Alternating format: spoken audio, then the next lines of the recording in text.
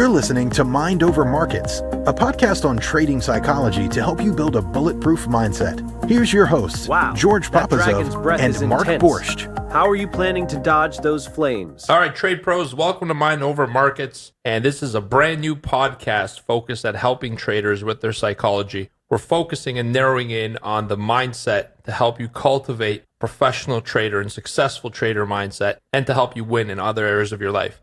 My name is George Papazov. I'm the founder of Trade Pro Academy, and I'm going to give you my story because I think it's important before you listen to any podcast, any new source of information. I think it's really important to know who's the person giving you that information and what their story is. So I'll tell you my story. And I started trading in early 2001. I remember it came down to one discussion that I had with my father, and he said, look, I can either give you allowance money or I can teach you how to make it. And I'm so thankful that I took the second option because he introduced me to currency trading at that age. I remember putting together a currency strategy, started trading Forex, more specifically the XAU USD pair, which is essentially gold contract for difference called a CFD. I then later moved into options trading and futures, but I started currency trading at the age of 16. For school, I've always interested in markets, but I decided to pursue a degree in electroengineering technology, which is simply called robotics. I didn't really like it. I remember as I was taking that degree, I was in the lab trading on my computer. I wasn't really focused. So I decided to switch out and go to a financial planning degree, after which I actually ended up getting a job as an internship at Scotiabank, sitting on the customer service side of the trading or the brokerage arm. And if you guys remember what was happening in 2008, it was a massive collapse in the markets due to the housing bubble. And I was on the customer service side, literally taking some very dark phone calls. Some conversations I remember down to the word, the tonality. I even remember the names of the people. And at the time, I was actually writing personally a blog where I was detailing a lot of what was happening, the perception of risk and how the market got complacent. I was putting out a lot of articles, yet at the same time, here I am in my career taking phone calls for the same people I'm trying to help. So I wasn't getting through to them. And to me, it had a really big impact in my life. I stuck on with Scotia for another couple of years after that. From August 2011 to 2016, I was a licensed trader at Scotiabank on their desk. And in 2016, I finally decided to pursue my passion full-time, left my job, I quit. I gave up the corporate security blanket, gave up a really good salary, and went on my own. And the first month was particularly challenging, which we'll dive deeper into in some of the podcast episodes. But I started Trade Pro Academy as well in 2012. 2016, I took it to the next level full-time. In 2018, through a spectacular journey and many trips, costly trips to California, Los Angeles, I got a degree in neuro-linguistic programming, which is called NLP. And that's what really changed or altered the way I saw trading psychology. And I was able to help traders that much more. So we created a course around this as well at Trade Pro Academy. All right, so that's a little bit about me, a little bit about Trade Pro. The company's been around since 2012. Trade Pro is the sponsor behind this entire podcast, and it is the Trade Pro Academy Mind Over Markets podcast. And I have great news for you. It's not going to be just me you're hearing from. You're going to have the opportunity to hear from the co-hosts, who I'm going to let introduce themselves next. Awesome. Welcome, Trade Pros. My name is Mark Borscht. I'm one of the full-time traders here at Trade Pro Academy. And I just want to thank George for letting me be part of this podcast, co-hosting it with him. And we've got some really, really exciting stuff coming up for you guys. As far as my kind of introduction into trading, a little bit of my backstory. My trading journey kind of started in 2012. At the time, I was in university studying for a finance degree. And it was my first year in university. And I was doing the Fin 401 class. I'll never forget it. And we're pretty much halfway through the textbook. And at one point in the book, it was a big book, around 600 pages or so, and we hit one part on trading and one part on technical analysis. And that part of the chapter, or that part of the book, was only about 4 or 5 pages of the whole book. And I was kind of wondering why there wasn't more of a focus on the actual technical side of things, more so just the fundamental sides. And so, my curiosity got to me. I started YouTubing, trading. Is it possible? Is it something that I can do? And I found a lot of videos out there that kind of intrigued me into the industry, kind of gave me the insight that this was ultimately the ultimate business model. You didn't really require employees. You didn't require crazy startup capital. And the thing that really interested me about it was that there was no real cap as far as what the earning potential was. And that's kind of what got me into those things. Through my YouTube research, I ended up starting with penny stocks. And I laugh about it now. It wasn't as fun at the time.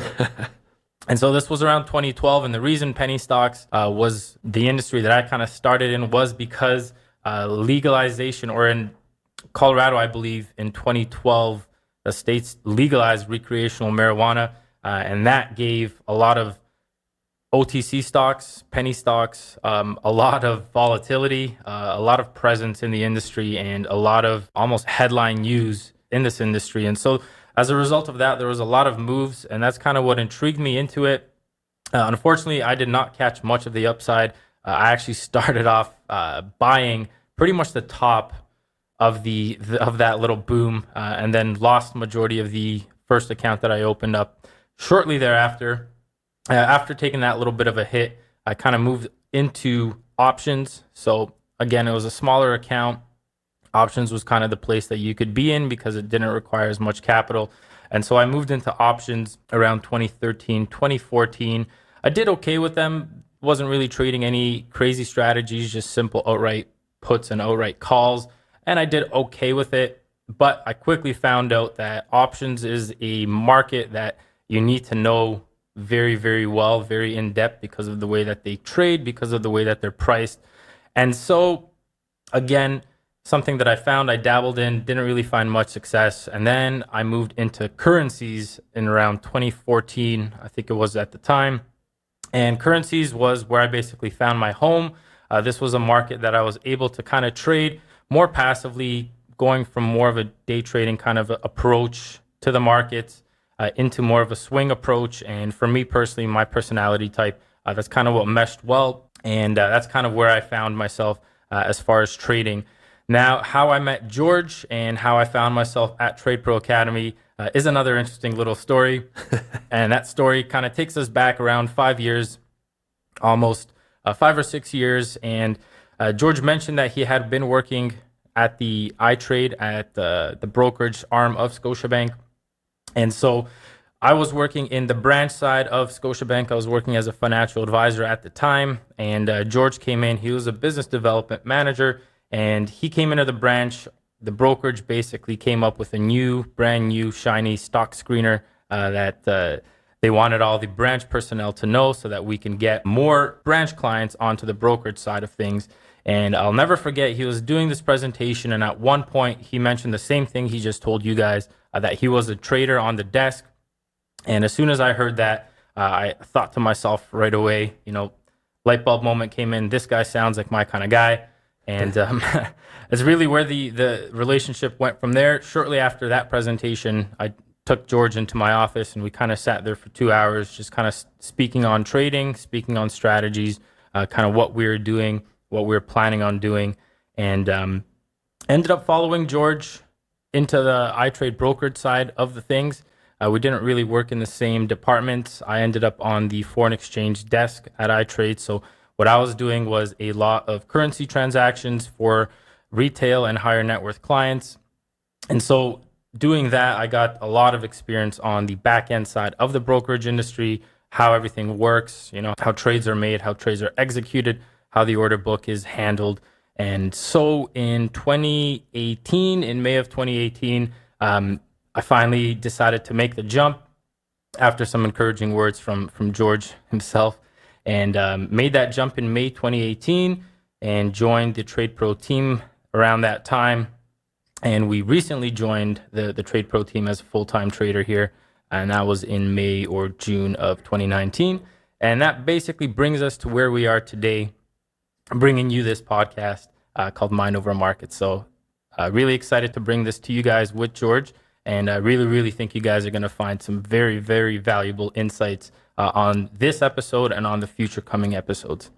Awesome. Thanks, Mark. And thank you for co-hosting this with me. It's going to be a journey that we're embarking on. And ever since I met Mark, I knew that him and I would, in some capacity, shape, or form, work together in the coming years. And here we are. Who would have thought, start a podcast together? Fun stuff. So as we dive in, now that you know a little bit about us, your hosts, it's important to really talk about what the premise of this show is going to be, what we're going to talk about over the next, hopefully, thousands of episodes. So I want to start out with a question. Ask you guys, the listener, whether you're driving, whatever you're doing, what percentage of trading do you think is, or the percentage of trading that you could attribute to success from psychology? Like, what percentage of success does psychology represent in your personal trading? So I'll put that question out to you first, Mark. And just wondering, like, you personally, of your success, what percent would you attribute to the psychology that you bring with it? For me personally, I feel like success in trading is, I'd say 100%. I'd even go as far as to say it's 150% psychology based, because for me, you took my answer. That's what I was going to For me, when I started the whole trading journey, you kind of follow a journey in the sense that, you kind of start from someone that doesn't know much. You find, YouTube videos that show you strategies, one type of strategy, this type of strategy. Then you find technical indicators. And, when you're new and you get introduced to technical indicators, they seem like the holy grail of trading. But then once you start to actually apply those strategies, in live market conditions, or you're even back testing it, all those things seem great. You can get great results when you're back testing things. But then once you go live, there's a huge shift that happens. Whereas in demo trading, you'd be able to take trades. If you take a loss, you're able to take another trade right away without really thinking about it. But once you get into that live environment, and now you have live capital at risk, and that's really where the emotions start to come in. So yes, while you can get great results back testing a strategy or strategies in demo environments, once you make that shift to a live environment where you're risking live capital, everything that you learn about the strategy kind of dissipates, and it just becomes a game of survival, of emotional survival. Everything you thought you knew isn't serving you at this point. Yeah. Everything you thought you knew, all the time that you put in with the demo, back testing the strategy, as confident as you might be based on the statistics that you found in simulated environments, once you do go live, those statistics, I don't want to say that they don't mean anything. They still mean something, but you'll find very quickly that psychology plays a huge role in your actual stats and the results that you're going to be getting once you actually start applying that in live markets. Yeah, I 100% agree. I would actually say, I was going to answer the same way. 100% I think of trading boils down to your success mindset, which is your psychology. I think that in order to win consistently in trading, you have to already come in with a winning mindset. And that's what the whole premise of this podcast is going to be. So just to sort of tell you this, 70, 80, 100% of trading comes down to psychology based on who you talk to and how important it is to them. But how many outlets do you know that actually provide that kind of information? There's very few providers of that type of education, other than obviously business empowerment, personal development, motivational stuff. You have to take that, interpret, and then apply it to trading. And when you're new, maybe that's not something that's intuitive to you. So this is what we're going to do for you. We're going to take psychology and adapt it to trading. That's the whole premise of the podcast. And the way we're going to do that is we're going to start out with a 5-episode mini-series on psychology overall. So this podcast will start out, the first 5 episodes will be very heavily focused on trading psychology and NLP, which is neuro-linguistic programming. Once we bring you up to speed with that, we'll start to dive into very trading-specific psychology elements. But like I mentioned earlier, you have to come in with a success mindset in order to succeed. And that's what we're going to cultivate and develop in the first 5 episodes. It's a mini course at the beginning. Then we're going to go full-fledged and deep dive into trading concepts and the psychology of those things. And it's going to be exciting. And the good news is, Mark, you want to know the good news? What's the good news, Georgie? We're starting the first one right now, the first lesson. That's awesome. One thing I also wanted to add, guys, is the reason why we chose Mind Over Markets and the reason why we decided to take this podcast in the route that we're going to be taking is because, we've had that experience. We've gone from people that were new traders without really any knowledge of the industry. And, now I'd say combined, we probably have over 25 years of, trading experience. And the reason why we chose Mind Over Markets was because in the industry, there's a lot of podcasts, there's a lot of information, and there's good information out there. And, there's a little bit of okay information out there, if you catch my drift. But overwhelmingly, we found that there was not really a single good source of trading psychology information. Sure, there might be a book here or there which may, cover some of the blanket concepts of psychology, but in our experience and in our research, we haven't really seen anything that actually focuses specifically on the psychology of trading, breaks down the reasons why these things affect our own psyche, and then offers, actionable solutions or home play so that you can kind of address those psychological challenges that may be, affecting your performance. So that's just a quick little, overscope of why Mind Over Markets and why this podcast is going to be presented in the way that it's going to be presented. So everything here is designed in a certain way, and that's to get you from being someone that's not so aware of the importance of trading psychology as far as performance is, the result of performance. What we want to do is to get you guys in that right psyche, and then we're going to address some of the common psychological challenges that can prevent you guys from getting the performance that you're looking for. So again, I really do hope you guys enjoy this one. And without further ado, let's go ahead and get started with the meat and potatoes of this one.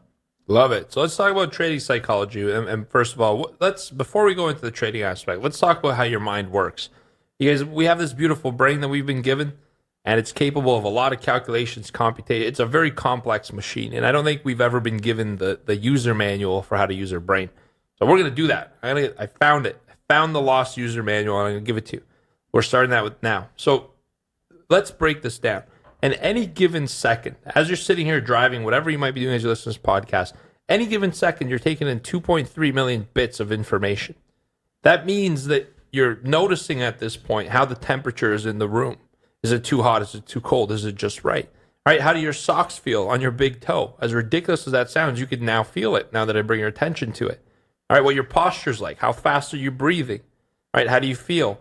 Are you happy? Are you smiling? All those bits of information are actually being picked up and stored on an every second basis. This information is all being recorded subconsciously. But here's the fun part of this. How much do you think you process of that information? I would ask Mark, he knows the answer. So I'm asking you, as you're driving in the car, doing whatever it is you're doing, going about your day, what percentage of the information do you think you consciously process? Meaning that you're aware of the logical factor of it. What do you think it is? 50%? Half the information? 10% of the information? Well, here's the truth. The truth is the logical mind is not a good processor of information. You process just 126 bits per second. That means 0.005% of all information is logically interpreted. All right? And think about what that means. When we trade, we tend to think that trading is a logical type of job. If we have the right information with the sound logic, we're going to get this right. All right? That's why we think we need to know mathematics, engineering. The problem is with that is the logical mind is not responsible for most of the decision making. 99.995% of processing happens at the subconscious level, right? It would take you 5 hours to process 1 second of unfiltered, raw, and full reality. That means in 70 years of life, you would live just 331 days of reality. So in a way, it's a good thing that we're processing small chunks of information, right? I wouldn't take that trade-off. Would you, Mark, to process all of reality? Not at all. And the one thing I want you guys to realize here is to fully take in 100% of a second of reality, that would take you 5 hours to process. All right. If that doesn't blow your mind, I don't know what will. And one of the first things I was introduced to when I started on this route of trading psychology, working on my own psychology, and this one little fact in itself, the fact that you take in 2.3 million bits on a second and you only comprehend 126 bits, that's mind-blowing, guys. Yeah, absolutely. And I mean, think about what that means. That's very impactful because we think that decisions we're making is based on reality, but we're actually just making decisions based on a subset of reality. Most of the decisions are made in the back, the unconscious part of your mind. So think about in a trade or any kind of decision you're making on a day-to-day basis, you logically think that you made the decision. But the problem is you've only influenced 0.005% of that decision. And the programming you've put in your subconscious mind is what's making the decisions for you. So let's talk about that. So how do you process that high level and that sheer complex and quantity amount of information? The subconscious mind does three things. It deletes, distorts, and generalizes information. All right? You basically execute repeatable programs so you don't have to logically think about all the information. The unconscious mind allows you to process those bits on a subconscious level so you don't have to worry about it. And you can worry about the things that will affect you the most. So it's creating your reality and your model of the world. And based on your upbringing, your values, it creates an interpretation of reality, if you will. Because if we look at the 2.3 million bits that everyone's interpreting, like me and Mark here at this moment are doing this podcast, his vision or version of reality is different than what mine is. And that's based on the programs we've written in our minds. These programs are, whether you like it or not, these programs change the outcome of your future in reality. These programs, the way you've written them, are going to either help you be successful in trading, or no matter what you do, unless you change the programming, are going to output failure, because you have to change that programming if you want to get the outcome. All right. So we're going to talk about that. And that's how, this is directly relevant to trading. And as we go through this mini course and start diving deeper into the trading concepts, we're going to bring it back to this kind of information that's foundational. All right. So what does that mean? That means that you have the ability to make decisions and also to change your programming. The good news is you don't have to live with the programs you've set. So we'll talk about living at cause next, because this is a very important thing in my life that's really changed and empowered me a ton. All right. Let's do a little experiment here. Mark, are you ready? Always. All right. If you think back to the last situation that was argumentative, it could be with a friend, coworker. Actually, we don't argue at work. I think we get along pretty well. We jive well, the Trade Pro team. But if you think about the last argument, who won that argument? And it's probably a little unfair to ask you because you know the answer, the right one. But what would your average everyday, what would your friends say if they get an argument? What do they usually do? They'll usually blame it on some sort of external factor. I wasn't able to do this because something didn't happen here, or I was expecting this to happen and it didn't, so I wasn't able to do this. And so it's more often than not, it's kind of pointing the finger at something external as opposed to kind of, taking accountability for it yourself. Yeah, and that's beautiful. That's exactly what living at cause boils down to, right? I know that when you can't achieve something, we've been taught to find external factors to put the blame on. The problem with that is, we hear this in the business a lot, right? The right answer to that question is, if two people get in an argument, they're both responsible 100%. It's not 50-50, it's 100-100, because you're responsible for communication at 100%. And so, we see this in trading, and new people who start out, I used to hear more of it. Now we're working with very high level, high performing traders, so we hear less of it. But here, if I only had more money, I could get in this business. If I only had more time, it's easy for you because you do it full time. Yeah. But I didn't start out trading full time. I had to work and fight my way to this area. So if I only had more time, if my parents would let me do this, or if could, would, should, we hear all these statements. The problem with that is that you're putting blame on external factors. And at the end of the day, we are 100% responsible for every single thing we get, whether it's good or bad.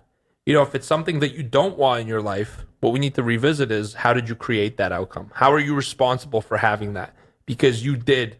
If you don't think you did it logically, you unconsciously were a contributing factor. And what you have in life today is a direct result of the program you've created for yourself and the choices you made. And this is part of living at cause. And the reason we bring this up in episode 1 is because imagine how life is different now that you live at cause, right? If you're able to say, everything's my fault. And if you remove the word fault, everything is my responsibility. What does that do? It gives you power, right? It empowers you, because if you look at it that way, now you have the power to change. If you're blaming external factors, you're giving your power away to those external factors. You're living in effect of those things rather than living at cause for your own reality. It's very important as a trader, because I can tell you, traders who start out in effect, who don't shift to cause, have very little chance of doing this for the long term. And that's why it's so foundational important that we talk about this in the first episode.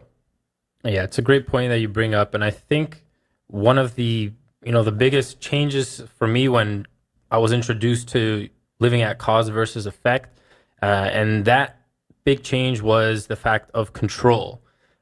When you're living at effect, when you're letting things, external factors control your results, then you have no personal control over those. Like Georgie said, you're not able to change anything because you don't have control over that situation. And how helpless is that? Who wants to feel like they can't change their reality? Exactly. Right? Exactly. Right. So one of the things that I can say is, one of the analogies is, let's say you point a finger at somebody. If you're pointing a finger at somebody, you've got, what is that, 4 fingers pointing back at yourself? I like it. It's true. Right? You know what I mean? And so every kind of fault that you would find on somebody, if you're pointing your finger towards them, you've got 3 or 4 other fingers pointing back at you. So who's really at fault? You know what I mean? And so once you can kind of take back control by shifting your living from effect into cause, now you can go ahead and actually work towards getting those results that you want, because now you're accountable to yourself and you have full control of what happens to you. Absolutely. And, I practice this every single day because here's the reality of the situation. You're going to go through life. Everyone means well. I believe my philosophy is that everyone in life means well. And the actions that they create is just based on the model of their world. It's how they've created their reality. They could change it, but believe that they mean well. So whenever you get in situations of conflict, all right, in areas that you don't like, if you're in a job that you don't like, if you're hopefully not, but if you're around friends you don't like, family, what you really need to do is ask yourself this one question. Look around you, do a little audit, if you will, or a survey of what you have in your life, and ask yourself, do I want this or not? Create a little list on a piece of paper, see what you have with the situation you're in, and say, do I want this? And if the answer is no, say, how am I a cause for having this? Right? It's great. It might be something you don't like. You might be in a job that you're not satisfied with and you'd rather be trading. How am I a cause for this? And I can tell you that actually gets you to look at the problem with the ability to change. For me, when I said that to myself, I said, look, how am I a cause of being in this job that I'm not satisfied with? I'm a cause for it because I'm trying to provide safety for me, for my family, and I'm looking for safety. However, is this the only job in the world that provides me safety? Can I have safety in another way? And am I after safety or am I after opportunity? Because they're two different things. So when you're living a cause, you're really breaking down every single thing you own and you're answering the question, how am I a cause for this? And if you don't like it, how can I change this outcome? That's more important. Now we're shifting you from a victim mindset to an opportunity mindset where things blossom and grow. This is like the soil in which you could plant a seed and nourish a beautiful flower once you start thinking this way. So that's been, to me, living a cause has been a big shaping factor, not just trading related. I mean, how does it apply to trading? You lost some trades. You could blame your strategy. All right.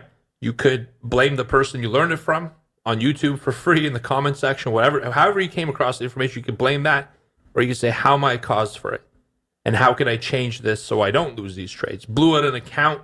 You're using a strategy that doesn't work. All right. You're a cause for all of that. And it's a very empowering statement. And I invite you guys to shift to living a cause with, that's the whole goal of this episode. If you've really kind of been empowered by this and you feel motivated and you're like, heck yeah, I'd probably get you to not submit your resignation. Yeah. But you should feel excited. This is very empowering stuff. Because I'll tell you what, you guys have the ability to change your life in the best way, right? Whether it's through trading or whatever it is, once you change your psychology, you've already changed your life. Look at my family. We immigrated to Canada. We had nothing. I mean, I don't know if I've ever said this openly to anyone, but the first day we came to Canada was in 1993. We slept at the airport for 2 days because we didn't have nowhere to go. My dad came in for a better lifestyle for us. And, unfortunately, he wasn't able to find a job in his field, had to go to another field because it's a conundrum of, hey, I want to get a job. Where's your experience? Well, I need a job to get some experience. So you kind of fought in that cycle. And I look at those moments, and those moments to me are empowering, right? I was a cause for that. And I look at that as the clay to change myself. And what I'm telling you is this. If I could do it, you can too. I'm not special, right? I just really worked hard, and I continue to work hard, and I do what I love. And the second I'm in a situation that I don't love, how am I a cause for it? And I change it. So that's what I challenge you guys to do. Live a cause, commit to it. What percentage of the time should you live a cause? All the time. All the time. And I will add this. One of the things, George mentioned, and what we've been saying is the reason why it's so important to live at cause is if you think about it, if you're living at effect and you have a problem, for example, and you blame that problem on an external factor, you're not really opening up your mind to find the opportunities to change that, right? Whereas if you're living at cause now, if you're living at cause and you're saying, all right, how am I in effect of this? How am I at cause for this, rather? And now, instead of, pointing your finger at something else and closing off your mind, the fact that you're saying, how am I at cause for this, opens up your mind to start looking for, the opportunities or the solutions. Whereas if you're staying in effect, you're going to close off your mind to bringing in and attracting what you want, right? So I think that's something important to mention as well, is that living at cause has a psychological shift in the way that you think. And when you're looking for the opportunities in the, if you're looking for opportunities in the hard lessons, instead of, all right, I lost money today, trading is not for me, this always happens to me. If you're looking at it and approaching trading that kind of way versus, all right, I took a loss, how am I at cause for this? Where can I work? What can I work on in order to prevent things like this from happening? You're not going to be able to prevent all your losses, but what this does is kind of opens up your mind to find the opportunities to get you into the place where you need to be. Whereas if you just take the loss and you're saying, all right, I got a crappy strategy, that's not really going to do much for the performance. Yeah, that's not productive. Like when you ask, how are you a cause for that? You take a bad day and you turn it into a learning day. Whereas if you're living in effect of something, you take a bad day and you turn it into a really bad day through emotionality. You give it life through giving it energy. So be a cause. I challenge you to do that. And I'll give you one question, which tends to change people's thinking and paradigms. You might be perceived rude in some social circles for asking this question. But let me tell you this. All right, I'd rather be real than try to present an image. And I ask people this openly and flatly whenever I hear a lot of these statements. They'll say, I really don't like this job. This sucks. You know what I asked them? I said, how are you a cause for that? And it'll get them to really think. You're not trying to reject somebody's statement. You're not trying to question their model of the world. All you're trying to ask them is, how are you a cause for that? It shifts their thinking, and you guys start to turn towards opportunities. That's a question I'll leave with you for today's episode. Ask yourself and others around you, how are you a cause for that? And you're going to turn things around and get the performance mindset and cultivate the mindset necessary for success in trading and, more importantly, in life. So I'd love to hear from you guys in this first episode. How did you like it? Do you have any questions? And are you now living a cause? Thank you so much for tuning in. Mark, it's a great first episode. I had fun. Yeah, so did I. Really enjoying putting this together for you guys. And we've got a lot of exciting stuff coming out for you guys coming shortly. All right, so make sure to tune in into the next week. We got a really exciting episode on the functions of the subconscious mind. And until then, you guys, good luck and good trading. Thank you guys. Take care and goodbye. Take care. Thanks for listening to the Mind Over Market podcast. You can find us at tradeproacademy.com.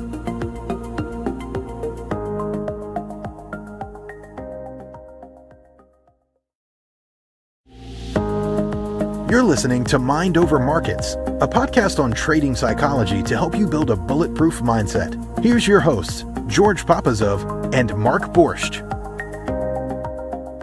Hello, trade pros, and welcome back to Mind Over Markets, a podcast hosted by myself, Mark Borscht, and me, George Papazov, from Trade Pro Academy. Welcome back, guys. If this is your first time listening, welcome. If this is your second time listening, welcome back. We're happy to have you guys on our show.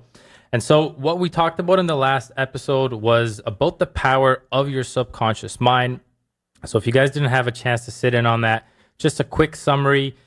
The subconscious mind basically processes 99.995% of information, which means that the logical part only processes 0.005% of that information.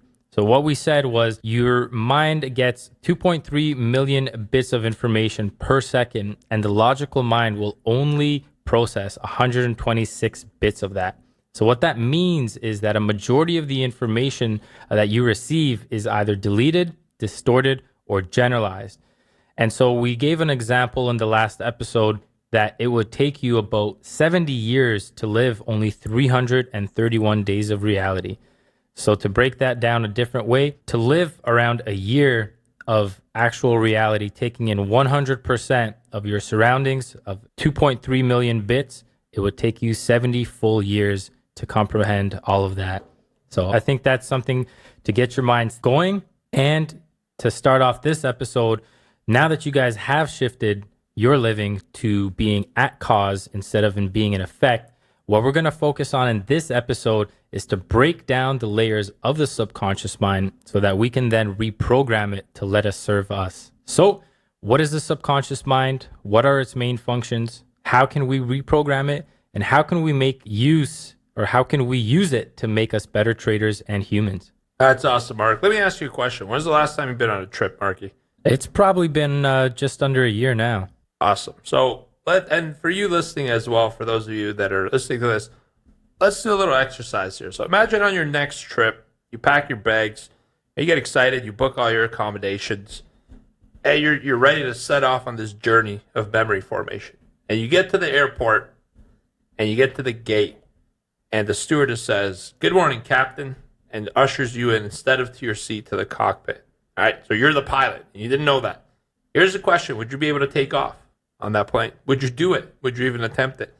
What would you need? If you were to theoretically do it now that you live at cause, what would you need? Right? Well, first, you would want to be a pilot. Pilots are the ones that operate airplanes. So if you decided that you had a desire to be a pilot, the next thing would be to research it. All right? Is this a good career choice for you? What other options do you have? You do become a pilot, what are you giving up?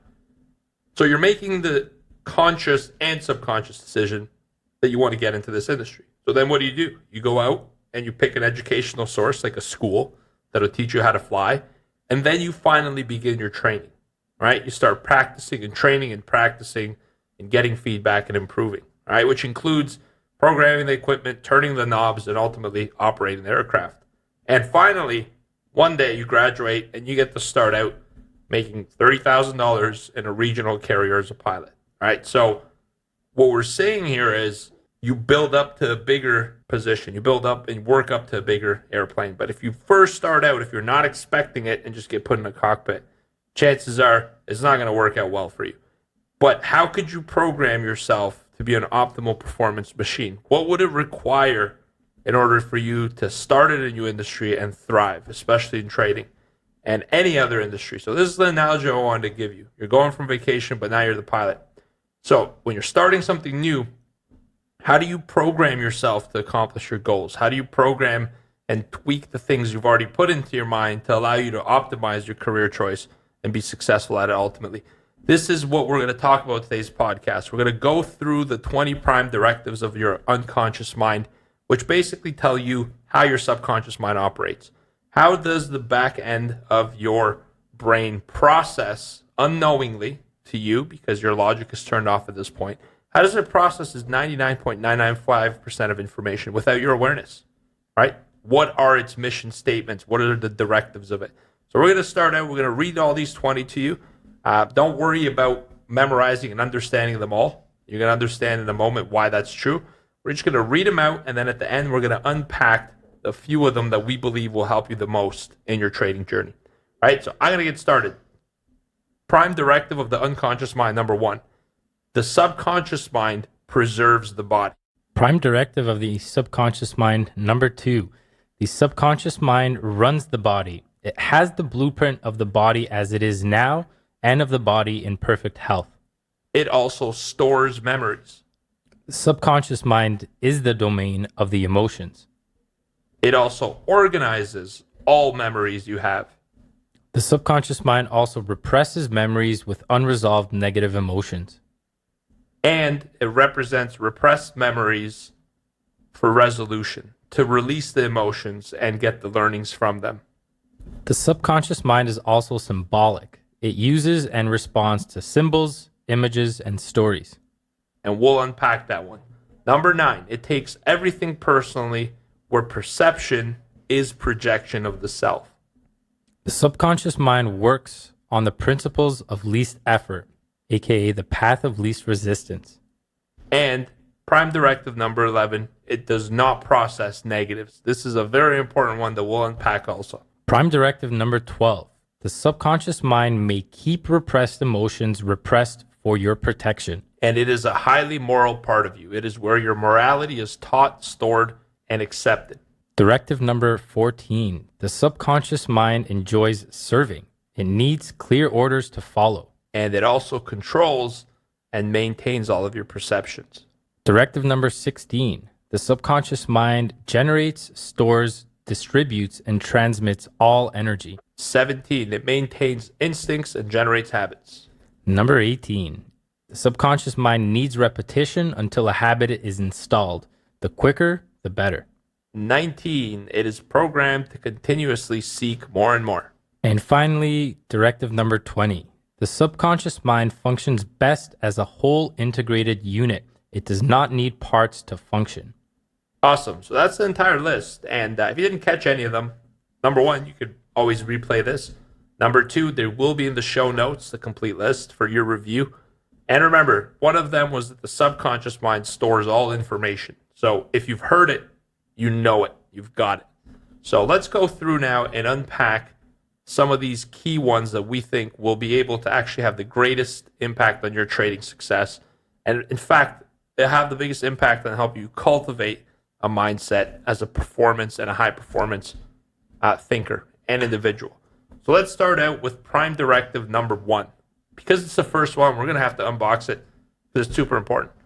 And number 1 was it preserves the body. So the number one goal of your subconscious or unconscious mind, by the way, I use those two terms interchangeably, and we will through the rest of this podcast. All right, this is the first and top goal because it maintains your safety, right? It preserves you, and whenever you're faced, this is what sets off the fight or flight response at the end of the day. If you've ever been in a situation where you suddenly feel fear, your cortisol elevates and you want to get out of that situation, that is the prime directive number 1. Whatever it needs to do, it will do to preserve you and your existence and your safety. Here's the problem, though, with this directive is that because the preservation of your body includes avoiding risk, if you program yourself that trading is risky in the way that it's detrimental to your health, all right, you're automatically programming failure of trading to the back of your unconscious mind. You're creating a program where it's going to do whatever is possible to make you fail at trading so you're safe. Why? Because you've told it that trading is not safe. All right, we'll talk more about this in the next lesson and how we elicit values and how we deal with safety as a top value. How does a trader who has safety as their top value do this successfully? Because those are the ones that tend to struggle or to have a little bit more of a challenge at the beginning. And one of the big ways here is to deal with and accept the risk of the trading industry, understanding that the risk is not detrimental to your health. Because when you feel that it's detrimental, the number 1 subconscious prime directive will kick in, and that will have negative results to your trading, but positive results to your overall belief system, the core belief that you need to be safe. Awesome. So just a quick little example with regards to preserving the body. If you've ever been in a trade, you've taken a trade, and going into taking that trade, you thought, man, I really hope this thing doesn't stop me out. And then you get executed on the trade, and guess what happens? It stops you out, right? That's what you think is what you're attracting, right? And that kind of brings us into the next point here. The other directive of the subconscious mind that is very important as it relates to trading is that the subconscious mind is symbolic. Like we said, it uses and responds to symbols. It sees images, symbols, and stories. So if you want a certain or a particular type of result, you have to paint that picture in your mind's eye first before you're able to actually achieve it. All right. And so what the subconscious mind will do is it'll paint a picture with all of the information, and what you have to do in order to get towards what you want is to reinforce your subconscious mind with positive visuals. All right. So instead of focusing on what you don't want, you can focus on what you actually do want. And let's say one of the reasons why you're trading is you want to have, you want to buy a nice family compound, to pass on the wealth towards your family. And having an image of, let's say, the cottage or the estate that you want in the future, having a visualization of that and what it would feel like to actually own that property, what it would feel like to open the door to that property, what would the doorknob feel like? Once you can program these things into your minds and you can start providing the subconscious mind with the visuals required to achieve that, that's exactly how you're going to get or work towards getting what you want. So some of the things that you can do are you can meditate on a perfect day before you actually start the trading session. You can meditate and visualize on what a great day would look like. Meditate and visualize on what a winning day would look like. How would that feel? What would the situation be like? What's the weather like on that kind of a particular day? What do you feel like once you close out your station for that day? How does everything feel? Once you can get those kinds of images in your head, that's when you're going to use the power of the subconscious mind to start attracting towards what you want. Another good example is an altered account statement. And this is something that I've done personally, and I continue to do so. So one of the things, as we mentioned, is your mind needs those images. So for example, the altered account statement. Let's say you have an account, you started an account with $10,000, and let's say your end goal is you want to grow that account to 100 million. All right. One of the things that you can do to kind of program that image into your mind is to go ahead, jump on Photoshop and alter that $10,000 cash balance, make it 100 million, make it 200 million, whatever number pleases you, whatever number you're looking to get towards, put that number on the statement. And before you start the session, look at that number, visualize that number as if it was actual reality. What would you do with that money? All right. What would it feel like having that money in your account?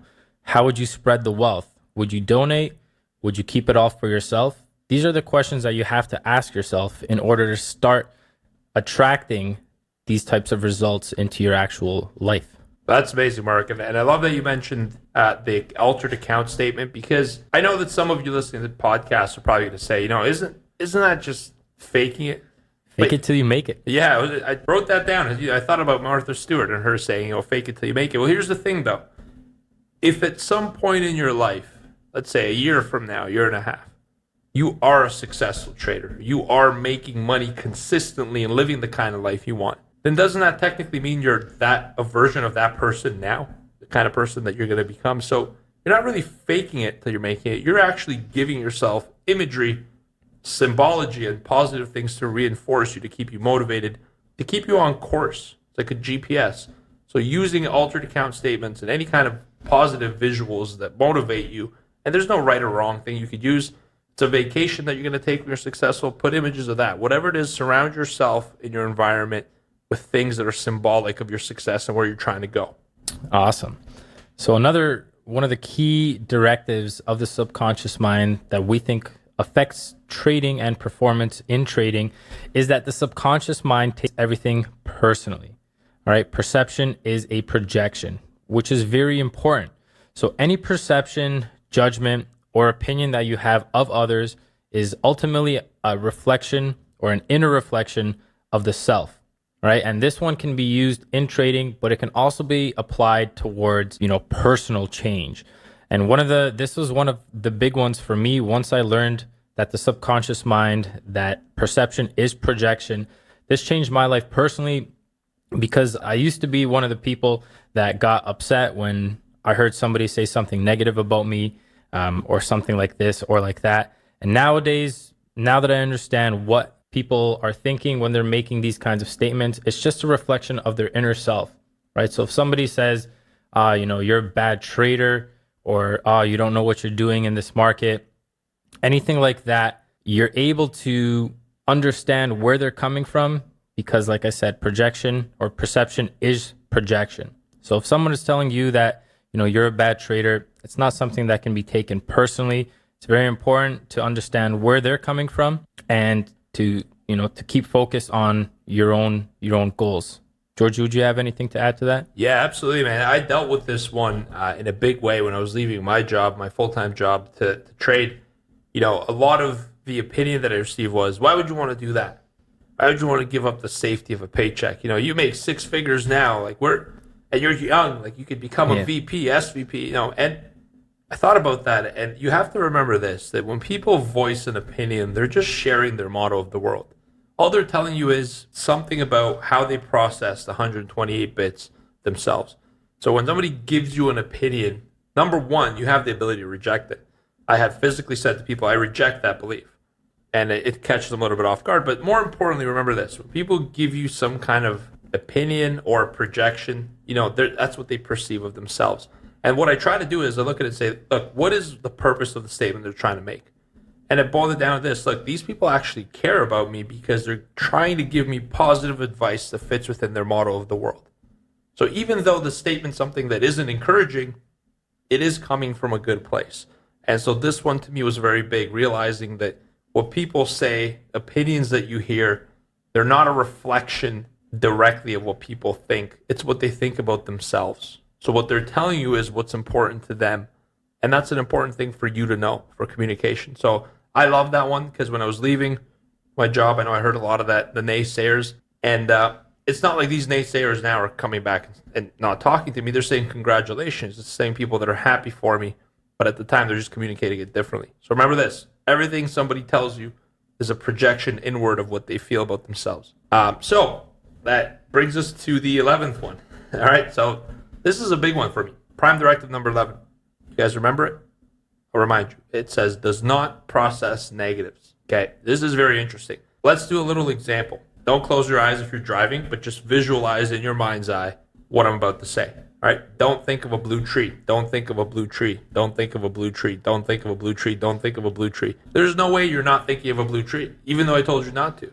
Right? I said don't, and I said think of a blue tree, because what the subconscious mind actually does is it strips away negatives. Right? Think about why that is. Let's take this down to a primal factor. Going back to about 1,000 years ago, more 2,000. You're in the cave. All right.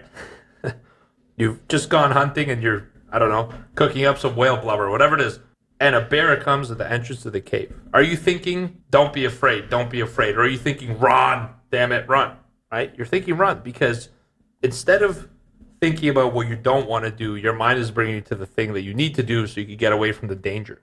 Because remember, number one, preserves your safety. And so it's the same thing for anything, ironically enough. So when you're thinking about don't lose this trade, what you're really telling your mind is to lose this trade. And every single statement that you make, the subconscious mind hears and processes because it's an order taker. And we'll talk about that in a moment. But telling yourself that you're not going to do something is the quickest way to do that something. So remove the don't and start to think about what is required. Instead of saying don't lose a trade, how about you say wait patiently until you find a good trade? And if you do that, are you not losing a trade, right? Not only are you not losing a trade, you're making money in the right opportunity. This is a very big one. If you remove negatives from your language patterns, all right, it really gives you the set of tools to empower you to create change, to create a new reality for yourself, right? Because look at this. Notice the people who are always telling you what they don't want are the people who have exactly those things that they don't want, right? They're creating the reality that they're programming themselves. Because no matter if you think, there's a famous quote, and I have to put this in the show notes who it's by. You might know it, Mark. It says, whether you think you can or you can't, you're right. And I mean, that's Isn't that Henry Ford? That is Henry Ford. That's I right. think so. I think that's a Henry Ford quote. Beautiful quote. Goes right in line with this. Yeah, I like it. So kind of in line with what George was mentioning there, that the subconscious mind does not process negatives. I can give you a perfect example of this. And this has something to do with putting notes on your actual trading screen on your monitor. And you got to be very careful about the words that you actually choose to put on that screen in front of you. Because like Georgie said, we've got to be protective of our subconscious mind and of the things that we think about. We want to enforce positivity. All right. And so this example is that I had one of the strategies I was doing was a pullback strategy. And I had written on this little note, do not trade the first pullback in a dropping market. All right. That was the first strategy that I had. And what were you doing? And I was buying the first pullback in every single rip, or every single dump rather. And I didn't really know why that was happening. And it wasn't until I kind of sat with George, and George stripped off that note from my screen and put on a new one. And we rephrased it, going from do not trade the first pullback to wait patiently for your setup to form. Can I just tell you when I decided that? I remember we were having that trading day, and I was peeking over at you a couple of times throughout the day because we sit beside each other here on the trading floor. I looked at those, and I'm like, at some point today, these are going to be removed. I don't know if it's going to be on your washer break or at the end of the day, but I'm like, these are gone. They're not serving either of us. Because, while they were on your monitors, Marky, and you were exposed to them directly, I was too. Like from a from a peripheral vision, and so was everyone else. So I figured it's time to do something about it. So keep going, my bad. And so that's what we did. And so now instead of having, negatively phrased words on the trade station, what I do now is everything's focused on what I'm trying to work towards, right? So if you want to say do not chase, instead of having a note saying do not chase, do not chase, what you can replace that with is apply patience. Something like that, where you're rephrasing what you're trying to do to a positive outlook. That way you're attracting what you want, right? If you write in there, do not chase, guess what's going to happen? You're likely going to chase. Whereas if you put up, I'm going to apply patience for my setups, guess what's going to happen? You're going to start applying more patience towards your setups. And that's 100% dead on. So rephrase your motivations to be in a towards pattern. Put your intentions in a way that inspire you to move towards something and not running away from something. And don'ts are really what you want to avoid. And I think you're good enough and you deserve everything that you crave and desire in this world. All right? We're abundant human beings. You deserve it enough to think about it rather than thinking about what you don't want. All right? So that's prime directive number 11. And it actually ties into prime directive number 14. Okay? The subconscious mind enjoys serving and it needs clear orders to follow. And this is super important because, when you think to yourself, hey, why does it matter? I'm just making a statement, right? You're just saying, why does it matter if I want to say don't lose money? If that means something to me, let me say it. And I understand that, but remember this, that every single thought that you have, every single word that you use, thoughts are actually more potent instructions than our words. And nonetheless, words are important. So any single thought, word, action that you take is a direct order to your subconscious mind. And your subconscious mind loves serving. If it was busy questioning the inputs you give it, it couldn't process 2.299 million bits. It just wouldn't have that ability. So it needs to serve. So while it's doing the heavy lifting for you in the back of the mind, the subconscious, it's processing a lot of information, but it's processing it in a way that's consistent with what you're telling it. All right? So in trading, how does this apply? Well, you need to have a strategy to execute. All right? I can't tell you how many traders I could ask, why did you do that trade, and have no idea. It looked good at the time. Well, what does your strategy say? Why does it matter? I didn't follow my strategy today. Right? So have a strategy to execute. Have a process of how you're going to manage your trades. Have a process of how you're going to manage your risk. Have a process of how you're going to manage your emotions. Because if you don't have a process, if you don't have a plan, all right, you're planning to fail. Failure to plan means you're planning to fail. And so you need to record the process because whether you like it or not, everything you do creates an order, a direct order to your subconscious mind. And whether you feed it good intentions or not, it's going to serve you and get the outcomes that you speak to it. All right, so for me, that's a super important one. And it's one of the most important directives for me, other than number one. I will say this with regards to how the subconscious mind enjoys serving, and this kind of also lays into what we mentioned with regards to not processing negatives and taking everything personally, is in my opinion, one of the two most important words in English vocabulary is I am, right? Whatever follows I am. I love this. Right? Whatever follows I am is what you're instructing or what you're ordering your subconscious mind to do, right? So if you ever go out there and you're saying you have, a bad day as a trader, it happens to everybody, right? If you have a bad day and you say, man, I'm such a bad trader, little things like that, as Georgie mentioned, you have to be very, very thoughtful of the words that you say and the things that you think, because if you think whatever you put after I am, whatever instructions you're giving your subconscious mind, that's what you're going to get, right? So I challenge you guys rather, going forward, if there's something that you want, is to use I am and use that in a positive tone, all right? I don't want you guys to be saying anything in a negative connotation and using the words I am this, all right? As long as you guys can rephrase what you're saying, you're going to have your subconscious mind serve you towards the orders that you want to get the reality that you're looking for. All right? I think that's an important point to hit on. That's actually a fantastic point, because if you boil it down to one sentence, your subconscious mind is an order taker. And whatever orders you give it, it will receive. I am is a direct command for an order to happen. I am are words of creation. I don't think people realize this as much, that whatever you say after I am manifests into reality. So it's your choice what you are. Just be very careful what you put after the words I am, because not only could you convince yourself of something that's not true, you will create it. Those are direct words for creation. So challenge of this podcast is only use I am when it begins a positive sentence, right? Exactly. And I am serious about that. So let's move on to the next one. Number 17. What is number 17, Marky? Number 17, the directive is that the subconscious mind maintains instincts and generates habits. So why is this important as it relates to trading? Well, if you're practicing the wrong approach, then you're forming or generating that habit. All right. So how you start in this industry dictates how you end up in this industry. All right. So what that means is that you need to have a systematic approach towards learning, because no matter what you're going to be doing, you're going to be creating habits on the back of that. So you're going to be wanting to generate positive habits, right? And so through everything that we're going through here, using the positive words, not using the negative words, only focusing on the positive outlooks, positive outcomes, providing, the right symbology, the right imagery to the subconscious mind to give you what you want. So here's a question for you, Mark, on that point. This is a really good question. So you played hockey before, right? I've dabbled. Yeah, you're actually a very good hockey player, if I might say. Appreciate that. Yeah. So did you ever in your career, when you were practicing hockey, did you guys ever practice missing the net? Did we ever practice missing the net? Yeah.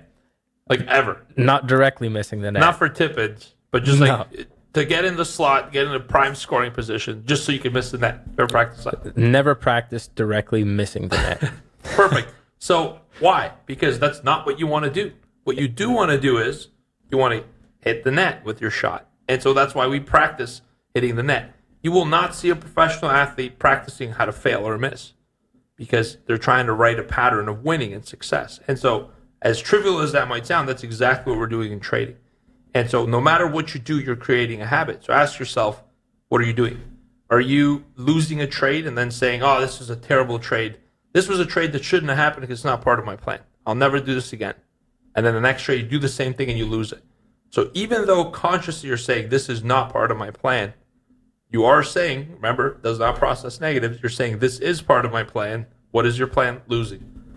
And the more you continue to act against the intention of your plan, the more you're building the habit of loss and the behavior and the executable program that you want the outcome of loss.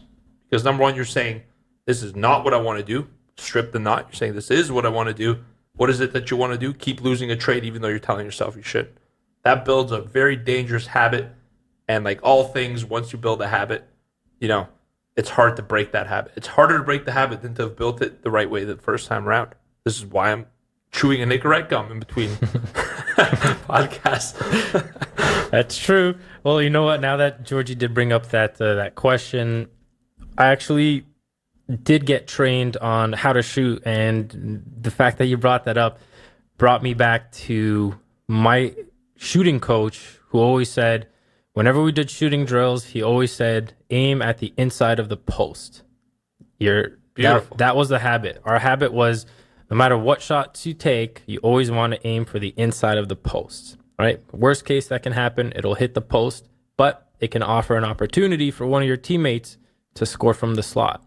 You know what I mean? So that's how we were building those habits. And I'm going to try that. That's a really good. Even still to this day, whenever I shoot, when I'm playing hockey, it's a subconscious habit. I don't even think about it. I'm always aiming for the inside of the posts. And I think that drives this point, that the subconscious mind maintains those instincts and generates those habits. And I learned that, it was probably in the mid 2000s, and it's 2019 as of this recording. And I still use that exact same habit that I learned over 10 years ago. Because of the repetition. Because of the repetition, right? Exactly. And not only are you aiming for a net, you're aiming for like an inch wide, or maybe a little bit more than an inch pipe. Yeah. That's how concentrated that intention is. That's amazing. That's a great coach you must have. You should get him on the episode, talk about performance. That's great. So let's get on to the next one. Number 18, and this one we kind of touched on it already. Number 18 of the Prime directives is that it needs repetition until a habit is installed. Preferably, the quicker the better. Why is it important for your subconscious mind to learn habits quickly? Why does it need repetition? Obviously, you're training it to do that habit, but why does it want to do it quicker? Let's think about this. Everything that you could think of as a human today in this world, everything's so easy. It's at our fingertips. We can have food delivered right here while we're doing the podcast. Uber Eats will come into our office store and drop it off the door. It's this. Back in the day, it wasn't ordering Uber Eats, the habit was survival. So the quicker you could learn a habit, the quicker you'd be safe. And why is safety important? Number one, directive of the subconscious Always mind. brings back to the first directive. All roads lead to number one, that preserves your body. All right, so understand this. No matter what it is you're doing, you're training yourself to continue doing it, whether you like it or not. I think this is the big takeaway from this podcast. So ask yourself, are the habits you're generating serving you? Are they helping you? Even if they're unintentional habits, you're the one responsible. You now live at cause. You are creating these habits. You're installing these habits. That means that all of your actions, every single thing you do, you say, you think, in repetition, creates a habit. And now that you're a cause for those habits. The beautiful part here is we could change them, right? If we have the right instructions, if we have the right patterns, we could start to write the right habits. See that wordplay there? Write the right habits. And Must have been a poet at some time. my past life, maybe. And so that's why it's important. The quicker, the better. So when you're in there goofing off, that's why when we have traders and sim accounts saying, oh, well, I usually trade, I'm going to start trading 2 contracts on the futures. All right. Or I'm going to only buy 50 shares. And then they show me their sim trading statement or account and they're long 5,000 shares. What are you doing? Whether you're in sim mode and goofing off or not, your unconscious mind doesn't know any different. You're writing a pattern. And so that creates some very dangerous things. So remember, everything you're doing is a form of habit formation and program installation. Ask yourself, what are you doing and is it serving you? And if not, let's work on it. Yeah, I think Georgie drives on a great point, especially the example that he used with regards to the demo trading. And I know that we see this quite often, and this is one of the things that really affects the traders' psychology and their mindset, especially when they're newer traders and they don't really have much experience in the live environment. What we tend to see is, traders will go around in demo and they'll take a bunch of trades that they wouldn't normally take, and then once they switch back to live, they're not taking any trades. And why do you think that is? It's because the habits that they've programmed do not align with what their goal is at the end of the day, right? And so it always comes back to directive number one. In demo, when there's no actual live capital on, at risk in the markets, you're gonna take a bunch of trades that you wouldn't normally take when it's live. However, when it shifts to live, guess what? You don't want to take those trades anymore. Why not? Because of security, right? Now, because you've installed this habit where you don't really care what you're doing because there's nothing tied to it emotionally. Now, when you jump into live, you do have capital that's at stake, and that's where the emotions come out. So, like Georgie said, it's important to instill the right behaviors.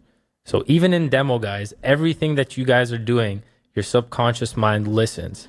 So one of the things that I ask of you guys is, if you guys are on the newer end of your journey and you guys are going into the part of your journey where you're starting to simulate a trading strategy, whatever that may be, is to only focus on repeating the behaviors and the habits that are going to get you to where you want to get to.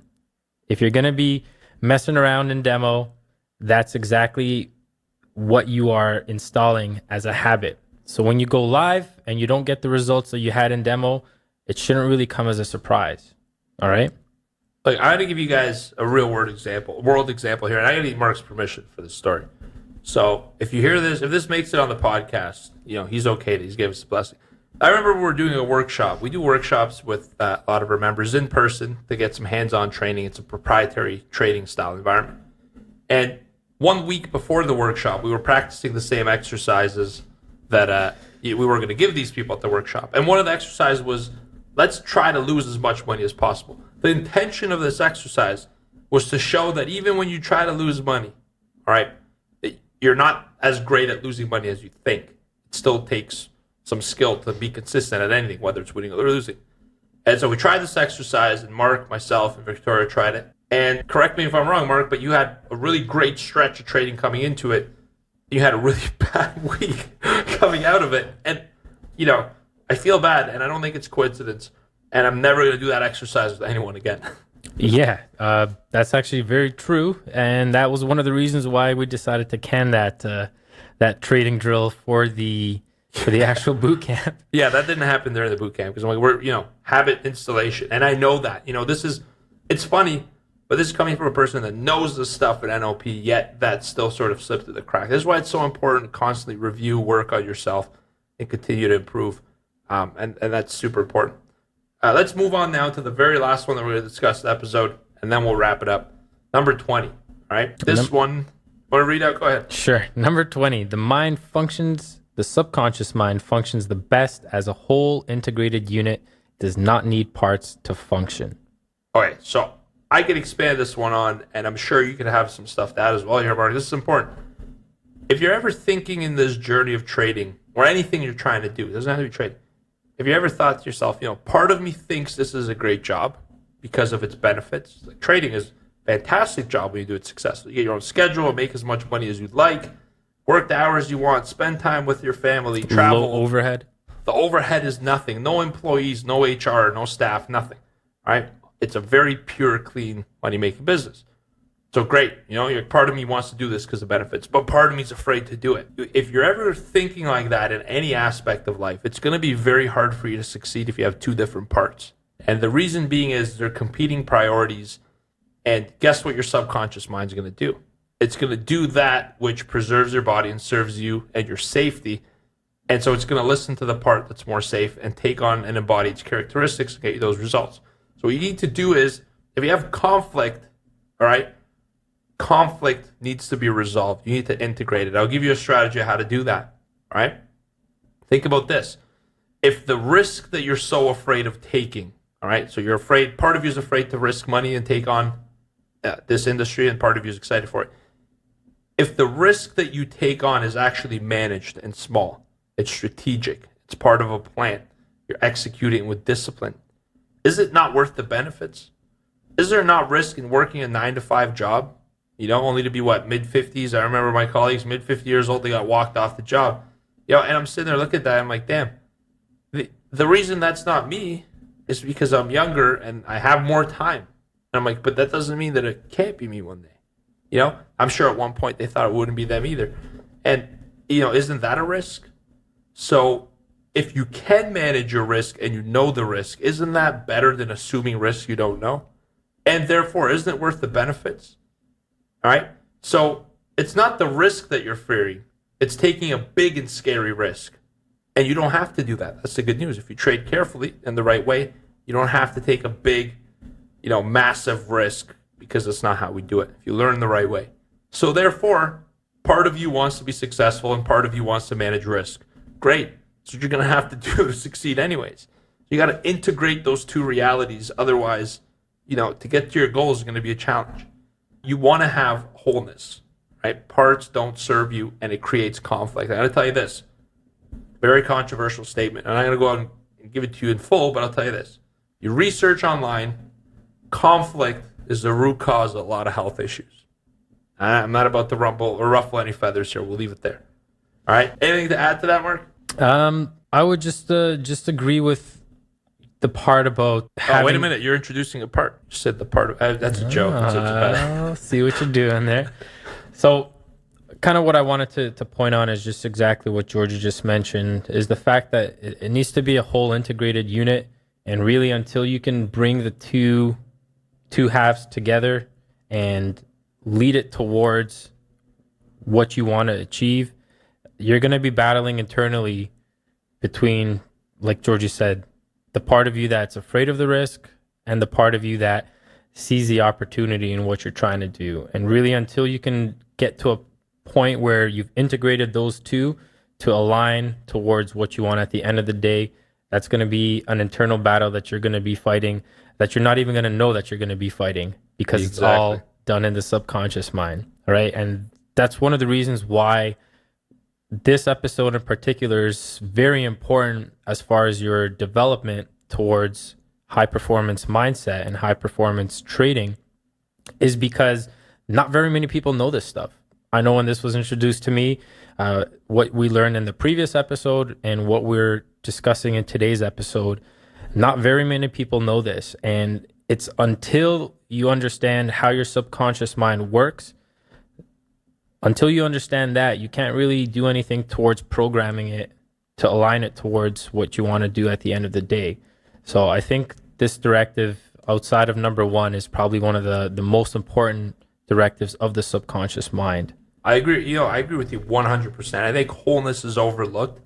I think that in business and in success, we talk a lot about conflict being necessary. I mean, while you're going to experience conflict, I think that the part that is necessary is to integrate it and to resolve it. Conflict creates a lot of problems. And look at this, especially if you're having conflict about trading and risk is something that scares you. All right. I mean, what are you really risking? At the end of the day, you are, and me and anyone else around us, we have the most safety we had for 1,000 years. You want to know risk? Imagine having to wake up and go hunting. If you didn't get nothing, you're eating salad. If you don't eat nothing for 7 days, you die.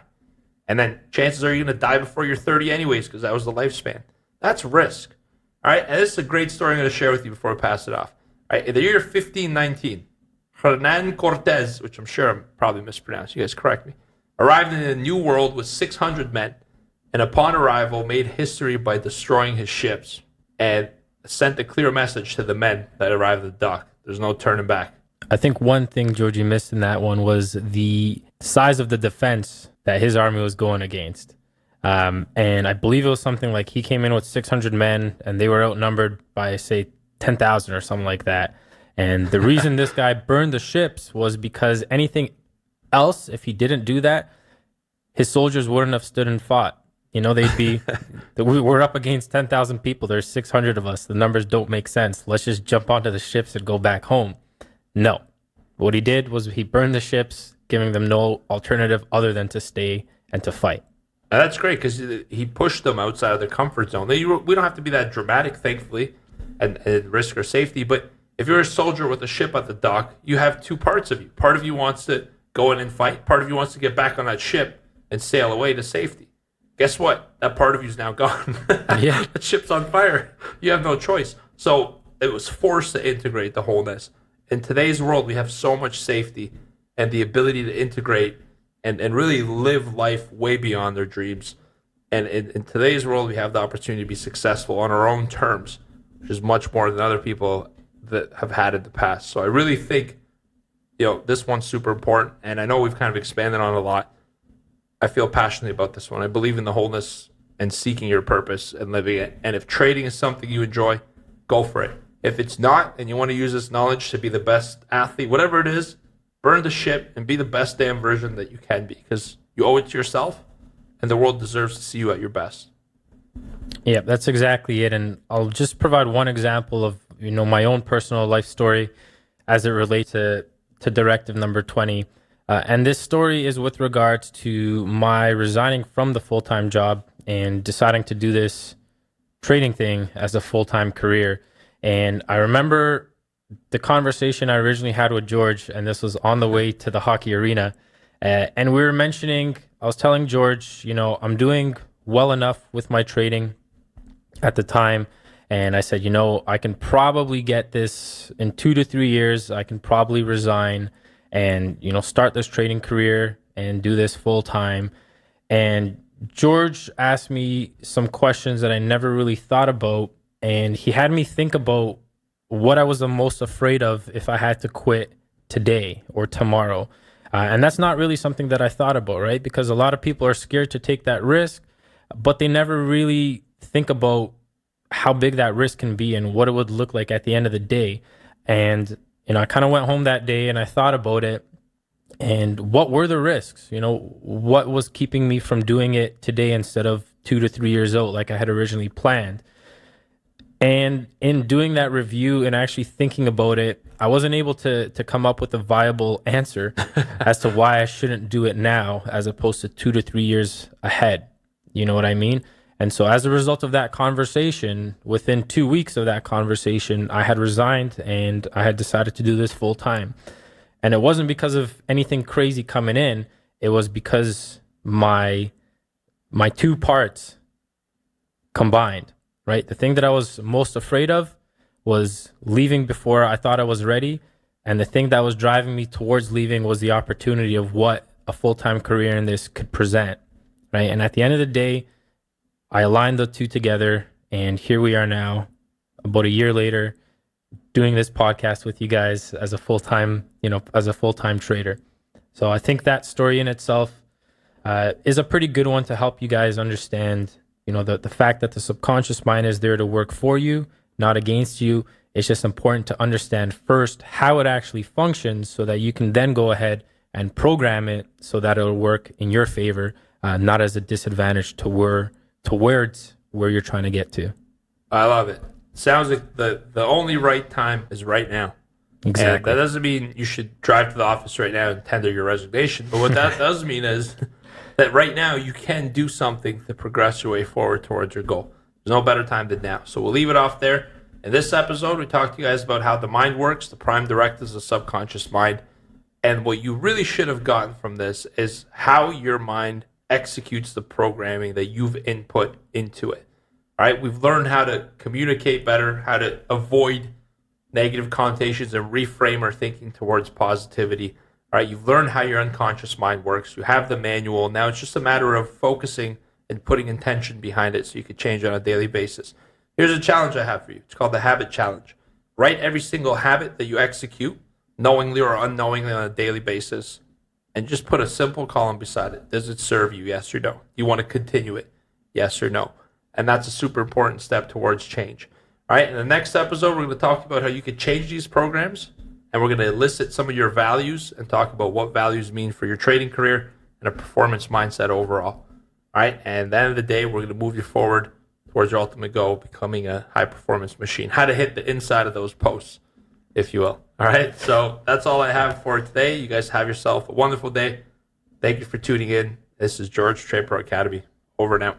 Awesome, guys. This is Mark from Trade Pro Academy. Over and out. What I do want to say just before we sign off is that at this point of the podcast, if you guys have listened to this point, and if you've had a chance to hit the first episode and you guys are still with us here in episode number 2, you guys have done more psychology work than I'd say 80 to 90% of retail traders out there. Nobody focuses on this stuff until it's too late. And by focusing on this before starting the journey or in the midst of the journey, this is really going to help put you guys in the driver's seat towards a high performance mindset and getting those results that you want. So again, thank you guys so much for listening.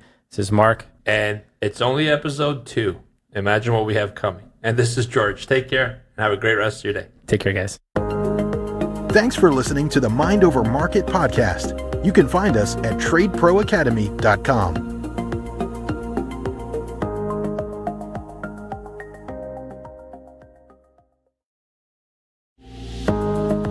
You're listening to Mind Over Markets, a podcast on trading psychology to help you build a bulletproof mindset. Here's your hosts, George Papazov and Mark Borscht. Hello, trade pros, and welcome back to our podcast here, Mind Over Markets. In the previous episode, we spoke on the prime directives of the subconscious mind, and we gave you guys a key couple of points on how the programming is executed by the subconscious mind. What's going on throughout the day where your subconscious mind is basically executing on behalf of your logical mind as well. So that kind of leads us into the topic of today's show, which is eliciting your values. Now, before we get into eliciting your values, we first got to discuss what values are. So I'm going to give this one over to my co-host, Georgie, and we'll discuss what are values, and then we'll teach you guys how to elicit them. Awesome. Thank you, Mark. Hello, trade pros. Really excited for this episode here for you. This one's near and dear to my heart. I love values because values really dictate what you're about to achieve. So what does the word value mean to you? You know, we're traditionally conditioned to think about value in terms of a money relationship. But values are really beliefs, all right? And they're beliefs that guide your attitudes, behaviors, and ultimately your actions. Every single action, every behavior, every thought you have leads, or is led rather, dictated by a value. It serves the purpose of aligning with your value. So when we sometimes have behaviors that we do that feel wrong to us, have you ever had something happen, Mark? We say, that felt wrong. You did something like I feel wrong doing it. Yeah, kind of like a gut feeling after you do it. It's just like, I don't know. Something just feels off. Well, when you get that feeling, though, in comparison to what, right? It feels off in comparison to what? Have you ever wondered that? Now I do. Well, and that's good, because when you feel like you've done something that's a gut instinct saying, it's the wrong thing to do, how do you know it's the wrong thing to do? Well, it's being aligned and compared to and driven by your values. So if you're doing something that's not in line with your values, it's going to feel like you did the wrong thing. Here's the fascinating part about values. The values are set in human beings from the age of 0 to 7 years old. From the moment you were born to the moment you turn 7 years old. On average, you might be different, we all are, but give or take a few months, all right, we have formed their values. And so this means that from the moment we turn 7, our value system is written, and now we're executing actions on behalf of these values. For how long after 7? When do you think they change? Teenagers, in your 20s, 30s, 40s? Never. Your values never change until two things happen. You die, or you decide to change them. And that's the fascinating part. When I learned that, it damn near blew my mind. I immediately thought, what? I'm like, well, what did I learn up to age 7? Because it's very important, all right? And so it's a very important concept. It's almost like train tracks, if you will. Imagine train tracks, and you're on the same train tracks. The train tracks are built between 0 to 7 years old, and you're going to stay on those train tracks, like George said, until you either die or you change the track, right? So imagine your values from 0 to 7. That's what you carry on with the whole time on that track, unless one of two things happens. You die or you change them. Yeah, so I love that analogy. It's like a train. You're sitting at the station, and 7-year-old you boards the train, and you wave, and goodbye. You're on the tracks. You're moving towards that direction. So values are very important. But where do we get our values from? We know why they're important, because they dictate how our programming will be executed, right? Values really guide how our subconscious mind processes 99.995% of information. Right? Because in the last episode, in the Prime Directives, we told you how the subconscious works. But how does it make these decisions so quickly? What is the programming that's been fed into it? That's all based on your value system. That's why it's that important. And no values are right or wrong. They just are. Some values come with certain strengths and limitations. Other values are the same. All right. There are no right or wrong values. No one person's values are better than someone else's. My values aren't better than Mark's. Mark's aren't better than mine. And the same with you and I and Mark and anyone else. They're just unique to us. The important part to realize, I think what Mark mentioned there, is you're on the train tracks and you're headed to that destination unless you decide to change. How do you decide to change? You have to live at cause. And now we're seeing how this stuff builds onto everything. Decide to live at cause, and you're responsible for shifting from one track to another. So what are some sources, do you think, of where you've picked up your values along the way? Now, before you guys answer that question, I want you to think about it. What sources formed your values? But before that, think about how many of you know your actual personal values. I'll give you another second here. How many of you guys know your actual personal values? If not, if you work a 9 to 5, do you by chance know the values of the company that you work for? Why do you think that might be the case? What would you describe a typical onboarding in a new company? What's one of the first things that you often receive? Let's say you get a job at Microsoft. It's your first day in the office. What are you going to get? Corporate culture? Yeah, you're likely going to get a big binder full of pages on the corporate culture. You're going to see the mission statement, the company values, how the company wants to operate, some of the rules and fun stuff like that. But the most important things that a company shows you that they want you to embody is the company values and the mission statement. All right, and there's a reason for that. It's because if you don't have values to guide you, how do you know where you're supposed to go? And that's the same thing with life, and both personal life and in trading life as well. You need to have a set of values to align towards what you want to get done in life. And I absolutely love that you mentioned that, Mark, because The reason we receive corporate values is because the corporation is setting through this process expectations, right? It's expectations on how you're supposed to act, right? What kind of decisions you're going to make, ultimately what behaviors you're going to use to drive the performance they're expecting out of you. And when it comes down to your performance appraisal, it's how did you execute on the values that were set forward in the corporation.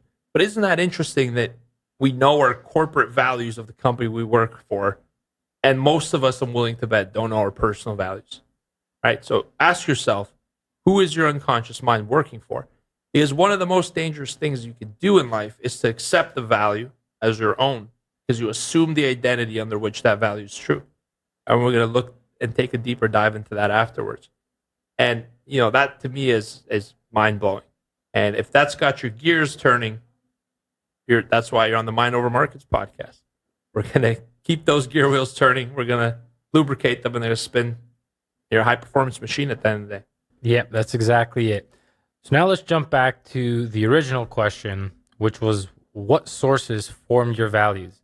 What would you say, Georgie? What might be a couple of sources where you might get your values from, especially starting off with that imprint period between the 0 to 7? Yeah, I'll throw one out there for sure. It's family, because you're in the guardianship of your parents when you're young. They're responsible for you. You're not a responsible adult yourself yet. And from 0 to 7, the interesting part about life is that you're purely a subconscious mind. Kids have no critical factor. But when you tell a kid, don't jump in the puddle, for those of you that have kids, you know what they're going to do. I've told that to my niece. They go right in the center of the puddle, and they not only jump in it, they jump in as they look you in your face and laugh at you. Because they look at you with looking for approval because you told them to do it. Remember, they're purely a subconscious mind. So from 0 to 7, I think everyone, in fact, I know everyone pulls a lot of values from their family situation. All right? And you're looking within your family and your household to pick up values. Awesome. So once you get out of that initial imprint period, that's when you start to get a little bit more influence on other external factors in your life, such as friends, such as school. It could even be sports teams, coaches on those teams. It could be through the media. You can get your values through the media, magazines, a lot of things like that. Even where you live, it can come down to your geography, to your neighborhood, what the neighborhood around you is like. If you come from a tougher neighborhood, you're obviously going to have a certain set of values as opposed to somebody coming from a more sheltered neighborhood. Also can come back to values arrived from religion or from the church. If you practice religion or if you practice faith, then you can be getting your values from that aspect as well. That's awesome. So that actually brings up a good question for you, Mark, for you. Well, remember we're talking about your coach telling you to hit the inside bar and in when you're Yes, sir. hockey.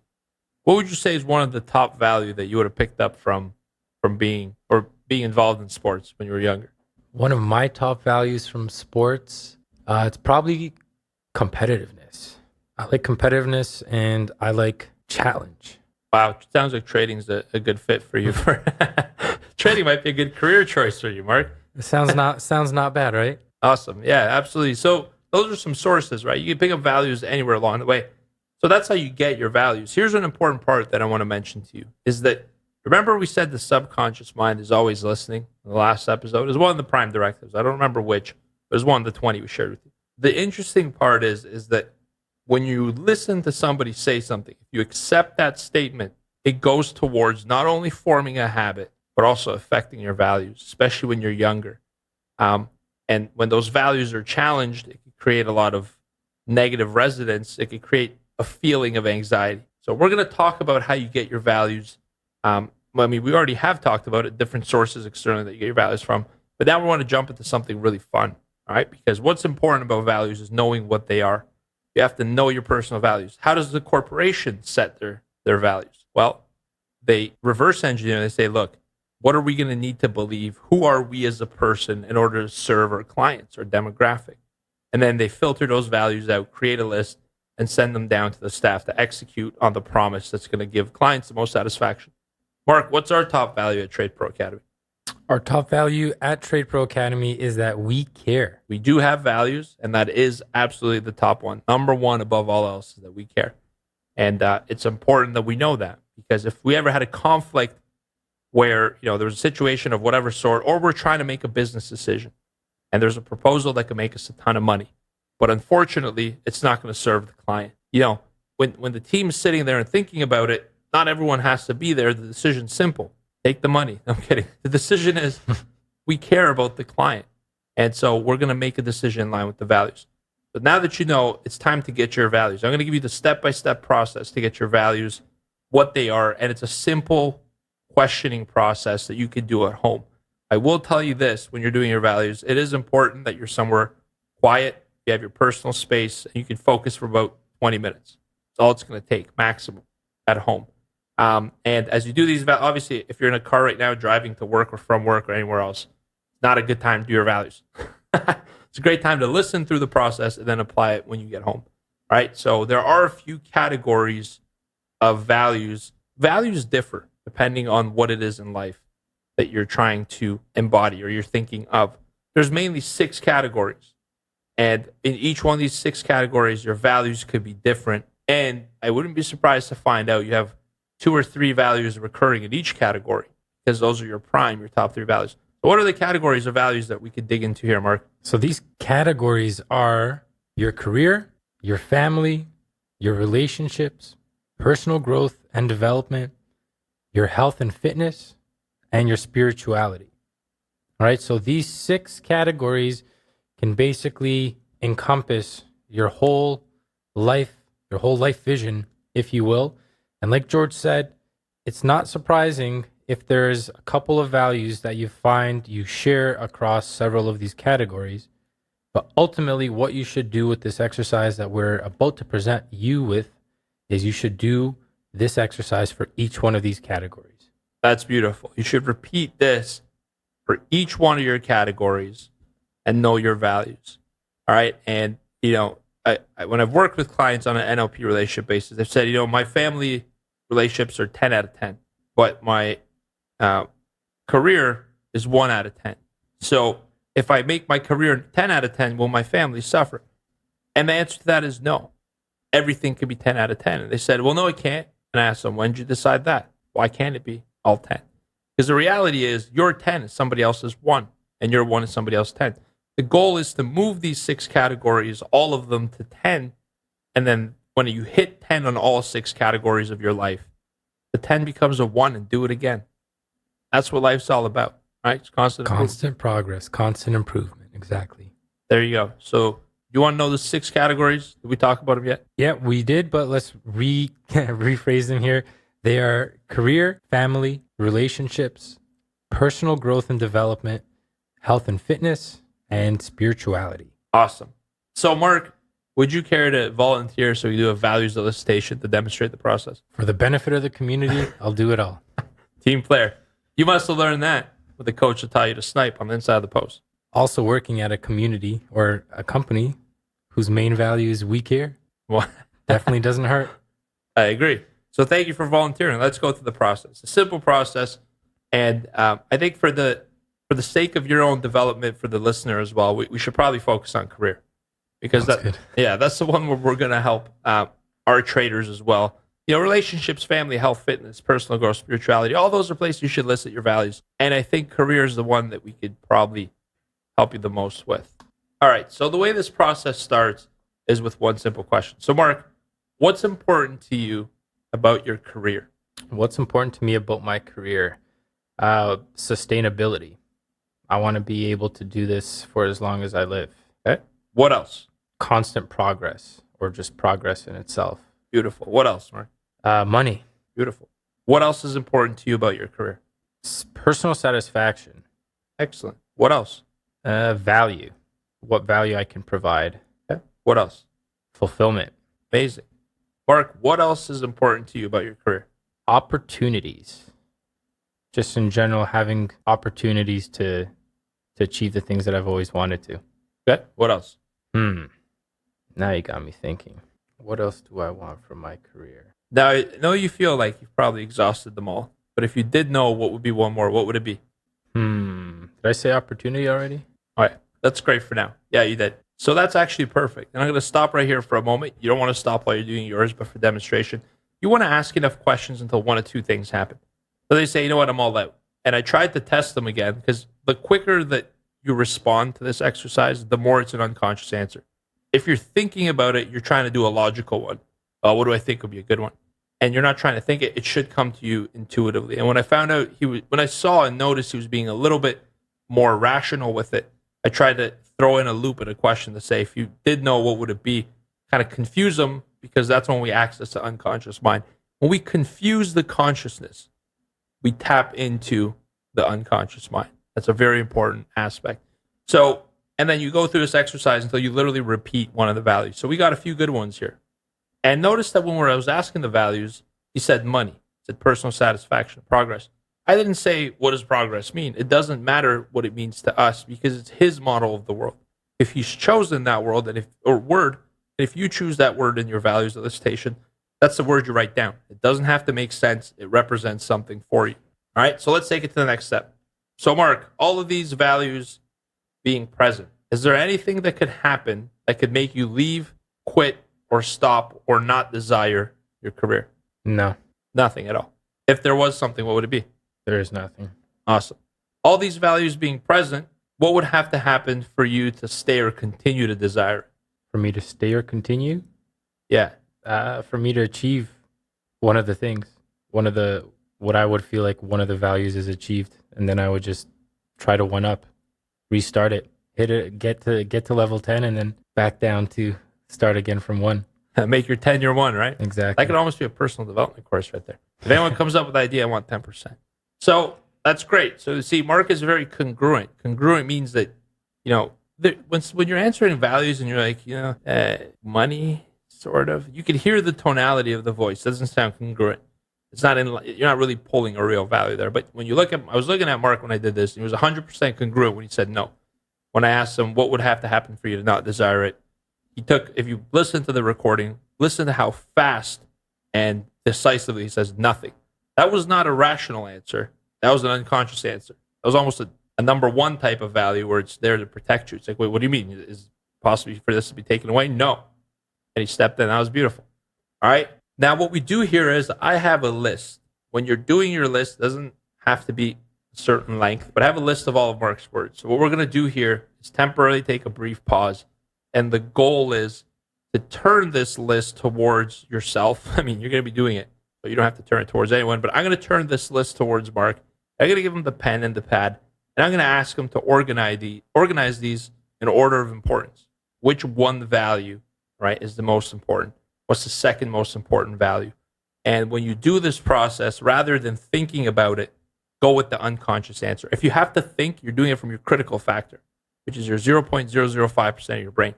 Let your unconscious do it. It's already got an order. The more you try to think about it, the more you mess up the order, and you really try to influence it and taint it. It's like you have this vast sea of water that's your unconscious mind, and you're dropping little drops of coffee into it. You know what that happens? It'll change the whole color. Incredibly small amount of coffee could change a large body of water and discolor it. And so trust your unconscious, and now I need you to stop the recording or pause it if you can and reorganize your values, because that's going to be important. All right, so we've just finished doing Mark's value elicitation. We got some great results out of it. So Mark has numbered his in priority here from 1 to 8, because he came up with 8. When you're on a podcast, it's a little more challenging to do this exercise. So first, we want to thank Mark for being open and allowing us to use his values as a learning opportunity and to share this information with you. It's very courageous. Thank you, Mark. So let's talk about the values. Mark had his first value as, what did you have it, Mark? What was your first value? My top value was fulfillment. Fulfillment. Yeah. So his top value was fulfillment. Now, when we're looking at this, if you're doing your own values, you're going to know what it means to you. All right. So his first value is fulfillment. His second value was sustainability. And his third value was progress. So these are the three things that really influence or impact Mark at this stage of his life based on how he's wrote his values. Here's the interesting part. When you look at or hear these values, if you're thinking, hey, what would Mark like about sustainability? I don't get it. You have to understand that sustainability, the word that you're interpreting, is getting filtered through your own logic, through your own 120 bits, and it means something completely different to you. you could look at sustainability and your value could be completely different. And when Mark talks about sustainability or fulfillment, rather, because that was his first value, it means something entirely different. So because you know someone's values doesn't mean you understand that person. You know their values, but it's the importance is how are you connected to those values? How do they judge your behaviors, your thinking, etc. So one surprise that Mark had here is, what was the surprise, Mark, in this value?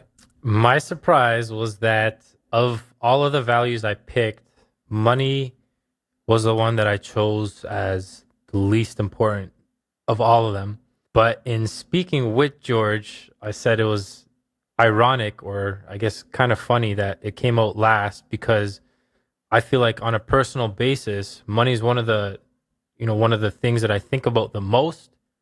And it drives a lot of my decisions. So it's interesting to see that despite what I feel like I'm thinking about on a daily basis constantly, comes out to be one of my least important values, if you will, of my top 8 that I was able to provide there. That's very interesting, right? Because when we're making decisions on behalf of money, or we're making decisions with money in the focus, it's the last value. It's still important. It's important enough that it made your values list. It's just the least important to you. So when you flip it and you say, hey, look, have the decisions I've made for money in the past, have they actually brought me fulfillment, which is top value, sustainability, second value, and progress, the third value? When you look at those three, what would you say, Mark? The decisions you made on behalf of money, whether or not they brought you money, I don't really want to know that part. That's up to you.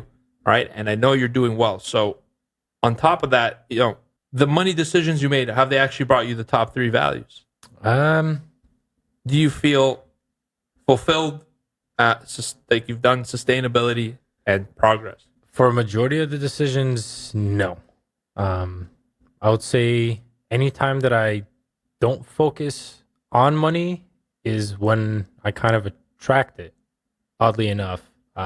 When I focus on the decisions where I focus on my actual fulfillment, now that I'm thinking about it, when I actually focus on the things that I highlighted as a top, those are the things that have brought me the most amount of money. Whereas when I'm just focusing on, the binary aspect of money, 1 or 0, that hasn't really brought me any of my top 3, hasn't really brought me fulfillment. When I've made any decisions focused solely on money, none of them have really been aligned with my top 3 values. And I'm kind of taking a little bit of time here because this is just sinking into me. So as much as I'm hoping you guys are getting some sort of insight out of this is also some personal insight that I'm kind of realizing as well at the same time, having done this review with George. Yeah, absolutely. Like, there's no pressure, right? This podcast is designed to be an easy environment. Mark's just digesting this. He has values, but he just did a new list. So again, we thank you, Mark, for allowing people to kind of be part of this process. And so it's really interesting then, isn't it, Mark, is when you make decisions on behalf of money, whether you make the money or not, all right? Let's say you make a decision based on money and you make money. So you satisfy value 8 with the money, but not necessarily 1 through 7. And you're kind of forgetting that 1 through 7 is really your value system. So when you're acting on value number 8 and treating it logically like it's value number 1 and forgetting the other 7, what you're really doing is, not fulfilling your basic, and fulfillment was your top value. So it's not coincidental to use that word. You're not fulfilling yourself, and your top 7 values just number 8. And so money doesn't really mean much, or doesn't mean more than the other 7 values. So it's interesting. So when you're making these decisions, and for you as well here on the podcast who have done your values, you got to understand your top 3 values are very important to you. And so they have to serve you. Whenever you do behaviors, actions, thoughts, if your top value is money, then by all means think in terms of money and what that means to you. But if your top value is something like fulfillment, think about how will I be fulfilled with this? Because when you live out your top 3 values, when you're acting congruently, remember your subconscious mind is already trying to execute your top 3 values, whether you're in alignment with it or not. When you're not in alignment with your top 3 values, you create unsatisfaction. You're not really happy with the way things are going. So when you are in alignment with it, your actions, your behaviors are more passionate. They're more full of energy. They're more raw. They're real. That's who you are. And when you put out in this universe of who you really are in line with your values, it's impossible but not to attract success. And success, guess what? Comes with money anyways. But I think in the word success, there's a whole pile more of fulfillment, right? Sustainability and progress. I think money is probably the least important part of success. And I mean, from my perspective, I remember not having money, and I said this on a podcast earlier today, but I didn't have money. So from not having much money, when my parents immigrated to Canada, I don't know if you know this, Mark, we slept on the airport terminal in Pearson, on the arrivals terminal at Pearson, on the chairs. It wasn't a good sleep. But from that point in my life to where I kind of started to do well, there was an incremental quantum leap in what I was able to do for myself, because now I have money, I could get things. But from that point where now I have money and the world's opened up its doors, let's say making a couple $100,000 a year to now making $1 million plus, $2 million, $5 million plus. The difference between making $1 million a year or making $10 million a year, pardon the language, I know it's a family show, but it doesn't feel that much greater. It kind of feels like shit. If you hit $1 million a year, now you make 10, 20, 30. You know what ends up happening? You're just empty. You have more money, which is your number 8 value, but not necessarily more of what really matters. Just fulfillment, progress, sustainability. All right, and I'll challenge you guys to kind of look at it the same way. You need to have purpose. And if your top value is money, it's going to be important for you to bring that information for the next podcast episode, because we're actually going to dig a lot deeper into these values and how your motivation is centered around them. We're going to get into some gold next episode, so save your values list. We're going to do a deep dive even further than this. But isn't this very revelational of what you learn about yourself when you do these values? All right. Also, do your values often. They change. Values could change. And speaking of change, let me leave you off with one thought, and then we're going to wrap this episode up. All right. How do most people try to change themselves? They try to change their environment. Have you ever done a change somewhere, Mark, where you try to change your environment around? I'll give you an example. I struggle to go to the gym early in the morning. I don't know why the heck I want to go to the gym early in the morning. I really don't know why, because I could do it any other point in my life or any other part of the day. And so I said, I'm going to change my environment. So you know what I did? I started going to sleep with my gym clothes. Kid you not. That way I wake up and now I'm in the environment of having gym clothes on already. So now I just got to go. I've done something similar. You have the gym clothes ready right outside of the bed, so you don't have to think about it. Protein cups all full and everything. Pre-workout too. Pre-workout's ready. Your shower gear's ready too. So wake up. You don't have to think about it. You just wake up and go. So yeah, definitely done the same thing with changing the environment around and in an attempt to get into the gym for 5 a.m. Golden question. Did it work? I think once the first day it worked, but I wasn't able to stay consistent on it. For me, it worked for like 3 days as well. Yeah, it wasn't. And then I was like, you know what? This isn't me. Yeah, it wasn't much of a consistency thing. It felt nice, granted, the first day, but it wasn't something that I was able to kind of hold on to. That's awesome. Let's kind of carry through with this example. I don't want you to see a life from here. And I'll use my own also, and we'll talk through this. The next higher and more important thing than environment is behavior, right? So it's the what. What are you actually doing to actualize your goal? So my goal is to go to the gym in the morning. Mark, you actually had the same goal. It's pretty interesting. What was I doing? So like I said, I was dressing for the part. I was setting the alarm clock. It's not like I wasn't trying. I was putting in behaviors and efforts, but they didn't work. All right. So that's a very important aspect. If you change your environment, that's the lowest section of the logical levels. If you kind of envision this as a pyramid, and we'll post an image in the show notes, environment's the lowest tier. That's where everybody tries to change. The where, the when am I going to do this stuff? That doesn't work because it's the lowest and least important part of you as a human being. The next least important one is behavior. So we're going from the bottom to the top. Environment, behavior, capabilities.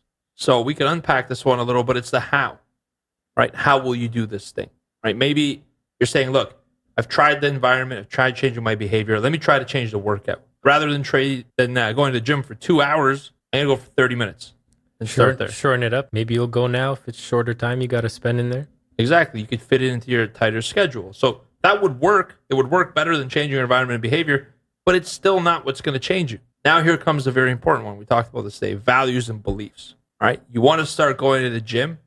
If you change your values and beliefs, you think you're going to have a better chance to go to the gym if you value your health. Because what do we try to go to the gym for? Aesthetics. I'm married, so luckily I don't have to look good to... Yeah, don't lie here if you've ever gone to the gym and you said, unless it's something that you need for your own health, to try to say it's not for aesthetics. Yeah, I've had friends who are like, I'm doing it for me, bro. And I know that's not the case. And I've had them run into health issues, and they're going to the gym a lot more consistently. I ain't even talking about it anymore. They're just like, whatever. Now it's like, it's for you, right? So if you create a value, what do you value about going to the gym? What's important to you about going to the gym? And you're going to say, my health. The gains. The gains. If you say gains, know that. That's important. If you say health, the health. All right? But now that you're acting on behalf of your value and you're believing that, it becomes that much easier to go to the gym. Why? Because healthy people go to the gym. Simple. All right? Healthy people don't put on clothes and go to bed with them and hoping to wake up and magically show up at the gym. Healthy people go to the gym. It's not even a question. Like Victorio here in the office. One time I worked like 10 p.m., 11 p.m. in the office. I'm like, what are you doing? He's like, I'm going to the gym. I didn't even question it because that's who he is. He's a guy that goes to the gym, bar none. All right? Now, here's one more important than even values and beliefs. We're kind of going up the pyramid. So again, environment, behavior, capabilities, values, and beliefs.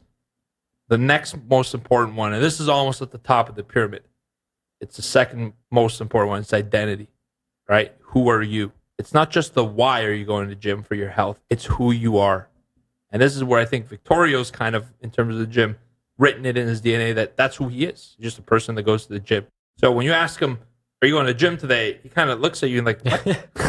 It's actually pretty funny because it's true. He gets offended almost. Like, why wouldn't I be going? What's wrong with you? Exactly. It's a weird day when Vic doesn't show up without his gym gear. And even at that, he's still going to the gym. If he doesn't show up with his gym gear, it's because he's probably going after work or he's already gone. Yeah. That's just who he is.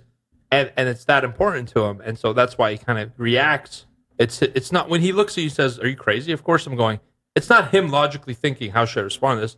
His unconscious responding to the identity that he's created. That's the 99.995% of the brain. And even still, there's one more important than the who, which is the identity. And that's what? Purpose, right? What is your purpose? Now, this is very deep because you could change your identity. You could change your values, your beliefs, your capabilities, behaviors, your environment. Purpose is really something that it's the reason you are who you are, right? When somebody asks you, who are you? I'm a gym goer. Why? There's going to be a purpose answer there. It's a purpose you're trying to accomplish.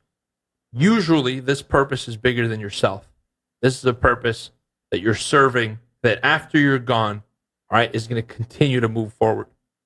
And really, this is the most important thing. Many people we know won't reveal themselves much deeper than values and beliefs and identity. But believe me, you have a purpose. All of us have a purpose. All right. And so this is how this logical levels ladder works. This is the beautiful part. If you change any one of those categories, everything below it change.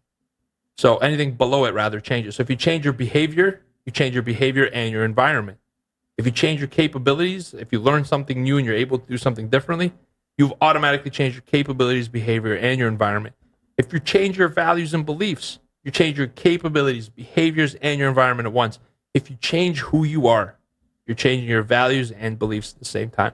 So in one of the episodes, we mentioned what were the two most powerful words? I am. Boom. Why do we only use I am words? Now you're going to begin to understand this. Why do we only use I am words with positive sentences? Because I am words, we said, have the power to create. What do they create? Your identity. I am words create the person who you are. And whether you like it or not, they change your values and beliefs, capabilities, behaviors, and the environment that you're in. It's the power they have. Be very careful when using those words. All right? Can you change your purpose? That's a very deep question. I've asked myself that. And, I think that's beyond the scope of this podcast. I will tell you this, though. I have a purpose. And my purpose is to serve, and I'm serving my purpose through what I'm doing today. And my identity is congruent. So are my values, beliefs, capabilities, behaviors, and the environment I'm in. It's all congruent to drive that purpose home. And it's very important. This logical levels, I'm going to put this in the show notes, and I want you to look at it and say, look, here are my values. Do they serve me? Do I want to change who I am? All right. How do I change for the better? What is it easier changing? My environment or my values and beliefs? I will tell you this. If you have a value that you don't think is serving you as your top 3 most important ones, right? Before you change it, get some professional assistance. Changing a value is super powerful. It changes everything about you. It reshuffles your whole your unconscious mind rather, and recreates the programs you have and puts your unconscious on a different train track, like we discussed in the morning. Before you go changing values, understand that there's better ways. You don't have to change your value to change your outcome, right? And so that's important to mention as well. Awesome. So now that you guys know now that you know the logical levels of change, and now that you guys have gone ahead and elicited some of your values, now you know a little bit more about yourself. You can understand a little bit more on yourself now, knowing your values and why you have the things around you in your life. What we're going to do is give you guys a quick little exercise that you can use to determine if your mindset is actually in congruency with your values. All right. And I'll let George speak on this in a little bit of detail before we give you the actual challenge.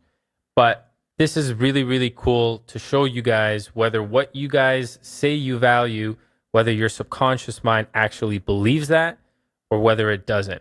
And it's something that you can do in the comfort of your own home. Wouldn't really recommend doing it while you're driving, but definitely want to be in a nice, safe space where you can do this. And George, if you don't mind, don't mind going into a little bit of detail on this, and we'll go ahead and get you guys the questions, some of the questions you can ask yourselves, and then we'll wrap this episode up. Awesome. So here's the exercise. The reason you don't want to do it in your car is because you got to close your eyes. So if you're in the car, keep your eyes open. Notice I said do not close them, because I'm telling you, I said keep them open. Keep your eyes open. Keep your attention on the road. You can do this later. All right. Here's the exercise. If you want to find out if what you logically are thinking is aligned to your subconscious programming, more importantly, your values, it's called muscle testing. There are many different ways. Pendulums. When I use a pendulum, people think I'm nuts. I don't use it. Muscle testing is one of the better ways. So you close your eyes, you stand up straight, kind of shake your arms a bit, loosen up, and you need to get somebody to help you out. Or if you're reflective, you may not. Try it by yourself first before you invite someone else. But let's say your name is, let's use Mark. His name's Mark. Say, my name is Steve, and say it as if though you believe it. You're going to notice that without control, you lean backwards because you're saying something, my name is Steve, and your unconscious mind is like, what are you talking about? It short circuits, you temporarily lose power and synergy, and your body leans backward a little bit, right?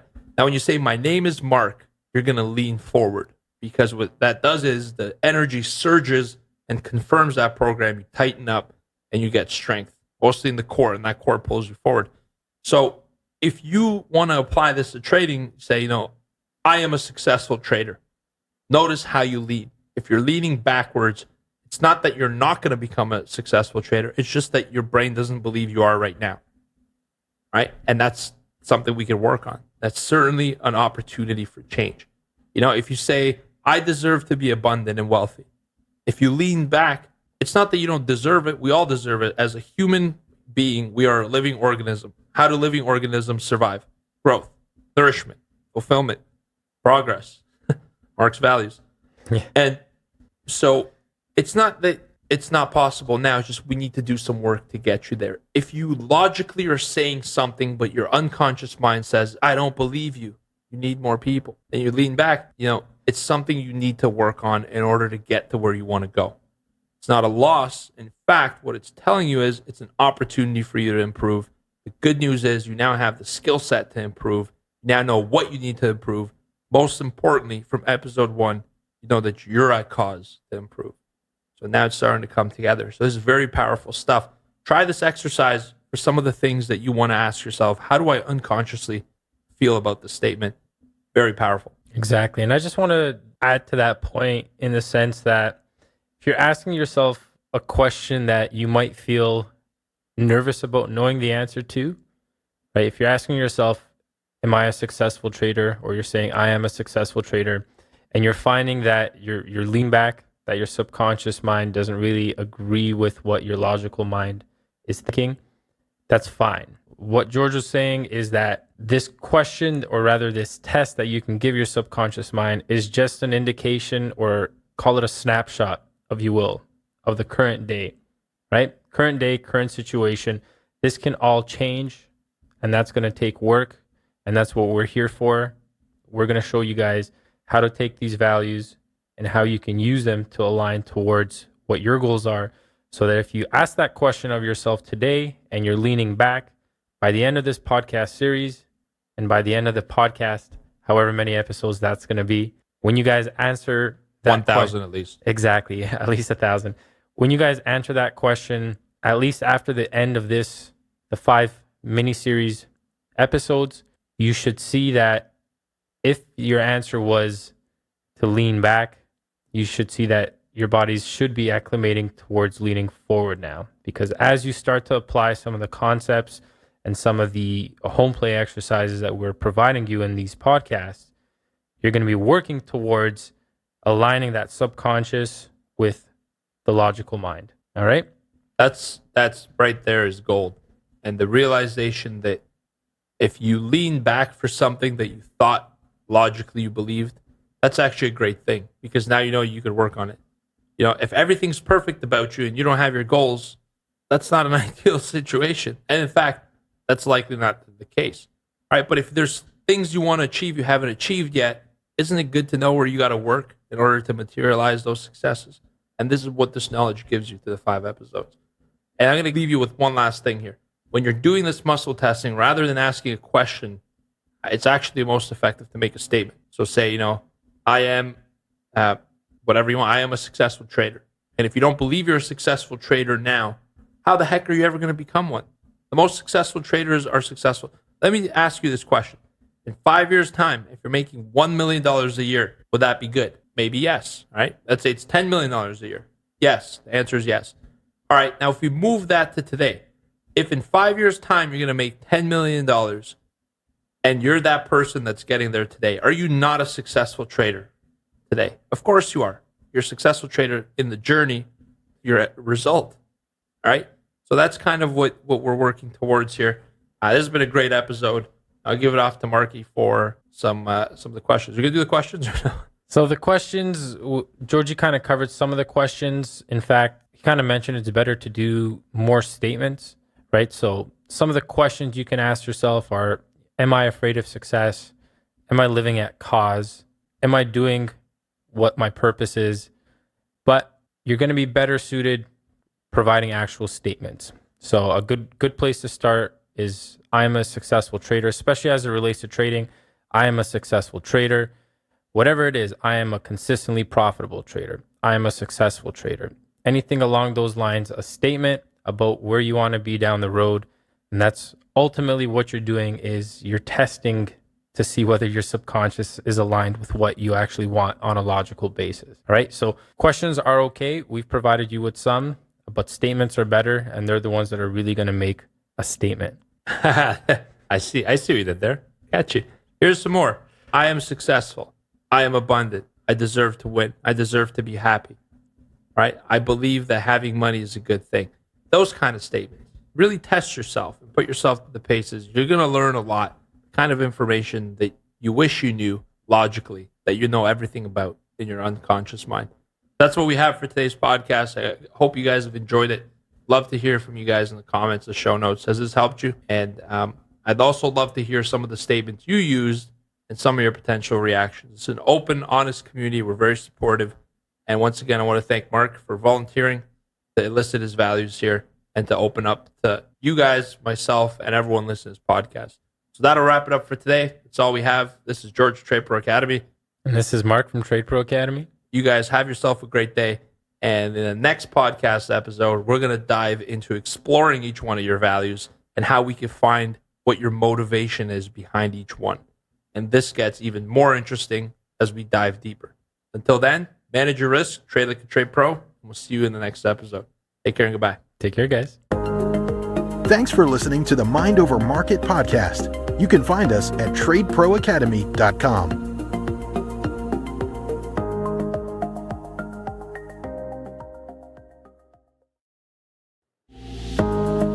You're listening to Mind Over Markets, a podcast on trading psychology to help you build a bulletproof mindset. Here's your hosts, George Papazov and Mark Borscht. Hello, trade pros, and welcome back to the Mind Over Markets podcast. In the last episode, we discussed values, what forms values, as well as how to elicit those values and to discover your values. We also did a little example where we elicited my own personal values. We also introduced logical levels of change, as well as what values help and challenge traders. So without any further ado, I'm going to pass this off to George, and he's going to explain exactly what we're going to be talking about in today's episode. All right, Trade Pros. I'm excited to be here. Welcome to episode number 4. This is George, and today we're going to talk a little bit more about towards and away motivation, and we're going to dig a little bit deeper into each one of Mark's values and decipher and ask him some important questions, how to determine whether he's towards and away motivated, what that means, and how he could use that information for self-improvement and self-empowerment. So that's the bread and the butter of the episode. Plus, we're going to give you some examples of common towards and away motivations, more importantly, away motivations, and how you can convert them to serve you and to help you out. All right.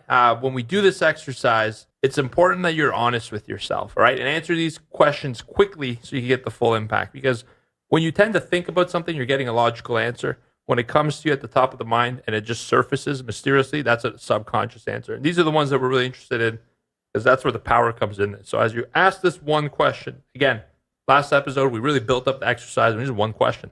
And today we're doing the same. It's going to just be one question, but we're going to have to look at each one of these values individually. So Marky, you had some time, before we begin, you had some time to reflect on your values from last episode. What are your big takeaways? Some of the big takeaways from doing the values elicitation last time was it was a good comparison to see the difference between what my values were about a year and a half ago when I originally did this and what they were last week. Yeah. And it was very interesting to see how those values shifted in priorities, which one shifted in priorities. And one of the main things I noticed was a big one of my top 3 about a year and a half ago was security. And that top one has changed to fulfillment. Interesting. So that was a big one. And I think the other big one that we kind of brushed on last week was the fact that I felt like money was a big determinant in my decisions. And it was funny to see that when I actually listed them out in order that I thought of importance, money was actually the last one. It was number 8.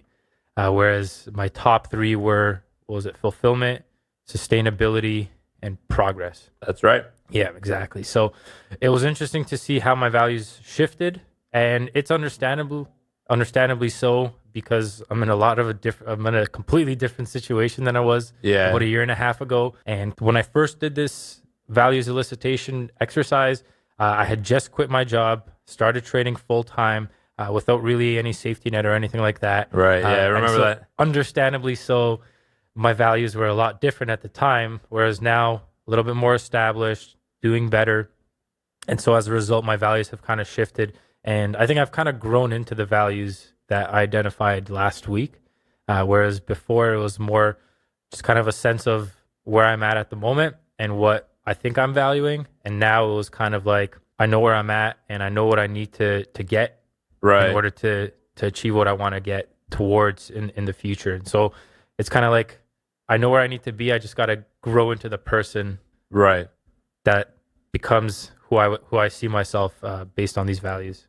That's really cool. Like, you bring up a very good point that values change, right? I find it kind of cool that at first your top value is security. Now it's more fulfillment, progress, which seems like once you kind of get the security blanket laid, you're really looking to fulfill yourself, obviously, but more importantly, you're looking to, I think, to some higher power, higher purpose. You're kind of looking ahead saying, look, how can I make an impact in this world? Which is really cool. And it makes sense. Once your security is kind of laid and you have a foundation, what's the next question? People ask, what do I build on top of this foundation? Yeah, exactly. And so here you are on the podcast. So you're really helping a lot of people, and that's awesome. So you ready to dive a little bit deeper into each one of these values? Always. Okay, awesome. So today what we're going to do is take each one of these values and dig into them a little bit deeper. So as I ask Mark these questions, all right, it's pertaining to each one of his values. The way we're going to do it is we're going to start with the first value. The first value was fulfillment. And then we're going to ask him some questions and record these responses and then proceed to value 2 and 3.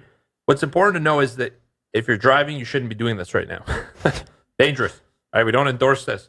But when you get home and you sit in your quiet, reflective environment, I think this is where really you're going to tap into that subconscious. You're going to tap into that higher power, if you will.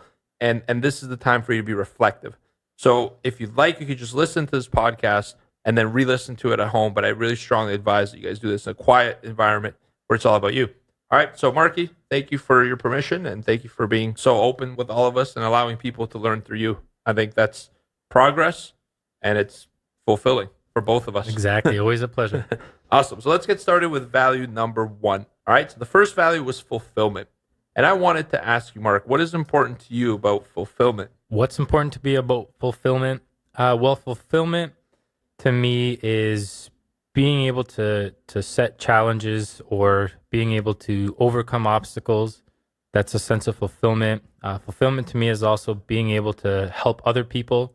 I get a lot of fulfillment these days, especially in the trading room when we are trading. And even if I'm not doing well, the team's doing well, that gives me a sense of fulfillment. Fulfillment is also happiness to me. It's a sense of pride, a sense of enjoyment. And again, it kind of leads into sustainability. The happier I feel, the more I feel I can give or more I can do. And I feel like that's going to continue towards making something sustainable. And as long as I'm seeing progress as well in that fulfillment, then I'm going to want to do obviously more of the things that are driving me towards happiness. That's awesome. So is there anything else that's important to you about fulfillment when you think about it?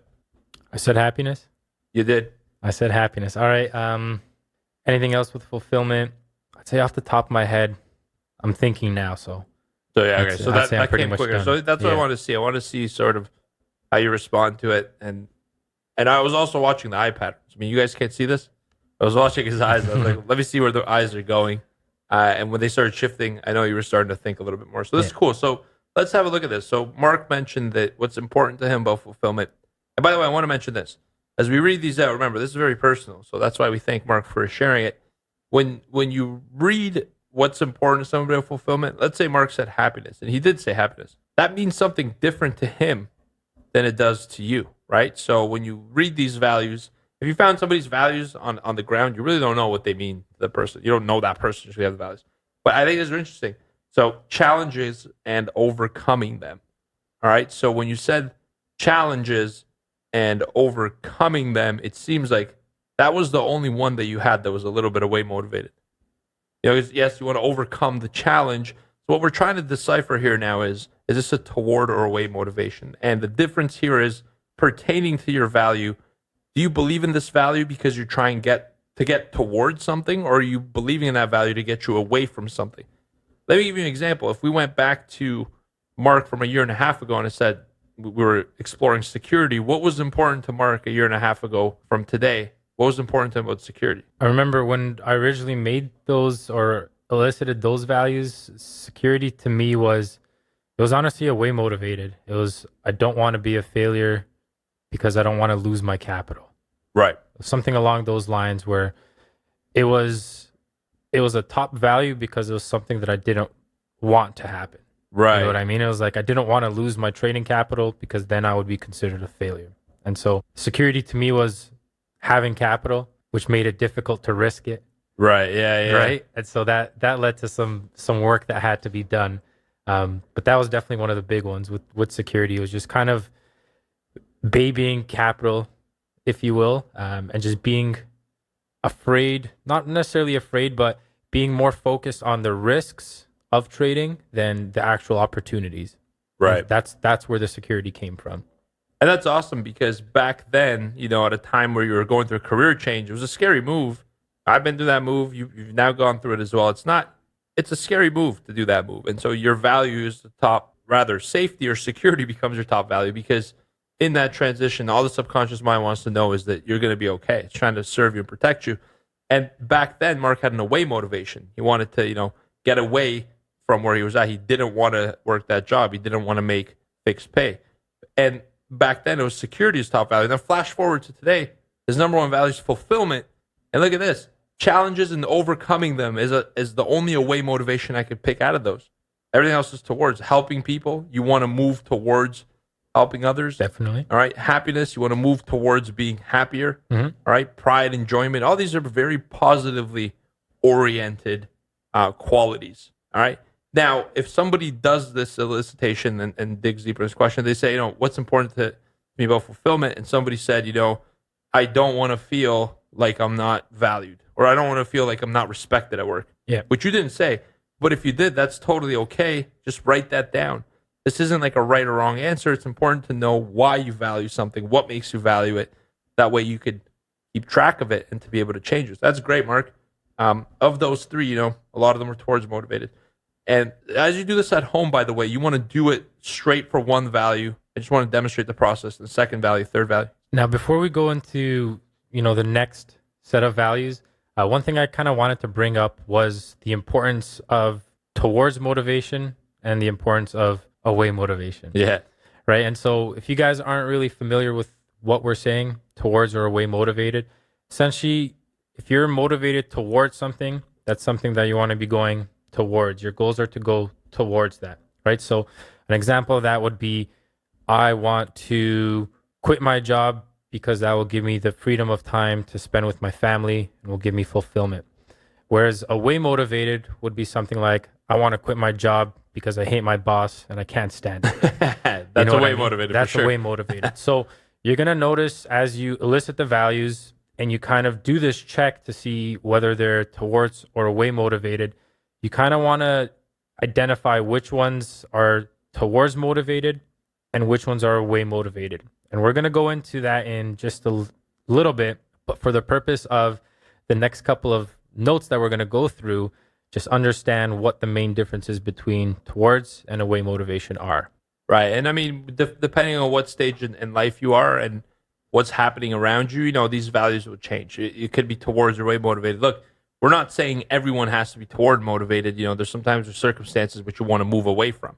Yep. And there might be a rough stretch in your life where you're like, it's fantastic. You guys are so happy-go-lucky, but I just want to move away from whatever situation it is. It could be, extreme poverty. It could be like abuse. It could be anything. So, there's no judgment here around these, but it's important to realize and distinguish the difference. And the reason it's important is if you're away motivated, the challenge with that becomes that if you say, I just want to make more money, and you say, I don't want to be broke anymore. Well, what's broke? Broke is probably the amount of money a year that would pay for your apartment, get you food. You could go out a couple times a night and have a relatively okay time, right? But does that make you happy, right? So congratulations, you're not broke. Are you happy? And so that's where you start to look at towards motivation. So the problem with away motivation is that it's only motivating until you get away enough from the problem that you don't feel its pain. And that doesn't necessarily mean that you're anywhere close to where you really want to be. So if you're somewhere where you're having a challenge with your life, great, be away motivated. Get away from that challenge and problem 100%. And at the same time, also think, what do you really want? Because that's where you really want to set your GPS and put it on course. Your subconscious mind guides you there. This is great discussion. I'm loving it. Let's go to value number 2. So here's another consideration I want to bring up. Look, being away motivated doesn't necessarily have a direction, right? When you're busy getting away from a certain aspect, that doesn't really mean you're going towards anything. Being away motivated means you're a little bit directionless. And if you're facing a situation where, there's a temporary disorder in your life, that's okay. It's all right to distance yourself from it. And the quicker you can find a direction to head to, the faster you're going to get there. Because while you don't have a direction, you might be headed in a different area that's totally counteractive to what your real goals are. Exactly. Being away motivated from something is not a direction. It's an escape. Oh, wow. That's a gem right there. I think that's going to be the quotable for this podcast. I'm predicting it. Fingers crossed. Yeah. But for sure, I 100% agree about that. Exactly. And another point to be made is that you need to have specific motivations, right? If you don't have a specific motivation, then you could actually end up like our friend Jerome Kerviel, who was a trader from Societe Generale that lost just over $7 billion. $7 billion. I remember when he made the waves, I couldn't believe it. Yeah, like just over How? $7 billion. And you know what the craziest part about his story is that at some point he was alleged to have said that all he wanted to do was to become an extraordinary trader. So I'll ask you guys, did he succeed? Would you consider him an extraordinary trader? Maybe not in the way that he had originally envisioned, but he certainly made his rounds across publicity across the media outlets. And so, to some, that may be considered extraordinary. But do you think that's actually what he wanted when he mentioned that? I mean, it's extraordinary enough that we know his name, right? Most people Exactly. probably would have. You probably heard this, and before we told you what he did, you're probably, I kind of remember that guy. So in a way, he met his purpose. I mean, I have two questions about that. Number one, where was the risk manager? Number two, how did he manage to bypass that whole process? It's absolutely mind-blowing, but I will tell you this. That's a very, very good example you bring up, Mark, because if you're not specific in what it is you're asking, the subconscious mind is looking for what? It's looking to get it to you in the fastest way possible. Remember, that was one of the prime directives. Exactly. That was one of the prime directives. And another one of the prime directives was that the subconscious mind is an efficient order taker. It looks to take orders. It looks for instructions to follow. So whenever you guys, this is one of the things that we mentioned in the second episode and in the third episode, is to always protect what your thoughts are. And in this episode, you're learning why having a specific vision or a specific motivation towards certain values that you have become ever more important towards getting that result that you're looking for. Because like this trader, he wasn't specific enough. And as a result, you can argue that he got what he was asking for. Exactly. I mean, you're not specific. You're leaving a lot of the variables up to the subconscious mind. And like you said, it'll make the decision that brings it to you the fastest way with the least amount of energy, path of least effort. It's kind of like the story where somebody said, I want to make more money, right? And they found a penny. Did they make more money? I mean, they did. Technically. There you go. There's a gift. And now the universe is like, okay, there, I've granted your wish. And now I think I want to make more money again. It'd be like, well, you just asked. I gave you more. So you have to really be specific with your goals. And when it comes time to values, your value doesn't have to be, I want to help 6,000 people in the next 12 seconds within it doesn't have to be that specific. But once you know your values and your toward motivations, guess what? It's time to do now. It's time to build something that starts with a G. Goals. It's time to build some goals. All right. And that's where the important aspect is. So I really like this because we're really unwinding and unpackaging this whole conversation to really make it actionable. And so you could drive down and find your motivations, whether they're toward in a way. Are we ready to get into the second one, Mark? We are ready to get into that. Awesome. Let's drill down into Mark's value number 2. It's sustainability. So Mark, I want to ask you, what's important to you about sustainability? What's important to me about sustainability? Sustainability means that I can do this for as long as I'm around. Sustainability means that I can continue to provide my family and friends with, financial abundance, with a legacy, being able to build a legacy, being able to pass this information down to my kids when I have kids, through generations when it's time. That's important to me. Sustainability means that I don't have to be looking for other sources of income. Not necessarily to say that's not what I want, but sustainability means that this is something I can pursue for as long as I'm around physically on this earth.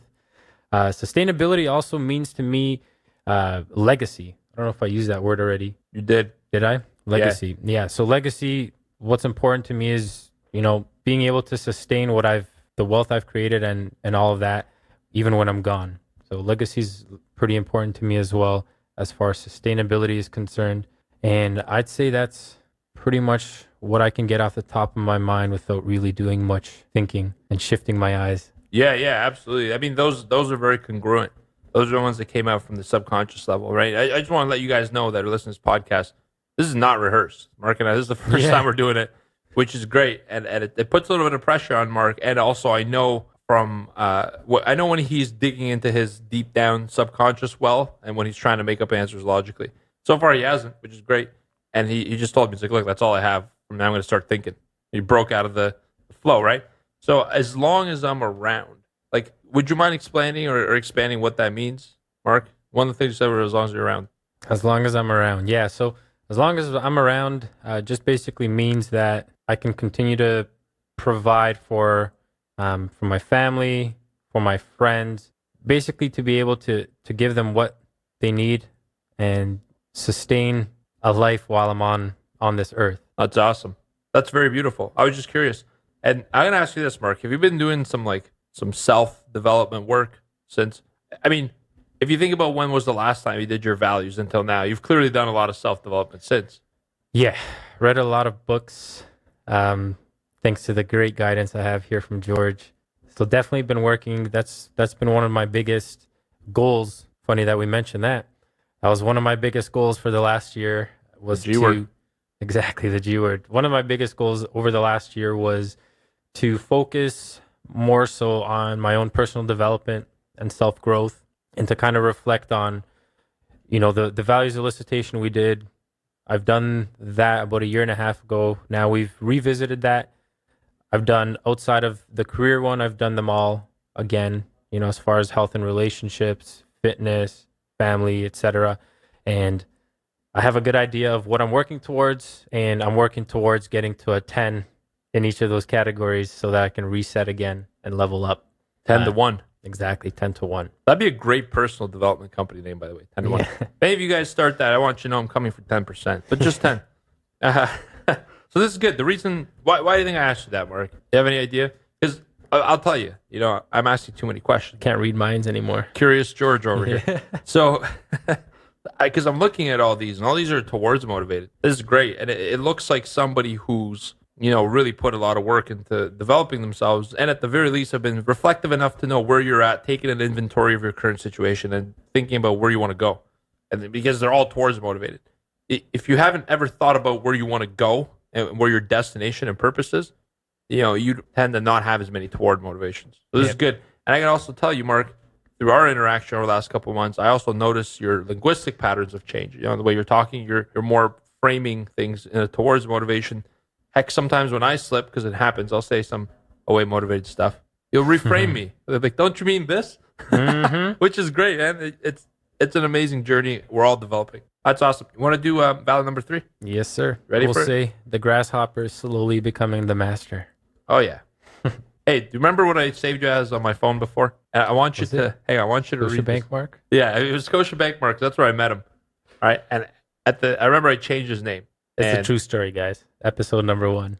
Yeah, exactly. If you revisit episode 9, number 1, you'll know how we met. So I saved him as Mark Scotiabank because that's where he worked. Now look what I have him saved as. Read that, Mark. Hey, Mark Master Mindset, and then my last name. Triple M. Triple M. I like it. So it's good. You've done a lot of work, and I'm very proud of it. All right, let's look at value number 3, progress. When you think about a time, Mark, when you felt like you made a lot of progress, whether it's in work, in your personal life, or whatever it is, what was important to you about progress? What was important to me about progress was not necessarily the end result. It was just more so progress in my execution of the process, Okay. if that makes sense. That was the big thing for me, is not so much focusing on results. Obviously, everybody wants results, but progress for me means becoming better at what I want to do because I want to be better at it, not because I'm focusing on results. And that's something that I kind of realized pretty recently, to be quite honest, was that when I stopped focusing, I think I mentioned this last week when we elicited these recent values, was that I found out that a lot of my decisions, what I thought was based on money, was actually not based on money. It was based on my top 3 values. And that was very interesting to me. So in that kind of a realization was money is not really the end goal for me. Progress for me is just being better than I was yesterday. And what can I do today to make sure that I'm better than how I was yesterday? So every day is a continual stepping stone, if you will. And progress to me is being better than I was yesterday, whether that's accumulating more knowledge than I had yesterday, learning a new lesson that I didn't know yesterday, something that's essentially going to make me better, not necessarily only as a person, but as a trader as well. That's what progress means to me.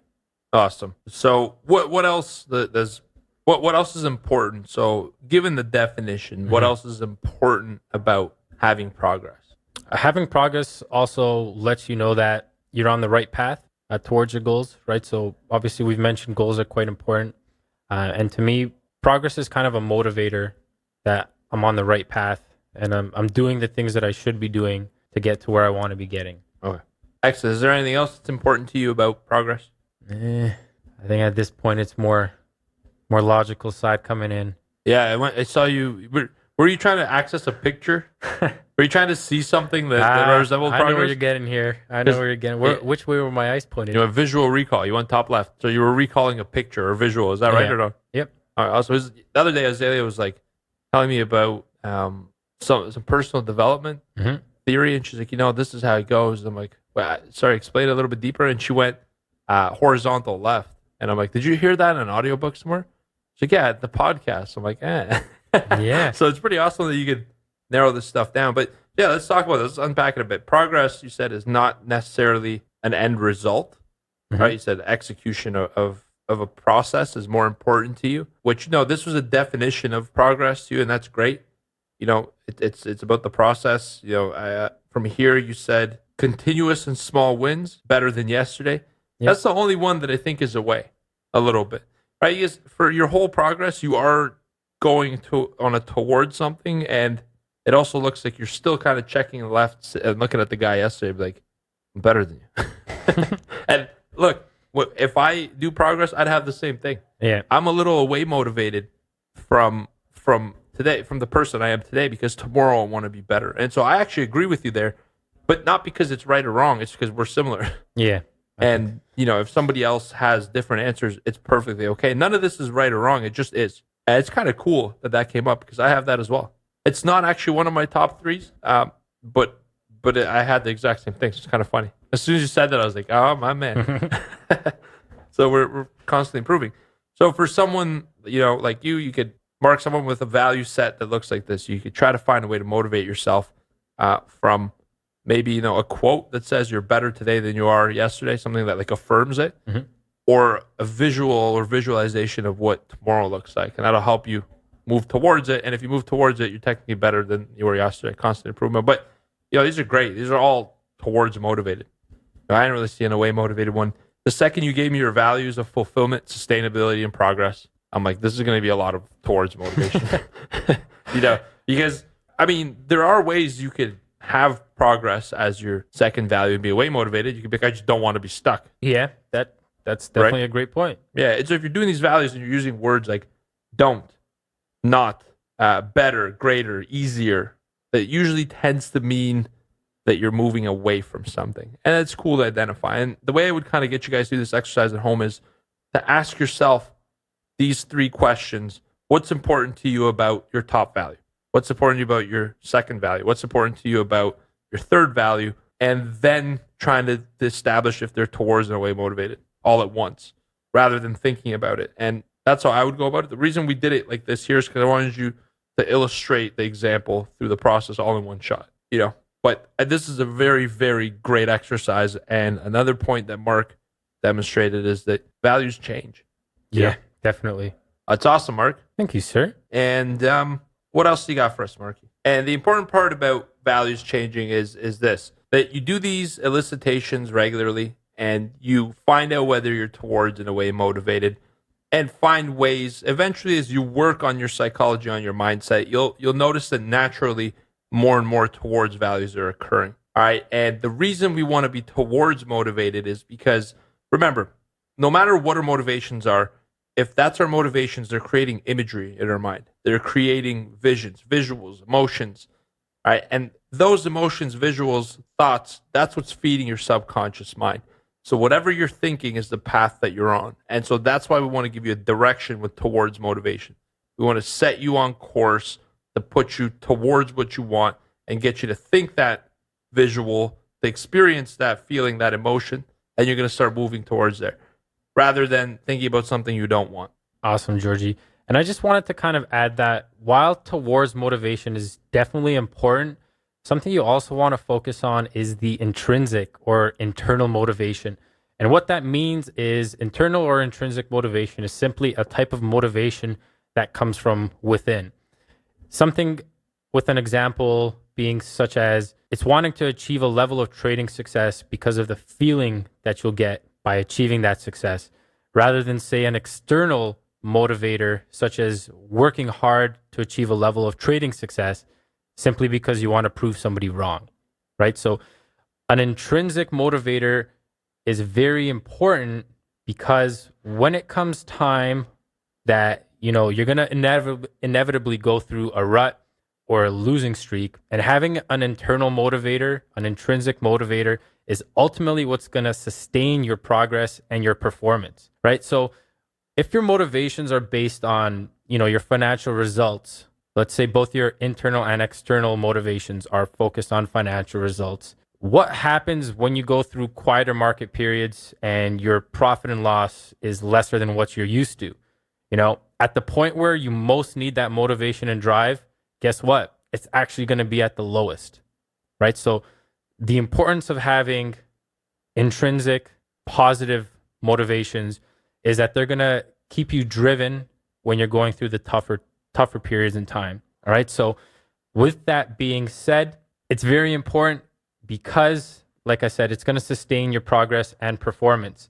So if you're doing things for the result versus doing them just to be better at it, you're often going to achieve the former result by working on the latter, right? So if you're focusing on something because you want to get better at it, more often than not, you're going to achieve that result anyway. Whereas if you're focusing on a result solely for the result, not because you enjoy the process of the execution, then it's going to be a little bit harder to achieve that result. So again, positive, internal, or intrinsic motivation is definitely the strongest type of motivator, and that's what's going to keep you going when everything else tells you to quit. Yeah, and those are all phenomenal points. Is the one part I really like that stuck out to me is the P&L thing.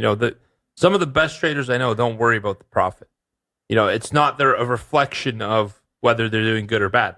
A profitable day doesn't mean you're having a great day, and a down day doesn't mean you're having a really bad day. It's at the end of the day, it's the ones who anchor to performance that tend to have the most volatile experience. And then when there is no volatility, they make it a volatile experience. So the P&L is an interesting aspect. Now, let me give you a little reframe of a way towards motivation, because this one's kind of, it's really cool.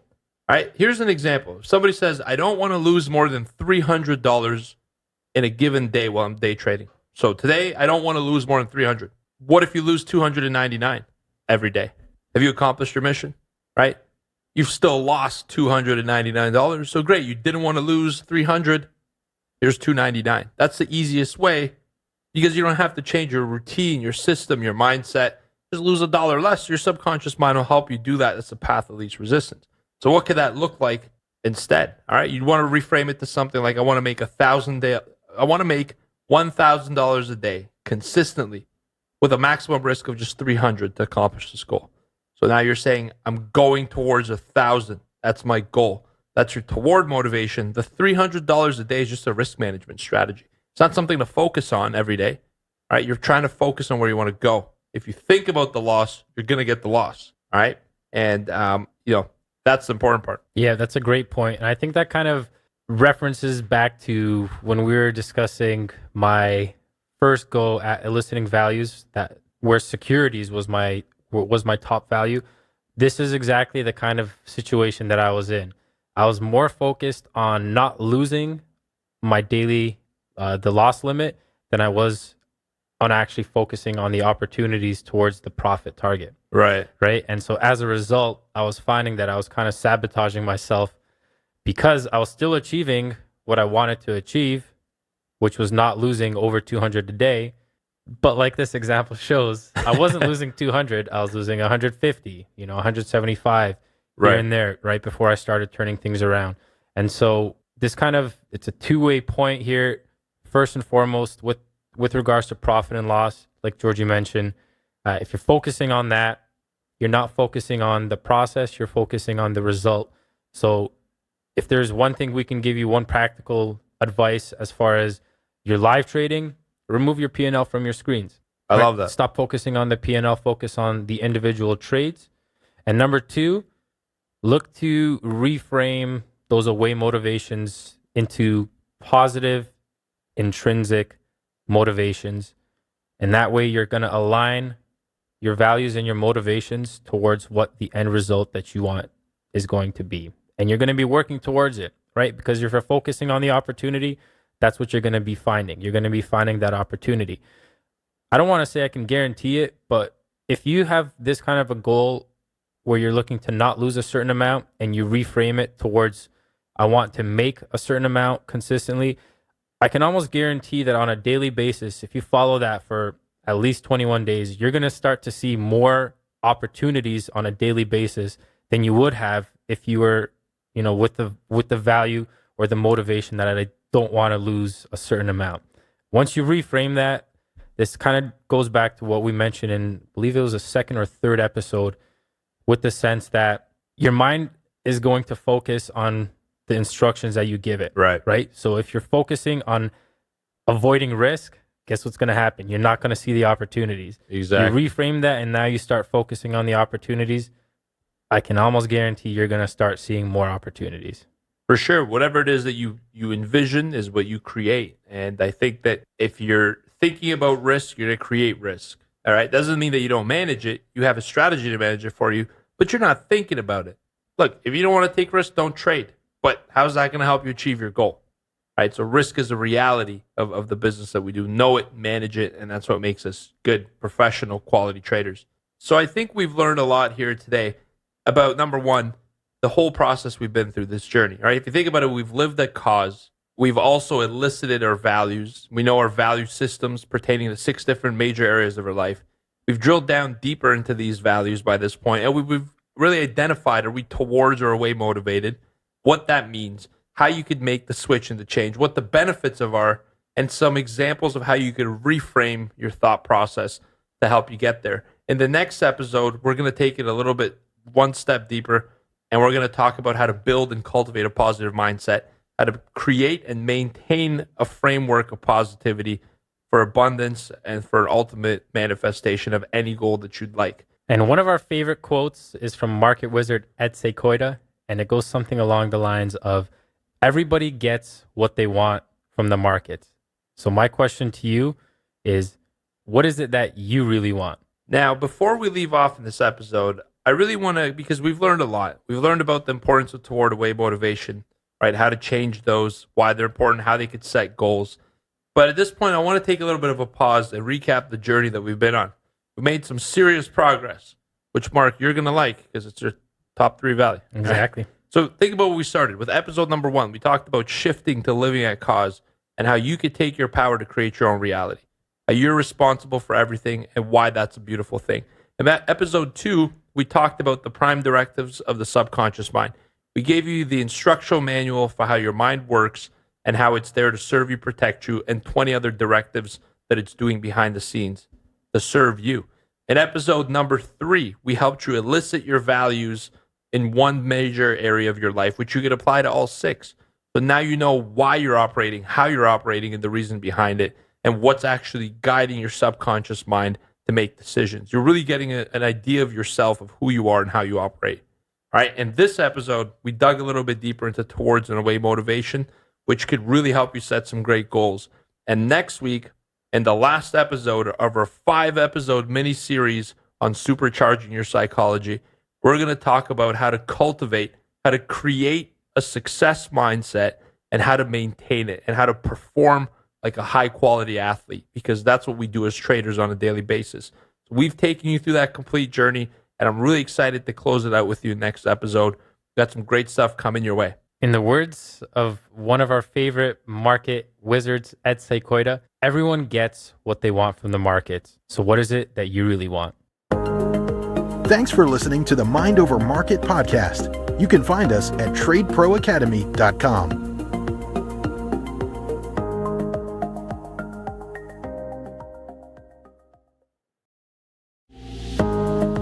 You're listening to Mind Over Markets, a podcast on trading psychology to help you build a bulletproof mindset. Here's your hosts, George Papazov and Mark Borscht.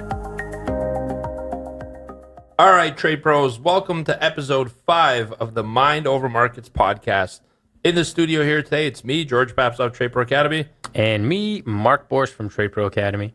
And today we're really excited to wrap up our 5-lesson mini-series with you on how to cultivate and create a winning mindset. When we first started this journey in the podcast, we dedicated the first 5 episodes to create a bit of a self-discovery journey for you, to take you through the progress of realizing what your unconscious mind could do, how it works, how to live at cause, and how to harness that energy and power to create positive things in your life.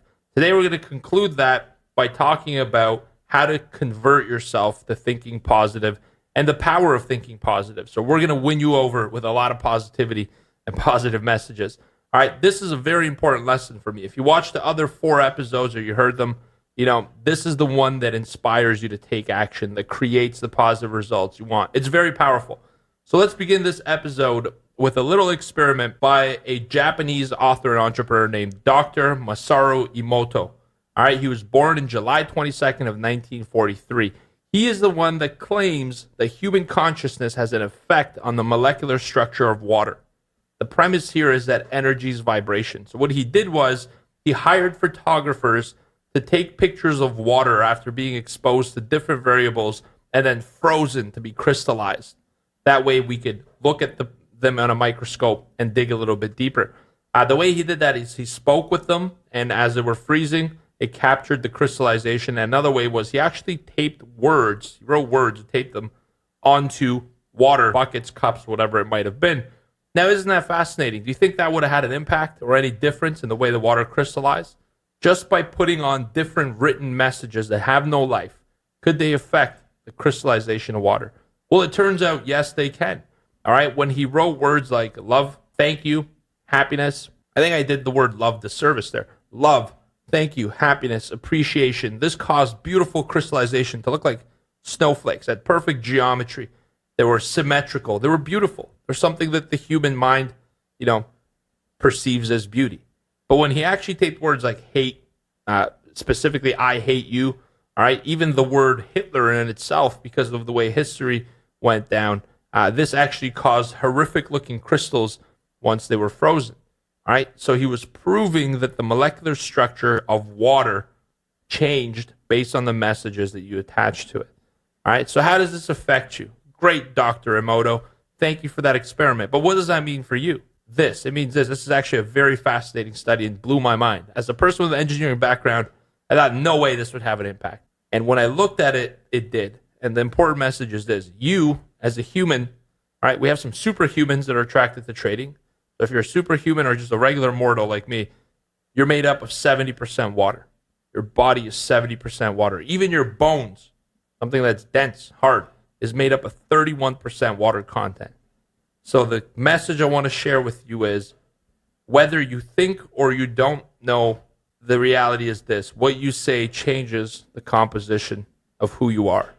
Your actual words, your thoughts, have a response to create and physically manifest that which you think. And if it could change the water when it's crystallized, think about what you're saying and thinking and the impact it's having on you and how you're changing. All right, and Mark actually has an awesome experiment here as well that he's going to share with you. Exactly. Sorry to take your limelight. I got excited. Yeah. So that was a great case study that George mentioned by Dr. Emoto. And kind of in complement to that case study done a little bit more recently, there was a project, if you will, undertaken by IKEA in the United Arab Emirates. And what they did was they ran an experiment with school children. And while this experiment wasn't directly towards positive thinking versus negative thinking, this experiment was actually geared towards bullying and bullying prevention and, in fact, influencing kids to what bullying can actually do and how words can affect subjects, right? And so what they did was they took 2 plants for the experiment and they put these 2 plants up with identical conditions, meaning that both plants had similar amount of lighting, similar amount of nutrition, and similar amount of water. Now, the whole purpose behind this experiment was for the kids to say nice, positive things to one plant. That one plant was to be complimented, while the other plant was to be bullied. So the kids for 30 days would go up to the plant, and to one of the plants, they would say positive things. I love you. You are beautiful, etc. Similarly to Mr. Emoto's case study, for the plant that was to be bullied, there was obviously more negative comments said to the plant, such as, you're ugly, I hate you, very similar wording that Mr. Emoto used during his case studies. And what was found is that after those 30 days, the plant that was complimented actually turned out to be healthy and turned out to be thriving, while the plant that was receiving the negative comments was actually wilted and was very close to dying. So this is another great example of the power of positivity and the power of not only thoughts, but also words. All right. So this kind of goes back to what we mentioned in the previous 4 episodes, in the sense that your mind is an order taker and your mind does not know negatives. So you've always got to stay positive, whether it's with thoughts or with words, because those will always come back to reflect in your own personal circumstances. So make it an important commitment to yourself and to your future self to keep positive, both thoughts and the words that you actually use towards your environment, towards your universe, and you're going to be rewarded by doing so. See, that's a fascinating study for me, Mark, and I thank you for sharing with the audience, because it's, you're affecting life. You're changing the course of life form with simple language. Now, I know a lot of listeners here may have some skepticism about it, and I'll tell you this. I like skepticism. Skepticism is a good thing, especially for investors and traders. Skepticism has probably made me the most amount of money. Yeah, you should be skeptical. You should go and look at these studies, because when you look at the forms that are crystallized and when you look at what the plants actually ended up being, you start to create imagery. And remember, the subconscious mind communicates in that imagery. So I would strongly recommend you guys have a look at these experiments. They're fascinating. To me, it was mind-blowing. And when you're wondering about positivity and positive thinking, you might wonder, hey, how do you start your journey? And these 2 experiments demonstrate why it's important. Now, how do you build up this mindset? We're going to share some more studies with you throughout this podcast. And at the end, we're going to focus on giving you a positivity shift challenge that will happen over the next 9 days of your life. So if you're looking for an actionable approach on how to change yourself, how to change your thinking patterns, I'll give you 9 days worth of exercises that will change your thoughts, which will in turn change your entire life. It'll change what you're crystallizing and what you're creating in your body and in your reality. But before we get there, I want to talk about one other study and one book. Oftentimes when we start thinking about positive thinking, in our circle, we may be the only ones. Around us, there may be people who think, that's great with his woo-woo stuff. Why don't you go to work, roll up your sleeves, and make money? And I'm going to tell you this. You have to have an accountability friend. And when you're starting, you got to start with a book that explains it to you in simple terms that you could grasp. A lot of times we make the mistake to start with the most complex book. And I'll tell you the perfect start. This is a book by Norman Vincent Peale, and it's called The Power of Positive Thinking. Also, the name of this podcast, and it's a perfect start. All right. The basic premise is this: if you think in a positive way, you'll have positive results. And the whole book supports this notion. And it's a great book. Yeah. In fact, most people are under the impression that opposites attract. All right. Now, this can hold true for a relationship, but when it comes to the spirit, the inner being, the opposite holds true. All right. So kind of what George is getting towards is that like attracts like. What that means simply in layman's terms is that learning to harness the power of positive thinking will lead to attracting more personal or positive circumstances, right? Negativity is going to attract more negative circumstances in your life. So what you think about and what you talk about and how to get it, that's going to make you feel happier and in greater control of your life. All right, so let's let George cover this next little bit for you guys here. I think this is a really great study that he's going to explain. Yeah, I love that you mentioned that, Mark. It's a great point. Likes attract. Like people, right? People who are similar like people who are similar to them. So here's a study. This was done in University of Pennsylvania. And really, when you think about this, you're probably thinking the skeptical brain of you, the logical, the neocortex thinking, give me proof. I need supporting evidence. How has this worked out for people's lives? Lucky for you, there's a great study. It happened over 22 years where they interviewed over 350,000 people. That's a great sample size. They only asked one question, or one of the questions they asked was this: what do you think about most of the time? All right. What researchers did is they called people weekly and asked them, what are you thinking about right now? And they would catch them in spontaneous moments to gauge their thought process. Now, here's a little preliminary question before I give you the study results. What do you think will be the result if you were on that study? What kind of thoughts are you having? Take a little bit of a mental inventory of the thought process that you were having right before this podcast, because this was an unplanned thought you were having. And when you're not cognizant of what you're doing, that's the raw reality. So what were you thinking before this podcast? What about this morning? What about before you went to bed last night? All right. take inventory of that thought process and ask yourself, how does it measure up to the study? Now let's look at the study. The study split the group up in two categories. The top 10% of people thought differently. The top 10% of the successful people in this subset of data, because they also measured a lot of other metrics, their success, their progression through life. And there's actually a fascinating full-on presentation of the study in a TED Talk that you guys should check out. We'll link it in the show notes because it's amazing.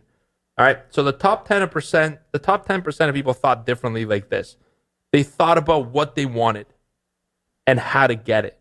They thought about goals. They thought about priorities. And they took action and invested their energy into activities daily that would help them achieve what they want. All right? And when you think about what you want, it's impossible to think of anything else next other than how you're going to get that thing you want. But before you think about how you're going to do and what you're going to do, what your action plan is going to be, you got to know what it is that you're after. All right?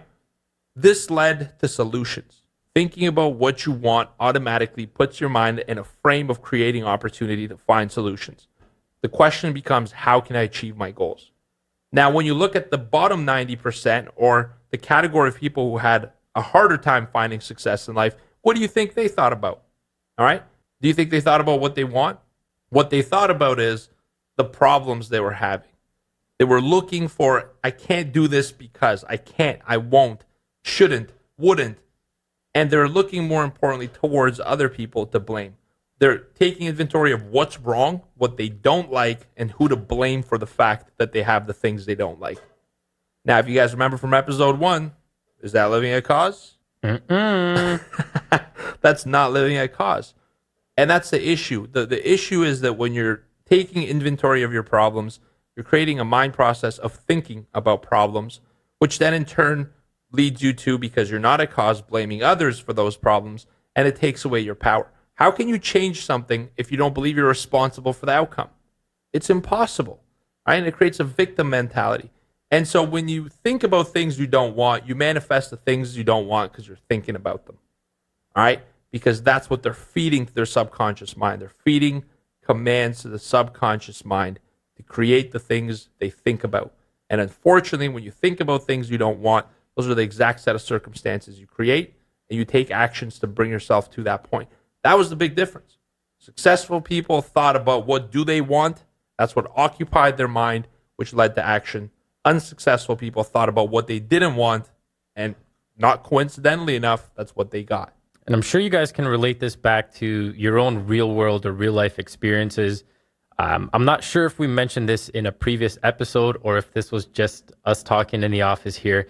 But one of the things that George mentions quite often, and I see it in my own life too, is when you're out and you're around a group of people, whether they're your friends, colleagues, whatever it may be, how many people in that group will often talk about what they do want?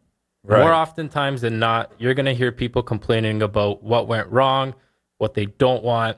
And George is one to do this. I'm working towards it. But George is one to do this where he'll be, flat out in the conversation and ask people that are complaining about what they don't want, well, tell me what you do actually want.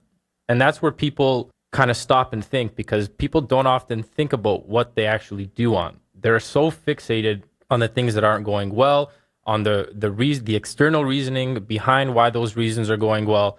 And what do you think that does? That just puts them back in a loop. If you don't have control over your results, how are you ever going to change anything? Right? So further to the point that we made earlier, before we mentioned this case study, is that most people are of the impression that opposites attract, right? When it comes to the spirit, like attracts like. And that means that you have to learn how to harness the power of positive thinking to bring positive circumstances into your life. So what you want to do is, when you think about and when you talk about what you want and how to get it, you're actually going to feel happier and in greater control of your life. What does this do? Well, it releases endorphins in your brain, which give you a generalized feeling of well-being. And guess what happens as a result of that? You start to develop positive attitudes. I 100% agree with that, Mark. And I think, it comes down to what we think about. And actually a really good quote on that note, Mark, by Earl Nightingale, who I absolutely love all the writings of, and he said that if most people said what they were thinking, they would be speechless. All right, because I see this a lot. I see a lot of people, outside of our circle of traders, because look, when you deal with traders, you're dealing with high performance mindset people. If you ever go to a party or a social event and you're finding a little bit of success in trading, you're going to notice that you gravitate towards the people who in the past have been either athletes or are doing high performance sports. There's very few really true high performance sports where your pay is 100% as a result of the performance that you bring to the table. There's very few jobs where people are 100% responsible for 100% of the result. Trading happens to be one of those. And so you really have to feed yourself the positive thoughts to develop that mind state. And I got news for you. It takes energy and work to maintain it. You're not going to get a positive mindset and say, this is it, I'm done. Close the book and throw it out. It takes constant work and constant development of yourself to grow. Because at the end of the day, if your life, and you have life, you've been born, if your life, that means you're destined to grow. Life needs growth. Growth needs nourishment. Nourishment is constant. All right, so make the decision now that you deserve growth, and then you're going to grow. Because if you're not growing, you're ultimately dying. And it's a sad reality, and I see that with a lot of people. And taking it back to the same thing that Mark mentioned about being in a room with a bunch of people saying negative things, what you need to do is, number one, not accept those negative things. It's your reality. You could reject it. I flat out told people, I reject that opinion, and I thank you for sharing it. Because what you accept creates. So I want to give you a really cool thought here. Thought is our superpower. You are a superhero, and thought is a superpower that you could use to serve you and to create things. I'm going to read you a little spiel here from one of my favorite books, and at the end of this episode, we'll also go through and give you a list of my favorite books on positive thought. This one is from Think and Grow Rich. It's by Napoleon Hill. Actually, this is not from Think and Grow Rich. I skipped it a bit. I got excited. Jumping the gun here. Jumping the gun, but you know what's coming up. I gave you a little bit of a seed that we could sow here. This is from The Science of Getting Rich, another one of my favorite books. This is written by Wallace Wattles. On page 54 of that book, he says the following: thought is the only power which could produce tangible riches from the formless substance.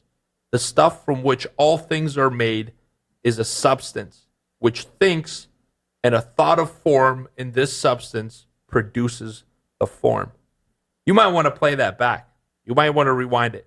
This is what it's telling you. This is scientifically proven through quantum physics in today's world. Quantum physics disproved a lot of the old theories that Einstein had been developing. All right, because Einstein looked at space and he said it's empty. It's a void. But did you know that there's no such thing as empty space? It's all energy. They're energy fields that you can't see them, but you could transfer energy through them. All right, so if you transfer energy through something, there's clearly no void. If I could call you from my cell phone and you pick up, how would those signals travel if there was a void? All right, there is no void. There's energy, and that's all that there is. So get what Wallace Wattles is saying. He's saying that this field around us, all right, if it's full of energy, it's like a clay. It's a clay of creation. And whatever thought you put out into this field, it is responsible for creating that thought in the physical realm. All right? It is essentially a building block. Your thoughts give it the command, and the ether around you, the space around you, the energy field around you is responsible to create it. As long as you give it the command. It's that easy. And how many people do we see practicing this? Very few. All right? So that's one of my favorite quotes from Wallace Wattles, and I love all his work. You know, it's actually interesting that you say about that. As you were mentioning that line from the book about quantum physics proving that formless substance and proving that the act of observing something makes it true, that got me thinking about the double slit experiment. Oh, that's a good one. The quantum physics double slit experiment on YouTube. And if you guys aren't familiar with that, I suggest checking it out. But a quick summary, basically what scientists did was they pointed a laser at a wall and they put a little slit in front of it and they observed how the light passed through that slit. And then they put a second slit into the into the path of the laser. And by observing it, they saw that the laser would take a different route. Not that anything really changed, but the fact that it was being observed, it took a different pattern, and you saw a different pattern come through as a result of observing the actual laser. So it's like the laser almost knew it was being watched. And that's kind of relatable back to this in the fact that it's proved that the act of observing something makes it true. And that's bang on. That double slit experiment showed that photons or light can both be a particle and a wave. And when you observe it, you collapse the particle into a wave. And that right there is the process of creation. How do you think you observe something? You start with an idea. You want to observe it, and now you have positive thought about how you're going to observe it and how you're going to get there, and then it forms. It creates. It's made out of this formless substance that Wallace Wattles talks about. He wrote that book so long ago that thought back then was way out there. And now we're just catching up to him with science, which is awesome. All right. Are we ready for the next quote? I think so. Let's do it. This is what I told you about before. This is from the book Think and Grow Rich. This is by Napoleon Hill, who sacrificed a lot to do this research and released this book. And I can tell you, a lot of great thinkers, a lot of powerful minds in this universe and in this world have read this book and reread it daily, certain sections of it. All right. Now, this is a fresh copy, Mark, but I do have one at home that, I would like to read more often, but I probably review 1 or 2 chapters a week out of it and continue to read through it. So this is on page 22 of the book Think and Grow Rich. By the way, Think and Grow Rich is a free book. You can download a PDF. It's out of copyright, therefore it means it now belongs to the public domain.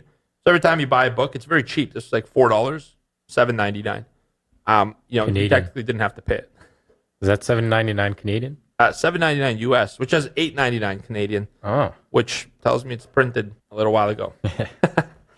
But here's how it goes. Page 22. Mark, I'd love to get your opinion because I don't think you know what I'm about to read. Do you? I haven't shared this with you. I haven't memorized page 22, so okay, perfect. You're still getting there. Yeah.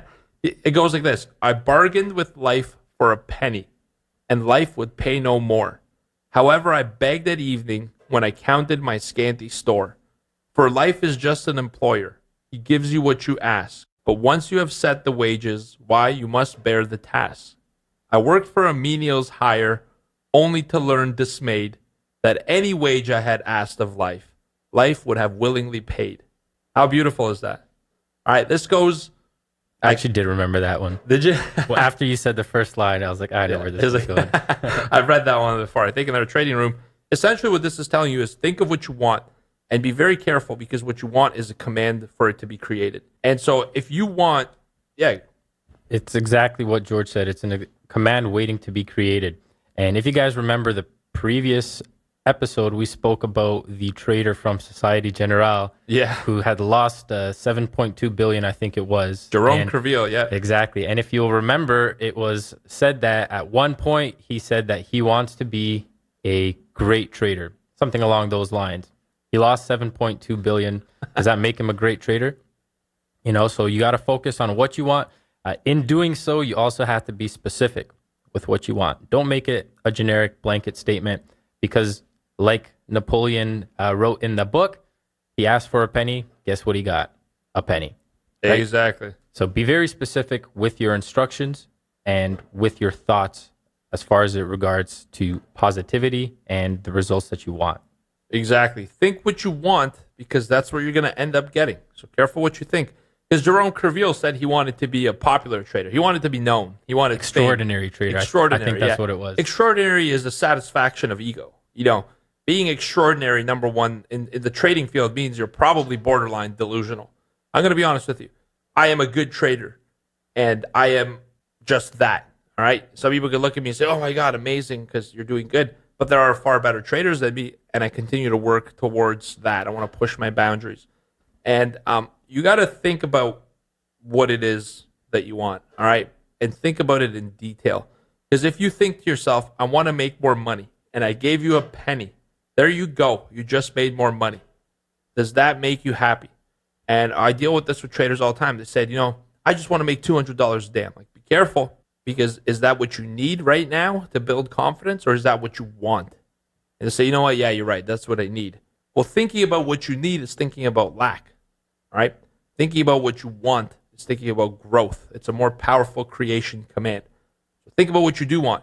Even if $5,000 a day of day trading sounds like something that's way more than it's going to make you happy, you want it? How much do you want to live the kind of life that you're visualizing for yourself?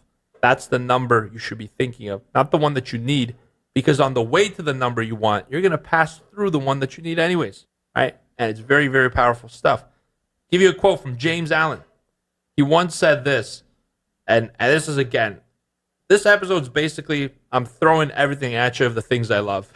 Yeah, don't worry, guys. We're going to get into some actual actionable solutions here, but we figured it was more important to start this off with giving you guys some valuable quotes and some of our favorite quotes with regards to positivity, because these quotes, these books that we're sharing here with you guys have had an absolutely circumstantial effect on our lives. I 100% agree. Yeah, so these have had a big effect on our lives, and I think sharing this with you guys is going to help you relate and help you apply some of the actions or some of the challenges, hint, hint, that we might be providing later on in this episode. We're going to get into that right after this part, give you a little positivity shift challenge. But listen, I want to tell you guys this. Stories and quotes have the ability to shift your mindset more than any workbook or exercise. Have you ever heard somebody say something so simple and it shifted the way you think? This is what we're throwing at you. I'm throwing my absolute favorite things that have changed my thought process. James Allen once said this: a person's mind may be likened to a garden, which may be intelligently cultivated or allowed to run wild. But whether cultivated or neglected, it must and will bring forth. That right there is one of my all-time favorite quotes. That's how your mind works. Remember, our podcast goal here is to cultivate a positive mindset. Your mind is a garden. It has all the soil, everything that's right. Whatever you plant in it will grow. Whether you're planting good or bad, that's up to you. But the garden is destined to grow, and it will create that thing that you plant. That's awesome, Georgie. And there's one book that I think kind of relates to this, and it was The Compound Effect by Darren Hardy, and not so much with regards to the actual likening of the mind, but more so with regards to the compound effect. So similar to how James Allen kind of quoted this with regards to whether a person actually cultivates or neglects their garden, being their mind, it must and will bring forth. And one of the things that this reminds me from that compound effect book by Darren Hardy is that you have a compound effect that's either going to work for you or it's going to work against you based on your daily actions, right? Exactly. And you know that it's going to work against you if you don't take the daily actions, and you know that it's going to work in your favor if you do take the daily actions. So I think that kind of runs along with this quote from James Allen, in that you've got to make life and your thoughts and anything you do, your thoughts, your actions, your words, they've got to be working towards cultivating the result that you want. Love that. You said if it's going to either work for you or work against you. Yeah. What was the common factor? It's going to work. It's inevitable. It's going to work do for something. you. Exactly. It's going to work for you or against you. That's an inevitable fact. It's up to you to decide which way it's going to go. Are you going to make it work towards you or with you, towards your goals, or are you going to challenge, work against it, go against the grain, and make it work against you? It's like that story of a guy that had to make a decision, and he said that he had a dream that there was a positive wolf that was giving him good messages of what he should do with this big decision, and a negative one telling him negative things, what he should do with the decision. So he asked his grandfather about this, shared the story with him, his dream, and he said, which one's going to win? Which one do I know is right? And he said, whichever one you feed. Hey, there it is. And I love that story. I share that with a lot of people. So here it is. Your positivity shift challenge from this episode. It's a 7-day challenge. Are you willing to commit 7 days to change the entire course of your life? If the answer is no, this podcast is probably over for you. Because now we're going to go through and share this positivity shift challenge. All right? It will change the way you think. It will change what you create as a result. It will plant the right seeds in the garden to bear the fruit that you'd like to eat. All right, so here's a 7-day challenge. You just need a journal for this. You're only going to use 2 pages. So you get a book at the dollar store, or you just rip off 2 pages and put them on the side of your desk. Day number 1, it starts like this. You're going to start the first day by just becoming aware of what you're thinking. All right. You need to have a little thought journal and just be cognizantly aware of the thoughts you're having throughout the day. As this podcast ends and you continue driving or continue walking or whatever you're doing at the gym working out, take note of the next thought that pops up right after this. All right. Allow your thoughts to flow freely and naturally, but keep an inventory of them. Track them. All right. And because now that you're aware of them, now at least you know what kind of thoughts you're feeding into your subconscious mind. Awareness is the number one step. All right. On the book on day one, all you need to record is what percentage of your thoughts were positive. All right. Write a percentage. Estimate it. If you want to be a neurocortex type of individual, then write it. Every single thought, maybe have a good and a bad, or does it serve me or does it hurt me? And put check boxes at the end, tally them up, do the percentage. What percentage of your thoughts are positive? Does it surprise you? I'm willing to bet that it will. And I'm willing to bet it'll be a very low percentage for people who haven't worked on mindset before, who haven't cultivated success in the way they think. Day 2 to 8, the challenge is simple. Every time you catch a negative thought, now that you're being aware of it, so from day 2 to 8, continue to be aware of your thoughts. As you catch a negative thought, what I want you guys to do is imagine visually in your mind's eye that you're reaching for a volume knob and turning the volume knob down. As you're turning the volume knob down on the thought, it's going to get lower and lower until it stops. And when it stops, that's it. That's done. You're turning the thought off. You're not fighting the thought. The thought came for a reason. It's because the programming you fed into your unconscious. That thought is natural, but turn down the volume on it. You don't have to hear it. You really don't. So get used to turning down the volume knob on your negative thoughts until you silence them. And then what happens? Then you're left with just positive ones. I'm not telling you to go out there and think positive thoughts, make up things to be positive about. I'm telling you, just turn down the negative ones, because then you're going to be left with positive stuff. And when you're left with positive stuff, positive things will create. All right? If you're thinking of, hey, you can't become a trader, you can't do this, and your brain's talking to you, this is what you do. You can't become it. Turn it down, it's off very quickly. You don't need to hear too much of it. All right? And replace it with a thought on how much of a better trader you already are. Go back to when you started. Have you learned anything since you started your trading journey? Yes, you're a better trader. You are today a better trader than when you started, just by learning things. Silence those thoughts and flip them to think of a positive, direct alternative. That's going to be very important. You're doing this from day 2 to 8, which is 7 days. This in itself is the real challenge. Day number 9, this is how it finishes, a very powerful one. All right? Track your full day of thoughts once again and continue to turn down the knob on negative ones. All right? And I'm willing to bet that if you put your time and energy into this, if you wanted to succeed at this challenge, your ratio is going to be so much higher than on day 1. You'll still have negative thoughts. That's okay. All right? It's just now you're turning them down. And now that you've been turning them down, you're giving commands to your mind to change how you think. You've shifted your thinking pattern to being positive and to a pattern of creation. You're planting seeds in the garden. All the quotes we talked about, you're asking for what you want. And on day 9, if you're having more positive thoughts as a percentage of your total thoughts, my God, you've not only succeeded with the challenge, your life from this day forward will have changed drastically. I can't tell you how drastically. You'll find out. That's the beauty of it. Exactly. And so that in itself was a 9-day challenge. And now we're going to present you with your lifetime challenge. Oh, baby. All right. So on top of what you learned and applied in the first 9 days, we want you to keep that going. You're going to want to only put energy into those positive thoughts. Remember what we're saying, guys. Positive thoughts drive positive results. Immediately dismiss and turn down volume on the negative ones. So it's no surprise that we're talking about positive thought, and a lot of this is relating back to what we spoke on in the first 4 episodes. Why do we want to turn down the negative ones? Because the subconscious mind does not hear negatives. If you give it a negative command, guess what? That's what you're going to get. So make sure to commit to dismissing and turning down the volume on those negative thoughts. Another thing we want you to commit on is continuous self-development. By listening to this podcast, these first 5 episodes already, and if you've been applying some of the concepts that we've been introducing in these podcasts, you've already made that commitment to self-development. What we want you to do going forward is to make that a lifelong commitment. All right?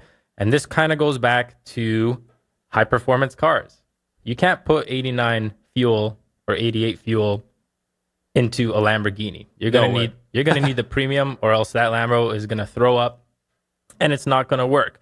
And so, like a high performance athlete, like a high performance car, that's exactly what you are. You're a high performance individual, and you need regular service. And you can't cheap out on the quality of the parts you're putting into you, right? In this case, the quality of the gas is the quality of your thoughts. So you're a high performance individual, and make sure to treat yourself as such, whether that's with the words you say, with the thoughts you think, or with the actions that you do. That's amazing. And you notice how successful people have an affinity, an appreciation of sorts for the best quality. That's exactly what it's about. You want to feed yourself with the right energy to keep that positive mindset running. I love that car analogy. I'll give you actually a story. I remember when I actually turned in the 2014 Honda Accord for the S63 AMG, the Mercedes car. It's a beast. I went in for an oil change at $800 Canadian. And I'm like, what? That's nuts. And he's like, sir, you have two engines. He goes, you have two Honda Accord engines under this hood and about 420 extra horsepower. He's like, that's the cost. And he said, you have 3 arches on your hood. And, this is kind of the premise of all of this. You're a high performance individual, and that's going to require you to continue to self-develop and put positive energy into yourself. But here's something that somebody might be wondering. What if you feel like you have nothing positive to think about? What if you're in a bit of a darker place than the average person? Because it happens. Look, we've been there. And how do you come out of that and shift a positive mindset? Yeah, it's very easy to be positive when things are going well. And we understand that's not always going to be the case, right? Sometimes, like George said, you might be feeling like, life might be falling apart. It might not just be trading related. You might have some external things happening that make it feel this way.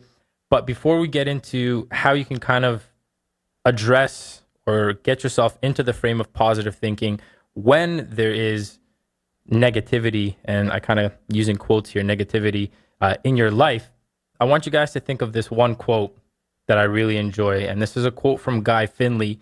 And it says, "Discouragement is a negative emotion with more than one trick up its dark sleeve. It tricks you into mentally or emotionally dwelling in the very place you want to leave. Drop all such sorrow permanently by daring to see through this deception of the unconscious mind. You have a decision far beyond where you find yourself today." So I'm just going to reread that last line. You have a destination far beyond where you find yourself standing today. All right, guys. So discouragement, like Mr. Finley mentioned, it is a trick. It's a mental trick that your unconscious mind plays, and what you have to do in order to get yourself out of that and seeing positively instead of focusing on the negativity is to understand that where you are now and where you're going towards at today's date, you've got to be doing the right thoughts, the right actions, and the right words to get you to where you want to get in the future. All right. Discouragement is only temporary. If you look at it as such, something that's temporary, and you focus on finding the opportunity in that discouragement, that's where you can start working towards getting yourself to where you want to be in the future. I love that. And to add to that, if you find yourself in a dark place where you feel like you just can't see the light, all right, and you can't seem to think positive, I'm going to tell you this. Thinking positive is a choice that no one can stop you from. All right, it's up to you to make that decision. And oftentimes when we're in those circumstances, all we need to do is really pause for a moment and reflect on the things we already have, which is called practicing gratuity. If you're alive, you have something to be positive about. You still have life. You still have opportunity. As a human being who has life, you're destined to grow. And you have to believe that you're meant to grow. You have to believe that you deserve everything that you want. It's not a chance that it'll happen. It's a probability. It's a given. It's a certainty if you deploy the right tools the way we're supposed to as humans. All right? If you need something to start your gratuity journey, let me say this. Do you know the odds of you being alive, you, the listener? They're pretty slim. Very slim. So slim that it's 2 billion people in one room, each holding a dice that has 1 billion sides. And we roll them, and we all roll the same number together. That's the probability of one life calculated by scientists. Now get this. What are the probabilities of me and Mark hosting this podcast as you listen to it? It's mind-blowing. That's too big math for me in my head. We're going to melt the computer upstairs here in my brain. But that's something to be grateful for. All right? You were given a chance at life. That's the odds you went up against. And now you're given a template to build off of to grow. All right? So we want to give you guys one practice for gratuity. Even before we give you that practice, just along the lines of what George mentioned, the odds of being alive are very, very small. And something that I wanted to add is that if you are listening to this podcast right now, you have something to be grateful for. You likely have internet. You likely have, mobile data. You likely have access to infrastructure that a majority of the world's population doesn't. So if you are hearing me right now, what I want you to do is follow this next best practice that George is going to share, because even though it might not feel like you have anything to be grateful for, guess what? If you're listening to this, you definitely do. Absolutely. Feeling like you have nothing to be grateful for means that you're focusing on the problem. And when you avoid that victim mindset and you stop thinking about the problem and rather focus on the solution and positive thoughts, you find a lot of things to be grateful for. Nobody appreciates the fact that you get to breathe air. It's clean air.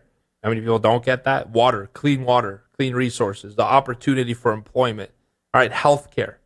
These things are not a given. They're not a right, all right? It's something that's a benefit. So here's a practice that you can do before you go to bed every night. And this is called the gratuity journal. Remember that same book you bought for $1? After those 2 pages from the dollar store, you're going to write down just 5 things, all right? Number one thing that you're grateful for, one material thing that you like that you own. You have to have something, all right? Well, no matter how small it is, if it's important to you and you're grateful for it, write it down, one material thing. Number 2, one person that you're grateful for, one person in your family. It might be a friend, somebody who's dear to you. Write that person's name down. Number 3, one nature thing that you're grateful for. Nature is a great way to connect to universal energy and to experience positive thought in a neutral mind state. So if you're grateful for air, if you're grateful for the water you get to drink, right, the fresh water, whatever it is, the wind that you're experiencing, the sun, the birds chirping, all right, acknowledge Mother Nature. She's taking care of you. Number 4, one experience that you're grateful for. One thing today that you did that you're grateful for that you had the chance to do. All right? And last but not least, one person that you love. All right? It's different than being grateful for. It could be the same person, but this is an opportunity to mention 2 people. One person you love, and visualize you saying it to them in their face and how they would react. All right? Yeah, I think that's a very powerful thought. And I'm already smiling as I read that. And doing this at night is going to set you up. Again, we can't really guarantee it, but if you start practicing gratuity before you go to sleep, you might just start sleeping better, right? And on top of that, something we'd also recommend is once you've done this for about a week or so where you're doing your gratuity journal at night, you can start looking to incorporate it in the morning as well. Before you leave to work, before you leave to wherever you have to get in the morning, make sure to set aside some time rather, to put together your gratuity journal for the morning, because if you start your day off focusing on the positives, guess what you're going to attract for the rest of that day? Exactly. Right? I love it. So that was a great tool that you guys can use to start practicing gratuity and to start focusing on a positive mindset. And we've got another 2 or so actionable tips that you can use to start thinking more positively. And that second one is to start looking or trying to find the good in your setbacks, trying to find the silver lining in your setbacks. So it's no secret that optimists, they tend to seek the valuable lesson in every setback instead of getting upset or blaming somebody else for that result. Now, this kind of goes back to the first episode where we transition you guys from living at effect to living at cause. And with this shift in perception, you're now better able to take control of the things that happen in your life. And further to that, if you can think of your obstacles as necessary, your obstacles are necessary in order for you to make the breakthrough to the life that you would like to lead. You know, that new, exciting life that's on the other side of your current old life? When a negative event or outcome happens, it's your response really that truly determines the outcome of that situation. All right. So if you're focusing on finding the value or the lessons in those setbacks, guess what? You're looking for solutions, your problem solution, you're solution oriented. And guess what that's going to attract? Solutions, more of what you want. If you look at your setback and you blame external factors, you live at effect of that setback, guess who has the control? Not you, that's for sure. So a trading related example could be something like, let's say you set a goal for the month, you want to finish the month green. Let's say you want to finish the month green. Throughout the month, you go ahead and you do your trading, and at the end of the month, let's say you don't end up green. Right? Now, whose fault is that? Is it your fault? Is it the market's fault? Is it your software's fault? Your broker's fault? The market's fault. Your software program's fault? Whatever it may be, whoever you're looking to blame, that's not the way to look at it. What you want to look at it is you want to take that setback for what it is and accept that you were the one that caused that result. There you go. You've now got control over that result. And what happens next? Instead of pointing externally at it, giving that result its own control, you've taken control back of that now. And now what you can do is look at, why did I get the result that I did? What was I doing? What was I not doing? Little things like that where you can start looking towards a solution instead of pointing fingers for the result. That's how you're going to start getting into more positive thinking. Anything to add on that, Georgie? I think that was masterfully done, Mark. That was fantastic and really good advice, pictures. I think we're actually ready to wrap up the episode with some tips for you at the very end, or some of my favorite all-time books for positive thinkers. But before we do that, I want to tell you guys this. The whole point of this episode was to get you to see the importance of positive thought, and then to get you to commit to changing that positive thought and change into that positive thought so you can create the life that you want and turn off and silence those voices telling you what you do not want because they're not serving you. So if you've got that out of the episode, fantastic. The 2 exercises you could be applying right now is a positivity shift challenge. Start the 9-day challenge. And it's a 9-day challenge for a reason, by the way, because 10 is too clean. Nothing in life is too clean. Start the 9-day challenge now and experience a different person that's going to come out of it. And if you're finding a hard time being positive, start with the gratuity and then do the 9-day challenge after doing a week of gratuity. And ideally start with both. All right. This concludes the 5-episode mini-series, Marky. Woo woo. Wow, we've done it's been one heck of a journey so far, and it allows us now to begin the actual trading psychology. From the next episode going forward, we're going to dig into very specific trading behaviors and the psychology behind them. But the 5 episodes have concluded by teaching you to live at cause, all right, teaching you the prime directives of the unconscious mind, all right, giving you a way to elicit your values and identify what your value systems and beliefs are and how to empower big change. And then we did it with Mark. We elicited those values in real time. We found his values. And in the 4th episode, we dug into them to find out if they're towards in a way motivated and what his drivers were behind those values. Think about how powerful that is. And on the last episode, we armed you with the knowledge of how positive mindset creates positive change and giving you a lot of proof in the pudding. So hopefully you're excited. I know that I am, and I can't wait to see the progress you have already made. Before we wrap it off, you want to go 1 for 1 here and read them out, Marky? We're going to give you guys my all-time favorite books for positive thinking boosters. Whether you're already in a positive state or working towards it, these are great books to add to your shelf. And we'll link this in our show notes below so you get the entire bundle with 1 click. They're all very value priced, and knowledge in them is phenomenal. Number 1 for me, I've already said it, Napoleon Hill, Think and Grow Rich. Think and Grow Reach. Napoleon Hill, number 1. Think and Grow Rich. It's a free book. It's out of copyright. You can actually download it now. Beautiful. The other one here is The Science of Getting Rich by Wallace Wattles. This is one that we discussed in this episode, and one that both myself and George have read many times over, and it comes really, really highly recommended. Love that book. It's going to change your thought about wealth and how you deserve it. Get you to accept it. It's a beautiful book.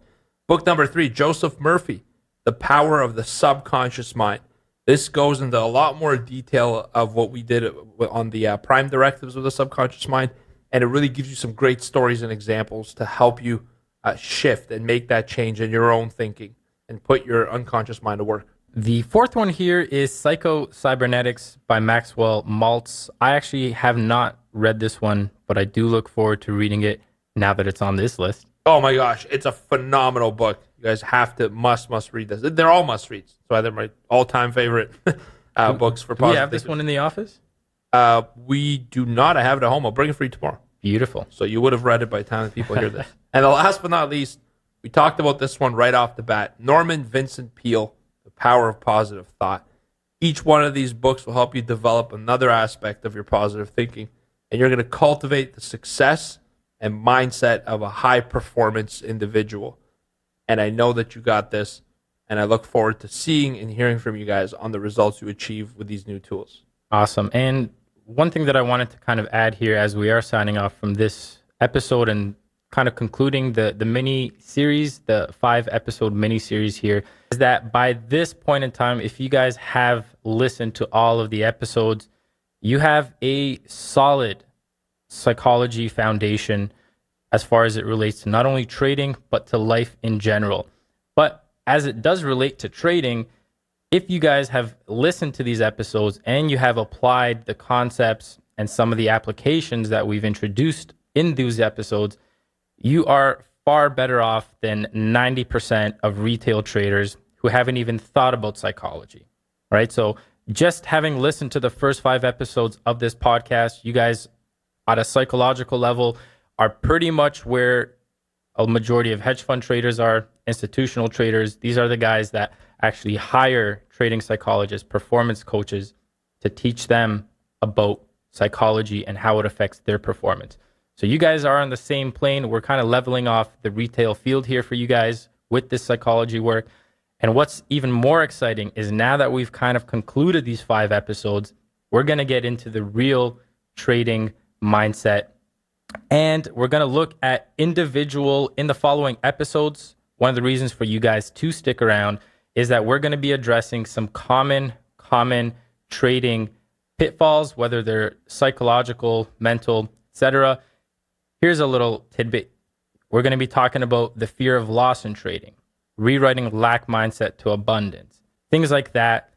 If you've ever been in a situation where you felt frustration from trading, where you felt like the market was against you, where you entered a trade, got stopped out, and were fearful of putting on another trade, little things like that are exactly what we're going to be addressing in the coming episodes for this podcast. So I really hope you guys stick around and make sure to join us on the next episodes and for all future episodes.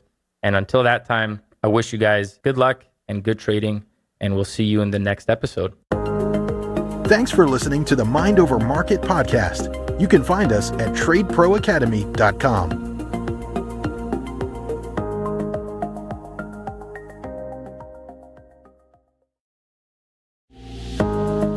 You're listening to Mind Over Markets, a podcast on trading psychology to help you build a bulletproof mindset. Here's your hosts, George Papazov and Mark Borscht.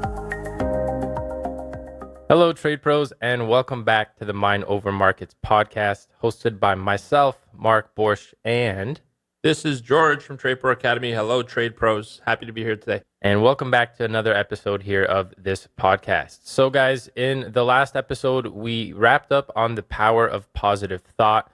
So if you guys want to get a quick review, we suggest you guys check out that episode. In this episode, we are going to be talking about rethinking self-worth and how that applies to your trading. So without further ado, let's get into the topic. Awesome, Marky. I think this is a very big and important topic for a lot of people. I'm going to preface it by saying that in society, like men specifically, I hate to go there right off the bat, but I think men specifically are conditioned to not express the kind of feelings they have about this. I know that they're taught through sport, through training, for whatever areas of your life to sort of suppress emotions, and we're really, these days, we're really re-challenging that thought process. So I invite you all, doesn't matter what you are, you're a human species, and I invite you all to take a look at this topic. And I'm going to start out with the question of what does self-worth mean to you? All right, so I'll float it out to you, Mark. I know the listener will probably be pondering this himself, but what does it mean to you? What is self-worth? So self-worth to me basically means if you ask yourself the question, if I were to be stripped of everything that I have, what would you think of yourself then? That's kind of my idea of self-worth, is how you feel about yourself after everything's been taken away from you. And that's kind of your measure of self-worth. That's fascinating. Like when you say everything, what is it? Just opinions? Just in general, material assets, everything. If you were just left without anything, just by yourself, no cash, no anything, what would your opinion be? Where would you find value? And I think that to me is what self-worth is. Wow, that's very deep. So you're saying blocking out external factors and looking inward. Yeah. That's amazing. Mine's similar. The idea to me of what self-worth is a reflection of what your opinion is of yourself, right? Yeah. We all have an opinion of ourselves that's formed through values, through our personal and unique experiences. But to me, self-worth means, what is the opinion that you hold of yourself? And I think that with this whole self-worth thing, it's very applicable to trading, but it's also applicable to other aspects of your life. Because if your self-worth is at a certain level, the things around you that are being created are being evaluated according to what your self-worth is, right? What you think you deserve is in line with what you think you're worth. And so I think to change the things around you, to get the things that you really deserve, it's really easy by elevating your self-worth. And I think everyone could do it and should do it. And I don't think there's a difference between being like cocky or overconfident and then just being cool, calm, rational, and just believing in yourself that you're worth a lot. Yeah. And we're going to touch on that in the topic. So I think this is a big problem in society in the moment. I think the way we've grown up, Mark, we were kind of in the transition generation where we were getting used to the electronics and et cetera. But I still remember most of my days as a younger kid going out and playing. Yep. I can still relate to that. I'm still, 5 years younger? Yeah. 5 or 6 years younger. So I'm turning 30 next year, and exact same. Being a kid, it was very, very seldom that you would be stuck at home playing Nintendo or something like that. Majority of the time was spent outside, and that was basically childhood. Yeah, see, I'm on the first year of what's classified as a millennial generation. I'm like the oldest millennial there is.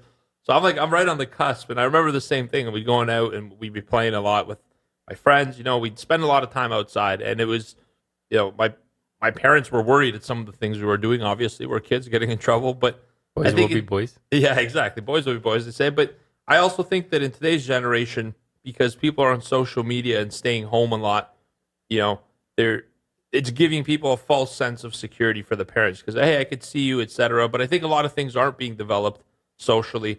And I think to get back to self-worth, here's some interesting statistics. Rates of anxiety and depression have increased 70% in the past 25 years. That's wild, right? That's directly the time period that we're talking about. Wow. Yeah, 70% increase in 25 years. It's a huge statistic, and I think it boils down. I mean, there's obviously other aspects, but if I could point down two things, the main thing, rather, is the self-worth. I think that if whatever you think of yourself, what your opinion is, has a large part to do with it. And obviously, going into that point as well, I think social media is a really big contributor to the lack of self-worth. There are other things. I'm not saying this is the only thing, all right? But I think of all the social networks, if you will, all right, I think Instagram is the biggest culprit. Definitely the biggest culprit. Yeah, I think it's definitely been the biggest catalyst, in my opinion, since Instagram's come around. You've had Facebook, Twitter, little things like that around, but I think Instagram was the first one that people kind of associated their own sense of self-worth to, what they were getting, whether it was likes or hearts or comments or stuff like that on their pictures. So I think Instagram is definitely the biggest of the social networks that gave people kind of a sense of value in a big sea of other people. That's very interesting. And I agree with you, right? It's kind of interesting that people get to like things and you get to see that. Remember, like back in the day when things were more simple, there was no social media. You just did whatever you wanted and you liked. You don't really care what people liked or didn't because you didn't know. Yeah, exactly. And now it's quantified. Exactly. And these days you'll see people, they won't eat because they got to take a picture for Instagram first. Oh, man, I've been there. Yeah, little things like that. That's one of my social pet peeves. But well, I got a story for you, actually, if you want to hear, Mark. It's actually a pretty fascinating story. So we were in Bali with the wife. So this is towards the beginning. It was in 2016 where she left her full-time job, and I did as well. And she hosted a workshop down in Bali, and I flew out to help her, and obviously to enjoy Bali. Love to surf. And so they're doing this workshop, and in the evening we go out to have a drink. There's a lot of digital nomad presence in Bali. Yeah, huge. I can imagine. Yeah, so we were having some dinner in the evening, and we just met this girl that was sitting at the bar working on her laptop. Me and Reese. The story's not going where you guys think it is, but and so we talked to her, and we're saying, hey, what do you do? She's like, I'm an influencer on Instagram, and I'm like, fascinating. And she's like, I put up all these pictures today. I did a photo shoot. We got like 3,800 pictures on the beach. Oh wow! And I'm like, wow, so you got Instagram content for years to come. She's like, no, that's it all. At the end of the day, we have to pick one shot that we like the most. And I'm like, what? 3,500? Yeah, out of 3,500 pictures, they picked one shot. She's like, after I picked that one shot, it's probably take me 2 to 3 hours to edit this post, and I'm going to put it on Instagram. And she had over 150,000 followers, and she's being idolized on this platform. And I'm not going to mention any specific details about it, but I was taken aback. Like, do you think that that's a responsible thing to do, is to allow yourself to curate and create and manufacture a moment that hits all the perfection that you didn't even get to live? You know what I mean? That's an interesting way of looking at it. Yeah, and I'm like, what do people following you think when they see that as your norm? They assume that that's your normal everyday life. Yeah. Right? But it's 3,500 shots, and you're putting in hours. This is a job, and it's your job to create one moment that you're teaching other people to idolize. And it's very natural for them to be unsatisfied, right? Like, there's different angles, etc. Life doesn't work that way. Life isn't real time. I think that's one of the biggest contributors, to be honest with you, of overall unsatisfaction, and more importantly, of self-worth, because we're comparing ourselves constantly to this ideal image, ideal vision that's being manufactured that nobody's actually living. We want to be something that never happened in the first place. If you think about it, 3,500 pictures, hours of editing, and only one single photo took place. And that's really dropping our self-worth. Think about this. We go on Instagram, and if I want to know what it's like to own a Ferrari and big expensive watches and these condos, or not condos, but mansions, I can find somebody's profile that has that. Yep. And now it's like, now I get a chance to experience it, but now I feel like, oh man, but it's not mine. Once I shut down Instagram, I don't have it. Am I worthy of having it? And I think that's the disconnect that's happening here, is we get to experience other people's lives, which will usually take people a lifetime to build. All right. And we get to find that by looking at a hashtag. That's actually true. That's very true. It's pretty crazy. I think that that's one of the biggest drivers of self-worth. So this devalues what we have. When you find somebody who has something, it devalues what we believe of ourselves, the things that we have. Maybe we have a great, reliable car that takes us to work and we pay no money for. And then you find a picture of somebody on Instagram who's rented a Ferrari. Now you say, well, my fully paid Honda isn't really as good as this Ferrari that this person doesn't even own. And now it creates a lack. You're saying, well, how come I don't have a Ferrari, right? How come I don't have it now? I want to get it now. And it's creating two things. Number one, it creates a devaluation of what we do have. And number two, it creates an instant gratification of something that would take us a lifetime to work to accomplish. And I think that's one of the biggest problems right now in society that's killing our self-worth. Yeah, I would agree with that. And what I want to say to any of the traders out there, especially if you guys are on Instagram and following different accounts, is be very careful with social media. A lot of what you see on social media is a lie, and it's not the true reality. What you do see on Instagram is more oftentimes a lot different than what reality is like. Absolutely. You're not going to see, especially as it relates to trading, you're not going to see professional traders out there actually trading on the beach, on the cell phones, stuff like that. Very few professional traders do show stuff like that. And a lot of them are not going to be posting, screenshots of profits and losses and stuff like that on their accounts. And something else to mention to that point is something that I found interesting, and throughout my career, especially because I started right around the time that a lot of information was coming onto the internet with regards to trading, is just trying not to compare your chapter 1 to somebody else's chapter 20. Oh, right? I love that. Because you will have some authentic accounts on social media, and those people will have very impressive things. They'll have, whether it's, results, material possessions, lifestyle, etc. If you're, starting off, or you've been in the trenches for a little bit of time, and you're kind of starting to see the light, seeing somebody post a screenshot of, let's say, $1,000 day or $2,000 day, and let's say you had a red day. It's not to compare yourself to that person. It's more so you can kind of reverse engineer your goals to what that person is achieving, right? So if that person has something that you want to achieve, that's kind of, your end point, and now you can kind of reverse engineer your thoughts and your goals towards achieving those kinds of things. So I think it's very important these days not to compare yourself to anybody else on social media. Something I like to say is, kind of stay in your lane and just focus on, your own progressing towards your own goals. And in time, what you will see on social media is what you'll attract into your life by focusing on yourself and on your own goals. Well, that's amazing, Mark. I love the idea of don't compare your chapter 1 to someone's chapter 20, right? Like, you want to appreciate what you have. And by looking at these other social media posts, like, look, if you're trading well enough that you get to go to the beach, you're not going to be trading on the beach, right? Anyways, I'm going to leave that behind. I could do a whole podcast on this, but I'll tell you this. I love the concept of don't compare chapter 1 to someone's chapter 20, because that's going to create an irrelevance of where you're at. That's going to devalue you and really depreciate your self-worth. Exactly. You can't compare what you've started to do now with somebody who's been doing it for a decade. All right. And that's really the power of having a community, as well, as to be able to meet and network with like-minded individuals at the same stage of your journey. It's important to know where you could be in 20 years by looking at those people, but not comparing yourself to them. Exactly. Use it as motivation, as leverage to get there. So I want to move on to the next question here. What do you think your self-worth is? And, as you guys are driving or going to work, whatever you might be doing as you listen to podcasts, what do you think your self-worth is? Like, and how would you value that? Is there a number in terms of dollars? Is there some satisfaction, a key moment that you would reach? All right. I'll give you a quick little formula. If you're one of those people who thinks in terms of numbers, and if you're listening to this podcast, you probably are, because you're interested in trading to some extent. What if this was your very last day of life? Right now, today. Told you at midnight, it's over. Everything you've ever worked for, everything you have is gone. You're going to cease to exist in this life form. It's your last day. Right? How much would you pay for another day? All right. What about another month? How much money would you pay? All right. What about a year, a decade worth of time?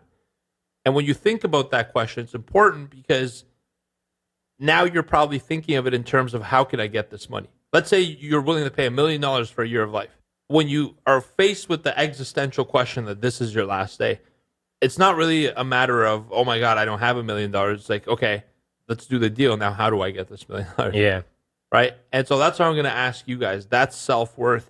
And what I really want to tell you is the reality of self-worth. This is the reason I asked this question. Here's the reality of it. You don't get to decide what you're worth. This is the important part that I want to share with you. The decision's already made. You're worthy of life.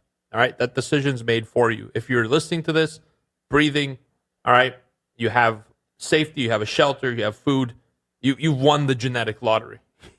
Like, I can't stress that enough for you. You don't get to decide self-worth, because by virtue of being born, you are worthy of the highest form of life. Right? You're a thinking, rational human being, access to resources, the ability to create anything you want. Right? And that's the number one thing I want to tell you, is this: just accept it. Right? There's no need to question it. You are worth it. You're worth anything anyone else is. You're worth an abundance. And to me, you're worth an amount that money can't capture. If you ask me that question, how much would I pay for another day?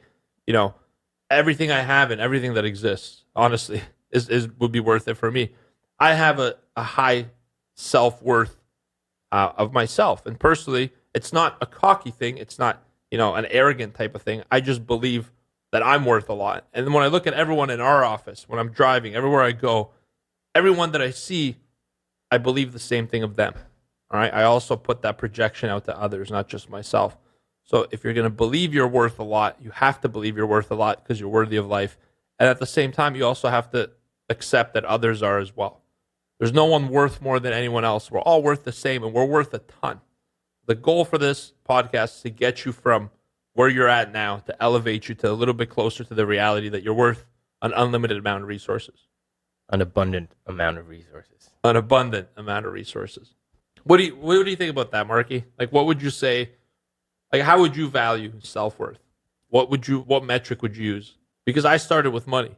You started with money. Yeah, I think it relates back to, when you asked me about what I think self-worth is if you were to get stripped of everything, what would you see your own value? What would your opinion be if you have absolutely nothing?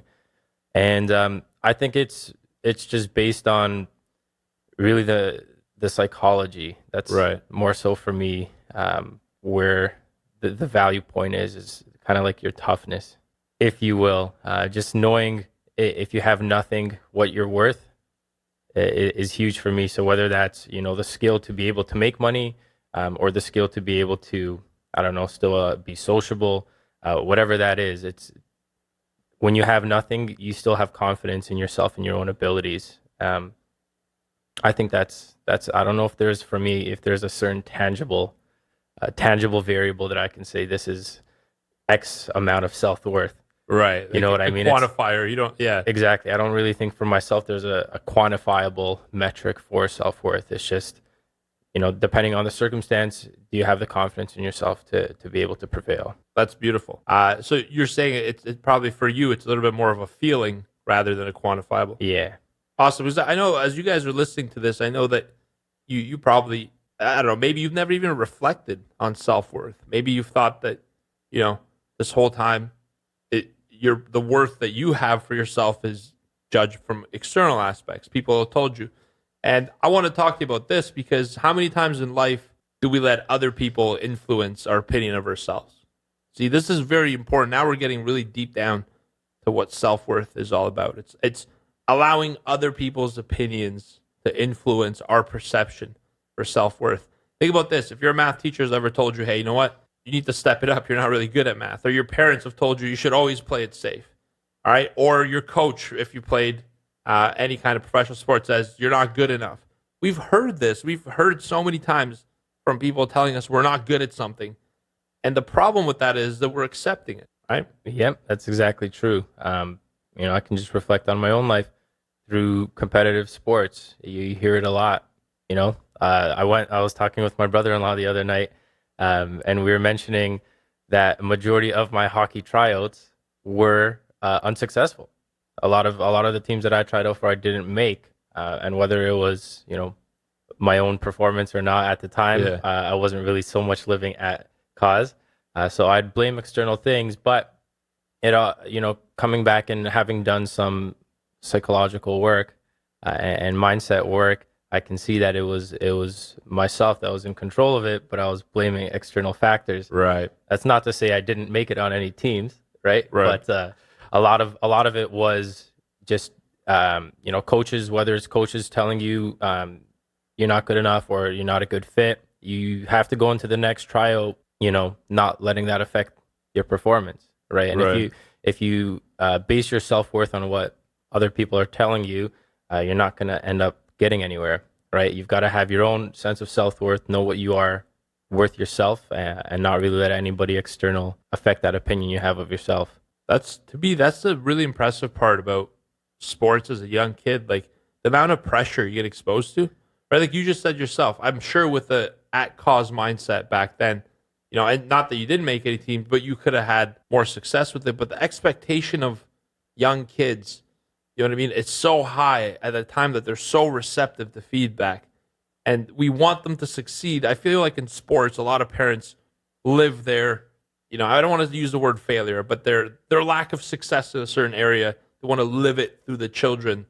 Yeah. And I think that creates such enormous pressure on people. And then that's what creates things of lack of self-worth like that. Like you not making a team isn't a reflection of your self-worth, right? There were circumstances. Obviously, you could take responsibility, etc. But, it doesn't mean that you're not worth the team. It just meant that at the time, it just didn't work out. Exactly. And I think that's what a lot of people make the mistake. Like for me, I'll talk about self-worth through my own personal life example, through money, because, my parents, they meant really well. They immigrated to Canada from Bulgaria. My dad was an engineer. My mom was a nurse. Very hardworking people. And they always said things in my younger years, like, the rich people or those people have money. So like, obviously they have things that we don't.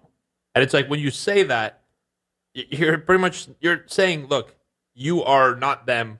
Get back in your little box, and that's your worth. That worth is out there. It's unreachable, which I think is a mistake, obviously, in a thought process. And so, in terms of me for self-worth, at the beginning of my life, I took it as money. You know what I mean? Yep. Partially because the outside opinions that I heard influenced me to believe that I wasn't worth it.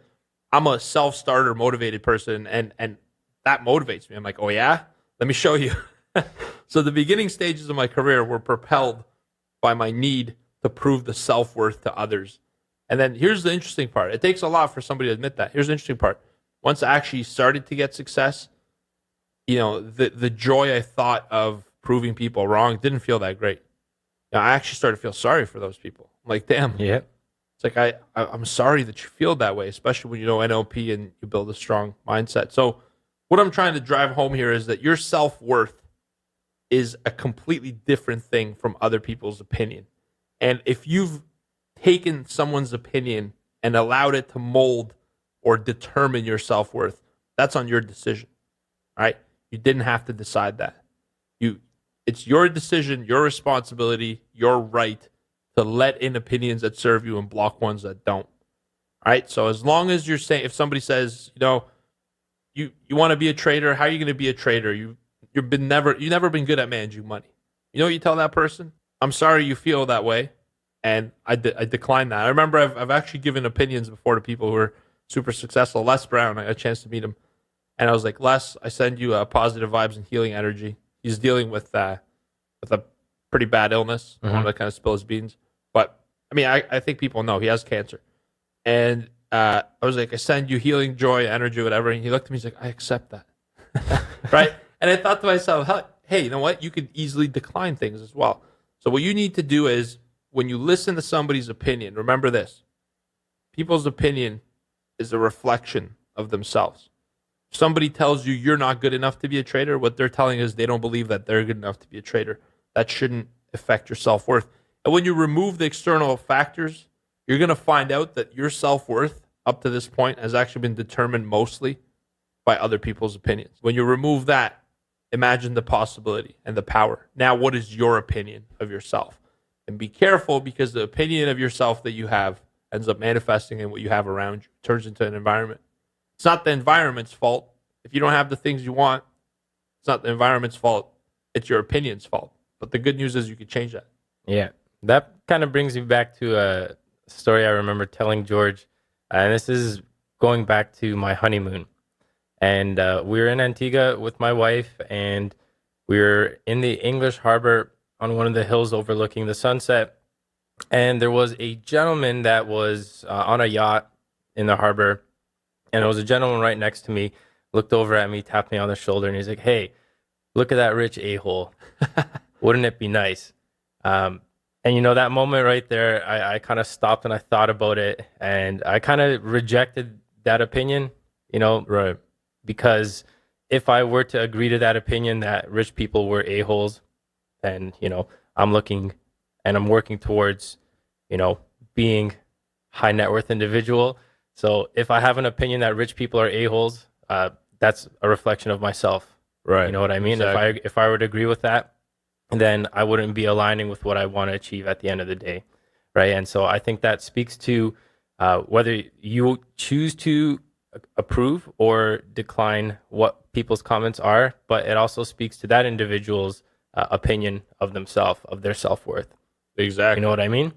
That person does not think that they're worth owning a yacht. So they have that opinion of the person who does. And as a result of having that opinion, they're not going to achieve anything close to what that person might have achieved that owns the yacht. That's awesome. Honestly, I commend you for doing that, for having the filter and being aware enough, self-aware enough to realize that, I have a choice here. In that moment when you stopped and you realized, like, this seems off, the statement, should I accept it or not? That's great. Like, that's personal. That takes effort to get to that stage. You're not born with that kind of skill set. Well, actually, we are born with it.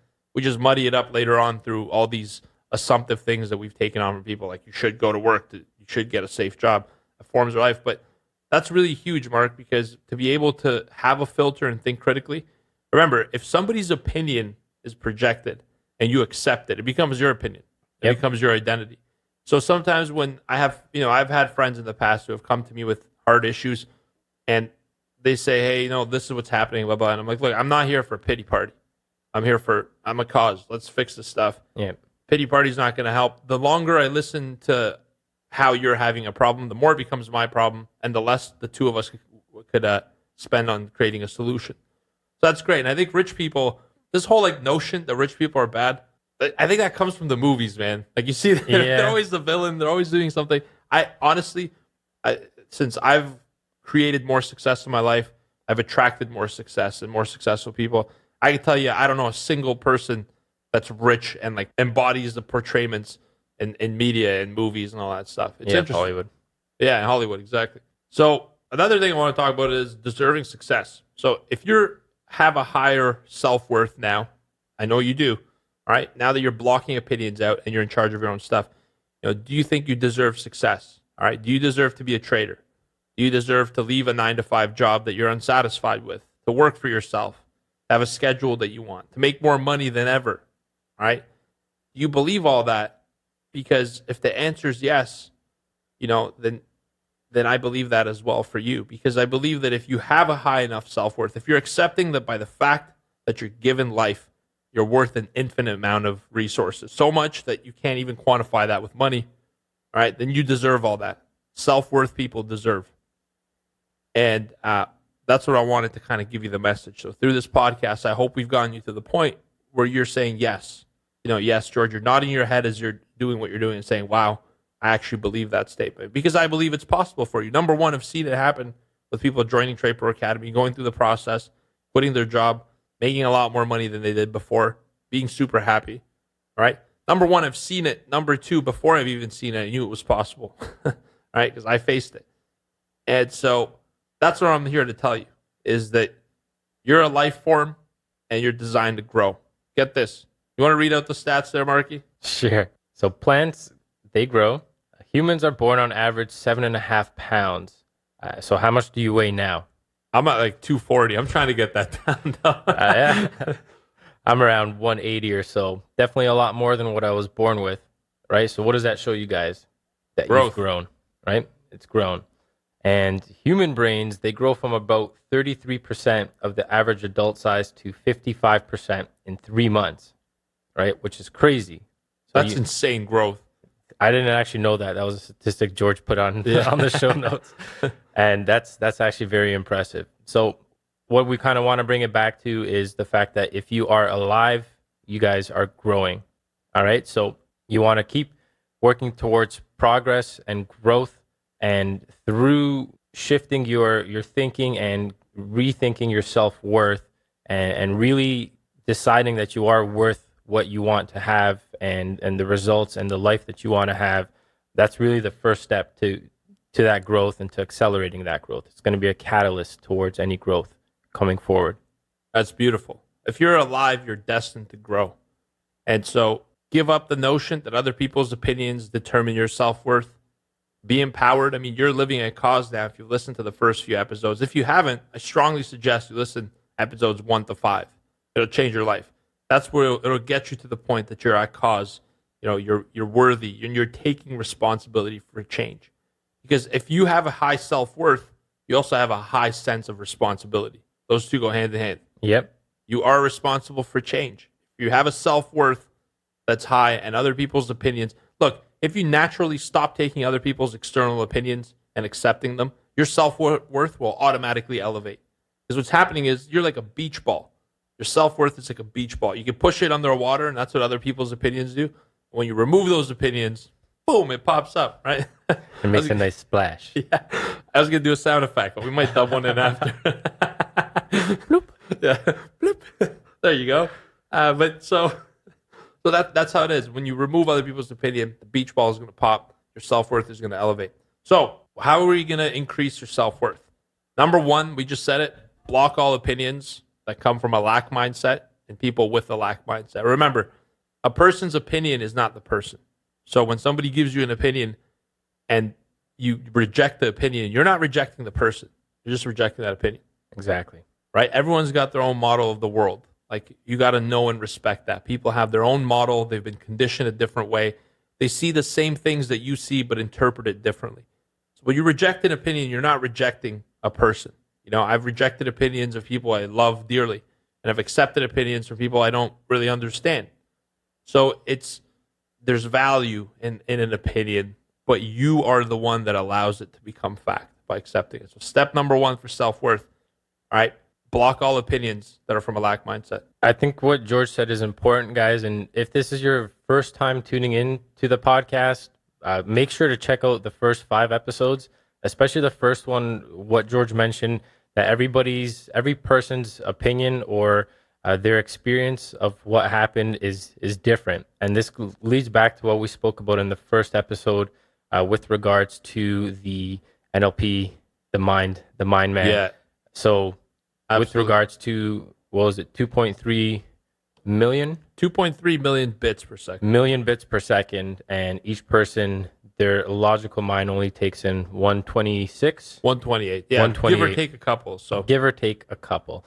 And so what that simply means in layman's terms is that everybody's perception of reality is different. Both George and myself are in the same studio.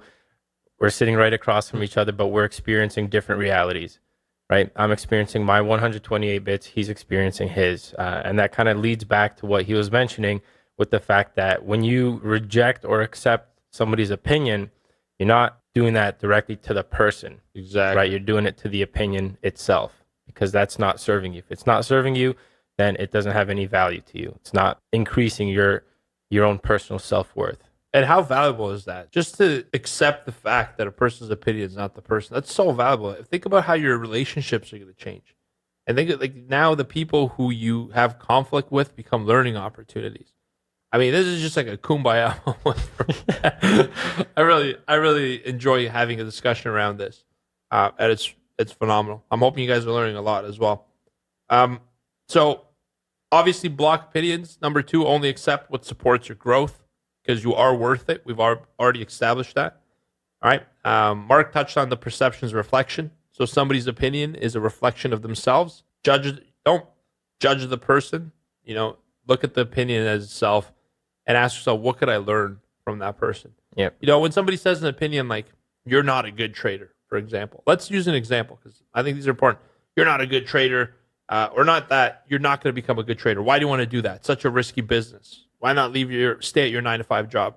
One way to react to that is, holy crap, this person's they're getting aggressive towards me. Mm-hmm. Right? They're trying to stop me and block me. Another way to react to it is saying, look, what formed the basis of that opinion? Exactly. What are they seeing that made them believe that? I've had people ask me the same. And usually my reply to that is, what's your experience with the markets?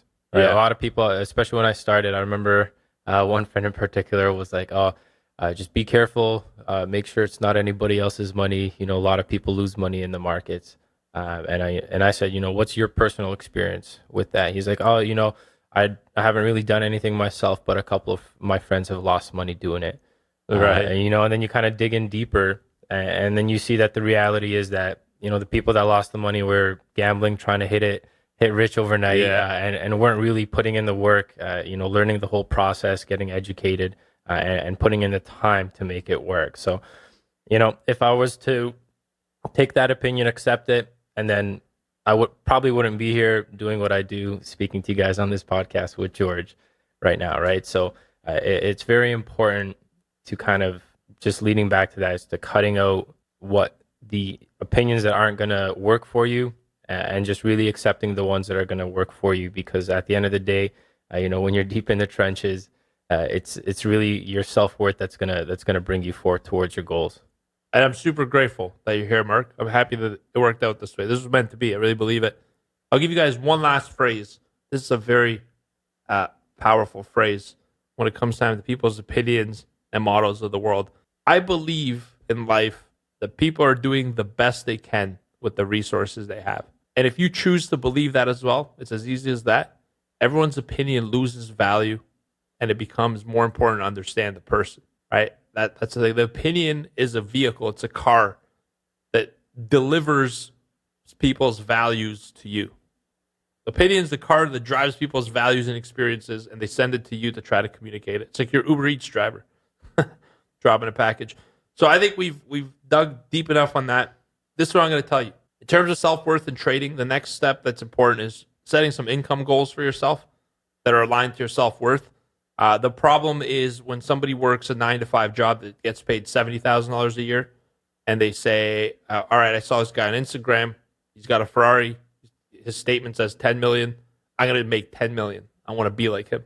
Yep. Now what you're doing is you're setting unrealistic goals. You're taking more risk, and you're getting yourself into a lot of trouble. All right. And when you take more risk, that leads to fear. More fear leads to loss out of just protecting yourself. And here's what I'll tell you. Start with a realistic goal. Your self-worth is high, and if you believe in yourself, you know that at some point it's going to work out. Now, taking that grand vision and the larger term thinking and applying it to now, the question is, what is your immediate goal? Like, what's the closest goal? We say in 10 years, I want to be making $1 million a year, $10 million a year, whatever it is. I'm not here to judge. But, before year 10 happens, year 1's going to have to finish.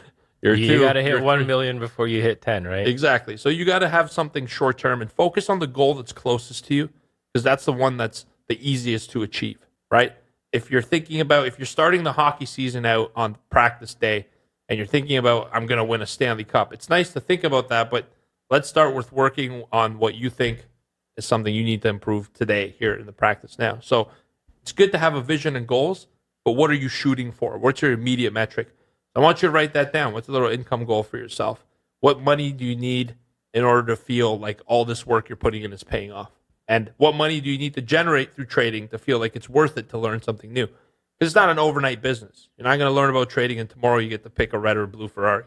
It's going to take time. You're starting a new job. It's like a new position. That's how it's advertised on social media, right? Yeah, exactly. And I think that kind of brings it back to what we started the episode on, with the fact that one of the big problems with self-worth is associating yourself with what you see on social media, right? So while it's important you can still use what you see there on social media as, inspiration. Don't necessarily set your goals or your goals based off of what you're seeing on there. Kind of relating back to what George said, you see a guy with a statement for 10 million, 10 million Forex statement or whatever it is, future statement. If you're not making, at least $100, $200 a day, day trading, you're not really going to be in a position to make $1 million, next week or next month. So while it's important to have stretch goals, you want to have, shorter term milestones that you have to step over before you can achieve that ultimate end goal. Yeah, the reason we bring that up in a self-worth episode, maybe like, what's the connection there? The connection is this. Now that you've believe in your self-worth, there's a number that floated in there when I asked you. That's your immediate target. That's a realistic target that you're shooting for. Let's get you there. And then from there forward, you could look to expand your profitability. Once you hit $100 of consistent daily profit, you have the skill set to make $1 million a day. It's just now you got to stretch your psychology. You got to build a performance mindset and mental toughness, which I think would make a good concept for a future episode. Hint, hint. All right. Lastly, here's our challenge to you. Start a gratuity journal. If you're somebody who's having a hard time, even after this podcast, saying, look, my self-worth is low, I understand there's situations in life that could happen, but I'm here to tell you this. No matter what you've gone through, you can make it to your goal. There's nothing that could happen to you in life that could set you back permanently. If you're alive, you're meant to grow. You're going to continue to grow and flourish. Doesn't matter where you are now. Doesn't matter what past failure has happened. That's all feedback, and it's a mechanism to bring you to the future where there's an infinite amount of abundance waiting for you because you're an infinitely abundant, self-worth individual. Let's start by doing this. If you're having a hard time accepting that statement, if none of that sounds right to you, you got to start by being grateful for things. I find that the people who have the hardest time accepting their self-worth are the ones who spend the least amount of time practicing gratuity. And here's how you do this gratuity journal. It's a daily thing. If you want to start out weekly, do it weekly, but make sure you do it, because I find that with weekly goals, they're easy to become never doing goals or never have been done goals. So on a daily basis, get out a piece of paper. I like to do it in the morning. Some people like to do it in the evening. Experiment. Try to see what works with you. Write down these things. What is one person that you're grateful for? First, write the date at the top and the time, and then say, what is one person that you're grateful for? This morning, it was you, Mark, my journal. I was grateful for you because I got coffee. You got coffee. But you know what? That's funny. You got coffee. You offered to get coffee after you made it in my gratuity journal. I didn't know that at the time. Awesome. So maybe it influenced it. But I'm grateful for the fact that you're here. I'm grateful for the fact that, you're putting in your energy, your time, and you're passionate about this. So that's the one person I was grateful for. Hey, I appreciate that, and I accept it. Like, yeah, there you go. Instant application. There you go. The next thing I want to talk about is what's one person you're grateful for. The next thing to put in your journal is what's one thing you're grateful for. It could be a materialistic possession. Today I was actually grateful for my phone because I actually woke up and I was able to check some emails, help some people out that had concerns. And that's one thing. It doesn't have to be more complicated than that. What's one experience you're grateful for? I can hit this one. Today was being able to sleep in a little bit. Oh, that's amazing. I'm grateful for that too. Coming into the office a little bit later. That was definitely a change. Yeah, we're taping this podcast here on Thanksgiving Day in the U.S. Markets are closed. We don't really have the trading work to do. So now we got a chance to sleep in, come in energized, and then record this podcast. So I'm grateful for that experience as well. Here's another one. What is one part of nature you're grateful for? So this will be number 4. Nature has the wildest, rawest, I don't know if that's a scientific term, but the rawest energy source ever. If you've ever been in nature and you just sat down and listened and expanded your awareness, noticed the birds chirping and all that, you get like a really energizing, raw form of I can't experience it. It's like an injection to me. So what's one thing of nature you're grateful for? It could be air, it could be water, the birds chirping. In fact, you might even find you're hearing them as you're doing the journal. All right? Be grateful for something because nature is where we all came from. And last but not least, what else are you grateful for? Now that you've got the gratefulness muscle or the gratuity muscle working, you're going to come up with other ideas. Don't let yourself stop. Do as much journaling as you need to get started for the day. I do it in the morning because imagine what a powerful day you have when you know what you're grateful for already. Yep. You could also do it in the evening. Yeah, I would agree. I do it in the morning as well. And, if you don't have a pen and a notepad, that's fine too. If you do have a smartphone, if you're listening to this right now, you probably do have a smartphone. Yeah. And so you can download, there's a whole bunch of free gratuity journals on, the Apple store, on the Android store. And that's how I do my gratuity journal, is through one of those apps. You guys can just simply search gratuity journals and see what pops up. And I also wanted to mention one or two other things with regards to how you guys can start working on rethinking your own self-worth. And first thing is that you have to fully accept yourself in spite of, all of your flaws, your weaknesses, and your limitations. And this is critical to developing a high level of self-worth. And how you can do that is you can start treating yourself with kindness, with tolerance, generosity, and compassion. All right. And so to start that, one of the habits you can start with on top of the gratuity journal is to start committing to speaking yourself in a more positive and supportive way. Right. So you want to use statements like, I feel valued, I feel worthy, I'm a capable person, I deserve success. Things like that, where you're anchoring towards positive thoughts. And this goes back to the last episode 5. Very important to think positively because the subconscious mind does not understand negatives, right? So you want to focus on positives, speak to yourself kindly, and you'll see that the universe will attract the same for you. That's beautiful. Positive self-talk and compassion, honestly, those two are very important. Every bit as important as a gratuity journal. So that's a great tip. And, with positive self-talk, this is what's important to me. The things that we think about ourselves will never let anyone say to us. You know what I mean? And why is that? Let's change that. Let's only think of ourselves highly.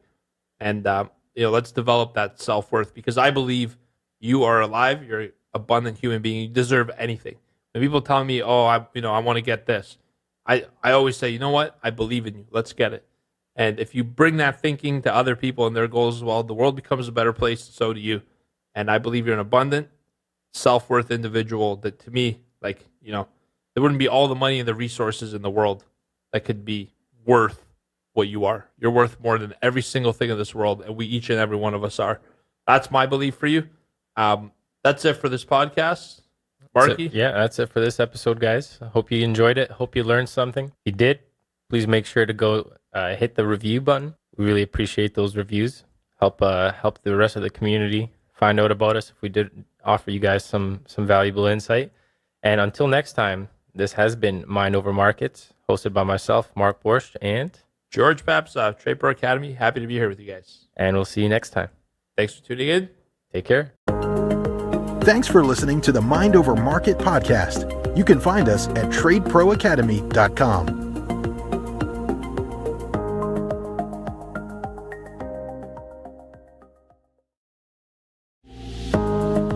You're listening to Mind Over Markets, a podcast on trading psychology to help you build a bulletproof mindset. Here's your hosts, George Papazov and Mark Borscht.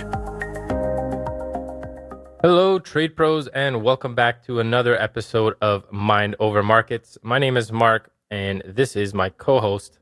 This is George from Trade Pro Academy. Happy to be with you guys. Really excited for this episode. Awesome. And in today's episode, guys, we are going to be talking about setting New Year's resolutions and actually sticking to them. So before we get started with the actual episode, we just wanted to wish all of our listeners a happy and prosperous new year with lots and lots of success, lots of health, and lots of wealth. And as we bring in the new year, we bring in a new decade. One of the common things that a lot of people tend to do around January is they look to set their New Year's resolutions. But one of the common things we tend to find is that a lot of the people that set these resolutions, they tend to fall off of these resolutions quite quickly. In fact, there's been some research done, and according to the U.S. News and World Report, the failure rate for New Year's resolutions is set to be about 80%, with most people losing their resolve by mid-February. Wow. Exactly. 45 days. 45 80% days. of people failed their New Year's goals in 45 days. Exactly. And so why do you guys think that might be the case? If you've ever been in a situation where the new year comes around and you're looking to change some of your habits, you set some goals, and then by the time February rolls around, guess what? Those goals have kind of fallen off your radar and you haven't really started to turn them into habits. So that's what we're going to be discussing in today's episode. Why the psychology behind the failing of New Year's resolutions, why people fall off. And then we're going to walk you guys through how to set smart goals in order to really align yourself with goals that mean something to you and mean something towards your purpose so that you have a greater likelihood of actually working towards them and achieving them throughout this year and for every year going forward. So what do you think the most common reasons for people to fall off their goals is, Mark? Just curious. Because do you do New Year's goals personally yourself? New Year resolutions, if you will? I do goals, not as detailed as I want to or should be, rather. But I do set some higher level goals for myself to have a general idea of what I want to get done.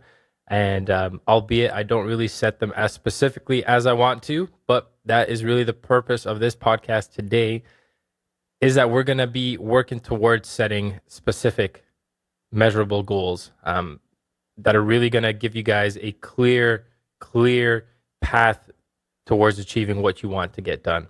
See, for me personally, I do New Year's goals, but that's how I started. I actually do goals more frequently than once a year. Yeah. And I think that's one of the big challenges of New Year's goals, that you create something that you're doing at the same time as everyone else. And so you create it and you have this excitement about it, but nothing's really a driver behind it more so than just a new year, a new opportunity. If you think about it, it's not really that much of a difference from one day to the next.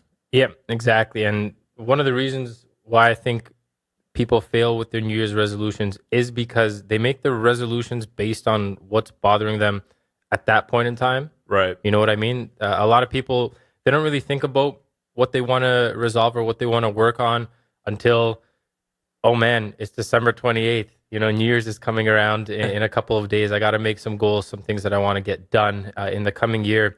And when you're not really thinking about things like that, when you're just kind of leaving it to the last minute, and it's not something that's really aligned with what you believe to be your true purpose, then you start to set goals, like you said, that tend to happen out of the random.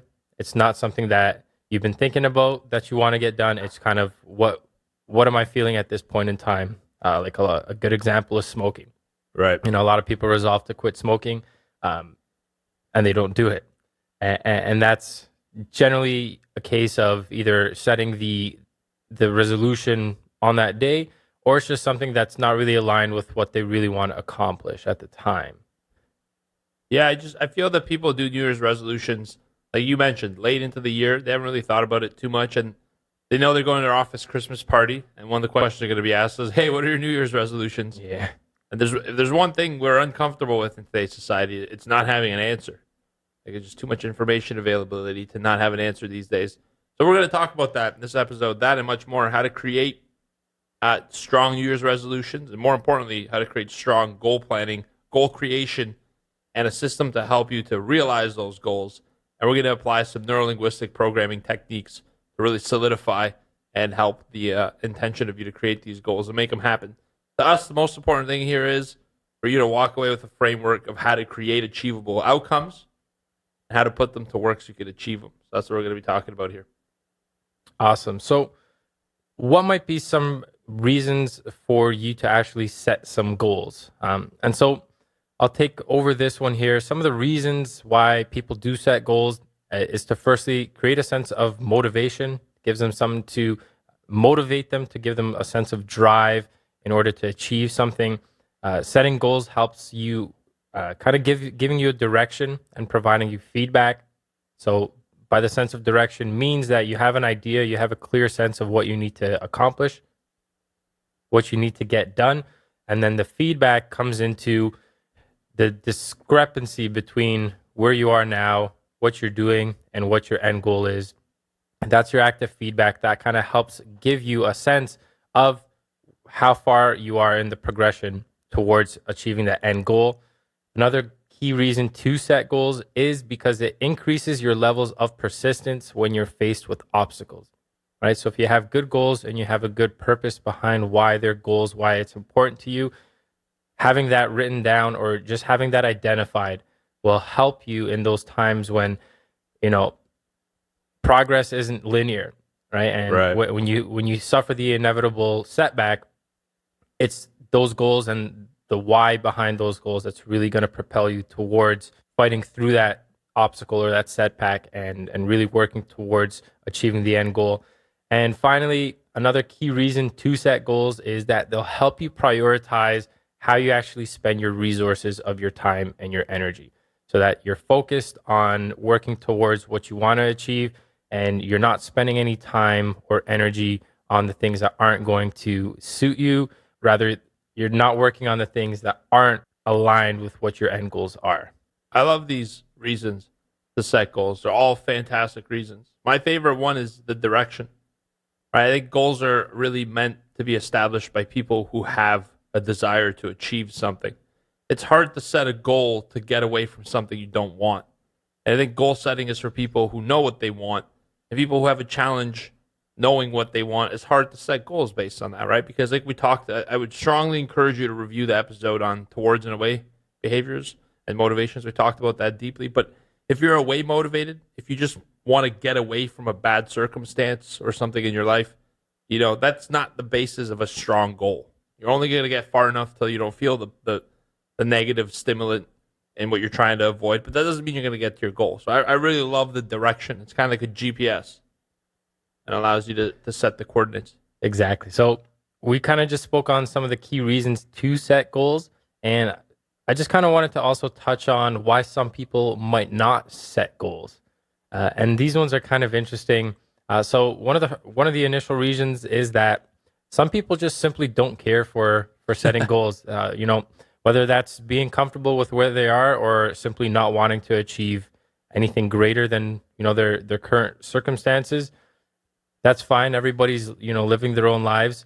Some people tend to be in that category, and setting goals simply for them is a waste of time. And if that's how they see it, that's totally fine for them.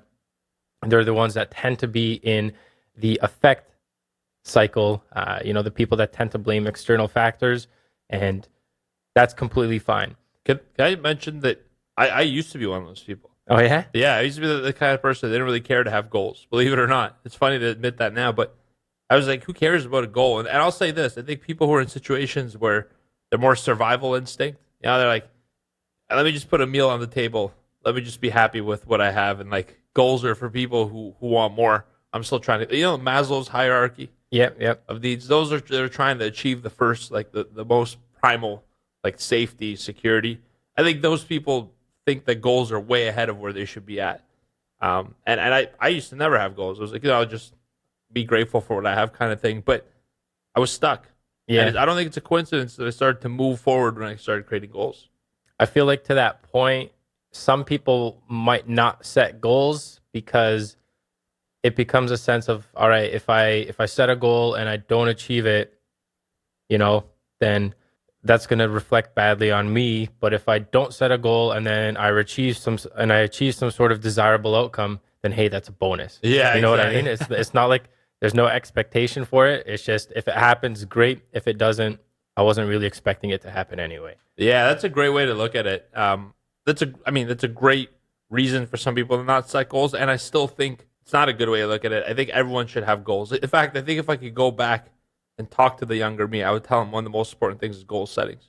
Yeah, And I would agree. Yeah, it would help me get to where I'm trying to go much quicker. Not that I'm regretting anything. There's no regret, just learning opportunity. But I know that if I'd set goals earlier on in my life, I would have been, I would have hit success quicker. Definitely. And so a couple of other reasons why some people might not go about setting goals is that they might not be aware of the benefits of setting goals. Well, I hope they're listening to this podcast. Exactly. I hope that they're listening to this. And I think this one can kind of relate back to, life and society in general. I don't think that there's very much of a focus on personal development going through the education system, even through university, unless you're going through some sort of entrepreneurship courses or you're in that field of study. There's not very much focus on, goal setting, on, especially as it relates to financial literacy, to financial freedom. These kinds of concepts aren't really taught on. I agree. And so I feel like a lot of people, it's a lot simpler to just not do it than to figure out how to go about it. Right. But if you're listening to this to this podcast, you guys will have a perfect walkthrough on how to set this thing up with SMART goals, especially with an NLP focus, so that you guys will not only have those goals, but you'll align them with your subconscious mind. I mean, those last two that you mentioned, fear of failure and fear of success, think about that for a moment. Those are actually fantastic. You're afraid of the extreme to the left, failing. But then you're also afraid of the extreme to the right of succeeding. So you're kind of sitting in the comfort middle area that doesn't generate anything. Nothing positive ever breeds in comfort. And that took me a long time. I mean, that's a whole episode on its own. Yeah. Let's talk about how to set SMART goals. So you know that goals are important. That's advice I'd give myself to the younger me. So let's help you set some goals. So we're going to use neuro-linguistic programming. It's called NLP, how to set SMART goals. You've heard of the acronym before: simple, measurable, achievable, and realistic. But we're going to put and expand those out to have some more of an NLP framework behind them. So the acronym spells SMART. That's why they're called SMART goals. The S in SMART traditionally stands for simple or specific, but I want to take it a step further and say see yourself in them. That's the additional S in NLP of SMART goals. You need to see yourself from a dissociated view. I think some of the mistakes that people make when they make a goal is, they say, I want to have $1 million at the end of the year, but they don't actually realistically see themselves in the situation where they've gotten it. So your subconscious mind doesn't believe you, right? It's like, that's cute. It's nice that you want that. But the way you've programmed me over the years and what I'm trained to believe, I don't believe you. It's like, we don't believe you. You need more people kind of thing. Yeah. It's a disconnect between the logical brain and the subconscious brain. Exactly. And you got to be able to see yourself in those goals. They have to be simple and specific. That's what the S stands for. I'll give you an example of a good goal that incorporates the S. I want to make $300 US a day trading. That's a great, simple, specific goal that you could actually see yourself in the process of doing. Here's a bad one. Not a bad one, but it's not specific enough. I want to make 50% of my income trading, 10% designing websites, and the rest doing something I love. It's very confusing. And how many people do that, right? We mean well, but we're very good as humans at starting projects. Very few actually complete them. And goals, reaching your goal is the act of completion, right? It's something that we need to sort of understand and grasp with. If you scatter yourself and spread yourself out so thin that 50% income trading, 10% this, the rest doing that, your brain doesn't even do the math. It's like, what are you talking about? I'm confused. And so that's a bad interpretation of it. So when you're thinking of your goal, make it super simple, very specific, and it's something that you can actually see yourself doing. There has to be some kind of behavior attached to it. So if it's just, I want $1 million, that's not very specific either, because while the number's specific, what do you see yourself doing with that $1 million? It doesn't tell you anything, right? It'd be more important to create a goal that would be an action item you're doing as a result of having $1 million rather than the $1 million itself. So if you had $1 million in your bank, what would you do? Maybe you take a vacation. All right, well, set the goal to be that vacation because that's more important than the $1 million itself. Yeah, I agree with that. And just kind of to that point, the subconscious mind is a great order taker, and it needs to have very clear and concise directives. Absolutely. Right? In order to get what you want. And we can relate this back to, I think it was the third or the fourth episode where we talked about the trader from Societe Generale that lost. Jerome Kerviel. Exactly. Jerome Kerviel that lost a good chunk of money. And at one point he was, kind of quoted saying that he wanted to be, I believe the quote was something along the lines of, I want to be an extraordinary trader. Yeah. Something like that. All right. And he got what he wanted. He wasn't as specific as, I want to be an extraordinary trader known for great profits, anything like that. He just said, I want to be an extraordinary trader. Yeah. And guess what he got? Would you consider losing a sum of, to the tune of over $1 billion to be an extraordinary trader? That's extraordinary. That's extraordinary. It might not be exactly what he envisioned, but because, that request to the subconscious was so objective and it was so bland, there wasn't as concrete, it wasn't clear, there was not very much clarity behind that. He got what he wanted, right? The universe will provide what you ask of it. And so big importance with the S. It's got to be specific, and you've got to be able to see yourself almost kind of like an out-of-body experience. Absolutely, yeah. Right? That's the first thing that I thought of. I'm more of a visual kind of person, and as soon as George said, you got to see yourself disassociated, the first thing that creeped into my mind was just like a third-party view of yourself looking at yourself from a out-of-body experience. And if you can kind of get into that state where you're able to associate yourself to these goals with that kind of a degree of clarity, where you can actually see yourself experiencing that from, if you will, an out-of-body experience, then, that is a good goal. And you know what the importance of that is, Mark? Seeing yourself doing the action like let's say your goal is $1 million, and seeing yourself deposit the last $1,000 check, for example, that makes that $1 million, achieves your goal. You know what the importance of seeing it from a dissociated point of view is? It's the act of witnessing the completion of that goal that makes it important, right? You're witnessing the goal being completed, therefore it's going to have to get done, and that's the S. The next letter is M. So we're spelling out smart here. So we talked about S. Let's get into M. Measurable and something that's meaningful to you. We kind of touched on this in the last section, but something that's measurable. For example, I want to be happier this year. Fantastic. But how much happier? How do you measure happiness? Yeah. What do you have to achieve in order to be happy? So you need to make it measurable, because if you don't make it measurable, there's two reasons you're not making your goal measurable. Number one, you don't believe you could achieve it, right? Or number two, it's an honest cop-out in case that you don't achieve it, right? So goes back to the fear of failure versus fear of success. Exactly. Right? So here's a good idea of a meaningful goal. I want to make $300 a day trading. That was, we take that away. We're going to work with this example as we walk through these letters. In S, that was our example. I want to make $300 a day trading. Now let's make it meaningful. That's not meaningful, all right?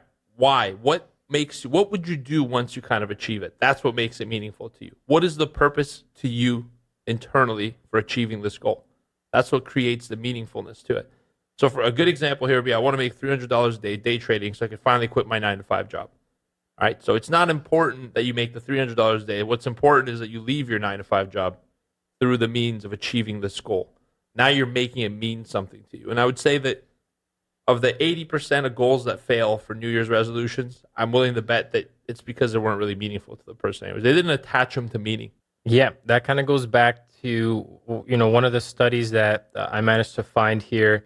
And this was a study done in 98. So it's a little bit dated, by Miller and Marlatt, but it kind of suggests the following: that the people, rather the ingredients for setting yourself up for resolution failure include: number one, not thinking about making resolutions until the last minute. Number two, reacting on New Year's Eve and making resolutions based on what's bothering you or is on your mind at that time. And number three, framing your resolutions as absolutes by saying, I will never do X again. Whereas Right. the people that tend to have success with following the resolutions or with achieving the resolutions, number one, they have a strong initial commitment to make the change. Number two, they have coping strategies to deal with problems that will come up. And number three, they keep track of progress. The more monitoring you do and feedback you get, the better you will do. Wow. Yeah. That's beautiful. That's a great list to get you excited for the whole idea of creating these goals. That's awesome. All right. And now let's move into the A of our acronym SMART here. A stands for achievable in our typical SMART interpretation. Like, this isn't new. You've heard it before. SMART goals. A is achievable, something that you could achieve. All right, great. But if you add a little bit more of an NLP technique to this, the A also stands for as if now. All right, and this is super important. So let me explain to you what I mean about as if now. Imagine you had a garden of super fertile soil, like it could grow anything, and you planted it in a seed, and this seed is like a beautiful flower. This flower is called I want to make money trading. So you plant the seed, you water it, you put in a lot of work. What's the flower that grows? I want to make money trading. It doesn't matter that you want to make it trading. If you continue to want something, you're going to generate a state in which the reality is that you continue to want it. That's the problem, is that we say, I want this. I'd like to have this. And as long as you want something, you're going to continue to want it and never have it. So the as if now assumes you already do have it. Super important. All right, I know some of you might think about the Martha Stewart reference, fake it till you make it. Absolutely. This is exactly what it's about. If you're saying, look, I don't have $1 million yet. How am I going to act like I have it? If you can't see yourself having $1 million here today now, you never will. That's the reality of it. All right, and that might be because it's not specific to you. It might be because you didn't make it meaningful. But if you can't see yourself having it as if though it's right now, there are other bigger issues. This goal is just not going to work. So, for example, these are phrases that you want to be using in your goal. I am making, I am doing, I am being. The key here is I am. Yep. And if you guys have been listening along to the whole podcast series, you'll know that those two words are probably the most important in the English vocabulary. I am. Because whatever follows those two words, you best believe your subconscious is listening, and that's what it's going to attract. So if you're saying I am making $300 a day so that I can finally quit my 9-to-5 job, that's a lot stronger than saying something like I want to make $300 a day, right? And even worse from a subconscious standpoint, if you say something negative, right? You don't want to be saying something like I am not XXX. I'm not, I don't know. I'm not losing money anymore. Exactly. I am not losing money anymore, right? Subconscious mind is not going to hear the negative, all of that. The subconscious mind hears when you're saying, I'm not going to lose money anymore, is I'm losing money. Exactly. I'm going to keep losing money, essentially, right? And so you want to frame it into a positive. That goes back to the episode on the power of positive thought. But I just wanted to touch on that I am is huge when it comes to speaking to the subconscious mind. And when you say those two words, I am, the subconscious starts listening. So make sure you use that appropriately. Exactly. That's a beautiful addition, because that's absolutely true. The words I am are super powerful. They're direct commands to your subconscious mind to create. Imagine saying, I want to start trading. What does your subconscious mind say? It's like, look, I've got to make sure you walk properly. I got to make sure you could tie your shoe. Subconsciously check around the peripherals to make sure no one's trying to hurt you. I got so many things to decide and to do today. How about you come back to me when you've made up your decision as to what you want? I want, it's kind of like, what? That's great. Let me get back to work sort of thing. But when you say, I am making this, buddy, the subconscious says, oh, I hear you. Let's make it happen. Yeah, that's why it's a command. It becomes a command. Commands are strong. Exactly. The R in SMART is realistic. That's sort of the traditional interpretation of SMART goals. The R is for realistic. Make it a realistic goal. All right. If you want to fly to the moon and grow wings, I don't know. I won't discourage you. It might be possible, but make it realistic. Make it something that could realistically happen. And the other R in NLP that's added to SMART goals is responsible. I really like this because the realistic means you have to believe it's possible. Like if you believe it's possible, it is possible. All right. But the responsible part is that you have to be responsible for that goal. It has to be something that you can be responsible to achieve. For example, if you say something like, I want to win the lottery, all right? I want to make $1 million by winning the lottery. It's not, it takes responsibility off of you. That's an effect statement. You're going to benefit off of something else that's happening that you're not responsible for. And you really have to focus on this goal to make it in the sense of something that you're responsible to do, something that you can do, that you have the power to make a change to accomplish this. All right? On responsible, there's also a slash to that I like to call ecological. And what this means is it doesn't hurt the universe or the greater good of humanity. All right? If you have a goal where you're taking somebody, that's something that somebody is losing, all right, it's not going to work out. It has to be ecological. If your goal is hurting others for your gain, it's not going to work. No matter what you do, you're going against universal forces. It's not going to work out for you. So the R here has to be something that you're responsible to achieve. You have the power to achieve. It has to be realistic. And also an ecological goal that doesn't hurt others and enriches the world. If you have a goal that you want to achieve something that helps others, that goal is going to get magnetized to you. It's going to become reality because it serves the greater good. Exactly. And the final one here, guys, is T, stands for time. And the traditional definition would be time, but the NLP variant here, we would say towards what you want. So when will you achieve this goal? It's not enough to have a goal, right? I want to make $1 million. You've got to have a certain timeline attached to it, so that makes it towards motivated. Perfect. And here's an example. I want to leave my job. Okay. That's in a way motivation. That's going to fuel you with enough passion to find reasons you want to leave the job. But a towards motivation would be, I want to be a full-time trader because now you're moving towards something. You have a goal. I don't want to work here anymore. Guess what? If you get fired tomorrow, let's say you say, I don't want to work at this stupid job anymore.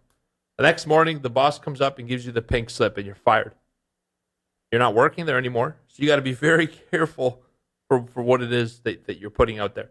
So the T stands for time. You want to have a specific time it's done by, and you want to frame it in a way that you're moving towards something that you want rather than away from something you do not. Let me give you a few examples of my goals here. I have two that I'm going to share. And then if you're wondering, this is great, these SMART goals, but I just have an idea. How do I flesh out that idea to become a goal? I'm going to go through a little exercise with Mark in a few moments where you're going to see how just an idea of something you want becomes one of these achievable outcomes in SMART goals.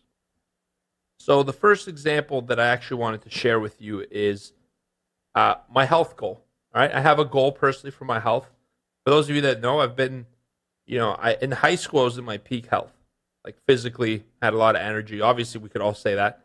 And then since then, I've been going back and forth, gaining some weight, shedding it again. It's not that I have a hard time, achieving what I want. It's having a hard time to have the motivation to continue going to the gym and prioritizing it. So my health goal for this year is it is now April 1st of 2020 at 12 p.m. Eastern, right? There's a time component. And I'm thrilled to see that I am 18% body fat on the Tanita scale in the Good Life Gym in Liberty Village.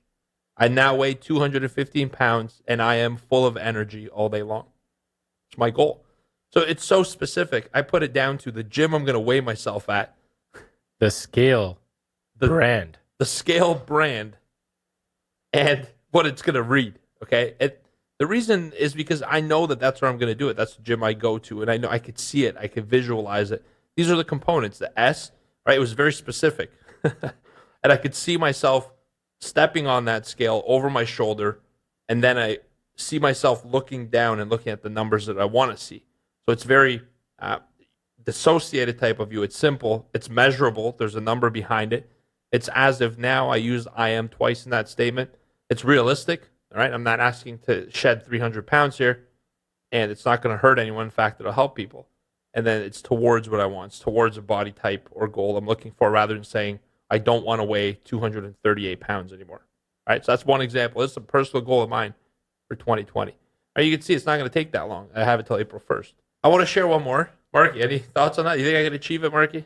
Definitely going to achieve that one. You know, I had kind of a similar health goal, which I set last year for this year, actually, the conclusion of 2019, and I'm very close to hitting it. And one of the goals was a personal strength goal. I wanted to be able to do weighted dips with a couple of pounds attached to myself. And my goal was to be able to do a set of 5 reps with 100 pounds attached to me of weighted dips. And that goal was set so that by December, was it 30th or the 31st of 2019, that I'll have hit that target.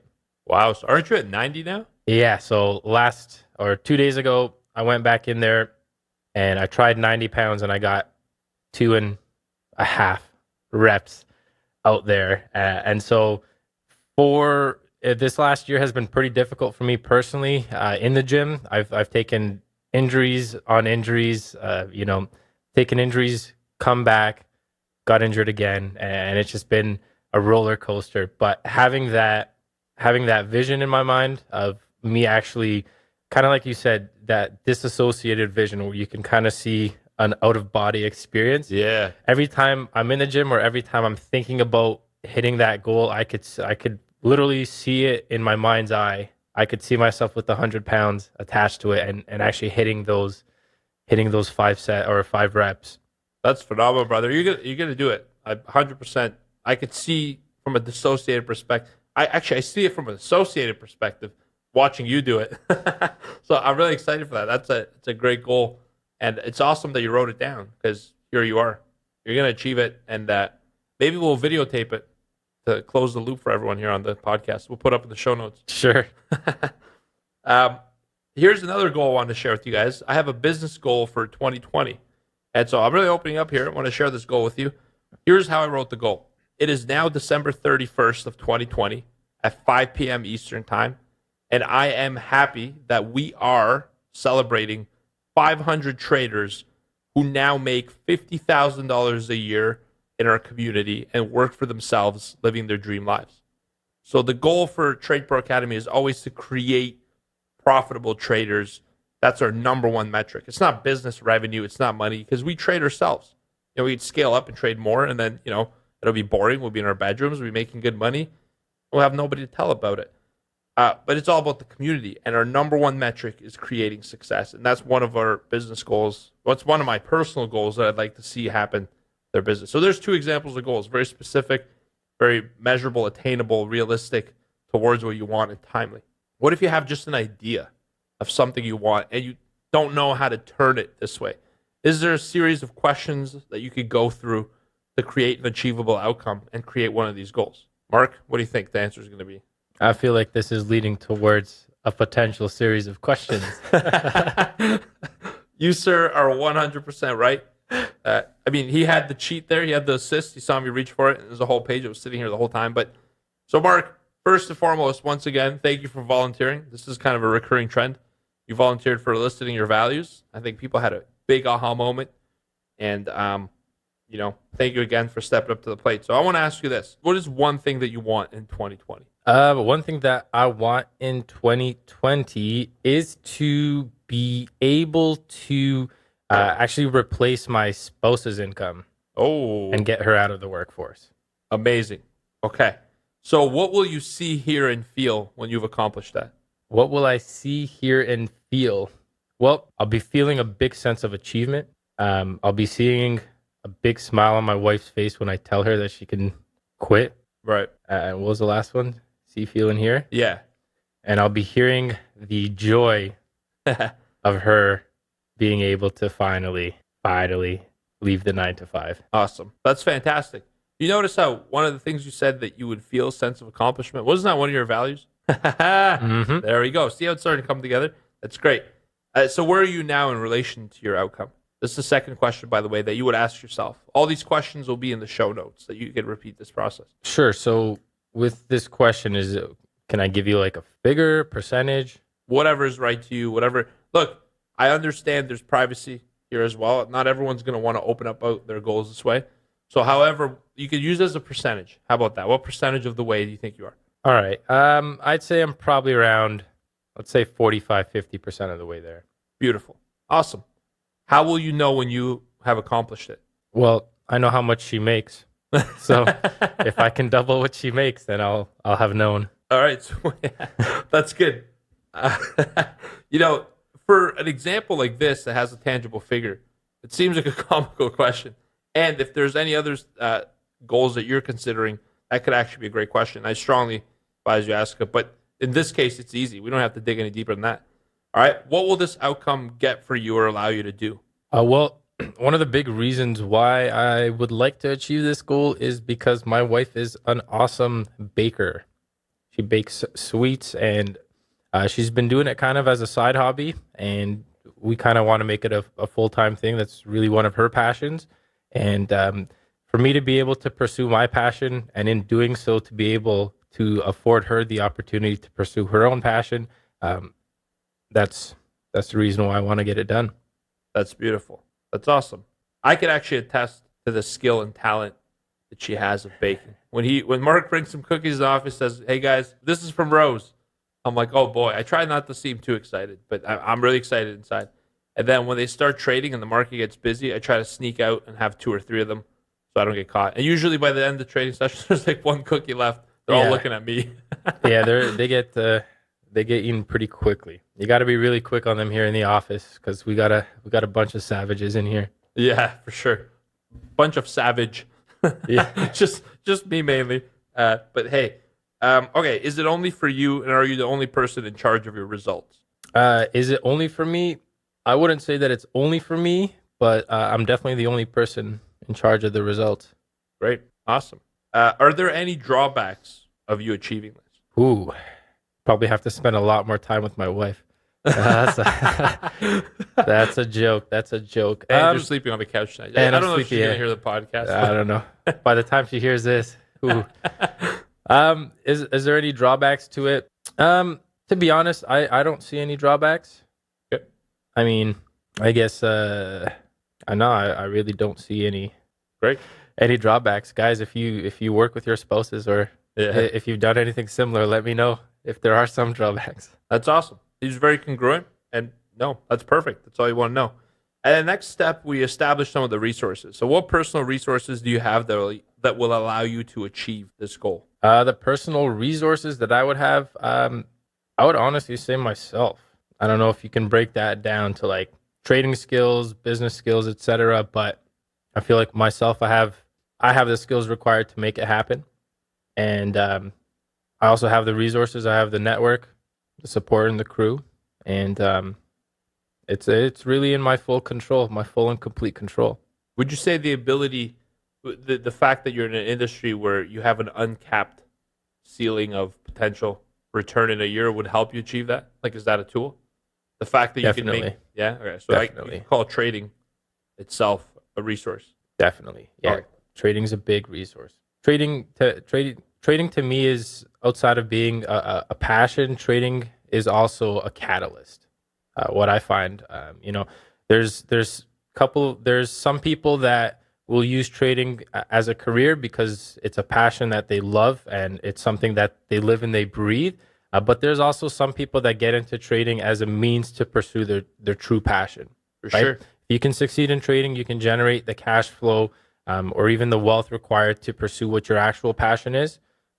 That's also, perfectly fine avenue to start trading. Hey, we live to fulfill our values at the end of the day, our goals. So Exactly. everyone's different. There is no right or wrong answer for any of this stuff, which is great. The next thing is checking for ecology. So for what purpose do you want it, is what I would ask you here. Well, I think it would kind of be a twofold purpose. First of all, it would give me a sense of fulfillment to be able to take my wife out of the workforce and also to be able to kind of fund her dream and get that rolling. And then the second one would just be, I guess, kind of a sense of pride, and it would open up a lot more free time to spend with my wife and kind of create new experiences and adventures. Awesome. That's fantastic. And when do you want to have this accomplished by? Ooh, she would say by next week. Ideally, I want to say probably by her birthday. So that would be July of 2020. Okay. Can we use a specific date and time? Just kidding. It's not July. It's June. Yeah, June 17th. We're learning a lot about Mark here. Again, thank you for, he might have made that date up. I don't know. This for example purposes. What time would you like? Ooh, what time? I would like in the morning.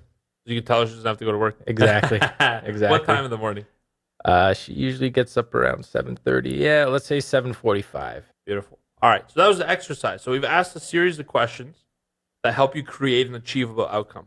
This helps you start with some kind of idea that pops up. Like, I want to help replace my wife's income. And it's just an idea. Now we flesh it out. Now listen to what we could create with this.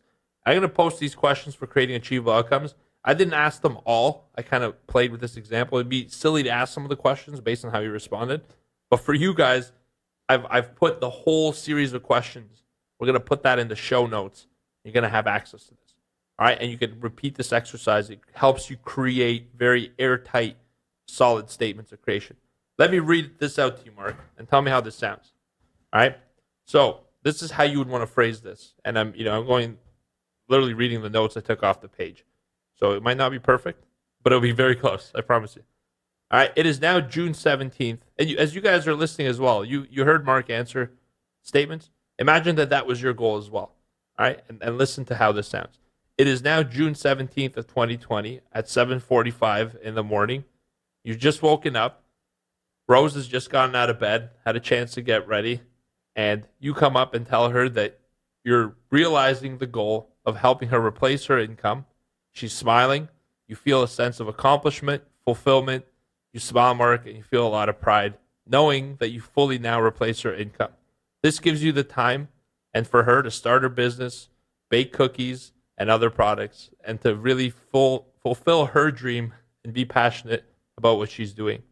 And now you guys have a lot more opportunity to grow and create adventures together. I felt that. Yeah, that felt like Did you? that felt like a movie in my mind's eye. And I'd like to fund that production. Let's do it. I got to high five them. I love that because you know what? Like that's at the end of the day. This is through those questions we were able to provide that statement and read it back. What I would do is I'll give this page to Mark, and he probably won't be able to read these notes. But once you have the answers, you can create like a visual like that, a strong visual.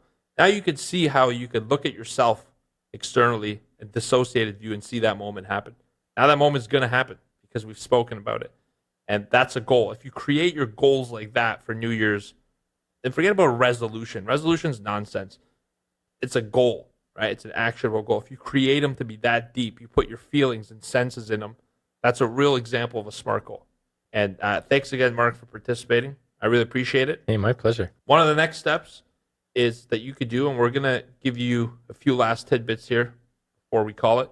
I wanted to tell you this. Now that you have an achievable outcome that's that fueled, like when I saw Mark, when I was reading that goal, he was smiling. He felt it, like he saw it happen in real time, as if though it's already happened. Now what you want to do is create some affirmations for yourself. A list of affirmations around these goals that are very important and meaningful to you. All right? Here's the questions you would want to ask yourself. An affirmation is a statement that empowers and gives you the energy to sort of see what you want completed and gives you fuel to achieve that goal. So what you want to ask yourself is, what characteristics does someone who has already achieved your goal have? All right? For Mark's example, the characteristics would be somebody who's has the ability to earn a higher income, all right? Who's able to increase the income. What characteristics would that person have? It might be something like they believe they're wealthy, all right? So one of the affirmations would be, I am wealthy and I'm abundant, because that way you could create. That's actually the affirmation I use. You actually? That's amazing. Yeah. So that's great. So Mark would write that out. So affirmations are statements that are phrased in I am forms that are characteristics, positive characteristics that will help you achieve your goals. And Mark said that's one of them. I actually put in the notes to ask you. I stole your thunder. Yeah. Sorry. Was it any surprise that for these affirmations we're using the words I am? Not at all. Right? So yeah, just kind of speaking on Georgie's point there, affirmations are, they're pretty huge, and they've made a pretty big change in my own life. And I didn't really believe in this stuff when I started to read about it, just because it wasn't so much that there's a science per se behind it. But I've always been one of the type of people that will do something to get my own experience from it instead of just taking somebody else's opinion and, Right. avoiding something because somebody else had an opinion on it. So I did it for myself, and, despite there not being any science behind it, I don't really know how to explain it, but affirmations do work in a weird way. I don't know if there's any real science behind it, but what you guys will find, and that's kind of what I found, is once I started using those affirmations, I like to use I am a money magnet. Love that one. Yeah, I am a money magnet. Money flows to me freely, and I'm deserving of financial abundance. Those are my two main ones, and I've been repeating them for quite some time now. And funny story. The other day, I went to go grab a sub, and I found $2 on the floor. Oh shit! Right? I love it. And while it's not a crazy amount of crazy sum that you can go ahead and retire, it's it's those little things. It's those little things, because now you're focusing not on if you don't have money at the time and you're using these affirmations, you stop focusing on what you don't have and you start focusing on what you want. And as a result of doing that and vocalizing it to the universe and to your subconscious mind, that's kind of what you start attracting, right? And so once you start using these kinds of affirmations, you guys are going to start to find that what once was an obstacle or you didn't really see much of, now it's almost becoming a norm. You know what I mean? And another example would be something like, let's say you have a favorite car, for example, and you never really thought about buying the car before, but now you're really searching, you're doing research on that car. Guess what's typically going to happen? You're going to start seeing, or not that you're going to start seeing a lot more of the car, you're going to start noticing that car there a lot more, right? And so that's really the power of affirmations. The more that you use them and the more that they relate to what you really want to accomplish, it's the stronger they're going to become, and the more you're going to find, those scenarios start to unfold in your life. I love that. Reese actually really liked the G-Wagon, the Mercedes, the most impractical vehicle ever made for daily commuting, but fantastic military vehicle. And she really wanted one. And every time I was with her, we'd see it all the time. And now she has one. She has a G-Wagon, the car of her dreams. Same thing with the Toonie for you, Mark. Like, you're going to, along the way to your big goal, there's little reminders like that tell you you're on track. That's a really good sign. Even though it's just a Toonie, it's a way of the universe testing you, saying, look, you're going to be happy for this? Let's kind of test them out. And in terms of the science, what you're doing with I am statements is you're really reprogramming yourself. So what you're doing is changing your identity. And there is a lot of science behind it that we could get into. And I think for one of the episodes, we should do a quantum physics episode. That stuff is fascinating. It's mind-blowing. Very deep. We'll have to get a guest on so it can help support a lot of these conversations. I know exactly a person who will bring on, but it's something definitely worth exploring. But for now, do a I am statement, affirmations every single morning, along with your gratuity journal that we talked about in the last episode, and you're going to be a manifestation machine. Last thing I want to mention, another part of your morning practice, put in a morning visualization component. Just the way that I read out the statement for Mark, he had, even though I read it for him, he attached to it his own senses, feelings, visuals, right? You saw it a different way than I said it. You saw it more full. So hang on to that picture and relive it every single morning when you wake up, because that's really going to energize the goal and put you on course to achieve it. When you wake up is the best time to do mindfulness or meditation work, because when you're in sleep, you're in what's called delta, really deep brainwave. Actually, there's slower brainwaves, less activity, but very deep sleep. And when you transition from sleep to being fully awake, that middle stage where you're kind of a little drowsy. That's called alpha. That's the meditative state. And when you're in that state, if you could visualize your goals, it sends very powerful commands of creation and construction in your mind. All right. And that's another exercise I'll give you. So if I could sum up the takeaways for this episode, first of all, start with an idea. Use the creating achievable outcome questions in the show notes. All right. And create yourself or recreate the goals you have for 2020. Make them super powerful and potent. Let's be the 20% of people whose goals work. Exactly. Let's make that commitment, right now and for the remainder of this year and for the remainder of our lives, to make that commitment to continue to grow and to prosper. Love it. Now we're making our subconscious mind do the hard work for us when we follow these rules. You're realizing your goals. I believe in you, Mark. I can't wait for July or June 17th. You'll probably come in the office at 9 a.m. and share the good news. I won't be there at 7:45. I'm going to show up in the morning at your door. You'll be right outside my door. Yeah. I'm really excited. I believe in you. I believe in all you guys listening. You still need to take action, but you're creating very, very powerful, deeply rooted psychological goals that you're going to be supported to achieve. So I believe in you guys. Great luck. Let's make 2020 a super successful one. Appreciate you all. I'm grateful for all of you. And that wraps up this episode for me. Thank you guys for tuning in. It's been George Pappas of Trade Pro Academy. And Mark Borsch from Trade Pro Academy. And you guys take care until the next episode. Thanks for listening to the Mind Over Market podcast. You can find us at tradeproacademy.com.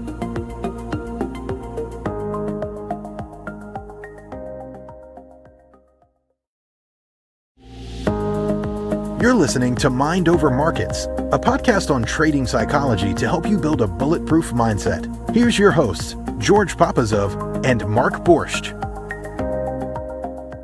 Hello, trade pros, and welcome to episode 8 of the Mind Over Markets podcast. Today, we're going to talk about a very special topic, and we're going to focus in on mental toughness. This is your host, George Papazov from Trade Pro Academy. And your co-host, Mark Borsch from Trade Pro Academy. And we're really excited to talk about this topic today of mental toughness. All right, this is a term that was coined and used first and foremost in athletic development, in athletic athletes, or in athletes rather, in performance development. And it's very special and near and dear to our heart as well, because trading is actually like a sport. Traders could be likened to professional athletes. All right, it's all about developing a winning mindset, having that mentality, persevering, and pushing through challenges to win. All right, so we're going to talk about some concepts here from a great book on mental toughness training for sports by James E. Lair, who was one of the very first people to mention or coin the phrase mental toughness. He wrote the book in the 1970s, and he released another one in the 90s, and we have the book here with us in the podcast studio. We're going to read you a little story in a moment, but it's a phenomenal book. It's called The New Toughness Training for Sports, Mental, Emotional, and Physical Conditioning from one of the world's premier sports psychologists. All right, and I think this is a very important topic for us. Why is it important? Well, 50% of superior athletic performance is a result of mental or psychological factors. All right, and oftentimes when traders are asked what percentage of trading, especially successful traders, what percentage of your success is attributed to psychology, what would you say to that, Mark? I'd say easily over 100%. Yeah, I'm right there with you. Easily over 100%. All right, 83% of coaches rate mental toughness as the most important set of psychological characteristics for determining competitive success. So let me ask you guys this as you're listening to this podcast and ourselves. If you were a professional athlete as a trader, if trading was a professional sport, you're an athlete. All right. And coaches, 83% of them rate mental toughness as the most important characteristics. Would they let you on the team? It's a very good question. It's a very important one. Would you be on the professional team? Would you even be in the minors? How is your mental toughness compared to other professional traders? It's a very important question to get you to kind of question and think about yourself and self-reflect. All right.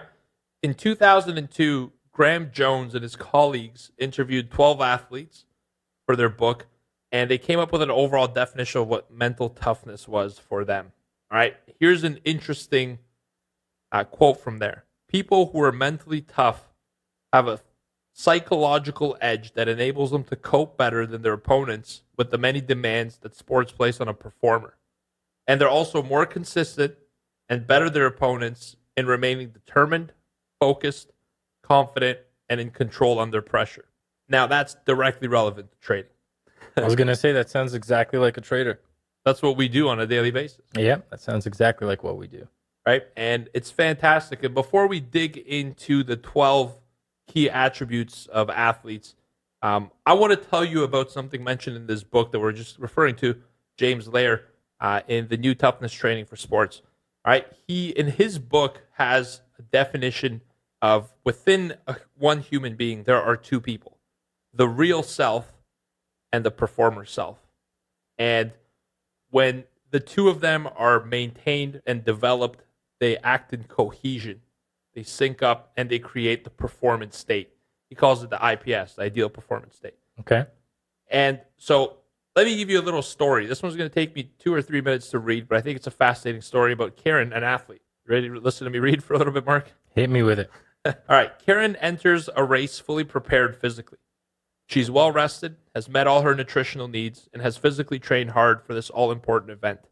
Her parents and friends are present, as well as a few college scouts. Her performance in this race will likely determine whether she gets a college scholarship. No pressure. Exactly. Karen begins the race feeling nervous and tight. She runs considerably below her potential and becomes increasingly negative, frustrated, and angry as the race progresses.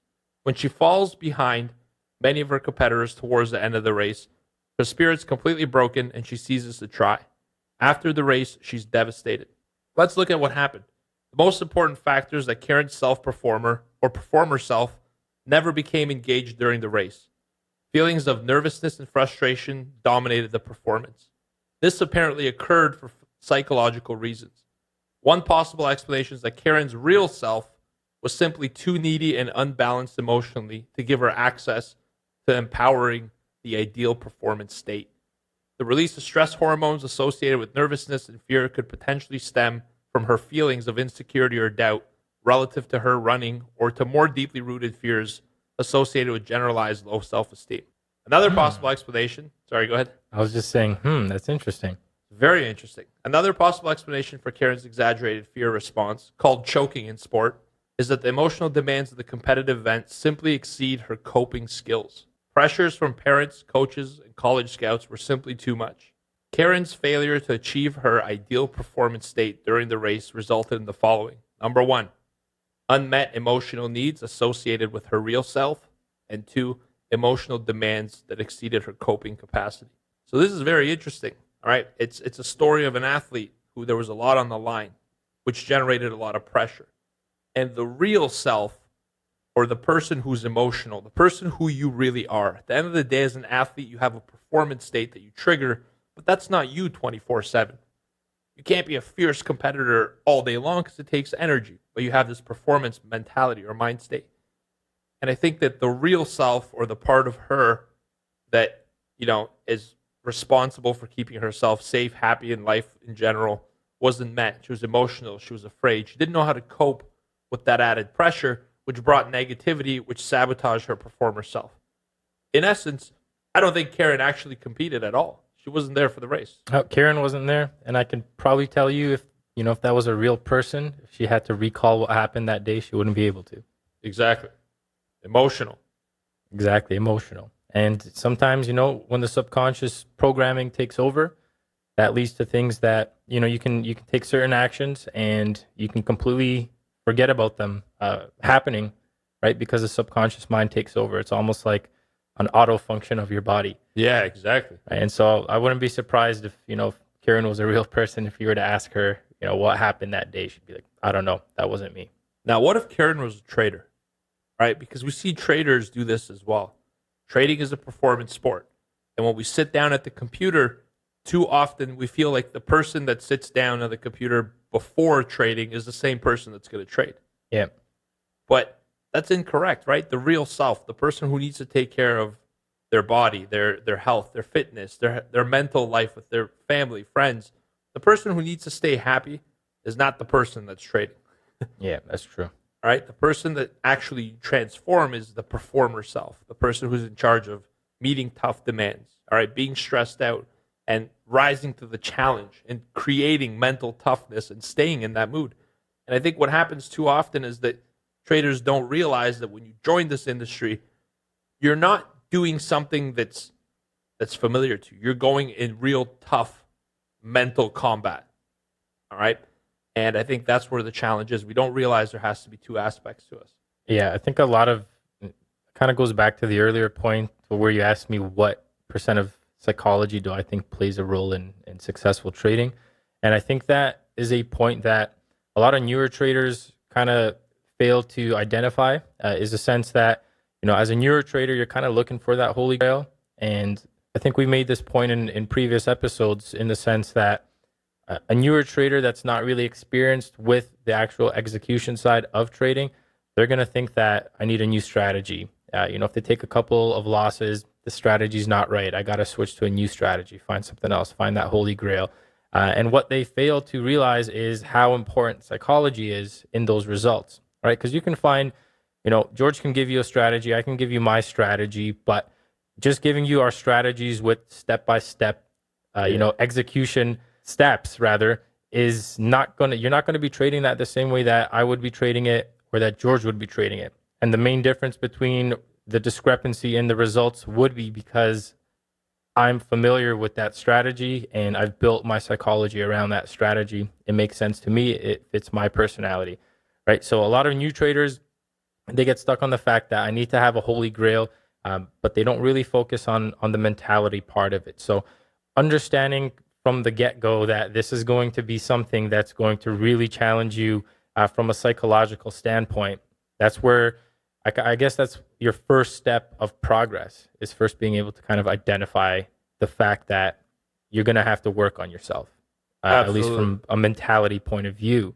And one of the reasons why we're kind of correlating trading to sports psychology is because trading it's not an industry that all the lessons from trading can't be applied to other fields, and lessons from other fields, not to say that lessons from other fields can't be applied to trading.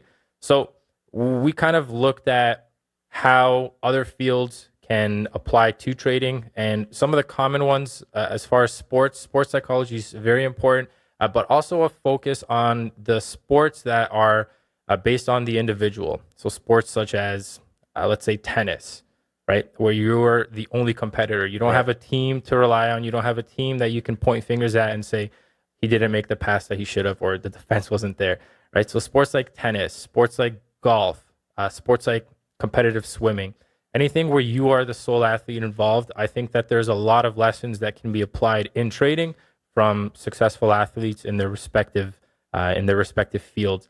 And you guys will get a sense of that a little bit later on in this episode, but I just thought it was important to kind of point that out, the fact that psychology is something that you are going to have to work on. And, if you find a strategy, the strategy in itself might be good, but in order to find the real results that you're looking for, you really got to shift the focus to looking inside and working on bettering yourself, your inner self, so that, your outer circumstances can reflect what that work on the inside has shown. Yeah, absolutely. And 100% agreement with that. And I'm really happy that Mark brought up the point about individual sports, because that's more of a sport where it's you versus yourself. Exactly. And there's no finger pointing. And it's kind of like going to the gym, all right? And the reason strategies don't work, my strategy, I'll be happy to email it to you. I have no problems. It's simple. But you have to have the right mental toughness for that level of competition. So if you showed up at the gym and you've never squatted in your life and you put 4 plates on each side, right? You're pushing a lot of weight. You're not going to be able to do a single rep. Guarantee your knees are going to break. You're not prepared for that kind of mental toughness. So there's my strategy, 4 plates on each side. How are you going to be able to? I don't do 4 plates, but I'm doing almost there. Yeah, exactly. I'm working up to it. So it's not about finding somebody's strategy. It's about increasing your mental toughness and growing yourself personally so you could support more weight on your shoulders, so you could have access to creating your own strategy. That's what it's about. You're competing against yourself. It's a sport. And before you could create a strategy for trading, you have to have mental toughness to support that strategy.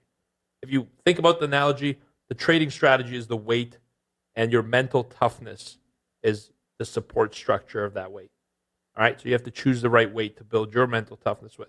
And this is why we look at athletics, because you look at athletes, how does athletes and trading compare? For some of you who haven't made the connection yet, think about this. How an athlete performs directly affects how much money they make and how long their career is. There's no other way to break down athleticism than that. If you go home, if you have a crappy performance and you go home, you own that crappy performance. In a 9-to-5 job, we don't make as much money as athletes, but the demands aren't as high of us.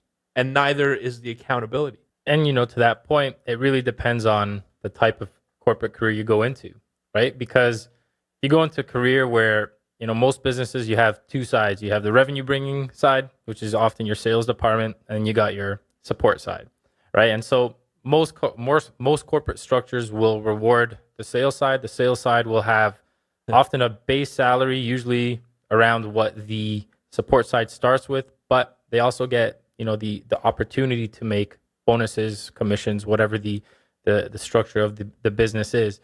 And so if you're in the sales side, I would also agree that they can be likened to high performance athletes. 100%. Because it's still a similar thing. You're basically eating what you kill.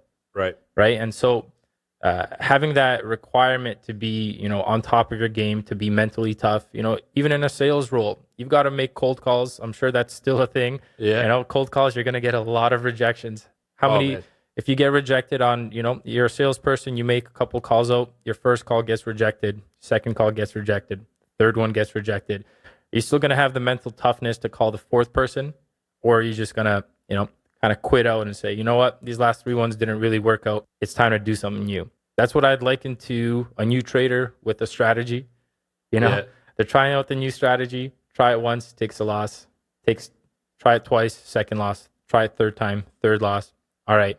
It's not about, newer traders aren't going to be thinking, all right, am I mentally tough enough? Do I have enough belief, self-belief, confidence in myself to execute this 4 trade based on my strategy without really weighing on the fact that the prior 3 trades were losses, right? That's where the real professional comes in. It's the people that can bounce back, take a couple of losses in a row and not be affected on a psychological point with taking that 4th trade. You know what I mean? Yeah, I love that. I 100% agree with you. And I think that if you take it a level higher than that, if you look at what is athleticism in trading and you go one level higher, I like to call it meals or rifles, because at the end of the day, are you looking for somebody to guarantee you a meal, which is more consistent, steady, or are you looking for somebody to give you a rifle and so you could go get your meal yourself? If you're vegan, maybe gloves so you can pull it out of the ground. I don't know, like the tools for you to make your own meal. I just use it as an analogy. All right, this podcast is accepting of everyone and welcoming. So, do you want meals or rifles? And if you want guaranteed meals, you can't expect to eat the quality of meat that you're going to get with your rifle, because you're the one going out to get it. You get what somebody brings to you because you're not in control of it. And so this is why we're linking the two together. So let's talk about the 12 key attributes identified by athletes and how we think they're important for trading as well. The first, and these are listed in the order of importance as well. They identified as the number 1 most important, or should we go backwards? That's a good question. We're going backwards. We're going to go backwards from the cliffhanger right there. Number 12. All right, so the athlete said switching sport focus on and off as required. All right, you need to be able to switch it on and off between games, during a tournament. All right, the mental preparation for competing requires a lot of energy of you to stay in that competitive mind frame. You cannot be in a competitive mind frame 24/7. You'll burn out. Oh, yeah. And so the ability to identify when to switch it on and off. The beauty of competing is that in trading when you're going to trade. We trade from 9 to 11. The U.S. market opens at 9:30. European closes at 11:30. That overlap is our go time. Yeah. And so even on weekends, I'm trained so well to be in competitive mode that even on a Saturday from 9 to 11 a.m., I'm super competitive. And Reese and I had talked about that a couple weeks ago. She's like, why are you in such a competition? Like, we're not arguing here. And I'm like, I got to win. Because 9 to 11 is my compete time. So that's number 12. Switching support or sport focus on and off is required. All right. Number 11 is remaining fully focused in the face of personal life distractions. So this is, once you're in the competition, you cannot let your mind wander to other things. And it doesn't really matter what has happened to you. You can't bring the problem into the performance arena. And this kind of translates back to trading, right? It's been identified by athletes that you have to remain fully focused in the face of life distractions, right? So if you're somebody that, you had a fight with your spouse, or you had a disagreement with a friend, or you've got something that's weighing on you mentally, that's not something that you can bring to the trading desk, right? Because that's going to affect your performance. And one of the things that I really liked about the quote that George mentioned at the beginning of the podcast with regards to people who are mentally tough have a psychological edge that enables them to cope better than their opponents with the many demands that sports place on a performer. I think the key word there, or I guess keywords, would be psychological edge, right? It gives you an edge. As traders, we're looking for edges in the markets, and at the end of the day, to be consistently profitable, you're looking to exploit as many edges as you can in this arena, right? So you've got your trading edge, you've got risk management edge, and psychological edge is also something that you can have over other participants in the market.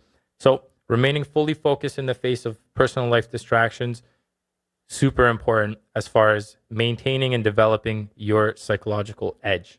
I love the term of psychological edge. I don't know if anyone's ever coined that before in trading. So you might have just come up with something huge in the industry. That's phenomenal. I 100% agree. Number 10, thriving on the pressure of competition. I love this. If you're going to achieve anything worthwhile, there's bound to be pressure. Mental toughness is being resilient and using the competition pressure to get the best out of yourself. All right. One way to look at this is that, look, great things, diamonds are created by pressure. All right. That's the term I was looking for. Diamonds are created from pressure. So high amount of pressure doesn't necessarily mean it's a bad thing. And how do you cope with that? You learn to embrace it. All right. Pressure leads to progress. If you put pressure on yourself, the environment puts pressure on you. It's how you choose to cope with it that ends up creating the emotion.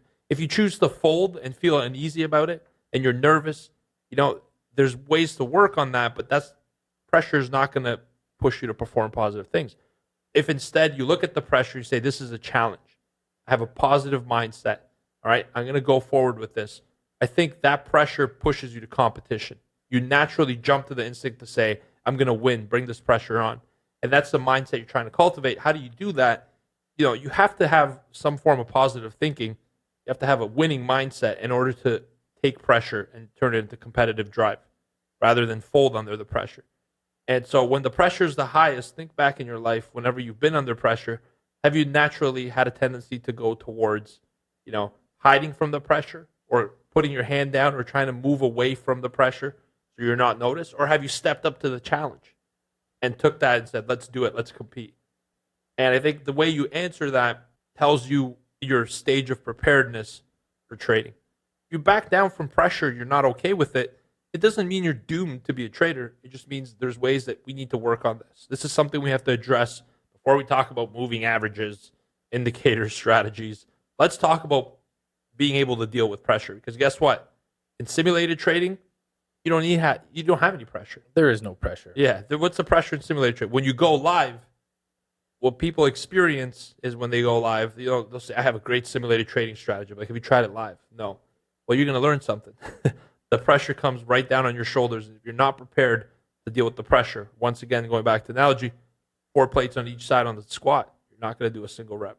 Yeah, exactly. And I think that's a great point that Georgie brings up. And one thing that I will kind of say is that when you're trading in flow and you're not really focused on the pressure, or not so much that you're not focused on the pressure, but that you're so used to the pressure and you're so confident in yourself, when you're trading in flow, you'll find that those times that you were trading in demo where you didn't really have a care so much and you were still executing trades well in the demo environment, that's kind of the transition that you want to get into the live trading environment, right? Not to say that you're in demo clicking around, messing about.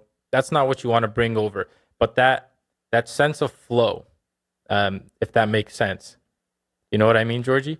Totally makes sense. That's like, there it is. Once again, athletes definitely talk about flow. Flow is a state of extreme mental concentration, and that pressure doesn't even really come into the realm of what you experience because you're so focused. Now, if you're talking about pressure of performing once you're already live trading, I'll give you guys a tip right away. Reduce the pressure. If you have a hard time handling pressure, reduce your pressure. How do you reduce your pressure as a trader? Maybe don't go on Twitter and announce to the world that you're starting trading. You need to be accountable. You need to have friends, be a part of community, but there's no need to put extra pressure on yourself by telling people about what you're doing, how you're going to do it. All right, getting your wife to review your trading account every day. Things like remove the pressure however you can. All right, and whatever that means to you. And if you're somebody who thrives with pressure, I'm all about it. Turn up the dial. Oh yeah. I perform under pressure. That's my top competitive drive. That's number 10. That's true. I can concur. And building on the idea of community, the number 9 was not being adversely affected by others' good and bad performances.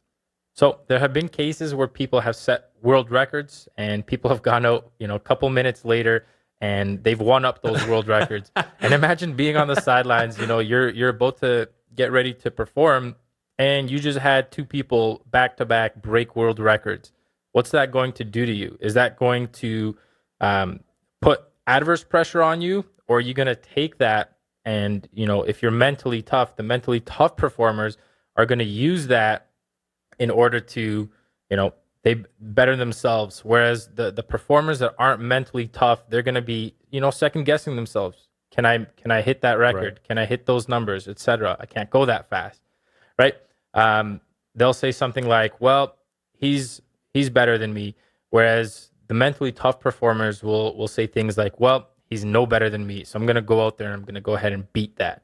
And I think this can be easily applied to, especially in communities and especially with social media, because in communities, a lot of trading communities, there's no, if it's authentic, if it's a real trading community, you're not going to always have 100% of the community being green on a certain day, on a certain session, throughout a certain week. Which is being profitable. Right. Exactly.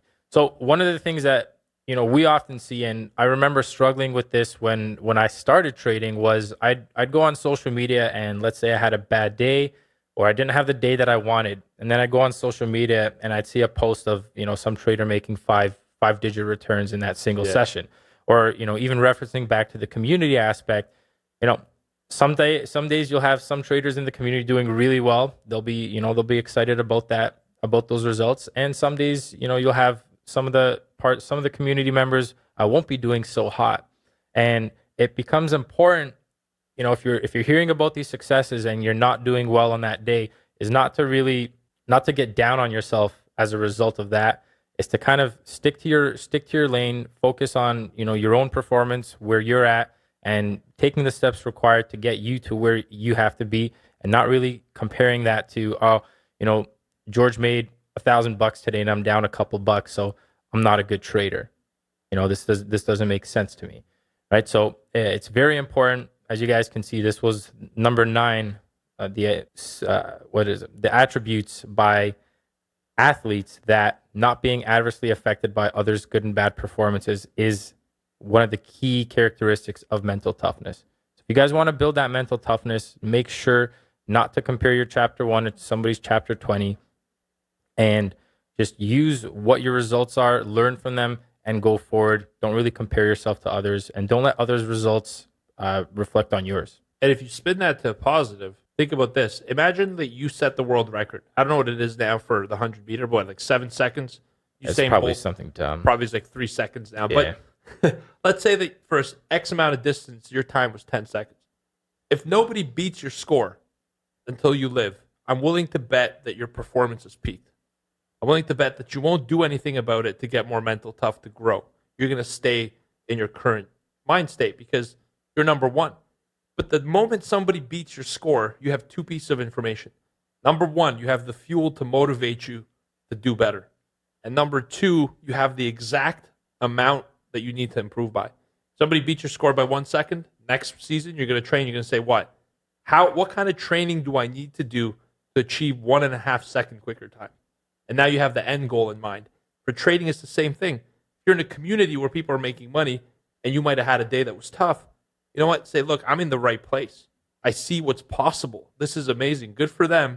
But tomorrow I'm going to compete stronger. And I'm going to be one of those people. And again, I think that goes to all the other qualities we mentioned so far. Number 8, accepting that competition anxiety is inevitable and knowing that you can cope with it. Statements like, I accept that I'm going to get nervous, particularly when the pressure's on, but keeping the lid on it and being in control is crucial.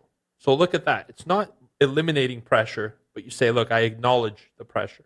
When people have a hard time dealing with pressure, it's not that they don't know how to deal with it. It's just that they were expecting to not have it to begin with. They were surprised by it. Yeah. Right? And let me tell you this. There's pressure in trading. Right? And you're going to have to accept it. But because you've accepted it and you know it, you now have control over it, especially if you're living at cost. Want to learn more about that? Episode 1 of this podcast. We literally start with that. Exactly. Number 7 here, pushing back the boundaries of physical and emotional pain while still maintaining technique and effort under distress during training and competition. So quotes such as, in my sport, you have to deal with the psychological pain from fatigue, dehydration, and tiredness. You're depleting your body of so many different things. It's a question of pushing yourself. It's mind over matter, just trying to hold your technique and perform while under this distress and go beyond your limits. Interesting. Damn, you know what? That just made me realize how much harder it is to be an athlete than anything else in this world. It's physically taxing. You know, you got to push beyond the boundaries of physical exhaustion. The good news is in trading, you're not going to be physically exhausted. But I will tell you, mentally, you're going to push the boundaries way beyond your mental exhaustion and to keep going. You're going to be tried and tested in a battle format. Not every day, but man, there are some days that mentally it's so challenging that they still stick in my mind. I can remember a lot of those days. I remember the day that I lost $5,000 literally in 45 minutes, not because I took bad trades, but because I was demonstrating a strategy. I was testing it. I went into sim. I was throwing a whole bunch of stuff. I left it on, and I realized that it wasn't sim. It was actually the live account. I've been there. Yeah. And so it cost me $5,000. And that mental toughness from that, that pressure to bounce back and to just be able to shrug it off. You know, this is a very mentally taxing sport, trading is. Whereas sports is both physical and mental. Yeah, exactly. And I could write a book about my experiences with those kinds of situations. But I would read it. What? Funny enough, you say that.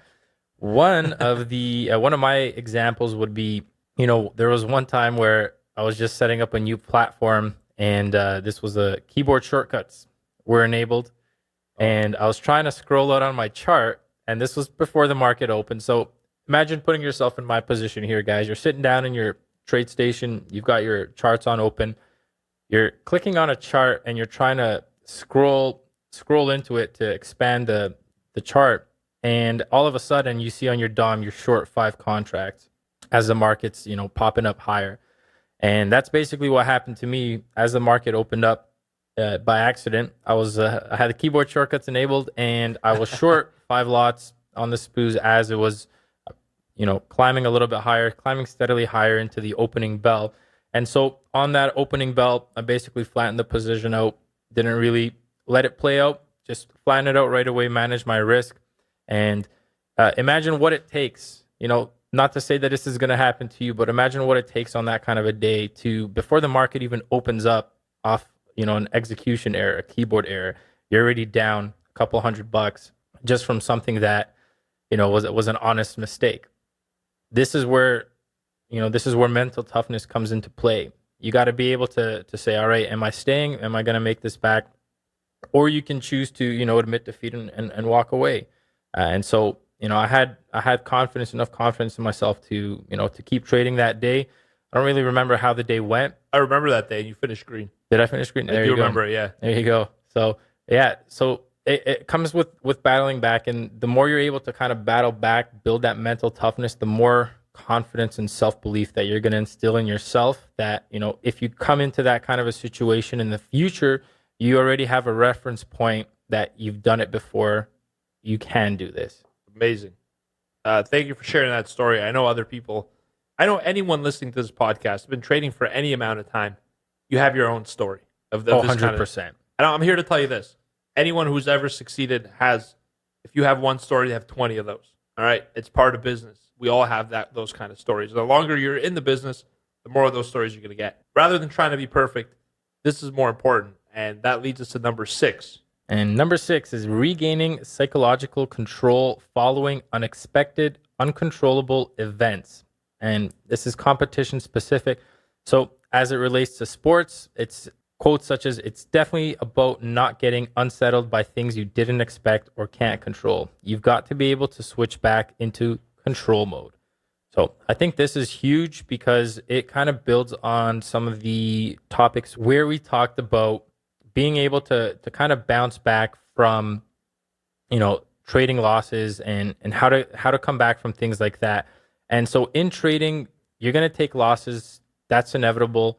But what's really important with this is if you take a loss, or if you take another loss, a consecutive loss, and then you follow that into a streak, and then it turns into a rut, it's being able to have the mental toughness to kind of regain that control of yourself. And this kind of comes back to those first episodes where we talked about being away and towards motivated, Right. and being at cause and being in effect. So the people that are going to be in effect, if they suffer a rut, if they suffer a consecutive streak of losses, people that are in effect, they're going to be blaming external circumstances. 100%. Right? The market did this, whatever. Trump tweeted something. Yeah. Kudlow came out and said it was going to be finally phase 1 deal made. It's never their fault if you're Exactly. not a cause. Yeah. It's never their fault. But the people that live at cause and the people that are, kind of towards motivated, they know what they want and they take full control of their results, what happens to them. So if something unexpected or uncontrollable happens, they have the wherewithal to regain, that control because they're already living in control, right? So they have the power to get back to the right psychological mindset. Whereas the person that hasn't really practiced living at cause, they're the ones that are living in effect. It's going to be a lot more difficult for somebody that's living in effect to regain that, that performance mindset after taking a string of losses, because guess what? It's not my fault. Exactly. And by the time you're thinking about whose fault it is, you're the one taking the L on your trading account. Yep. And so I want to add to that point one single sentence. In life, it's not about what happens to you. It's how you respond that matters. All right. Point number 5, remaining fully focused on the task at hand in the face of competition-specific distractions. There are inevitable distractions, and you just have to be able to focus on what you need to focus on. I love this one because I have a term that I refer to in a trading room, mental capital. Yep. And there's days where the market's going good. There's a lot of opportunity. If I stick around for another 4 hours, there'll be a lot of trade opportunities. And I feel like my mental focus is drained. I have a meter that I self-regulate, and I notice my meter is running anything below 5 or 6. I start to be a lot more cautious. Anything below 5, I'm done. That means if my mental focus is only 50%, all right, it's time to recharge the battery. I'm not going to be able to perform top-notch with 50% mental capital. So I really like this because you have to continue to focus. And if you find that your focus is not continuous for whatever reason, maybe something happened in your life, all right? Maybe the internet just cut out. Maybe somebody just knocked on your door, the Amazon delivery. If it kicks you out of focus, as you gain experience, you'll be able to refocus really quickly. And if you can't refocus, I'm going to tell you this, competition's over. And you have to be able to know when to throw in the towel. Yep. One of my favorite examples, just reading this one here on remaining fully focused on the task at hand in the face of competition-specific distractions. This kind of brings me back to an interview that I saw with Tiger Woods and his dad. And so what Tiger Woods' dad would do, earlier on in his career is he would distract him. So as Tiger Woods was going to make a swing, what his dad would do he would drop a bag of clubs, as he began to build that swing momentum. And so in order to build out his mental toughness, his dad would keep doing these things. And Tiger would say that, he never went over the line with these distractions, but he always went just far enough to get a little bit more distracting than previously, but not ever passing that line. So he said, by the time that I got to the point where my dad's distractions didn't distract me anymore, he's like, I knew I was ready, right? And he said, his father, before he passed, rest in peace, he said, you'll never meet another person as mentally tough as you in your entire life. And that was the whole purpose of those distractions, was to build his mental toughness, right? And you kind of have to have something similar in trading. Not to say that you need to have, your dad or whoever you're supposed to standing behind you dropping keys or anything like that.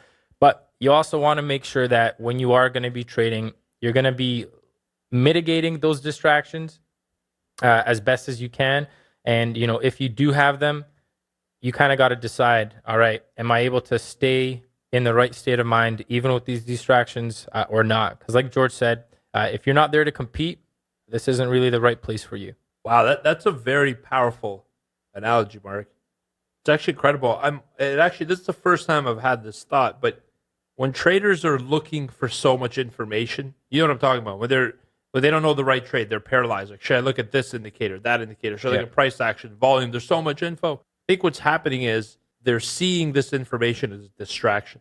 If you feel paralyzed and you don't know what to do at any given time in a market, it probably means you have too many distractions that outpace your mental toughness or competitive spirit. And so remove some of them. That's freaking phenomenal. It's awesome. Good story. And number 4, insatiable desire and internalized motives to succeed. You really got to want it, but you've also got to want to do it for yourself. Once you start doing it for anyone else, you're in trouble. You've also got to really understand why you're in it, and constantly reminding yourself is vital. All right? This is from 12 top competing athletes, not just an amateur sport. This is 12 athletes who have gotten Olympic recognition, won gold medals. All right? These are champions. Mental toughness at its peak. And they say you've got to do it and want it for yourself. And I mean, I could talk on this on a whole podcast, but I'll tell you this. If you're doing anything for any other reason than to fulfill a purpose that you're striving for, it's temporary. If you're doing it for anyone else, it's not going to work. This is why in trading, we tend to want to have signals. We want to ask people, give me a signal. I want to know when I'm going to trade. You're not actually wanting to know when you're going to trade. You're wanting somebody to do it for you. You're wanting to hoist the Stanley Cup without ever stepping on the ice, without ever going into the gym. Got to be on long-term injured reserves for that. Yeah, exactly. And even those guys, they travel with the team probably. Yep. Well, not all the time, but they train and they're getting back into the swing. So wanting somebody else, it goes back to this. All right, what do you want? You want a rifle or you want a meal? And to me, I love that this is one of the points, and we're getting closer to number 1. But number 4 is up there: insatiable desire and an internalized motive to succeed. Got to want it for yourself. If you're doing it for any other reason, all right, it's not a sustainable reason. And look, if you want to feed your family, if you want to build a better life for your loved ones, that's satisfying the self. That's enough internal motive. We're not saying that doesn't classify, but what we are saying is you got to want it badly enough. If you're in a cushy 9-to-5 job and you're saying, trading looks like something I could do part-time as a hobby, that doesn't constitute wanting it badly enough. All right? You're going to get annihilated. Yeah. And we're just sharing this insight with you over, I've been in this trading industry almost 20 years now. We've literally coached thousands of traders. And I think that we have, we've established enough long-standing presence to be able to tell you with complete honesty with these kind of things. Because everyone was happy to take your money and sell you some kind of strategy. But it's your internal desire and motivation that'll get you there. That's your compass. That'll guide you to where you need to go. Exactly. And I think to that point, it's really important that you guys, take some time to actually understand exactly why you are trading. Right. A couple of good questions to ask yourself would be questions like, why is trading important to me? What does trading give me? These kinds of questions and those answers will really help you kind of discover your trading motivations. And those can be really useful to regularly remind yourself of these when you're at your trade station, right? And the purpose behind the understanding your trading motivations is simply because they will be there when you're going to be going through setbacks, which are inevitable, all right? And so having your motivations, having your values, one of the key things to do, extracting your values. I believe that was one of the first 5 episodes in the podcast. Yeah, the values elicitation. Values elicitation. Might have been third or fourth. Third one, yeah. Third one. There you are. So if you haven't had a chance to yet, make sure to go check out that episode, episode number 3, to elicit your values. If anything, this is kind of going to show you what you value and how trading can help you accomplish that. So when you are going through those inevitable setbacks, you've got something, you've got that insatiable desire, and you've got those internalized motives to help you succeed. Another thing you can also do is set some trading goals for yourself, some long-term goals, medium-term goals, some shorter-term goals, and having progress towards those goals is going to increase that desire for more growth and larger goals and more progress. So I think that's as it relates to trading, it's a great way to work towards building that internalized motives. Obviously, if you're looking at trading, you really got to want it. It's got to be, like Georgie said, it can't be something that you want to start as kind of a side hobby, kind of play around. Not in the day trading industry. You know, you can get away with that maybe as an investor where you're not as active, you're passive. You can, if you enjoy reading, doing research, maybe in those kinds of instances, it can work. But if you're going to be actively trading, whether it's a swing trader or day trader, you've really got to want it. This is not the type of industry where you can kind of half-a it. Yeah.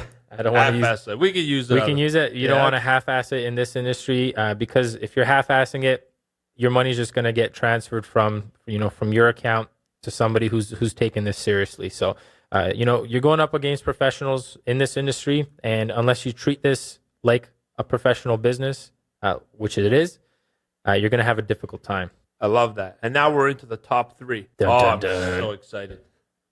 Yeah, these are pretty exciting. So the third key attribute here is an unshakable self-belief that you possess unique qualities and abilities that make you better than your opponents.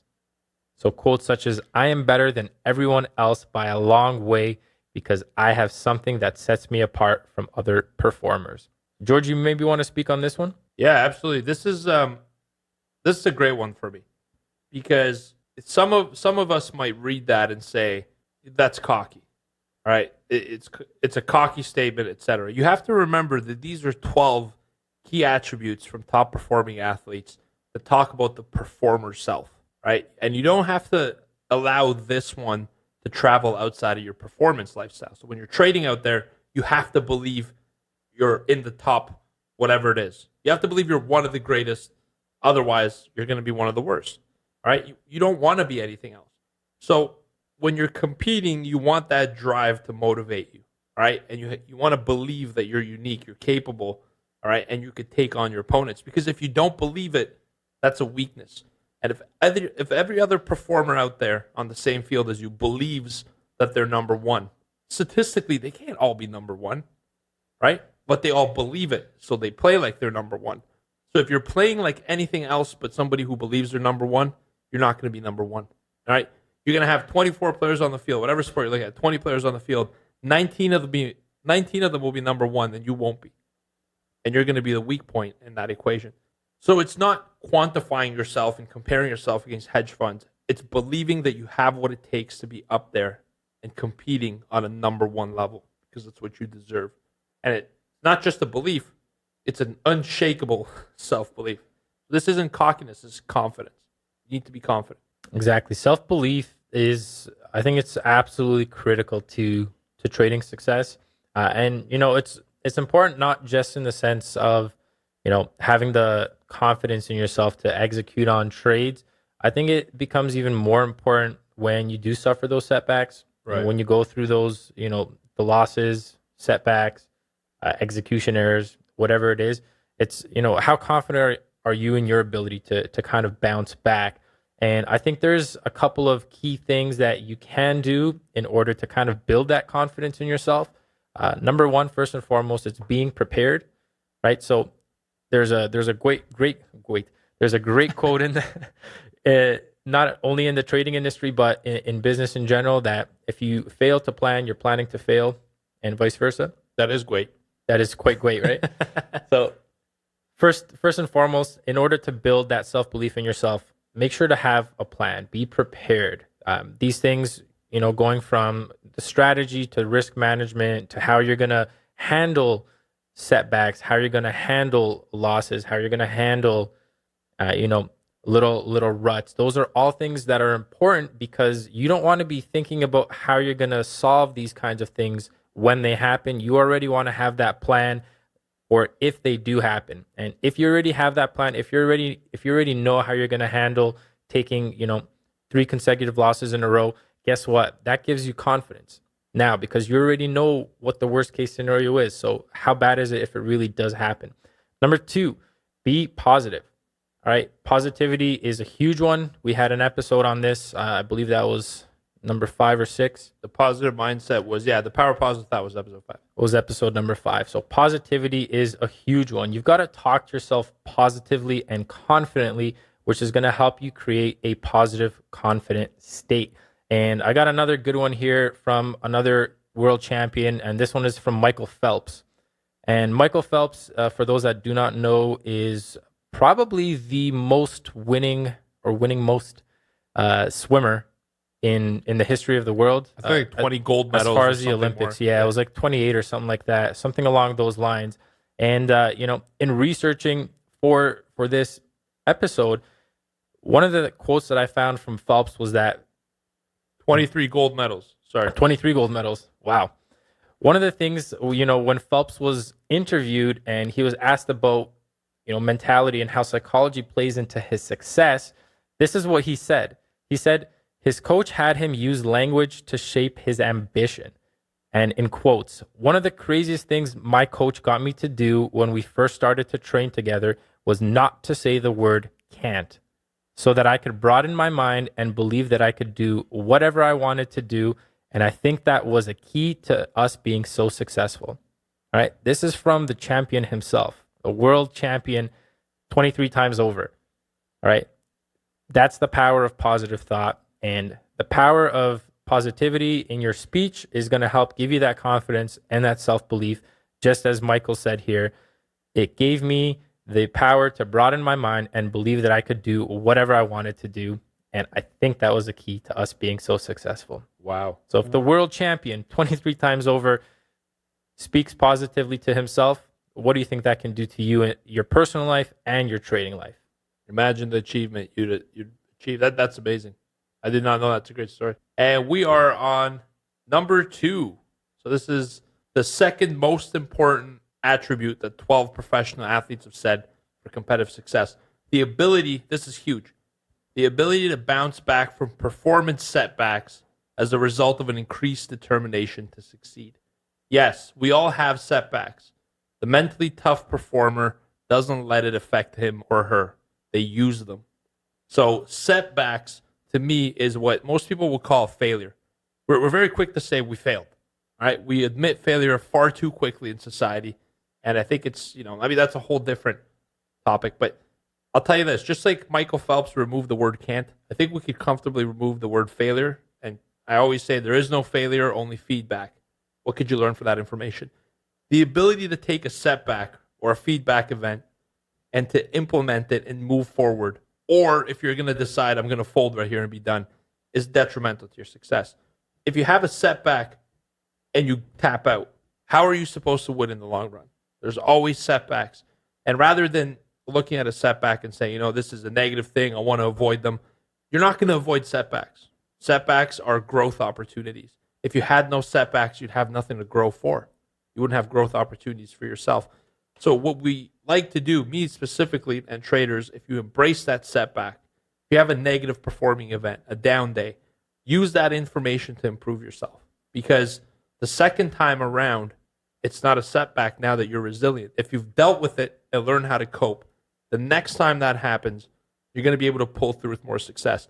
Why is that important? I'm going to tell you this. Anytime that a setback happens, if you choose to take corrective action and learn from it, it's the cheapest it will ever be. If you have a setback today and you lose $1,000, 10 years from now, you're making $5 million a year trading. Is that setback not worth it? Would you rather have the setback when you're making $100,000 a day or when you're making $1,000 a day? Having the setback now comes at the cheapest cost it'll ever be. Use it, learn, implement that information, grow, and it makes you a stronger performer. The performers who have been through the most setbacks, who have bounced back, are the ones that get paid the most in competition. Yep, that's definitely true. And just kind of adding to that fact is, if you take learnings from losses and from those setbacks, then it helps you kind of release it emotionally. and and helps you move forward a lot more easily, right? And so there's a couple of things that I wanted to speak on this point, and again, kind of relating it back to sports, and this time it's going to be about Serena Williams. And so Serena Williams is, again, a world champion tennis player. She held number one for the women's ATP rankings for quite some time. And here's what she has to say about how she deals with setbacks. So she says, tennis is very physical and it's a mental game as well. You have to be physically fit, but my dad always said tennis is 70% mental. And she says, and I believe that because I won most of my matches, probably all of my Grand Slams because of upstairs, not anything else. And she says, I think one way to develop mental toughness is to simply practice on it. She does certain scenarios in gameplay. So in practice, not in gameplay, in practice, she says, when I'm serving in particular, I'm always like, okay, I'm going to pretend like I'm down 15, 30 second serve. Wow. And I do that in practice. So you can't double fault here, because if you double fault, you get down double break point. So for those that aren't really familiar with tennis, 15-30 is basically like being down 2-1, if you will. Second serve means if you mess up on the second serve, you lose that point.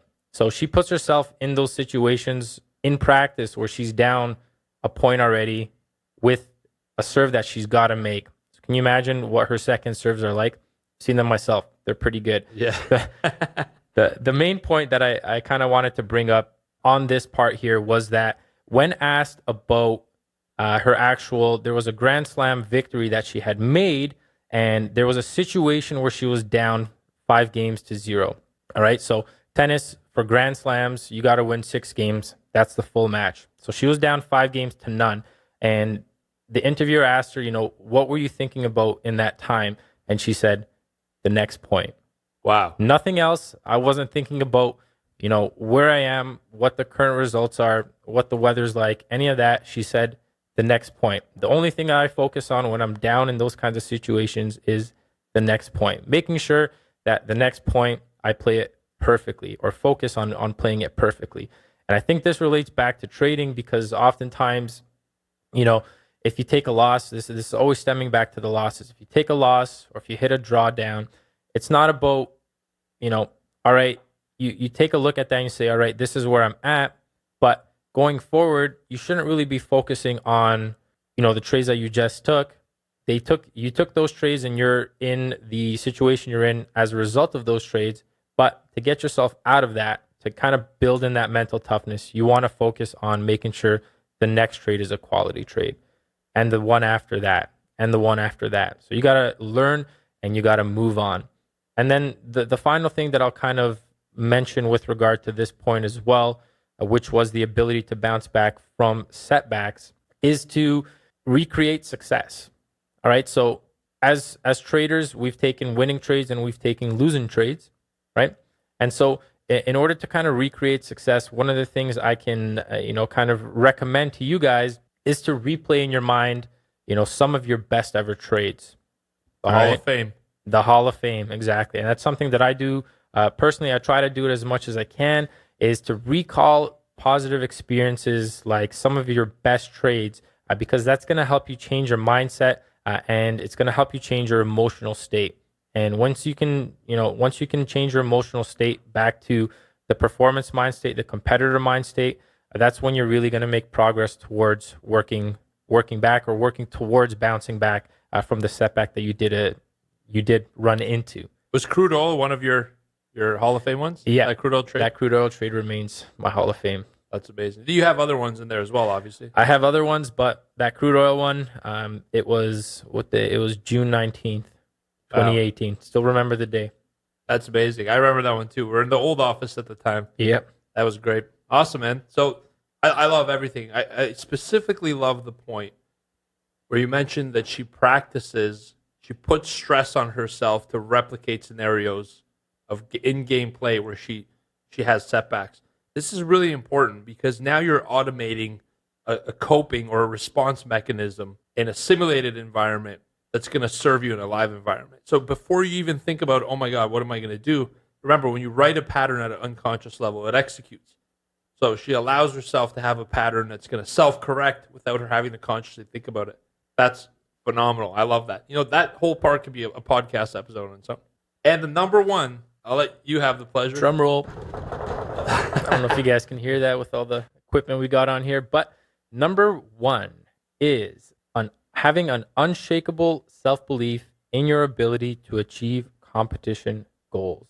So this would be something like mental toughness is about your self-belief and not being shaken from your path. It is producing the goods and having the self-belief in your head to produce the goods. And if you look at any highlight reel of any sport, you're going to see that in action.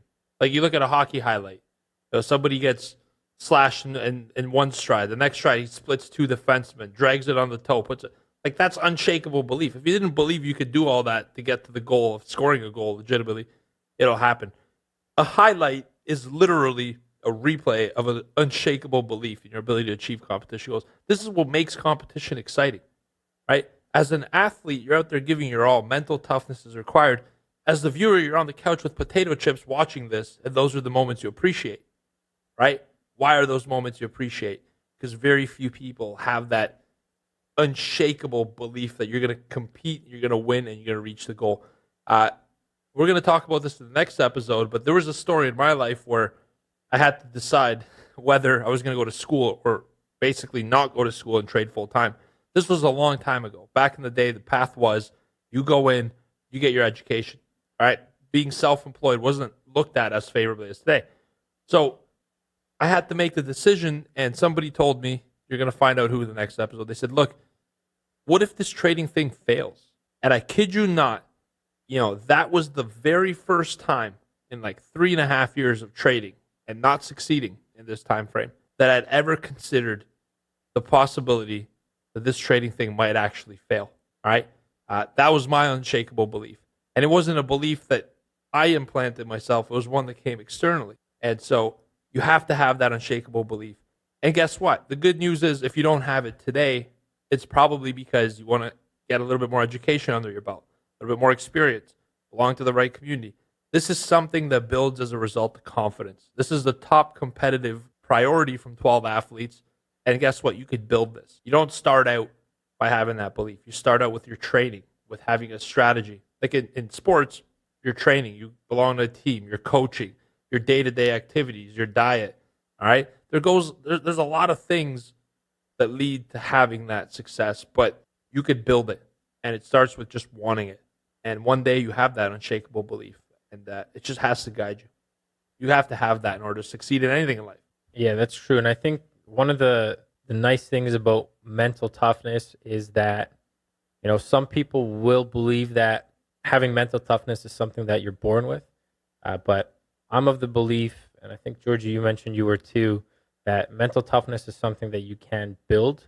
And it's almost like a muscle, if you will. Yeah. That, the more you practice on it, the easier it becomes, and the more almost automated it becomes, right? So the more that you practice things like self-belief, building out,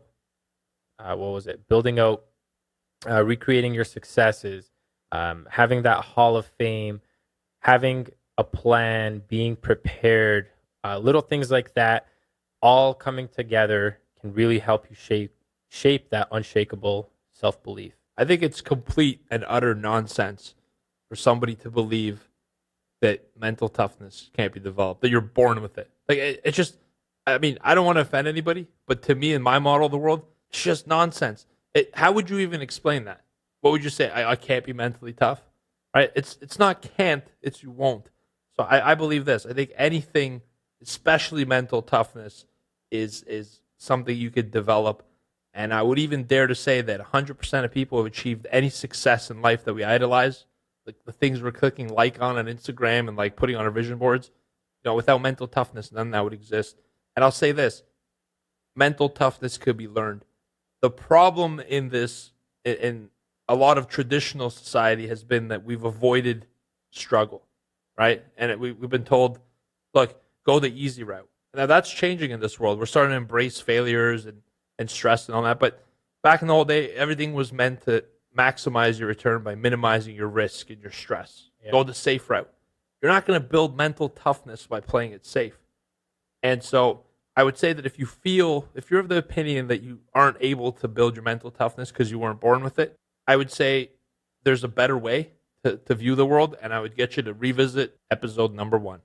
Yeah. And do the first 5 episodes of this podcast. Exactly. I was going to say, the person that came up with the idea that, mental toughness is something that you're born into. That's crazy. Who's that person? We got to get someone him on. that lives in effect. Yeah. Sorry, someone that lives, that lives Absolutely. in effect, right? Someone that's pointing fingers at external factors. And, if that's you, that's okay. There's, you can always change, and, change is good. And so we'd get you to review that first, I believe it was the first lesson on living at cause and effect. And, even if it doesn't make a change, I think it'll definitely change your insights about it and have you thinking about, your circumstances and how things in your life can change for the better once you shift that perspective from, living in effect to living at cause. I think the person, and I don't want to dwell on this, but I think the person who believes mental toughness is something you're born into, I think that's the luckiest person in this world, because how much could your life improve if you could? Imagine how your whole life would change, your models, your thinking. You'd be so empowered. So at the very best, if you're thinking that, it's going to change your life. At the very worst, it's going to make your life even better. It's worth it. I challenge you guys to cultivate a success mindset and mental toughness. We've shared 12 key attributes, and we're going to put them in the show notes for you to review. I would even print them out, and I would say each and every one of these attributes are critical and vitally important in your trading. And if you could portray these attributes and if you work towards them, you don't have to be a 10 out of 10 on all of them. There's always opportunity to improve for all of us, but pick 2 or 3 and work on them. And once you've done sufficient amount of work on them, pick another 2 or 3. All right? But develop those habits, because the reality is this: trading is not a job, it's a sport. There's competition, and you need to be motivated and mentally tough to win. Exactly. And so I hope you guys enjoyed this episode. We're nearing the completion here. And so that was basically a quick run through there of how, sports psychology, performance psychology, and mental toughness, all play a role in trading, right? So, who would have thought that what a successful winning athlete thinks and how they think and how they go about their own lives and how they go about achieving their success can be related back to us. And we gave you guys 12 of those critical attributes. We gave you guys a couple of examples with regards to how they translate into trading. And we also offered some actionable tips for you guys to go ahead and implement some of that advice in order to build your self-belief into an unshakable self-belief. And the reality is this: if you go to any prop firm and you ask people what they did in their past life, you're going to find out a lot of them were recruited from poker and also from sports. Because sports, you have the mental toughness, you appreciate competition, you've been built for that kind of lifestyle. And poker is because you just understand risk. So that's it for episode number 8. I hope you guys have enjoyed this. And episode 9, we're going to dig deeper into this journey. I had a blast doing this episode. I learned a lot of new things myself. I love the stories that you added there, Mark, especially about the Williams sister, Venus, right? Or Serena? Serena, yeah. I'm sure Venus will have similar stories, though. Yeah, absolutely. Loved it. Thank you so much. I had a blast. And go out and build out your mental toughness. It's possible. And at Trade Pro Academy, we show you how to do it with our psychology course as well. Exactly, guys. Until the next episode, we hope you guys enjoyed this one. Good luck and good trading. Take care. Thanks for listening to the Mind Over Market podcast. You can find us at tradeproacademy.com. You're listening to Mind Over Markets, a podcast on trading psychology to help you build a bulletproof mindset. Here's your hosts, George Papazov and Mark Borscht. What's going on, Trade Pros? This is Mark from Trade Pro Academy. And this is George from Trade Pro Academy. And today we've got a really exciting episode planned for you guys. We are going to be flipping the script, literally, and changing the path that we are taking with the episode. And what we've got for you guys today is an exciting review with George. So if you guys don't know, George actually penned a book. And in today's episode, we're going to go ahead and review that book, more or less, ask him a couple of good questions, get some insight into what he was thinking about, and really get an understanding of, where the book idea came from, what was his inspiration, and some of the key things that he found while writing the book. So without any further ado, let's go ahead and get into it. Thanks, Marky. This is going to be a very fun episode. It's my first book ever. It's something I've been putting off for a long time, but it's the first book ever. Very excited to talk about it here with you today. Yeah, it's extremely exciting. And, I do look forward to writing my own book in some time, but really happy to have had a chance to kind of get a peek at the initial draft. And my own personal experience with it, I really, really enjoyed it, not just because he's sitting here in front of me. And I really enjoyed the book. There was a lot of really, really interesting insights I found that I didn't know about George, kind of his coming up story. I knew a lot of what happened as far as trading, but there was a lot of stories in there that kind of surprised me as far as his kind of, coming up story, if you will, coming up from Scarborough and Toronto and to where he is now. It's an incredible journey, to be quite honest, and I'm really happy to be a part of it. And so let's go ahead and get started now with really the first question we've got on, anytime you're writing a book, it's got to be kind of a story. So the first question for you, George, would be, what do you think makes a good story? That's a phenomenal question, and as I was writing this book, to be honest with you, is a very vulnerable process. I think one of the challenges with it was deciding what parts to include, what to leave out, how deep I wanted to expand in certain areas. And, it's never complete. I feel like when you author something, you never feel like you're done. But I think what makes a really good story is being able to get insight from somebody's journey and what the purpose is. The book is called Path to Profit, A Trader's Journey to Success. And really, to me, what made a good story is being able to travel with somebody, to pretty much experience what they have from their perspective, from the comfort of wherever you are, might be on the couch, and to be able to learn from them. And I think one of the most important parts are to be able to learn through their journey, what they've been through, and realizing at the end of the day that, anyone's story could just be like your own story. I remember back in the day when I first started trading, I tried to learn a lot about people who had succeeded in the trading industry. It was really hard to get access to that content back then. Yeah, definitely. I think there's maybe one, that the series by Jack Schwager, Market Wizards. That's probably one of the only types of books or series, kind of like documentaries almost, on the journey of successful traders. And that whole series painted it in a certain light that they wanted to, but it didn't really go too deep into the day to day. And I think when we look at successful people and people who have things we're trying to achieve, we assume that they're made of perfection, right? Everything's like great for them. And for me, the important part about the story is to be like, hey, look, I'm no different than anyone else. I had my own unique journey, and I just wanted you guys to look at it and read the story and say, hey, look, it wasn't all roses and unicorns, and everyone has their own challenges. And I wanted to inspire people with the story for them to be like, hey, I could do this too. Yeah. And that was the whole idea behind it for me. Awesome. I think one of the things that I kind of took from it was that, a lot of newer traders, they kind of have this illusion of what a successful trader looks like and what their journey looks like. And, I wasn't around, when you started hitting your initial profitability, but I've been around for a couple of years now. And I've, even in that time, I've seen the journey and the growth.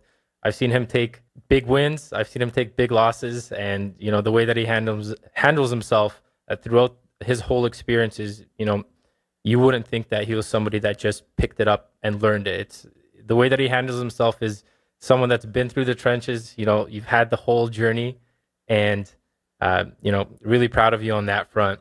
Thanks, my brother. I really appreciate it. And I think you mentioned something in a previous episode where you said, don't compare your chapter 1 to someone's chapter 20. Yep. It's even comparing my own chapter 20 to chapter 1. Like back in the day, if I I've always aspired to be a successful trader, and I believed in it, but I was the only one. Like there were very few people that would have pegged me to be here. And I think that's why it was important for me to share this journey, because I just really want to inspire people. I want everyone listening to this to know that I truly believe that you could accomplish anything, because like, man, Like I've done it, and if I could do it, you guys can too. Trust me. That's awesome. Young kid from Scarborough, growing up, right? Growing up. Figure. It's absolutely crazy to think about now that I know the whole story to see where you've come from. It's absolutely nuts. And in So- the book, like towards the end, the last chapter, one of my favorite chapters to write, and I know you're probably going to ask me some of these questions, we're skipping ahead, but one of my favorite chapters to write was the one where I asked myself, if I could go back in time to the kid that started in this industry, what would I tell him knowing what I do now? That was my favorite chapter to write because it was like, I looked at it, I was like, wow, what an amazing amount of growth. And I think if anyone listening to this stops and thinks about that for themselves, they're going to realize everyone's had their own journey. Like you've had your own journey. Everyone listening, I got to see your journey as well. And when you're ready to write a book, I have an ISBN number for you. I got 10. I love it. You can be the preface or the acknowledgments. Oh, baby. Can't wait. Awesome. So that kind of leads us into the next question. You kind of answered, a portion of it, but what would you say was your real inspiration behind writing the book? The inspiration for me is, to share the journey, to show people that, that you can make it. Your journey is going to look different. I think that's the whole point of this is to know that a journey differs for everyone, and that's okay. I don't think there's really an end goal that anyone should focus on for themselves. I think that any end goal that you have of yourself is probably a limitation to what you could really achieve. I think if you really focus on the journey and have fun through it and continue to push and persevere, and as you guys will see, I've gone through a lot of twists and turns, but I've always had faith and belief that this is going to work out. And as long as you hold on to that belief, life's going to take you through some really fun corners and twists and turns. Not always fun, but at the end of it, that journey is what taught you who to be and what you are. So I think that was the inspiration, is to be able to share my story and to give back and to allow other people to realize their journey. Yeah. I mean, you guys can't see it, but when George is answering these questions, he's smiling as he's talking. Yeah. And you guys can't see it, but I hope you guys can feel the passion, that's coming through here, because this is something this guy's really passionate about. That kind of leads me on to another point. I do remember through the book, you had mentioned, as far as the journey and the mindset required, that, no single person's journey is going to be the same, and no journey to success is going to be a straight line. And Right. I think that's very well written in the book. And one of the parts that I liked, especially where you mentioned that you had never really considered failure until somebody else asked you about it. Yeah. I thought that was really, really interesting. Can you go into a little bit more detail on that? Yeah, absolutely. I remember at the time, I was always a dreamer. Like from day one, I've always had big dreams and aspirations. And, people in school would call me daydreamer and all that stuff. But in the deep down belief of what I wanted, like trading was it. Trading and another thing were kind of the conflicts. But as I went through and traded at the time and spent a lot of time and energy developing myself, I remember it came to a point like I had to go to college or not go to college and explain it to my parents, myself, family, friends. It's a lot of pressure. In today's environment, I think if you don't go to college, it's a little more acceptable. I still think you should go to college. But at that moment when I was making the decision, should I go to school or pursue trading full time? You guys will read in the book, but somebody asked me, like, what if this fails? Like, it's great that you want to do this, but what if you go and you just fall flat on your ass and you just fail at doing it? And I literally just stopped there. I was like, well, crap. I actually had never thought about that. So to be honest with you, if the person didn't ask me that question, I may have made the wrong decision at the time. Who knows? But that was the first time I'd ever considered failure as an option. As somebody planted that seed in my head, and I was like, well, hang on a second. Am I missing something here? But up until that point, through the twists and turns, never had I considered that would be an outcome. Yeah, which I thought was really interesting, and it kind of speaks. I know George personally, so it kind of speaks to his character. But that was really something that I found of interest in the book in itself. All right, so you've answered a little bit on the inspiration on the book. Let me take this back. Maybe I should have asked this first, but when did you first kind of realize that you wanted to write a book? Was it hitting a certain level of success, or having a certain amount of experience? What kind of brought about the idea that it's time to kind of put the pen to paper and make a book? Oh man, this is a difficult one to pinpoint and answer, but I'll give you the rationale behind what led me to write the book. So I've always been humble in life. Like I think that's probably not really a humble statement to make, but I believe that I've always been humble. I've always wanted to share with others, and when I succeed, I give credit where it's due, because everybody that I know is part of this journey. They're responsible for it. But when I really decided to write the book is first of all, I had a joy for writing. I always liked writing stuff. I wrote music. I used to write blog posts before Trade Pro Academy was a educational business. It was a blog post. It was called gettingmarketmoney.com. Funny enough, that's a funny name, but and we wrote a lot of stuff on there. So I always enjoyed writing, and I always felt that when I told my story, I had to reach a certain level of success that would make it worthwhile. And to be honest with you, I don't think I'm there yet. It's always like you're always battling doubt versus am I ready? And I figure, you know what? It's never too early to tell your story. Yeah. I think that it's always going to inspire some people. And to say I'm going to write this book only when I hit a certain level of success assumes that you're going to hit that level of success and stop. And so I told myself, people need to hear the story. They need to hear the journey.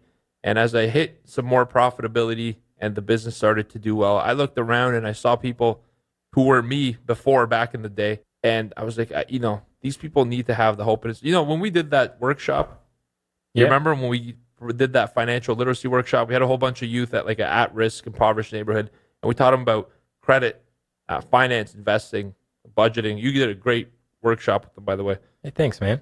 It was then and there that, I don't know if you guys realized that, but it was then and there, I could tell you now, they decided, I'm like, I got to give the story, because kids like that need to hear it. That's awesome, Georgie. I actually didn't know that, but it kind of makes sense now in retrospect, because I know when he started writing the book, it was around the time that we were doing those. So that's really awesome to hear.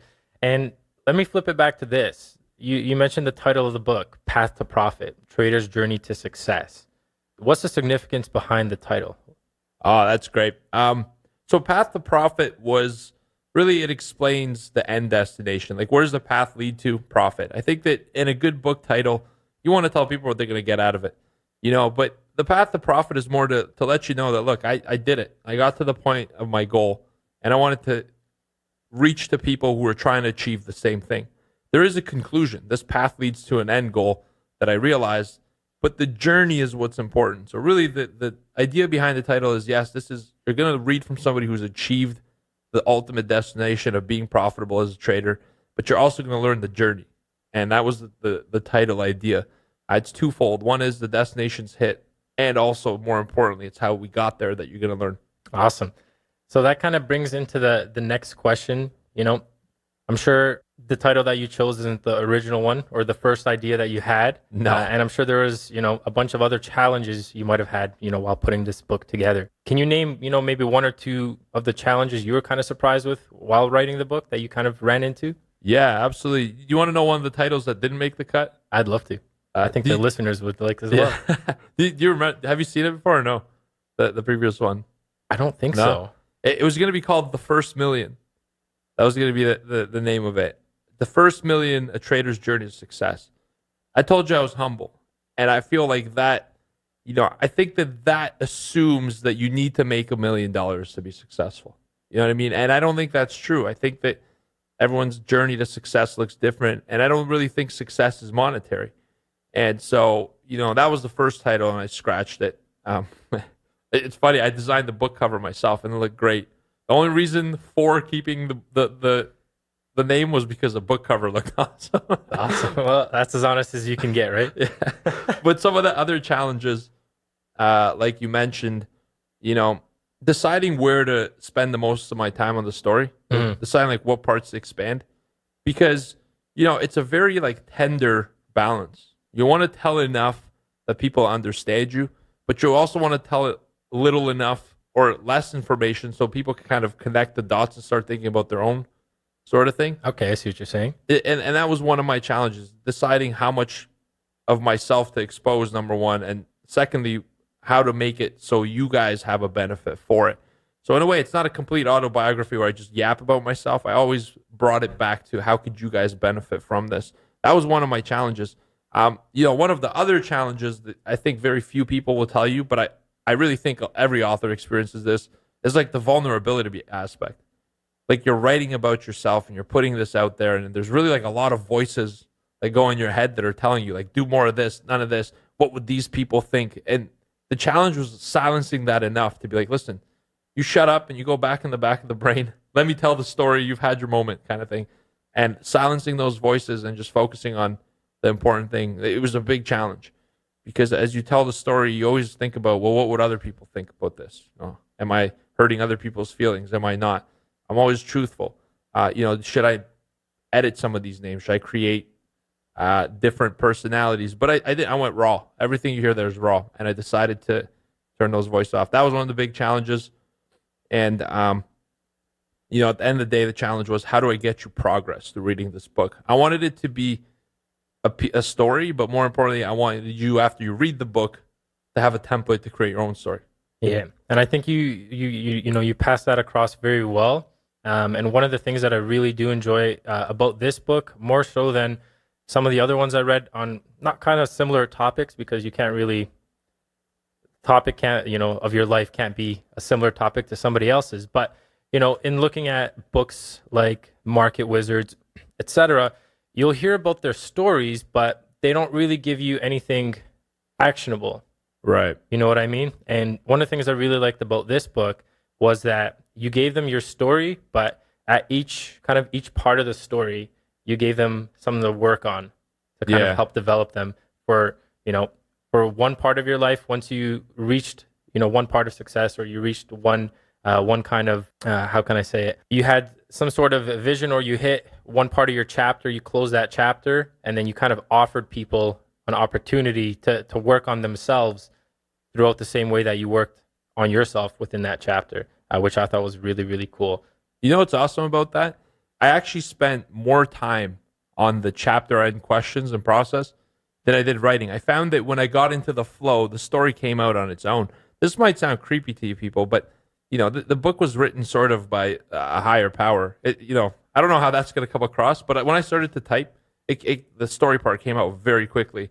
And my editor, who's Steven, was in our trading room, did very little editing, and I still got to pay the bill for that. But he did very little editing, and it was cool because that part came out, and most of the editing and the focus was on the chapter and questions. And I think the importance there is that, when you read books, I think books tell you one method or one way. Like every time you hear a story, you walk away from the chapter, you're like, this is how this person did it, so this is how I have to do it as well.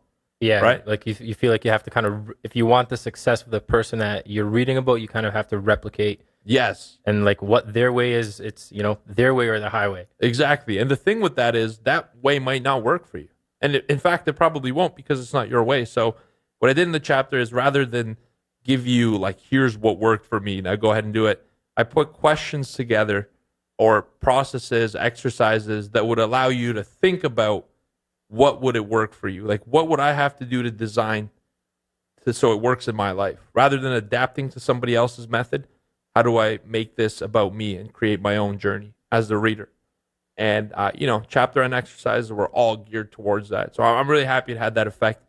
All the changes, and most of the time was actually spent there. Awesome. So that's really cool to hear. We've gone through the challenges, through the significance of the title, behind some of your inspirations behind writing the book. So let's get into a little bit more of the fun part here. What would you say was one thing that really surprised you? What was one of the things that was the most surprising to you in creating this book? That's a really good question. Like, what the biggest surprise was? Yeah, right. Because this is your first book, right? So right. I'm sure the story is one part, but putting the book together is not just putting the story together, right? So what would you say kind of surprised you, or kind of caught you off guard in the whole process of putting this together? So my surprise might actually be very surprising to everyone else. This is kind of interesting, because I was actually surprised by how easy it was to do this book. It might sound odd, but I think I've always wanted to write something, and people want to write, but I was surprised by how easy it was to put that book together when it started to flow. I've been putting it off for a long time, and I think that it happened at the right time. This was the perfect time for it to happen, but that was a big surprise, is that in today's age, it's so easy to actually do this stuff. You just write the manuscript, you get somebody to help you edit it, they'll create a cover for you, and the book is out. So like, there really isn't as many challenges. You could self-publish, was one of the hardest parts of putting a book out before is finding a publisher to get behind you. All right, I turned down Penguin and a lot of the other big houses. It's true. I saw the emails. That never happened. But hey, for the next book, maybe. The other thing is how difficult the actual journey was in retrospect. So, putting the book together was easy, but the hard part, honestly, was like reliving the journey. Yeah. It was hard to go there because it takes you into the emotionality, and it's almost like you're on chapter 20 and now you go back to chapter 1. And to tell the story, you got to re-experience chapter 1. You go through the whole thing again. That part was difficult, having to relive some of those moments.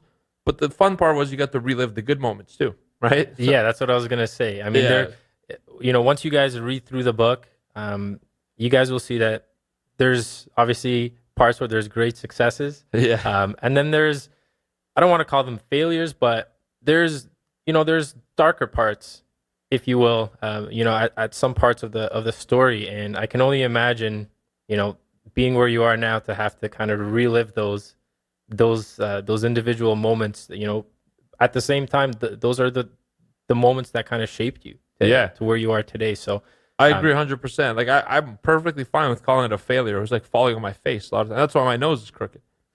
Crooked nose. But when you look at the journey, here's the cool part.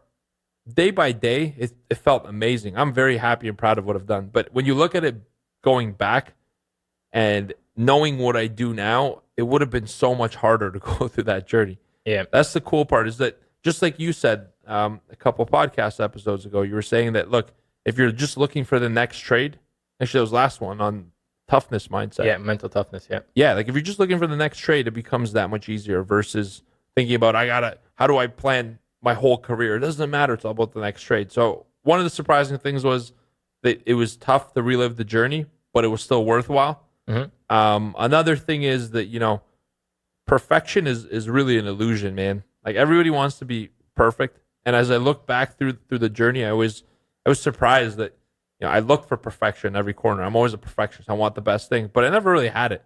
Looking back at it, at the time I thought I was doing great. Everything's perfect, but it's like, hey, I've been through some stuff and I should embrace it. And progress to me is what was important in both the journey of writing the book, the journey that I lived through to create the content for the book over 30 plus years.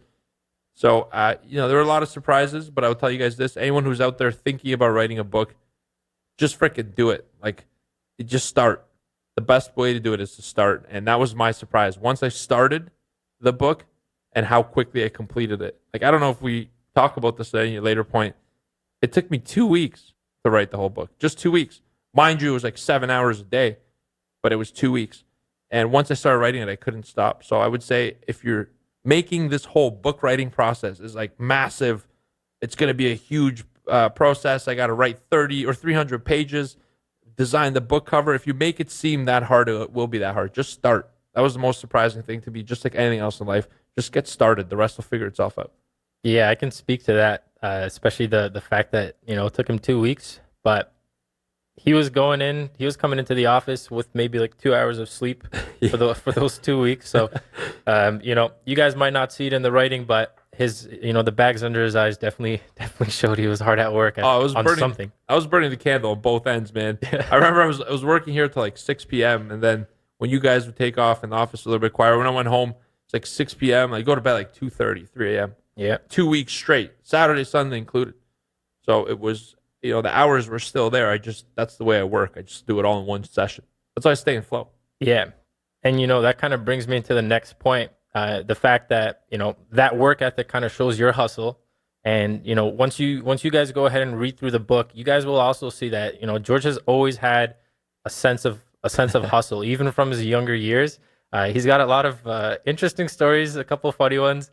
And, what would you say, or how would you say that, your sense of hustle from being young, how has that impacted your trading? Oh, man. Hustle is everything, especially in this business. Like, we're hustling as traders. It's, if you re-listen to episode 8, the mindset of being tough, hustle is all of it. You got to put the effort, energy in. And I think as a trader, you're somebody who's choosing a career of being self-directed. You're going to make everything happen. I naturally had hustle. as a kid, I was like an inquisitive kid. My name's George, so I used to get teased about Curious George. And it was true. I was like, great. It's a fun song. I am curious, and my name's George, so it didn't really offend me much. I was always a troublemaker when I was young because I would go out of class, I'd skip classes, I would look for something. I was always looking to do something else to be stimulated outside of that regular environment. And I remember even as a kid, my parents would give me toys. I'd take them apart the same day they'd give it to me for Christmas. Like, here's a nice little fire truck. And like 30 minutes later, they turn their back. It's all over the ground in pieces. God bless their heart for continuing to give me gifts when that's what I did with them. But like I was always that kind of kid. And when my family moved to Canada, we literally had nothing. I really kind of credit my parents for their sacrifice because without that, I don't know where this would have been.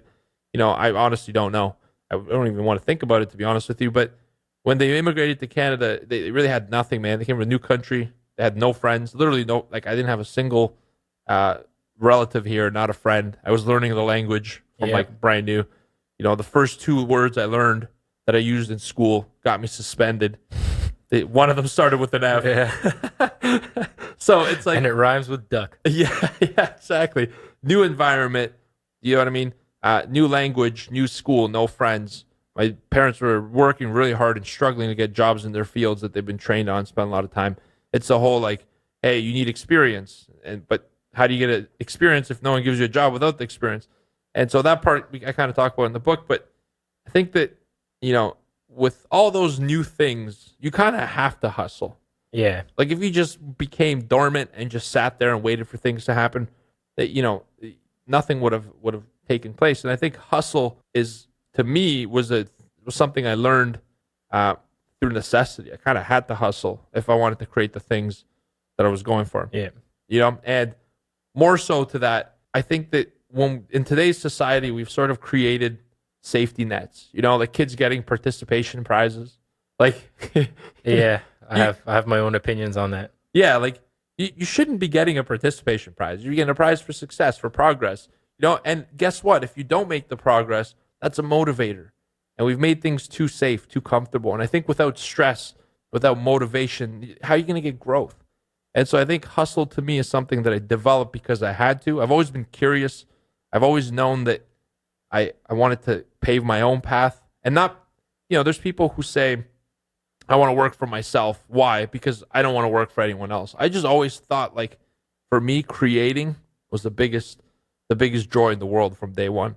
Yeah. And so there aren't really many opportunities for you to create something for someone else. You know what I mean? True. So to me, like the hustle was real. It started at a very young age. It started as necessity. Then I embraced it. I love the hustle. And one of the biggest motivators for me to continue to hustle was I just always want to do better for my family. I feel like my parents coming to Canada from Bulgaria, leaving behind. Think about this. They were actually about our age, Mark. Yeah. I mean, my parents came down too. I think my dad was 21, something around there. Wow. Or 18. My mom was 21, vice versa, one of the others. Fortunately, I wasn't born at the time, so I didn't have to make the... I can't imagine a world without you. That's Hey, thanks, man. not a world I want to live in. Well, like I was saying, I didn't have really the same experience as George because he was already on this world. Yeah, I was 7 years old when we immigrated. Yeah. Yeah, exactly, right? So we have a bit of a different, growing up experience because, I was obviously born here. English wasn't my first language, but growing up here was a little bit easier. So I still respect the hustle of our parents. It's hard to fathom what they did. That's for sure. Just, especially because they came to a country where first, they don't have any assets or anything like that. And number two, they can't speak the language. That's the hardest part. That's the hardest part. Right? It's like everyone wants a fresh start, but that's like one heck of a fresh start. And I think that's the part that I appreciate the most. It's like not only are you putting yourself in an environment where you don't know the language, it's a whole different culture. But at the same time, you have kids you're responsible for. Yeah, exactly. Your Just up the ante. success is necessary to feed those kids. Like that's an insane amount of pressure. So it's like for anyone listening to this, children of immigrant families or immigrants themselves that have been exposed, like kudos to you guys. Like you have no understanding, especially with parents. I think parents don't get a lot of credit. I know that I go see my parents. I try to every second week at the most. And, we have these like lighthearted discussions. Everything's cool. But I don't think I've ever really told them how grateful I am for that. So I think this book is something I could give them and be like, here you go. Like, this is, you guys, I know they're proud of me, but we don't talk about it Yeah. as much. And, writing this book was also a way of thanking them. And that's really what started the hustle. Like, without that, I don't really know if I'd be this passionate. And I even feel like to this day, I've been running this race that I created for myself early on. And I feel like I've been sprinting the whole race. And like halfway through the race, I looked back and nobody was even close. And I'm still sprinting. And I feel like at this point in my life, I've crossed the finish line. I'm like, it's a 100-meter dash. I'm like 7 kilometers further than the finish line. I'm still sprinting, And he's bro. still sprinting. I don't know what it is, but God, I hope that never stops. Yeah, exactly. Awesome. So you guys, I hope you're learning a little bit about George in here and really about the book. I think this thing is really, really an awesome read, and I highly encourage everyone to check it out. We're going to be wrapping this guy up shortly. We've got a couple more questions for George. This next question is going to be more so about the fun parts about writing this book. Kind of want to get an idea, Georgie, of, what was your main highlight of writing this book? The main highlight of the book, this was a very powerful one, Mark. This is one of this made it worth all the countless hours. So I really got to experience, telling the story. I started out with the goal to tell the story of myself. Yep. But what I realized is it's not a story about myself. It's a story about everyone else that was there for me, like parents, friends, every single person that was in my life has a part in it. No matter how small my success was or how big it becomes, that doesn't matter. All that matters is I was so grateful for the things that I had, because without those things, I'm nobody without the things around me and the people around me. You're just a brain and a skull. But what I really got a chance to do is re-experience everyone's contribution on my life, the magnitude of it, and to re-experience the gratuity. I was walking around with a smile while I was writing this thing because I was really grateful for everything. And so reliving your journey for the purpose of writing a book helps you think about the people who have helped you get there and really spread the gratitude for that. So that was one of the biggest thing, reliving those moments. Witnessing the progress that I had made personally was amazing. I realized that some of the goals I used to write down, like even back in the day, I was always very goal focused as a young kid. Realizing I annihilated some of those goals makes me feel good, but none of that would be possible without the people in my life.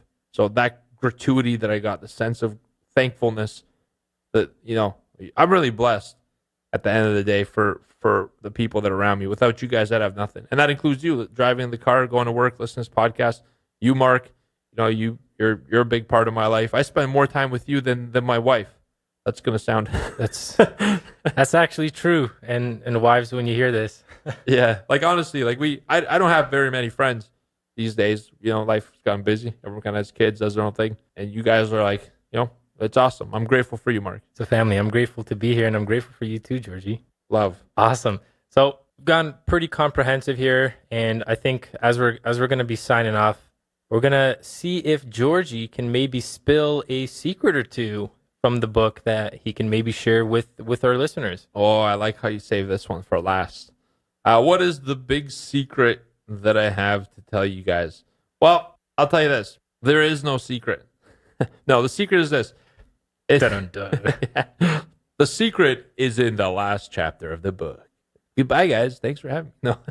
No, I've learned one thing. There's a lot of things I've learned, but one thing has really helped me stay afloat. There's been a lot of moments where I could have called it quits. Now, actually, I don't think I've ever told this story to anyone, but I remember, funny, I was talking about gratuity and parents. Look who's calling me. My mom. Hi, Mom. I'll call you in a bit. So, I think I could have failed at a lot of different stages, and I did. I just bounced back. I think the real big secret is that success is a mindset. Success could be learned. Yeah. It's not something that you could purchase or you could download or you could find over a second. But what you can do is decide that success is for you. Success is something you could learn and develop and work on and improve, and you constantly do have to. So in chapter 7 of the book, I explain why that's the case. And I even lay out a 9-day action plan that could change your life, because it did for me. And to me, it's all about mindset. The way that you think, the way that you've wired yourself is how you're going to perform. But the good news is that you could change that. There's very actionable steps. You could change behaviors, environments, identity. Ultimately, it's the largest thing. But with those changes on that success mindset chapter, and this podcast dug into a lot of what I cover in the book, I extend on it a little bit more there. But the secret is this: whatever you have in life, you've created. And with a success mindset, you can create whatever you want. And I really lay out those steps in chapter 7 of the book. Awesome. Yeah, I think one of the things you just mentioned there with regards to mindset, and you just mentioned that there was a lot of points in your life where you failed, and you could have taken it as such. And I think that's the biggest lesson to be had of all is, and this kind of goes back to what we spoke in the last episode, is that, failure, there is no such thing as failure. There's only feedback. And for the people with success mindsets, that's kind of the way that they're wired. They never see failure as, oh man, I'm not good at something, or man, I should quit this right now. Exactly. They always see it as feedback, as lessons to be learned, and in order to, progress and to grow. So I think you guys should, take that, and it's a very, very important secret. A lot of people will talk about mindset, but a lot of what you will see in this book digs a lot deeper into why that success mindset is so important, into getting to where you want to be. Hey, isn't there a saying, failure or failing forward? Yeah. Like, isn't that a saying? So that just rung to me, because I think that it's important. In today's culture, we embrace failure. You see a lot of tech firms support failure. But I remember that back in the day, like even going back like 8-9 years ago when I was starting the journey, I mean, that's halfway through the journey, but even back then, I remember that failure was like a reflection. Like if you fail, what an embarrassment you are to your family. I'm so happy that's changed, because dealing through that was the hardest part, is like wondering about what people are going to think. And when you kind of shed that and you say, forget what people think, they're going to think whatever they want anyways. And what they think is a reflection of them. What is there to fail at? There really isn't failure anymore. You're just trying, having fun, learning, taking the information, going forward. If people were afraid of failure, nothing good would ever exist. This car you're driving it'd be a freaking, what was the Flintstones? One of those cars you got to run with. Flintstones, the phone you're probably listening to this podcast on wouldn't have been created. Yeah, it would be a dial-up, one of those rotary phones. One of those, if that. There wouldn't have even been electricity. We'd probably be fencing with sticks and like warming ourselves at campfires if everyone was afraid of failure. So just by virtue of having a good lifestyle full of conveniences and safety, I think tells you that you shouldn't be afraid of failure, because somebody took that risk, and it could be you as well. There is no failure, only feedback. As you read my story, hopefully that's the biggest thing you'll take away from it. Awesome. So there you go, guys. We got Georgie to spill some of the secrets, and we also got a little bit more insight with regards to, the man, the myth, the legend behind Trade Pro. So I hope you guys enjoyed this podcast. We really enjoyed recording it. I'm learning new things about George every day, and he's just such a great person. Thank you, brother. Deep well of mystery. Yeah, exactly. A deep well of mystery. And you know what? I read the first one, really, really excited about it. And I can't wait to see, versions 2, versions 3, as the journey progresses. It's going to be really, really exciting. So thank you guys for tuning in today. If you guys enjoy, what we're doing on here, we try to work really hard and give you guys some really good content. If you guys can do us a big favor, make sure to jump on iTunes and go ahead and rate and review the podcast. We'd really appreciate that, guys.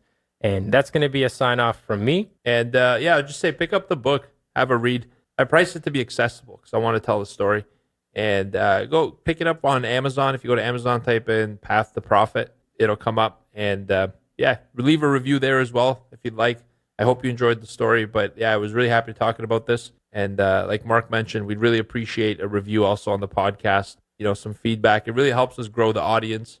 And the further that we could grow, the more we could give, the more resources we have to give with. And we're all about giving. So we're just getting started. Look forward to our journey together. Exactly. I will say this, writing, like George said, writing a book, you kind of got to put yourself out there.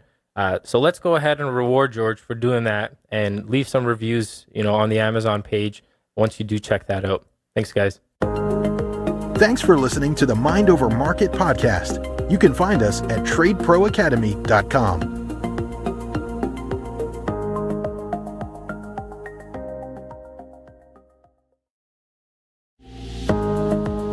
listening to Mind Over Markets, a podcast on trading psychology to help you build a bulletproof mindset. Here's your hosts, George Papazov and Mark Borscht. What's going on, Trade Pros? This is Mark Borscht. And this is George Papazov from Trade Pro Academy. And welcome back to another episode of Mind Over Markets. In this episode, we've got an exciting one planned for you guys. We're going to be talking on the psychology of decision making. And this is an exciting episode, so let's go ahead and get started. So many of the processes in our brain, they occur automatically and without real involvement of our consciousness. And this kind of prevents our minds from being overloaded by simple routine tasks. But when it comes down to decisions, we tend to assume that they're all made from our conscious mind. Is this true? Are decisions made by the logic or the subconscious mind? That's what we're going to discuss in this episode. And we're also going to go a little bit further into discussing how the psychology of decision making actually affects trading. So make sure to stick around until the end to get the real nuggets out of this episode. So back to the first question. Are decisions made by the logic or the conscious mind, or are they made by the subconscious or unconscious mind? Well, what was the biggest decision you made today, George? What to actually buy for my nieces for Christmas, because we're recording this around the holiday season. So, it was actually an overwhelming decision. Yeah, I'm not going to say how close we are to Christmas, but you're cutting it close. Very close. Very close. I'm a procrastinator when it comes time to shopping. I think that speaks to many of us here. Awesome. So that was one of the decisions George made today. Now, how many do you think you actually made in total outside of that big decision? The ones that I'm aware of, I'd probably say half dozen to a dozen. Today's been a pretty decisionless sort of day. It's been pretty routine. Or so you think. So what's interesting about that, what Georgie said, is the number of decisions he made of that he was aware of. And that kind of leads us into our next point here. It is estimated that the average adult makes roughly 35,000 decisions daily. 35,000. 35,000. Boy, was I off with half a dozen. You still got a couple more to do. It's pretty early in the day, right? So questions, or rather decisions such as which shoe to put on first, the pace of your breathing to get enough oxygen, make sure you don't die, when you should sweat to cool down your body. So as you can see, you make a lot of decisions, and not all of these decisions are all conscious decisions. All right. So what you're seeing here, just off of this first example, is that both parts of the mind do make decisions, but are all decisions the same? And I'm going to let Georgie speak on this topic here, guys. Do you remember what shoe you put on first, Mark? I think it was my left one. Is it usually the left? That's a good question. I don't think so, actually. Well, I mean, my right foot is a dominant one, so it would make sense for me to put on my right shoe, the dominant one, first. Yeah. It's kind of odd, though, right? Like, it's a decision that you make so often that you don't even make it anymore, that you don't even remember. But if you were to do it, you'd probably do it the same way you have. Yep. Always. So that's what we're going to talk about, the two different decision types that people make. So there's the first decision type is called the value-based decision. All right? This is made in the orbitofrontal cortex, or the OFC. That's a big word. It's a huge word. All right? So during those times when you're really comparing, like a car purchase, for example, like if you're deciding between a Honda or a Subaru or a Mercedes or whatever it is, when you're shopping for a car, then what you're doing is making a value-based, it's a goal decision, right? You're trying to select something for the purpose of maximizing your value, all right? So in any situation where you're comparing two things, or that you have to get a coffee mug or a new pair of shoes or, I don't know, a hat because it's getting cold in the winter, when you know what you're purchasing, or if it's something that you need to get, you're doing value-based decisions because you're comparing, contrasting items, functionality, features, colors, material, comparing a whole bunch of stuff. So you're looking to maximize value. Would this be something like buying gifts for your nieces? This was totally a value-based decision. I was in the store and I didn't realize how many different varieties of toys they have. And then it's also categorized by like age group, right? And I like a lot of stuff for 10-year-olds. And then I realized, like, you're not buying this for yourself, George. I honestly almost bought a little fire truck for the office. I'm a kid at heart. Oh, man. The second type of decision is a habit-based decision, which occurs in the basal ganglia, which is deep in the brain. All right, so when you pull your basically cereal off the shelf at the grocery store, if you're shopping around with your cart, right, that's a habit-based decision. Putting your shoes on, that's a habit-based decision. Waking up, that's a habit-based decision. Those things that, are routine that you don't really need to think about. And what's really interesting is that the very first time that you've actually made the decision, you probably thought about when you were young, like you were probably taught how to tie your shoes. Mm-hmm. You didn't get it from the very first time. I bet you knotted it up, and your mom had to kind It of. was the bunny ears, I think, back in the days. you start with one ear, you wrap it around, and you make the bunny ears. That's how I learned to start. I feel like my mom just yelled at me till I got it. That was her strategy. But yeah, so like at the beginning, it didn't come that you weren't born with the ability to tie your shoes, but you learned it. And once you learned it, it became then a habit-based decision. So at one point, it was a value-based decision. You have to decide what are different ways to tie the shoes. Who's going to teach me? But then it turns into a habit-based decision, and it goes just in the deep brain for recall. That's how you could make 35,000 decisions and not be drooling and be in constant thought for the whole day, all right? Because that's a lot of decisions to make. If you divide 35,000, Marky, by, let's say, 24 hours, all right? That's 1,458 decisions an hour. If you divide that by 60 minutes, that's 24 decisions a minute. And if you divide that by another 60, that's about 4/10 of a decision, or you make a decision almost every 2 seconds. Wow. Right? A lot of decisions. All those decisions are either value-based or habit-based. All right? But here's the interesting part is that the OFC, or the value-based part, is quiet when the habit brain part takes over. So if you're not making a value-based decision, then what your brain does is going back to executing habits. Think about this. It's like a program. So you program these habit patterns into your brain over decades, over years. All right. The ones that are the most important for your survival have been automated before you were probably even born. Right. So you have all these programs running in the back, and then a decision pops in the front, and you say to yourself, oh, well, this is an important decision. I have to focus on this. So now your logical brain's working. And then once you do that a few times, that gets shuffled to the back of your brain. But when you're not making a logical decision, all right, the habit part of the brain takes over.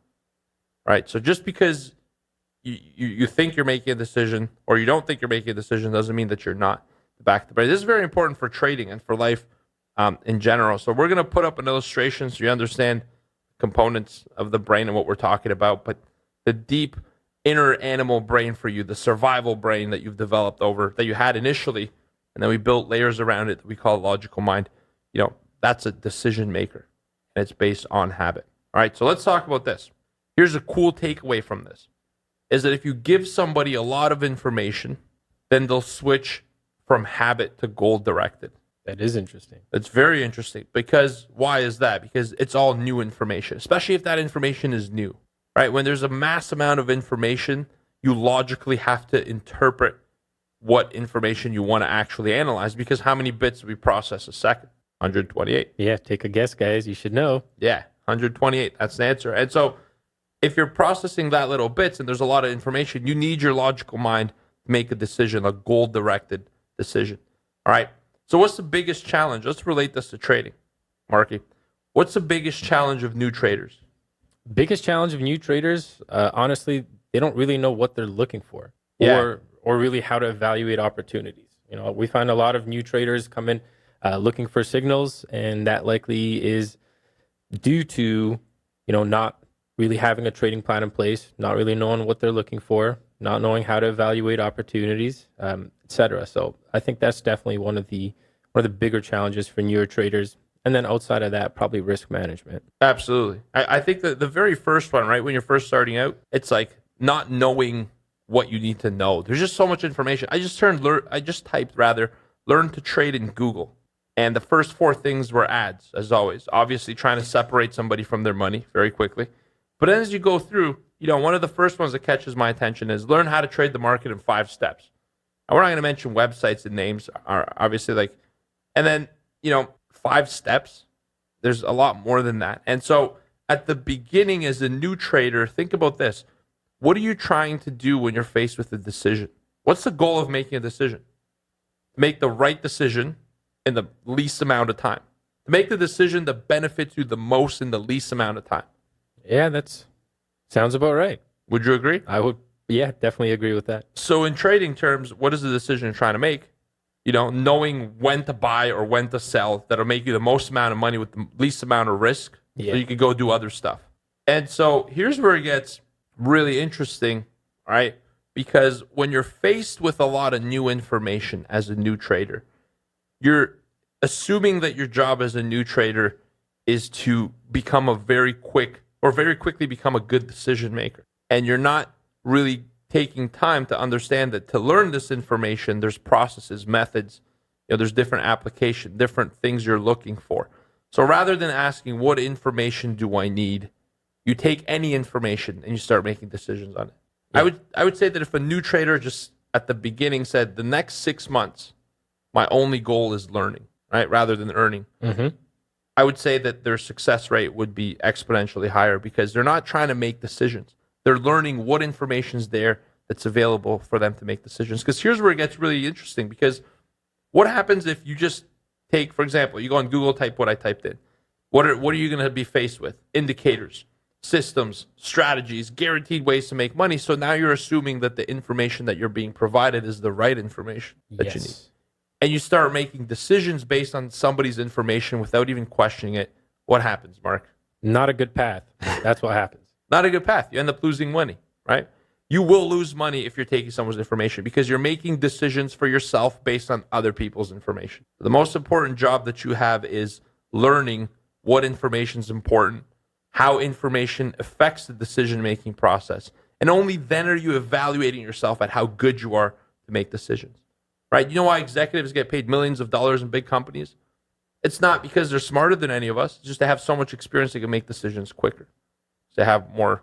They have to make decisions. That's exactly it. Exactly. And so for people right off the bat who want to try trading, who don't like to make decisions, first of all, you have to understand this. You're very good at making decisions. You make 35,000 of them a day. So there's no person who doesn't make decisions. So you got to understand this is a decision-making business. This is why it's such an important podcast. So let me tell you now the whole premise of what I've been getting at. And then Mark's going to dive into a little bit deeper. When you start making decisions at the beginning, when you think that your goal is, where do I have to buy? When do I have to sell? Where do I get at? When you think that at the beginning as a trader, that's your most important task, what ends up happening is you end up making the wrong decisions. And most importantly, you don't even know why you've made the wrong decision. So what ends up happening? You make the wrong decision because you don't know how to analyze information. You're taking one strategy, one system, one indicator that never works in all market conditions. So even the rare times that it does work a few times, it's not going to work for the long haul. So here's what happens. You take the information, you make the decision, you lose the trade, right? Now you have feedback. Your decision was wrong. The decision you made didn't work. You do it again. Yeah, you do it again. You lose money. You do it again. You lose more money. You do it again. You lose more money until one point you no longer have to make the decision because now it becomes a habit. It's no longer a goal-based decision. Now it's a habit-based decision. Traders who have started and at the very beginning have made it their number one goal to evaluate their success based on money that they've made. Like if you start trading today and you're like, my goal is to make $500 a day in 3 weeks. Those traders end up writing habits and patterns of self-destruction for their capital. Why? Because they didn't start by learning what information was right. They just started making decisions they thought were right, which led to loss. Here's the interesting part. All right. Those are the traders that start fearing the markets. They start freaking out. Start to get nervous, sweaty. They're afraid of the market. And those are the traders that at the end of the session tell themselves, I know that I was supposed to execute my plan, but at the end of the day, I don't know. It's as if though somebody else was trading for me. Have you had those days, Mark? Yeah. Oh, definitely. I've had those days. There's been days where on average, I try to stick around, 3 to 5 trades in a single session.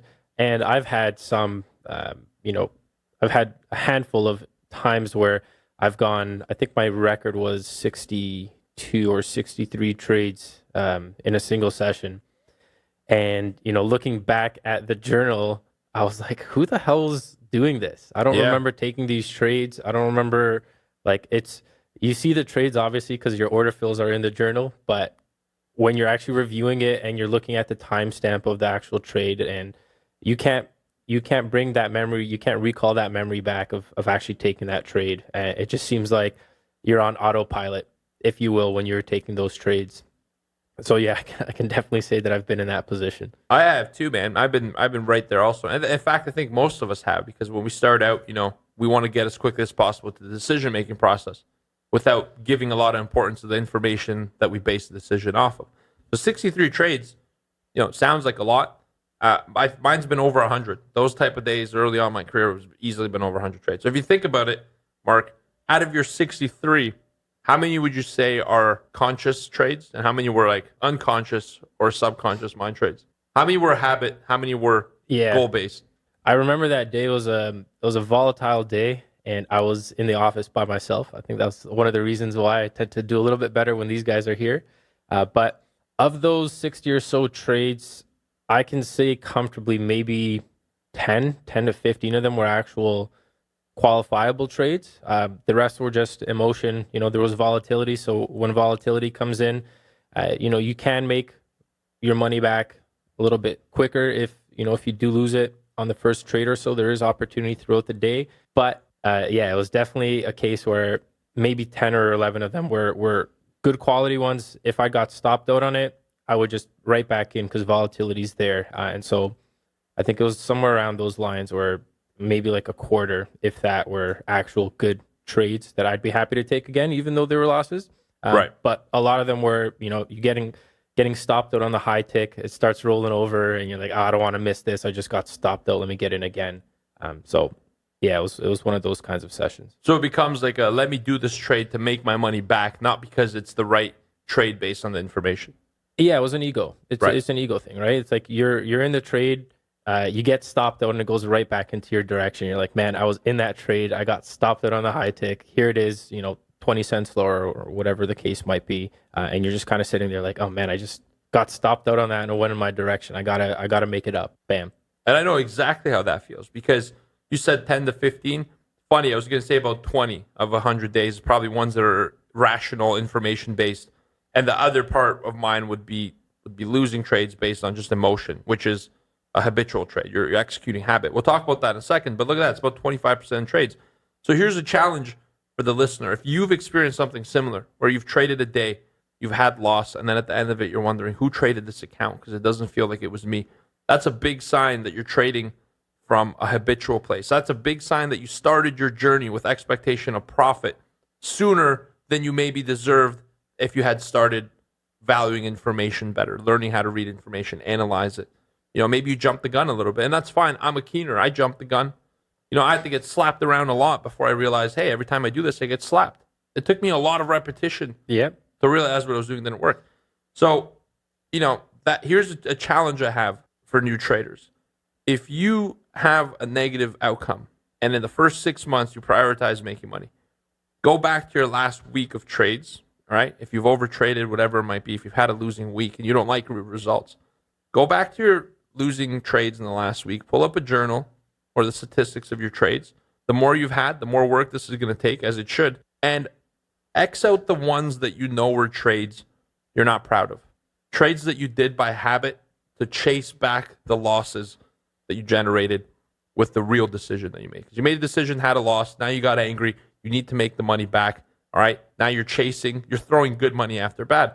Take out the trades that were bad. So in Mark's example, notice that he said 10 to 15 trades that were good that I'm proud of, that I would do again, even if they were losers. All right, so you're not taking away the losing trades. You're taking away winning and losing trades that you shouldn't have done because they weren't part of your system, your strategy. For Mark, that's about 75% of the trades. Yeah. And I'm willing to bet, Mark, that if you took away the 75% of good or bad trades that resulted as a habitual trade or a pattern, a negative emotional trade, you would probably most likely end up being at least flat. That day, I remember that day, I ended up flat. I just paid an S load of commission. Yeah. But going to what Georgie said, I did actually do that review of those trades. I think if I didn't take the ones that were emotional, weren't really planned trades, I would have ended up right where my sweet spot is at 3 to 5 trades for the session. So. And do you find that you do better when you do 3 to 5 trades in a session rather than 63? Yeah. That was more for the listener. You Yeah, weren't of going to course. have a big takeaway there. Less is more. For me, as day traders, people think that you need to be in the markets all the time. That's further from the truth. I think being a day trader can be quite difficult because you're spending a lot of the day doing nothing. You're Right. just spending a lot of the day. I think it was you that told me the line. It's like day traders spend a lot of their day doing nothing, only to have a couple of seconds of actual action. Yeah. Something like that. And that's completely true. That's what it is. So the sweet spot is less is more, 3 to 5 trades on the session. Yeah, it's like I feel that when people are watching the markets and they're not in a trade, for some reason they feel like an imposter. Like you're not a Yeah. trader unless you're in a trade. I don't know where that started. That's a complete whack load of, family show. But it's nonsense. Just because you're not in a trade, that makes you a good trader. You're waiting for the right opportunity. So here's how the day goes. Let's take it back to decision making, because here's how most people's day go. They start out all excited, all motivational. Maybe they watch some of those empowering videos of coaches in the locker room. Like getting fired up. Let's do this. I got good sleep. I'm eating well. I even hit the gym. I've done all my pre-work. Sit at the computer and I wait. And the first trade is good, right? It's one of those trades where you check off all the boxes in your plan. Bam, you execute. Man, I love those. Yeah. And then you win that trade. All right? What ends up happening is if you win your first trade, there's such a higher likelihood that the next one's a good trade as well. It's the days where you lose that first one. So the days where you walk into your office all pumped up and you win a trade, I'm willing to bet those days end up pretty good. It's the days where you walk in the day all hype and you lose a trade. The first one's a loser. Especially the first one. What happens here is with traders who have written habits, all right, who started trading too soon because they're unable to deal with loss, it's not that they can't deal with loss. It's a loss that they have no basis to justify because they didn't have information to make a decision. That really triggers your brain, right? It's like, I lost money. Why did I lose money? I don't know. This guy's indicator doesn't work. You make a decision based on this guy's software or somebody else's approach. And so, that generates a loss, and now you can't justify that loss. It's natural to start evoking some emotion out of you because your subconscious mind has to justify every time you get hurt because it's there to protect you. So here's the pattern, and then we're going to move forward on this topic. So I think this is a really interesting one. All right, so you generate a loss. What happens next? You start to freak out. You say, oh my God, I got to make that money back. Let's say the loss is $250. Show up motivated. First trade's a loss. Like, okay, now I'm down $250. And now the average trader, the new trader especially, says, now my goal is just to make it back. If I can only make back this $250, life will be good. That $250 is completely irrelevant. It doesn't mean that your next trade is going to be worth $250. $250 is your past trade. And now you're throwing what's called good money after bad. And then you lose another one, and then another one, and then another one. And each time you lose a trade, the only relief happens when you get out of it, which really sets like a dangerous pattern. The pattern is, you do a trade, you have a loss, you get emotional, you have another loss. The relief is sensed at the end of the day when you lose so much money that you stop losing and you back away from the computer. And the problem that creates is that now you're writing a pattern of loss. And if you continue to do that and self-sabotage, one day you're going to wake up and it already knows the pattern. You've lost the last 90 trades, you've won 10. 9 out of 10 trades you touch, you lose. Therefore, the habit kicks in. And it's really hard to get back to a profitable mind state when you really wrote a cycle of execute a trade, lose, all right, emotion kicks in, try to fight back, lose again, keep losing. And at the end of the day, sense relief when you stop trading.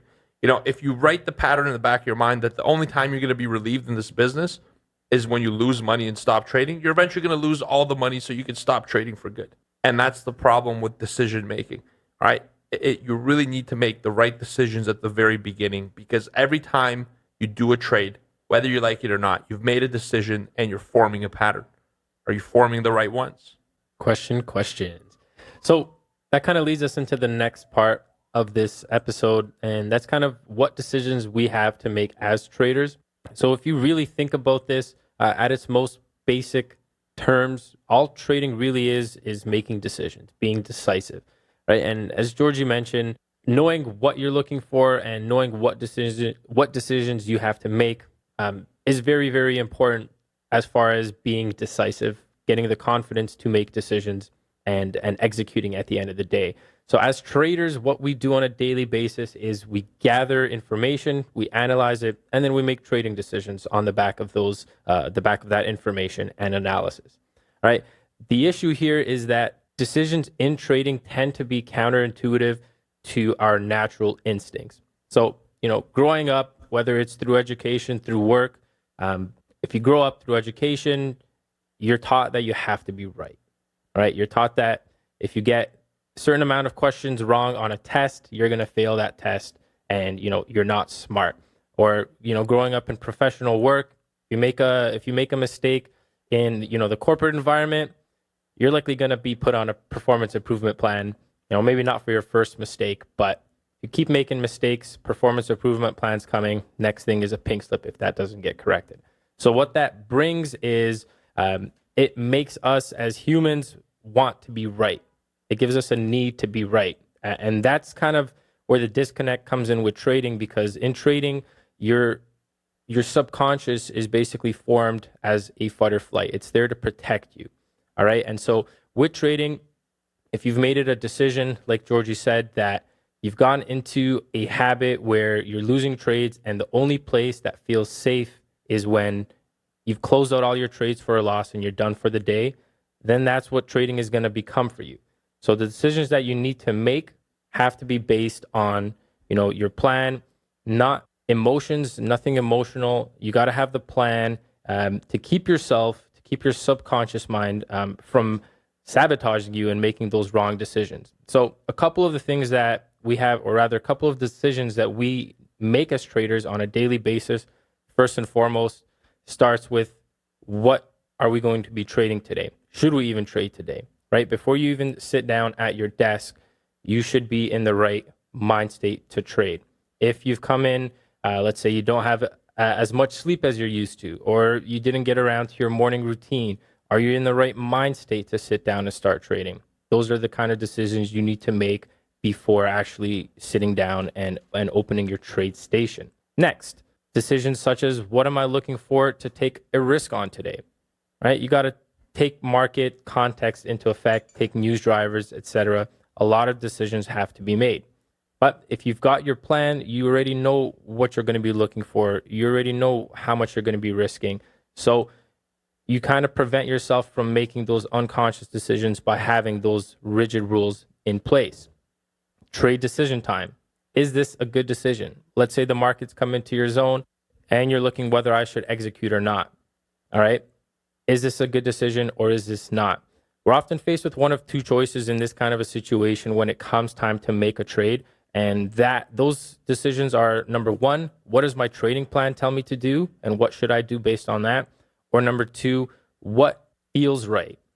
What should I be doing based on, my gut feeling? What would make me feel more comfortable? And oftentimes, because of the way that, we've grown up and the way that our instincts have been put together, there's going to be a battle between doing the thing that you should, because that's what's right, and that would be doing what your trading plan tells you to do, versus doing what your gut feeling tells you to do, because that's emotional and your subconscious mind is based on fight or flight, right? So is this a good decision? Let's say the previous day you took a trading loss and you've written in those habits that you're going to be trading and that's going to result to loss. Guess what your subconscious is going to do when you take that trade and let's say it's coming towards your stop loss? You're not going to do what your trading plan tells you to do, which is to get out of the trade. You're going to do what feels more comfortable. And that's, maybe I'm not going to do anything. Give it a couple seconds. It's got to come back, right? And that's kind of where the domino effect comes in.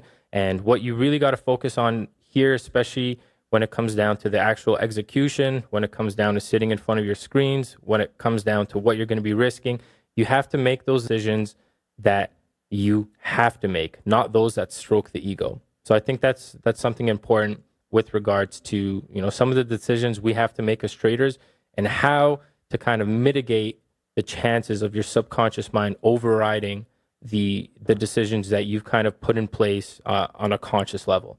Yeah, I absolutely love that, because what's one of the scariest things for people when they make a decision? They need to know there's a need to know whether the decision you're going to make is a right or wrong. Instant feedback. Yeah, it's like, and I'm going to tell you this. If you're making a decision, if you have the opportunity to make a decision in life and you're going to immediately get some kind of feedback on whether or not it's right or wrong, it's probably not a decision that's going to benefit you. Think about it for a moment. I challenge you to think of a time where you immediately knew the result of a decision and think about how few times that was probably a good thing for you.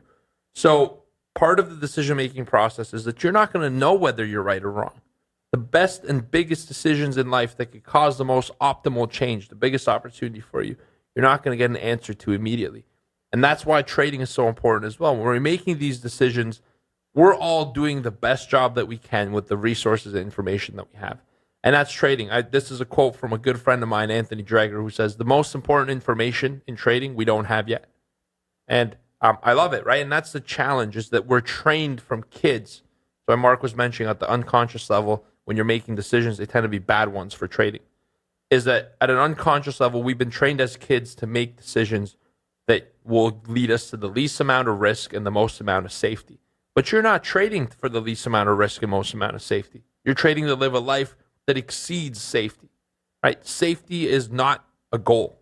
Safety is moving away from poverty, from fear, from risk, whatever it is.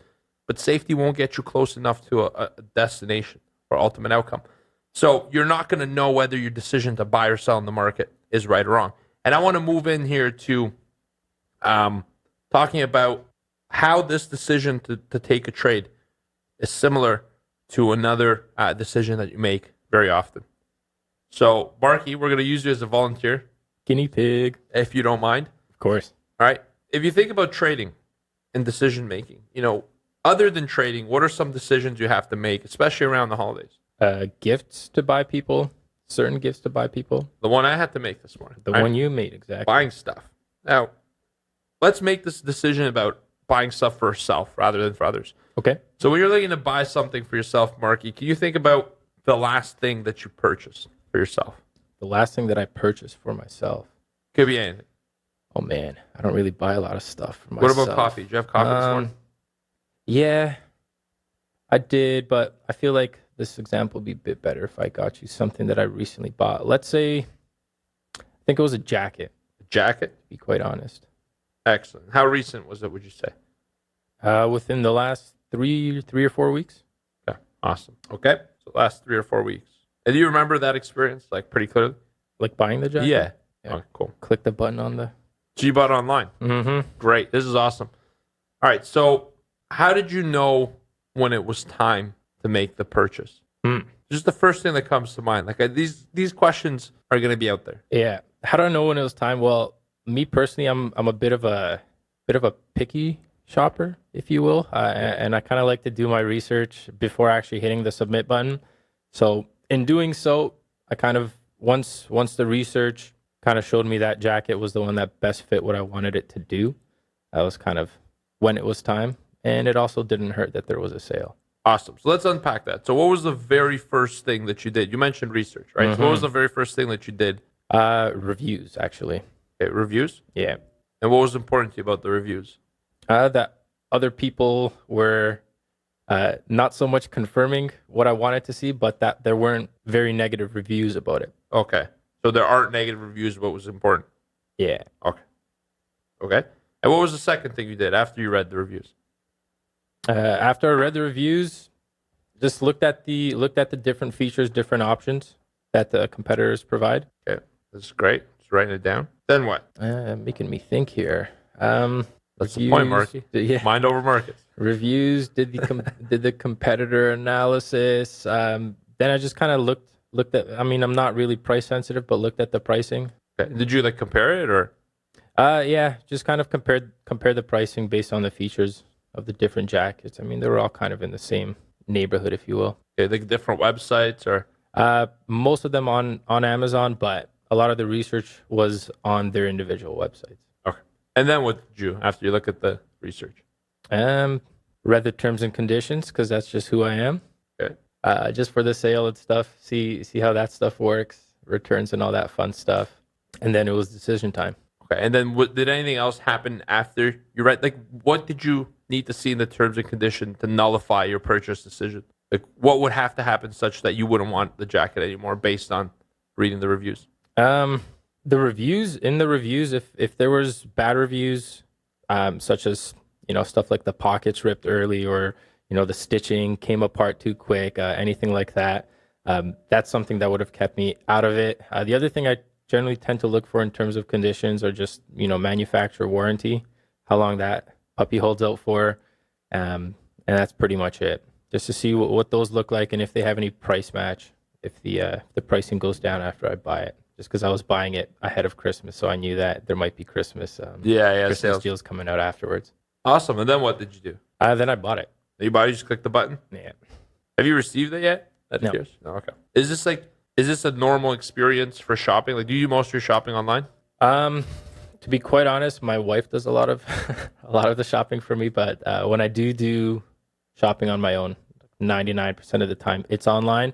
If it's not done online, then I'll be online, make sure the location has it available in stock, and then I'll go. So 99% of the decisions, all that stuff is done online. If I have to go to the physical location, it'll be just to go pick up that one item that has to be in stock. And I won't go if it's not in stock. Okay. Excellent. Awesome. So what we've done is basically walk through the purchasing cycle of Mark for a jacket. And I'll give you guys mine as well. So what this is called, Mark, is like your purchasing strategy. So what strategy executes in your mind to purchase a jacket? So because it's online, it's not 100% accurate. Maybe I should have clarified at the beginning, something in person. But so what you do is you read the reviews and you're looking for not acceptance of the product, but you're looking for any negative reviews that could show you something that you might have missed. Yeah, because Right. every whatever the product is, on the product website, they're never going to state, the lining should Yeah, yeah. last this long, right? It's Here's this beautiful jacket. Yeah. The pockets rip within 3 weeks. Yeah, historically speaking, these pockets should last at least 3 weeks, right? So I just like to go on to see those types of reviews, because that gives you a little bit more insight than what you would get from, just reading product reviews on their own page, on the actual brand page, as opposed to like a third party like Amazon or something. So, whether it's jackets or whatever it is, that's usually my purchasing cycle. Now, what if we applied this purchasing cycle to your trading? Because this is how you subconsciously convince yourself to purchase something that's worth value. So you read reviews for negative stuff. So let's apply this trading. What if is there something that's disqualifying my trade? I mean, like, is there information that I know that if I see means that this trade isn't right? That's like your negative review. Second thing would be, looking at different features and options. This could be like intercorrelation. And we talk about all this in the strategies, but your purchase strategy is reviews, right? Compare features and options, which is a value-based decision. All right. Look at the pricing elsewhere to see if you get it for cheaper. And then read the terms and conditions you're getting into, and you click the button to buy it. So, as I was looking at you answer these questions, you mentioned the words look a lot. So you rely a lot on visual information to make decision making. Oh, yeah. Right? You didn't once say, and I missed it, I might have to listen and replay myself, but you didn't once say, I feel like if other people, blah, blah. You might have said it once, but it's not more of a feeling to you. It's more visual, and then it's more logical. Like, do I need it? What are the benefits? Price compare.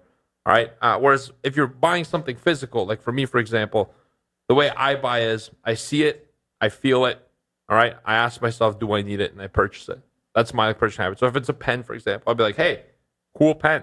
I grab it because I'm more of a kinesthetic people. I'm hands-on. I like to feel things.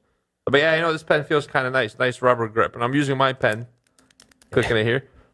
And it's like, do I need it? That's a self-talk. So mine is visual, kinesthetic, all right?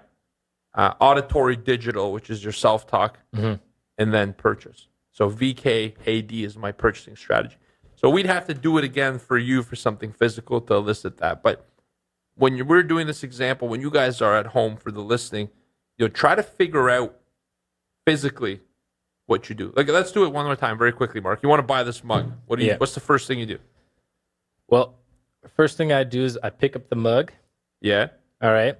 And give it a little weight. Obviously, I look at the size of the mug. And what are you looking for when you look at the size? Bigger is better. I like to drink tea. I like to drink a lot of tea. Some would think I'm British, but I like bigger teacups to be quite honest. So I know if I depends on where I'm going to be drinking it too. If it's going to be in the office, I prefer bigger ones because I don't like to get up and make tea all the time. So a bigger teacup means I'm going to have to be getting up less, which means I'm going to be enjoying my tea a little bit more. So I like to see a bigger cup, and then just kind of quality. Does it feel nice? Does it feel cheap?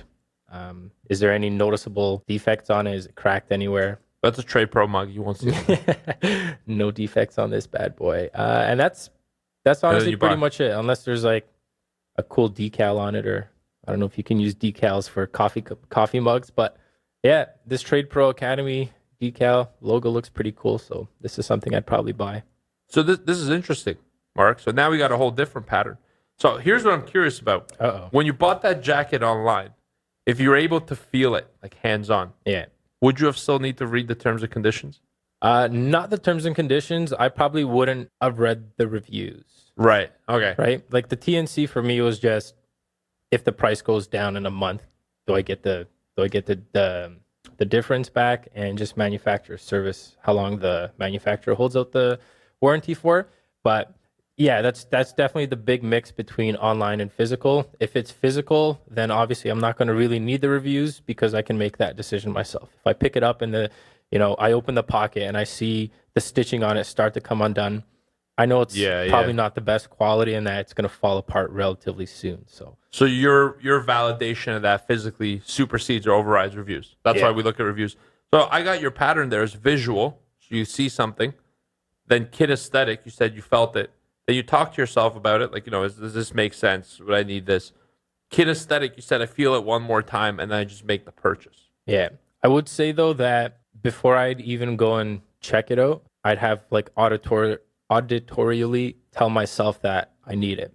Like I won't be going into a store unless I need it. So if you walk by something and you see it, it's not a trigger for a buying behavior. Not for me, maybe my wife. Hopefully she doesn't listen to this one. But yeah, for me, it's kind of funny because she nags me on this, but I will literally not go into a store unless I need something. Like I won't go online unless I need it. If I walk by something and it looks cool, I might give it like a second thought, but I'll never really go into the store to check it out unless I'm ready to buy. Like I'm one of those people that if I'm going to be buying, I'll be entering the store. If I'm not buying, I won't be. You won't even be there. No. It's interesting. I bet your stuff is more organized because you don't have the tendency to hoard. I mean, you can look at my desk and tell these guys. You're for sure the most organized here. So this is interesting. So see how we're able to elicit a pattern that leads to a purchase, and it kind of gets you thinking because you don't think about that. So what if you created your trading pattern around that, knowing that it's auditory digital? So self-talk your way into saying, hey, does this trade make sense for me? What do I need to see? So convince yourself sort of by talking, giving yourself the pep talk. All right. Kinesthetic feel. And then for me, I'll use mine because yours, we have to tailor a little bit. For me, it's visual. How do I feel? And then self-talk.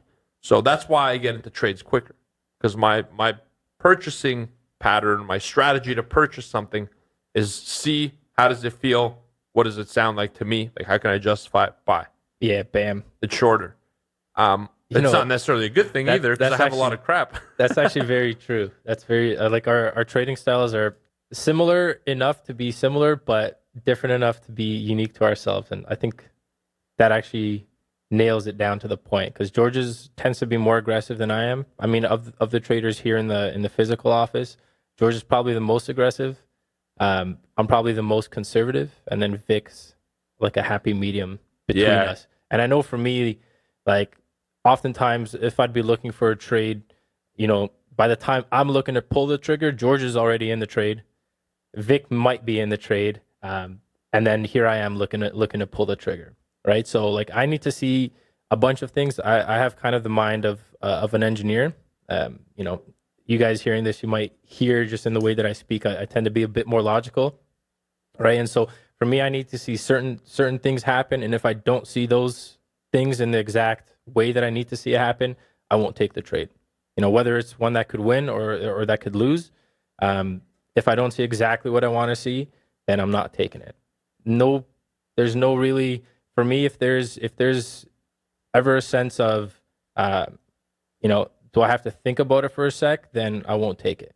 Like if it comes into my zone, gives me exactly what I need to see, bam, the trade's executed. Right. Whereas for you, you need to see a little bit less than what I need to see, right? So like I said, sometimes if we're looking to get long, for example, in a similar zone, George will have qualified it usually sooner than I have, just because his pattern or his plan is a little bit different than mine. Well, it's because the trigger point for this is purchasing an item. So your trading strategy might be different than purchasing a pen or a mug, right? But just to use that as an example, your first thing is auditory digital. So you have to talk yourself through it. Whereas for me, it's just visual. So visual aspect's much quicker. So I see, doesn't make sense. Boom, trades in. That's not always a good thing though, right? Because if you can self-talk your way through it, you might have disqualified a bad trade. But because of that, I've developed myself a fail-safe where I have a stop loss and I'm able to get out of trades and break even quicker, faster. And I need to do that in order to compensate for the fact that I get in quicker too. So the interesting part about this episode is that there isn't one template I could give you to make decisions.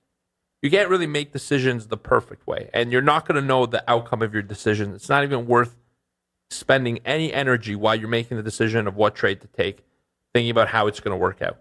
Any moment or seconds you spend thinking, how will this trade work out before you've done it, you're stealing away from the opportunity of placing it right now. You're basically taking away of the profit. You're robbing yourself. So what I'll tell you is this: come up with your own purchase strategy. How do you know when you buy something physical? And give it some thought as to how that translates to your trading. Maybe think about last time you did your trade. What was the first thing that made you know that it was time to trade? And then what? And then what happened after that? And notice yourself. If you're saying the things like see, that's visual. If you're saying feel, that's kinesthetic. I need to talk to myself just to confirm, does this make sense? If you're asking yourself questions that no one's answering, that's auditory digital, that's self-talk. And then figure out your pattern and then create your strategy qualifiers around that. Because this is the problem. People want other people's strategies to make their own trades. But if your pattern is slightly different, and most people are, than mine, my strategy will never work for your decision-making process, ever. Well, that's true because, I tried it. I learned day trading through George. For those that don't know, I come from a swing trading background. But the reason why I say I'm more conservative than him is because I traded his strategy. You know what I mean? I traded his strategy and I wasn't getting the same results as him. And that's because, my personality wasn't aligned to the strategy. And all that it took was enough time trading his strategy to know where my personality laid. And, he's a lot more aggressive, as I just mentioned. So we're still trading similar strategies. I just implemented my own personality into it because I tend to be more conservative, right? So whereas we could be looking to trade in the same spot, doesn't necessarily mean we're going to get the exact same fill. And I think that's something super important, especially for newer traders to hear, because a lot of newer traders think that they need somebody's strategy, somebody's successful strategy in order to, to be able to do this successfully. And that really couldn't be further from the truth because, you could trade Georgia's strategy like I tried, or I can give you my strategy and you can try to trade it. And I can almost guarantee you're not going to get. I wouldn't even try. Results. I don't know if I'd even understand it, to be honest with you. Not because it's a strategy. It's because it's different. Yeah. It's yours. You're supposed to understand it. No one else but you is supposed to understand that strategy. So we'll end up this podcast. We'll start wrapping it up by saying this. Stop looking for strategies and shortcuts. Start looking to understand how you make decisions and start putting more energy on making the decision that's right for you. All right? Because that's how you're going to succeed. How do you make the decision that's right for you? Start by looking for more information. Take the pressure off of yourself as a newer trader to make profit now and give yourself the task instead of learning. New information, how to process it. Ask good questions. Be a part of a community like ours where you can trade with us live every morning. And as you ask questions, we answer them for you. Surround yourself by people who could give you answers to the questions you have based on the information, and you're going to start making the right decision that's right for you. Once you start making the right decisions right for you, trading changes. You no longer have to worry about anybody else. It's all individual. It's unique. And, here's one thing that I'll give you as a tip, as a takeaway for this episode. If you find that after your first loss of the day, because I wrote this down, if you find that after your first loss of the day, the day goes to, where? Like to the wayside, it's completely a write-off day and you lose a lot of money. Stop trading after your first loss. That makes you more selective of higher quality opportunities. So stop trading after the first loss. It'll give you more time to make better decisions. It will make you value information. It creates a scarcity effect where every trade becomes that much more important, especially the first one. Or if you're going to say, well, how long do I stop trading for? Start with 10 minutes. Sometimes it'll just take you 10 minutes to freshen up your mind so you can look and start to appreciate information again rather than going back to revenge trading. As long as it takes you to stop revenge trading, that's how long. It's going to be different for everyone. You're the type of person, when you get mad, you're pissed off all day at everything and everyone. After one loss, you're done for the day. If you could get over things relatively quickly and you're like, okay, you know what happened here? Let's get back to the information. Then, 10 minutes, 15 minutes, whatever it takes for you. There's no right answer. That's the tidbit I'm going to give you.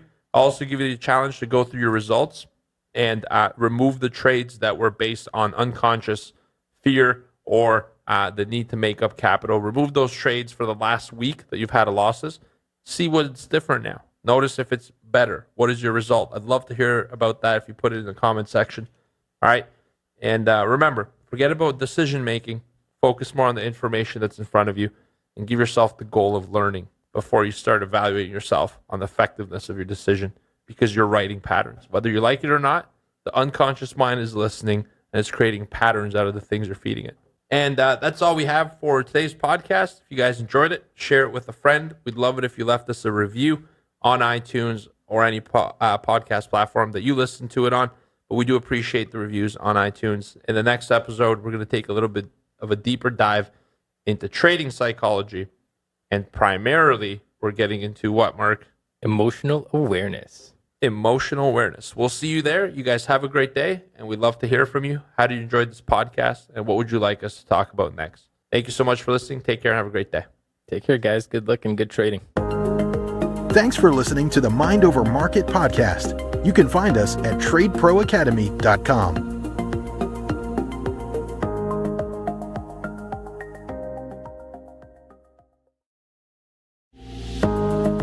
You're listening to Mind Over Markets, a podcast on trading psychology to help you build a bulletproof mindset. Here's your hosts, George Papazov and Mark Borscht.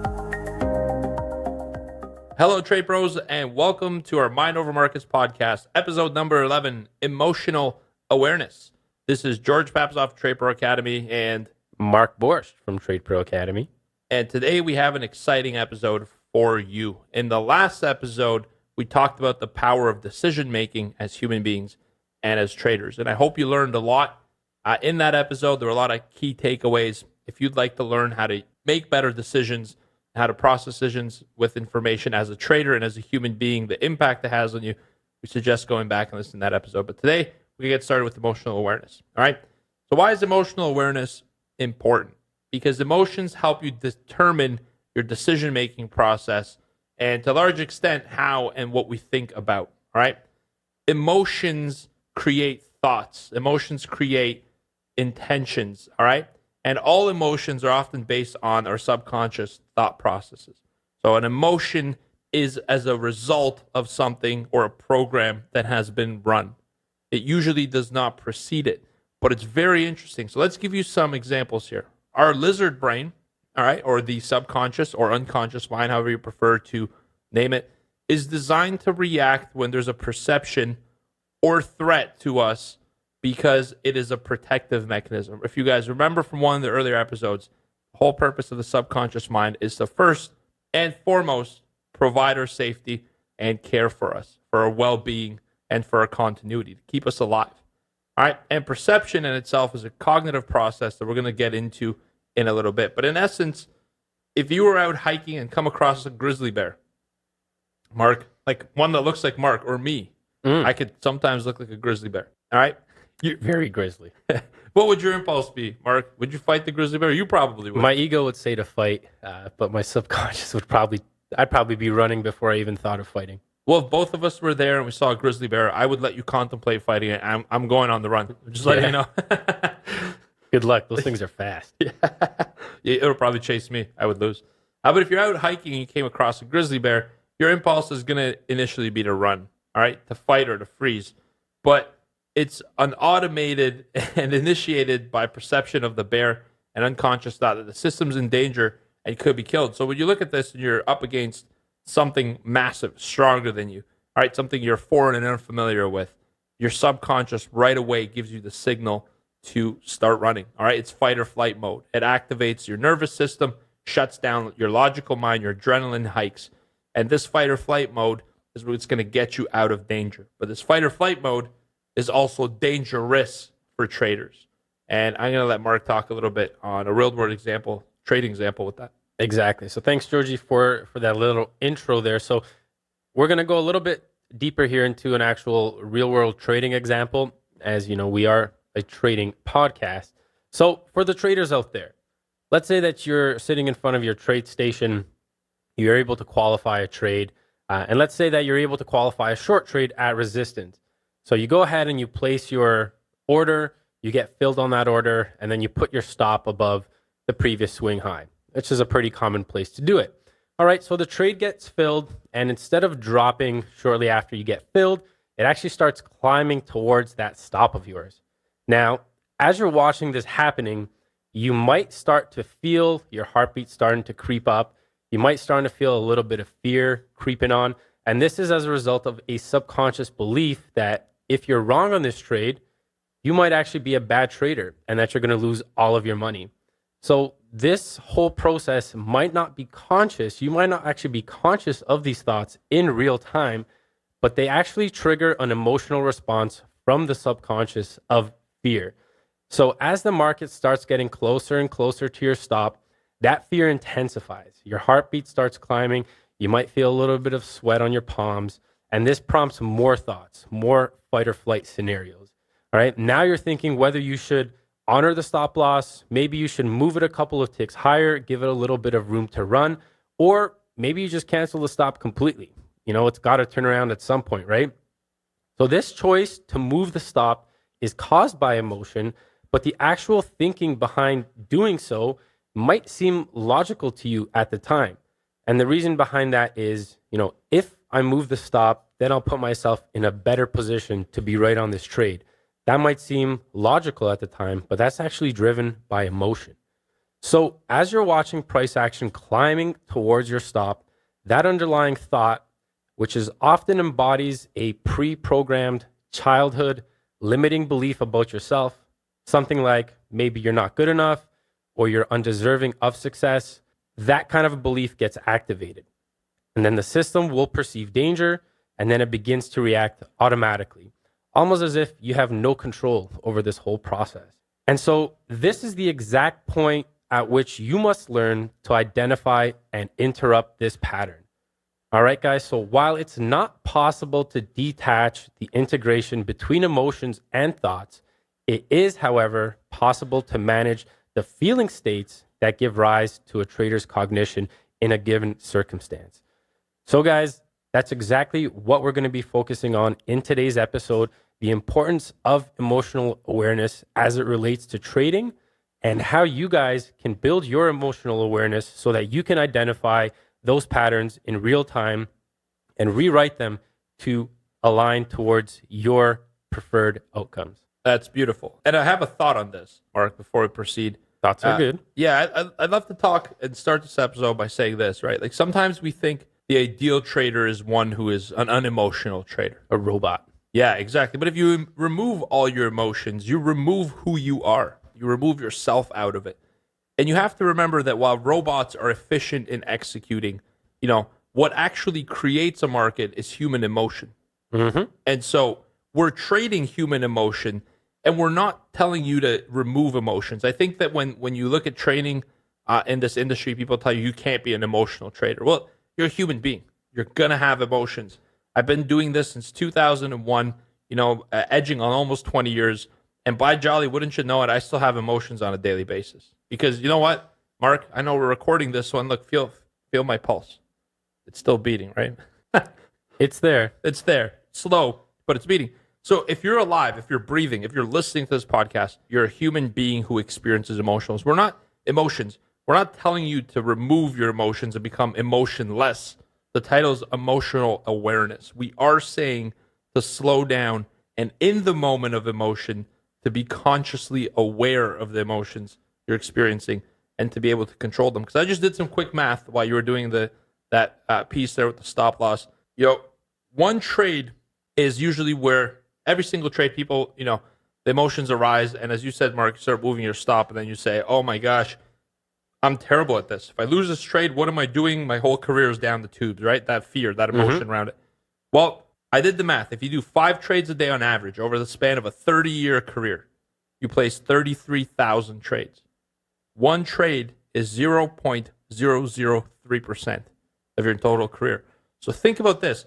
Having these detrimental moments of emotionality, about 33,000 trades on the back of one, seems ridiculous. When you put it like that, yeah. Right? Yet we do it every single day. So I think this is why we need to explore this topic a little bit deeper, because if we stop and we become aware of our emotions, we can now accept and work with them, change them, and improve ourselves on how we manage emotions. It's not about eliminating emotions. It's about identifying and managing them. Yeah, I agree completely. And I think I'm sure you can, chime in at this point as well. But for me, what it was as far as changing around performance was realizing how much emotions and being aware of your emotions in real time actually have to do with good performance. Right. Because I've seen the days, I've had the days myself where it seems like I lost emotional control. And I think we discussed this on the previous episode where, I've had days where on average I do around 3 to 5 trades a day.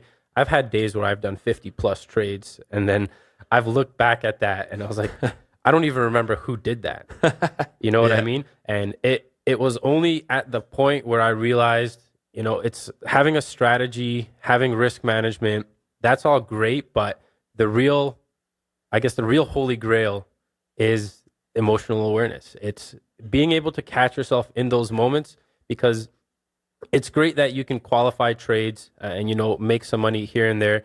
But at the end of the day, how you can consistently start building profits is by consistently catching yourself in those moments of, fight or flight, and being able to catch yourself in those moments and having a plan as far as attacking, what you should be doing when, that emotional response hits.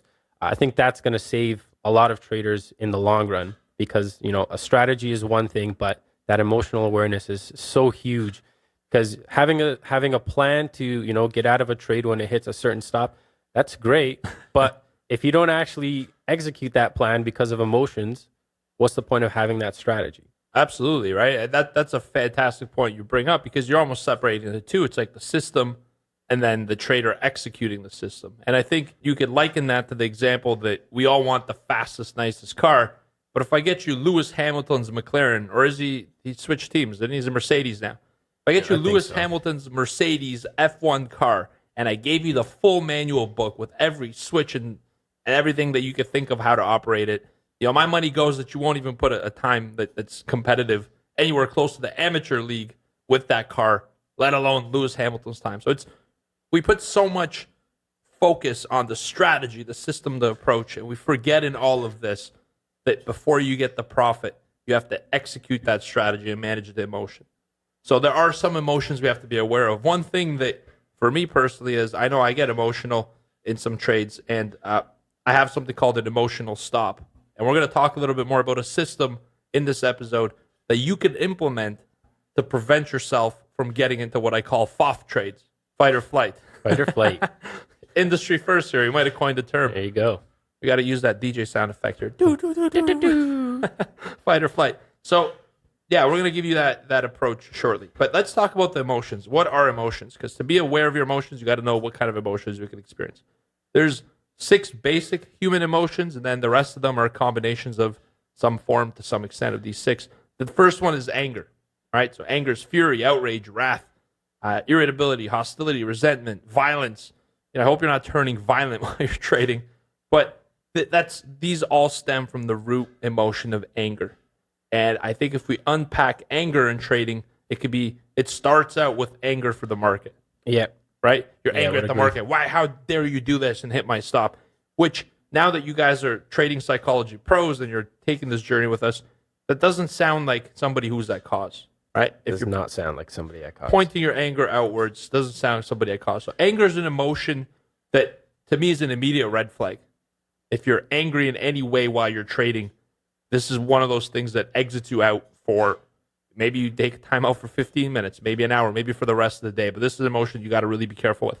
Yep. So the second basic human emotion is sadness. And out of that, you can find grief, sorrow, gloom, melancholy, despair, loneliness, and depression. A lot of D's and A lot of D's in the sadness, but this is definitely one that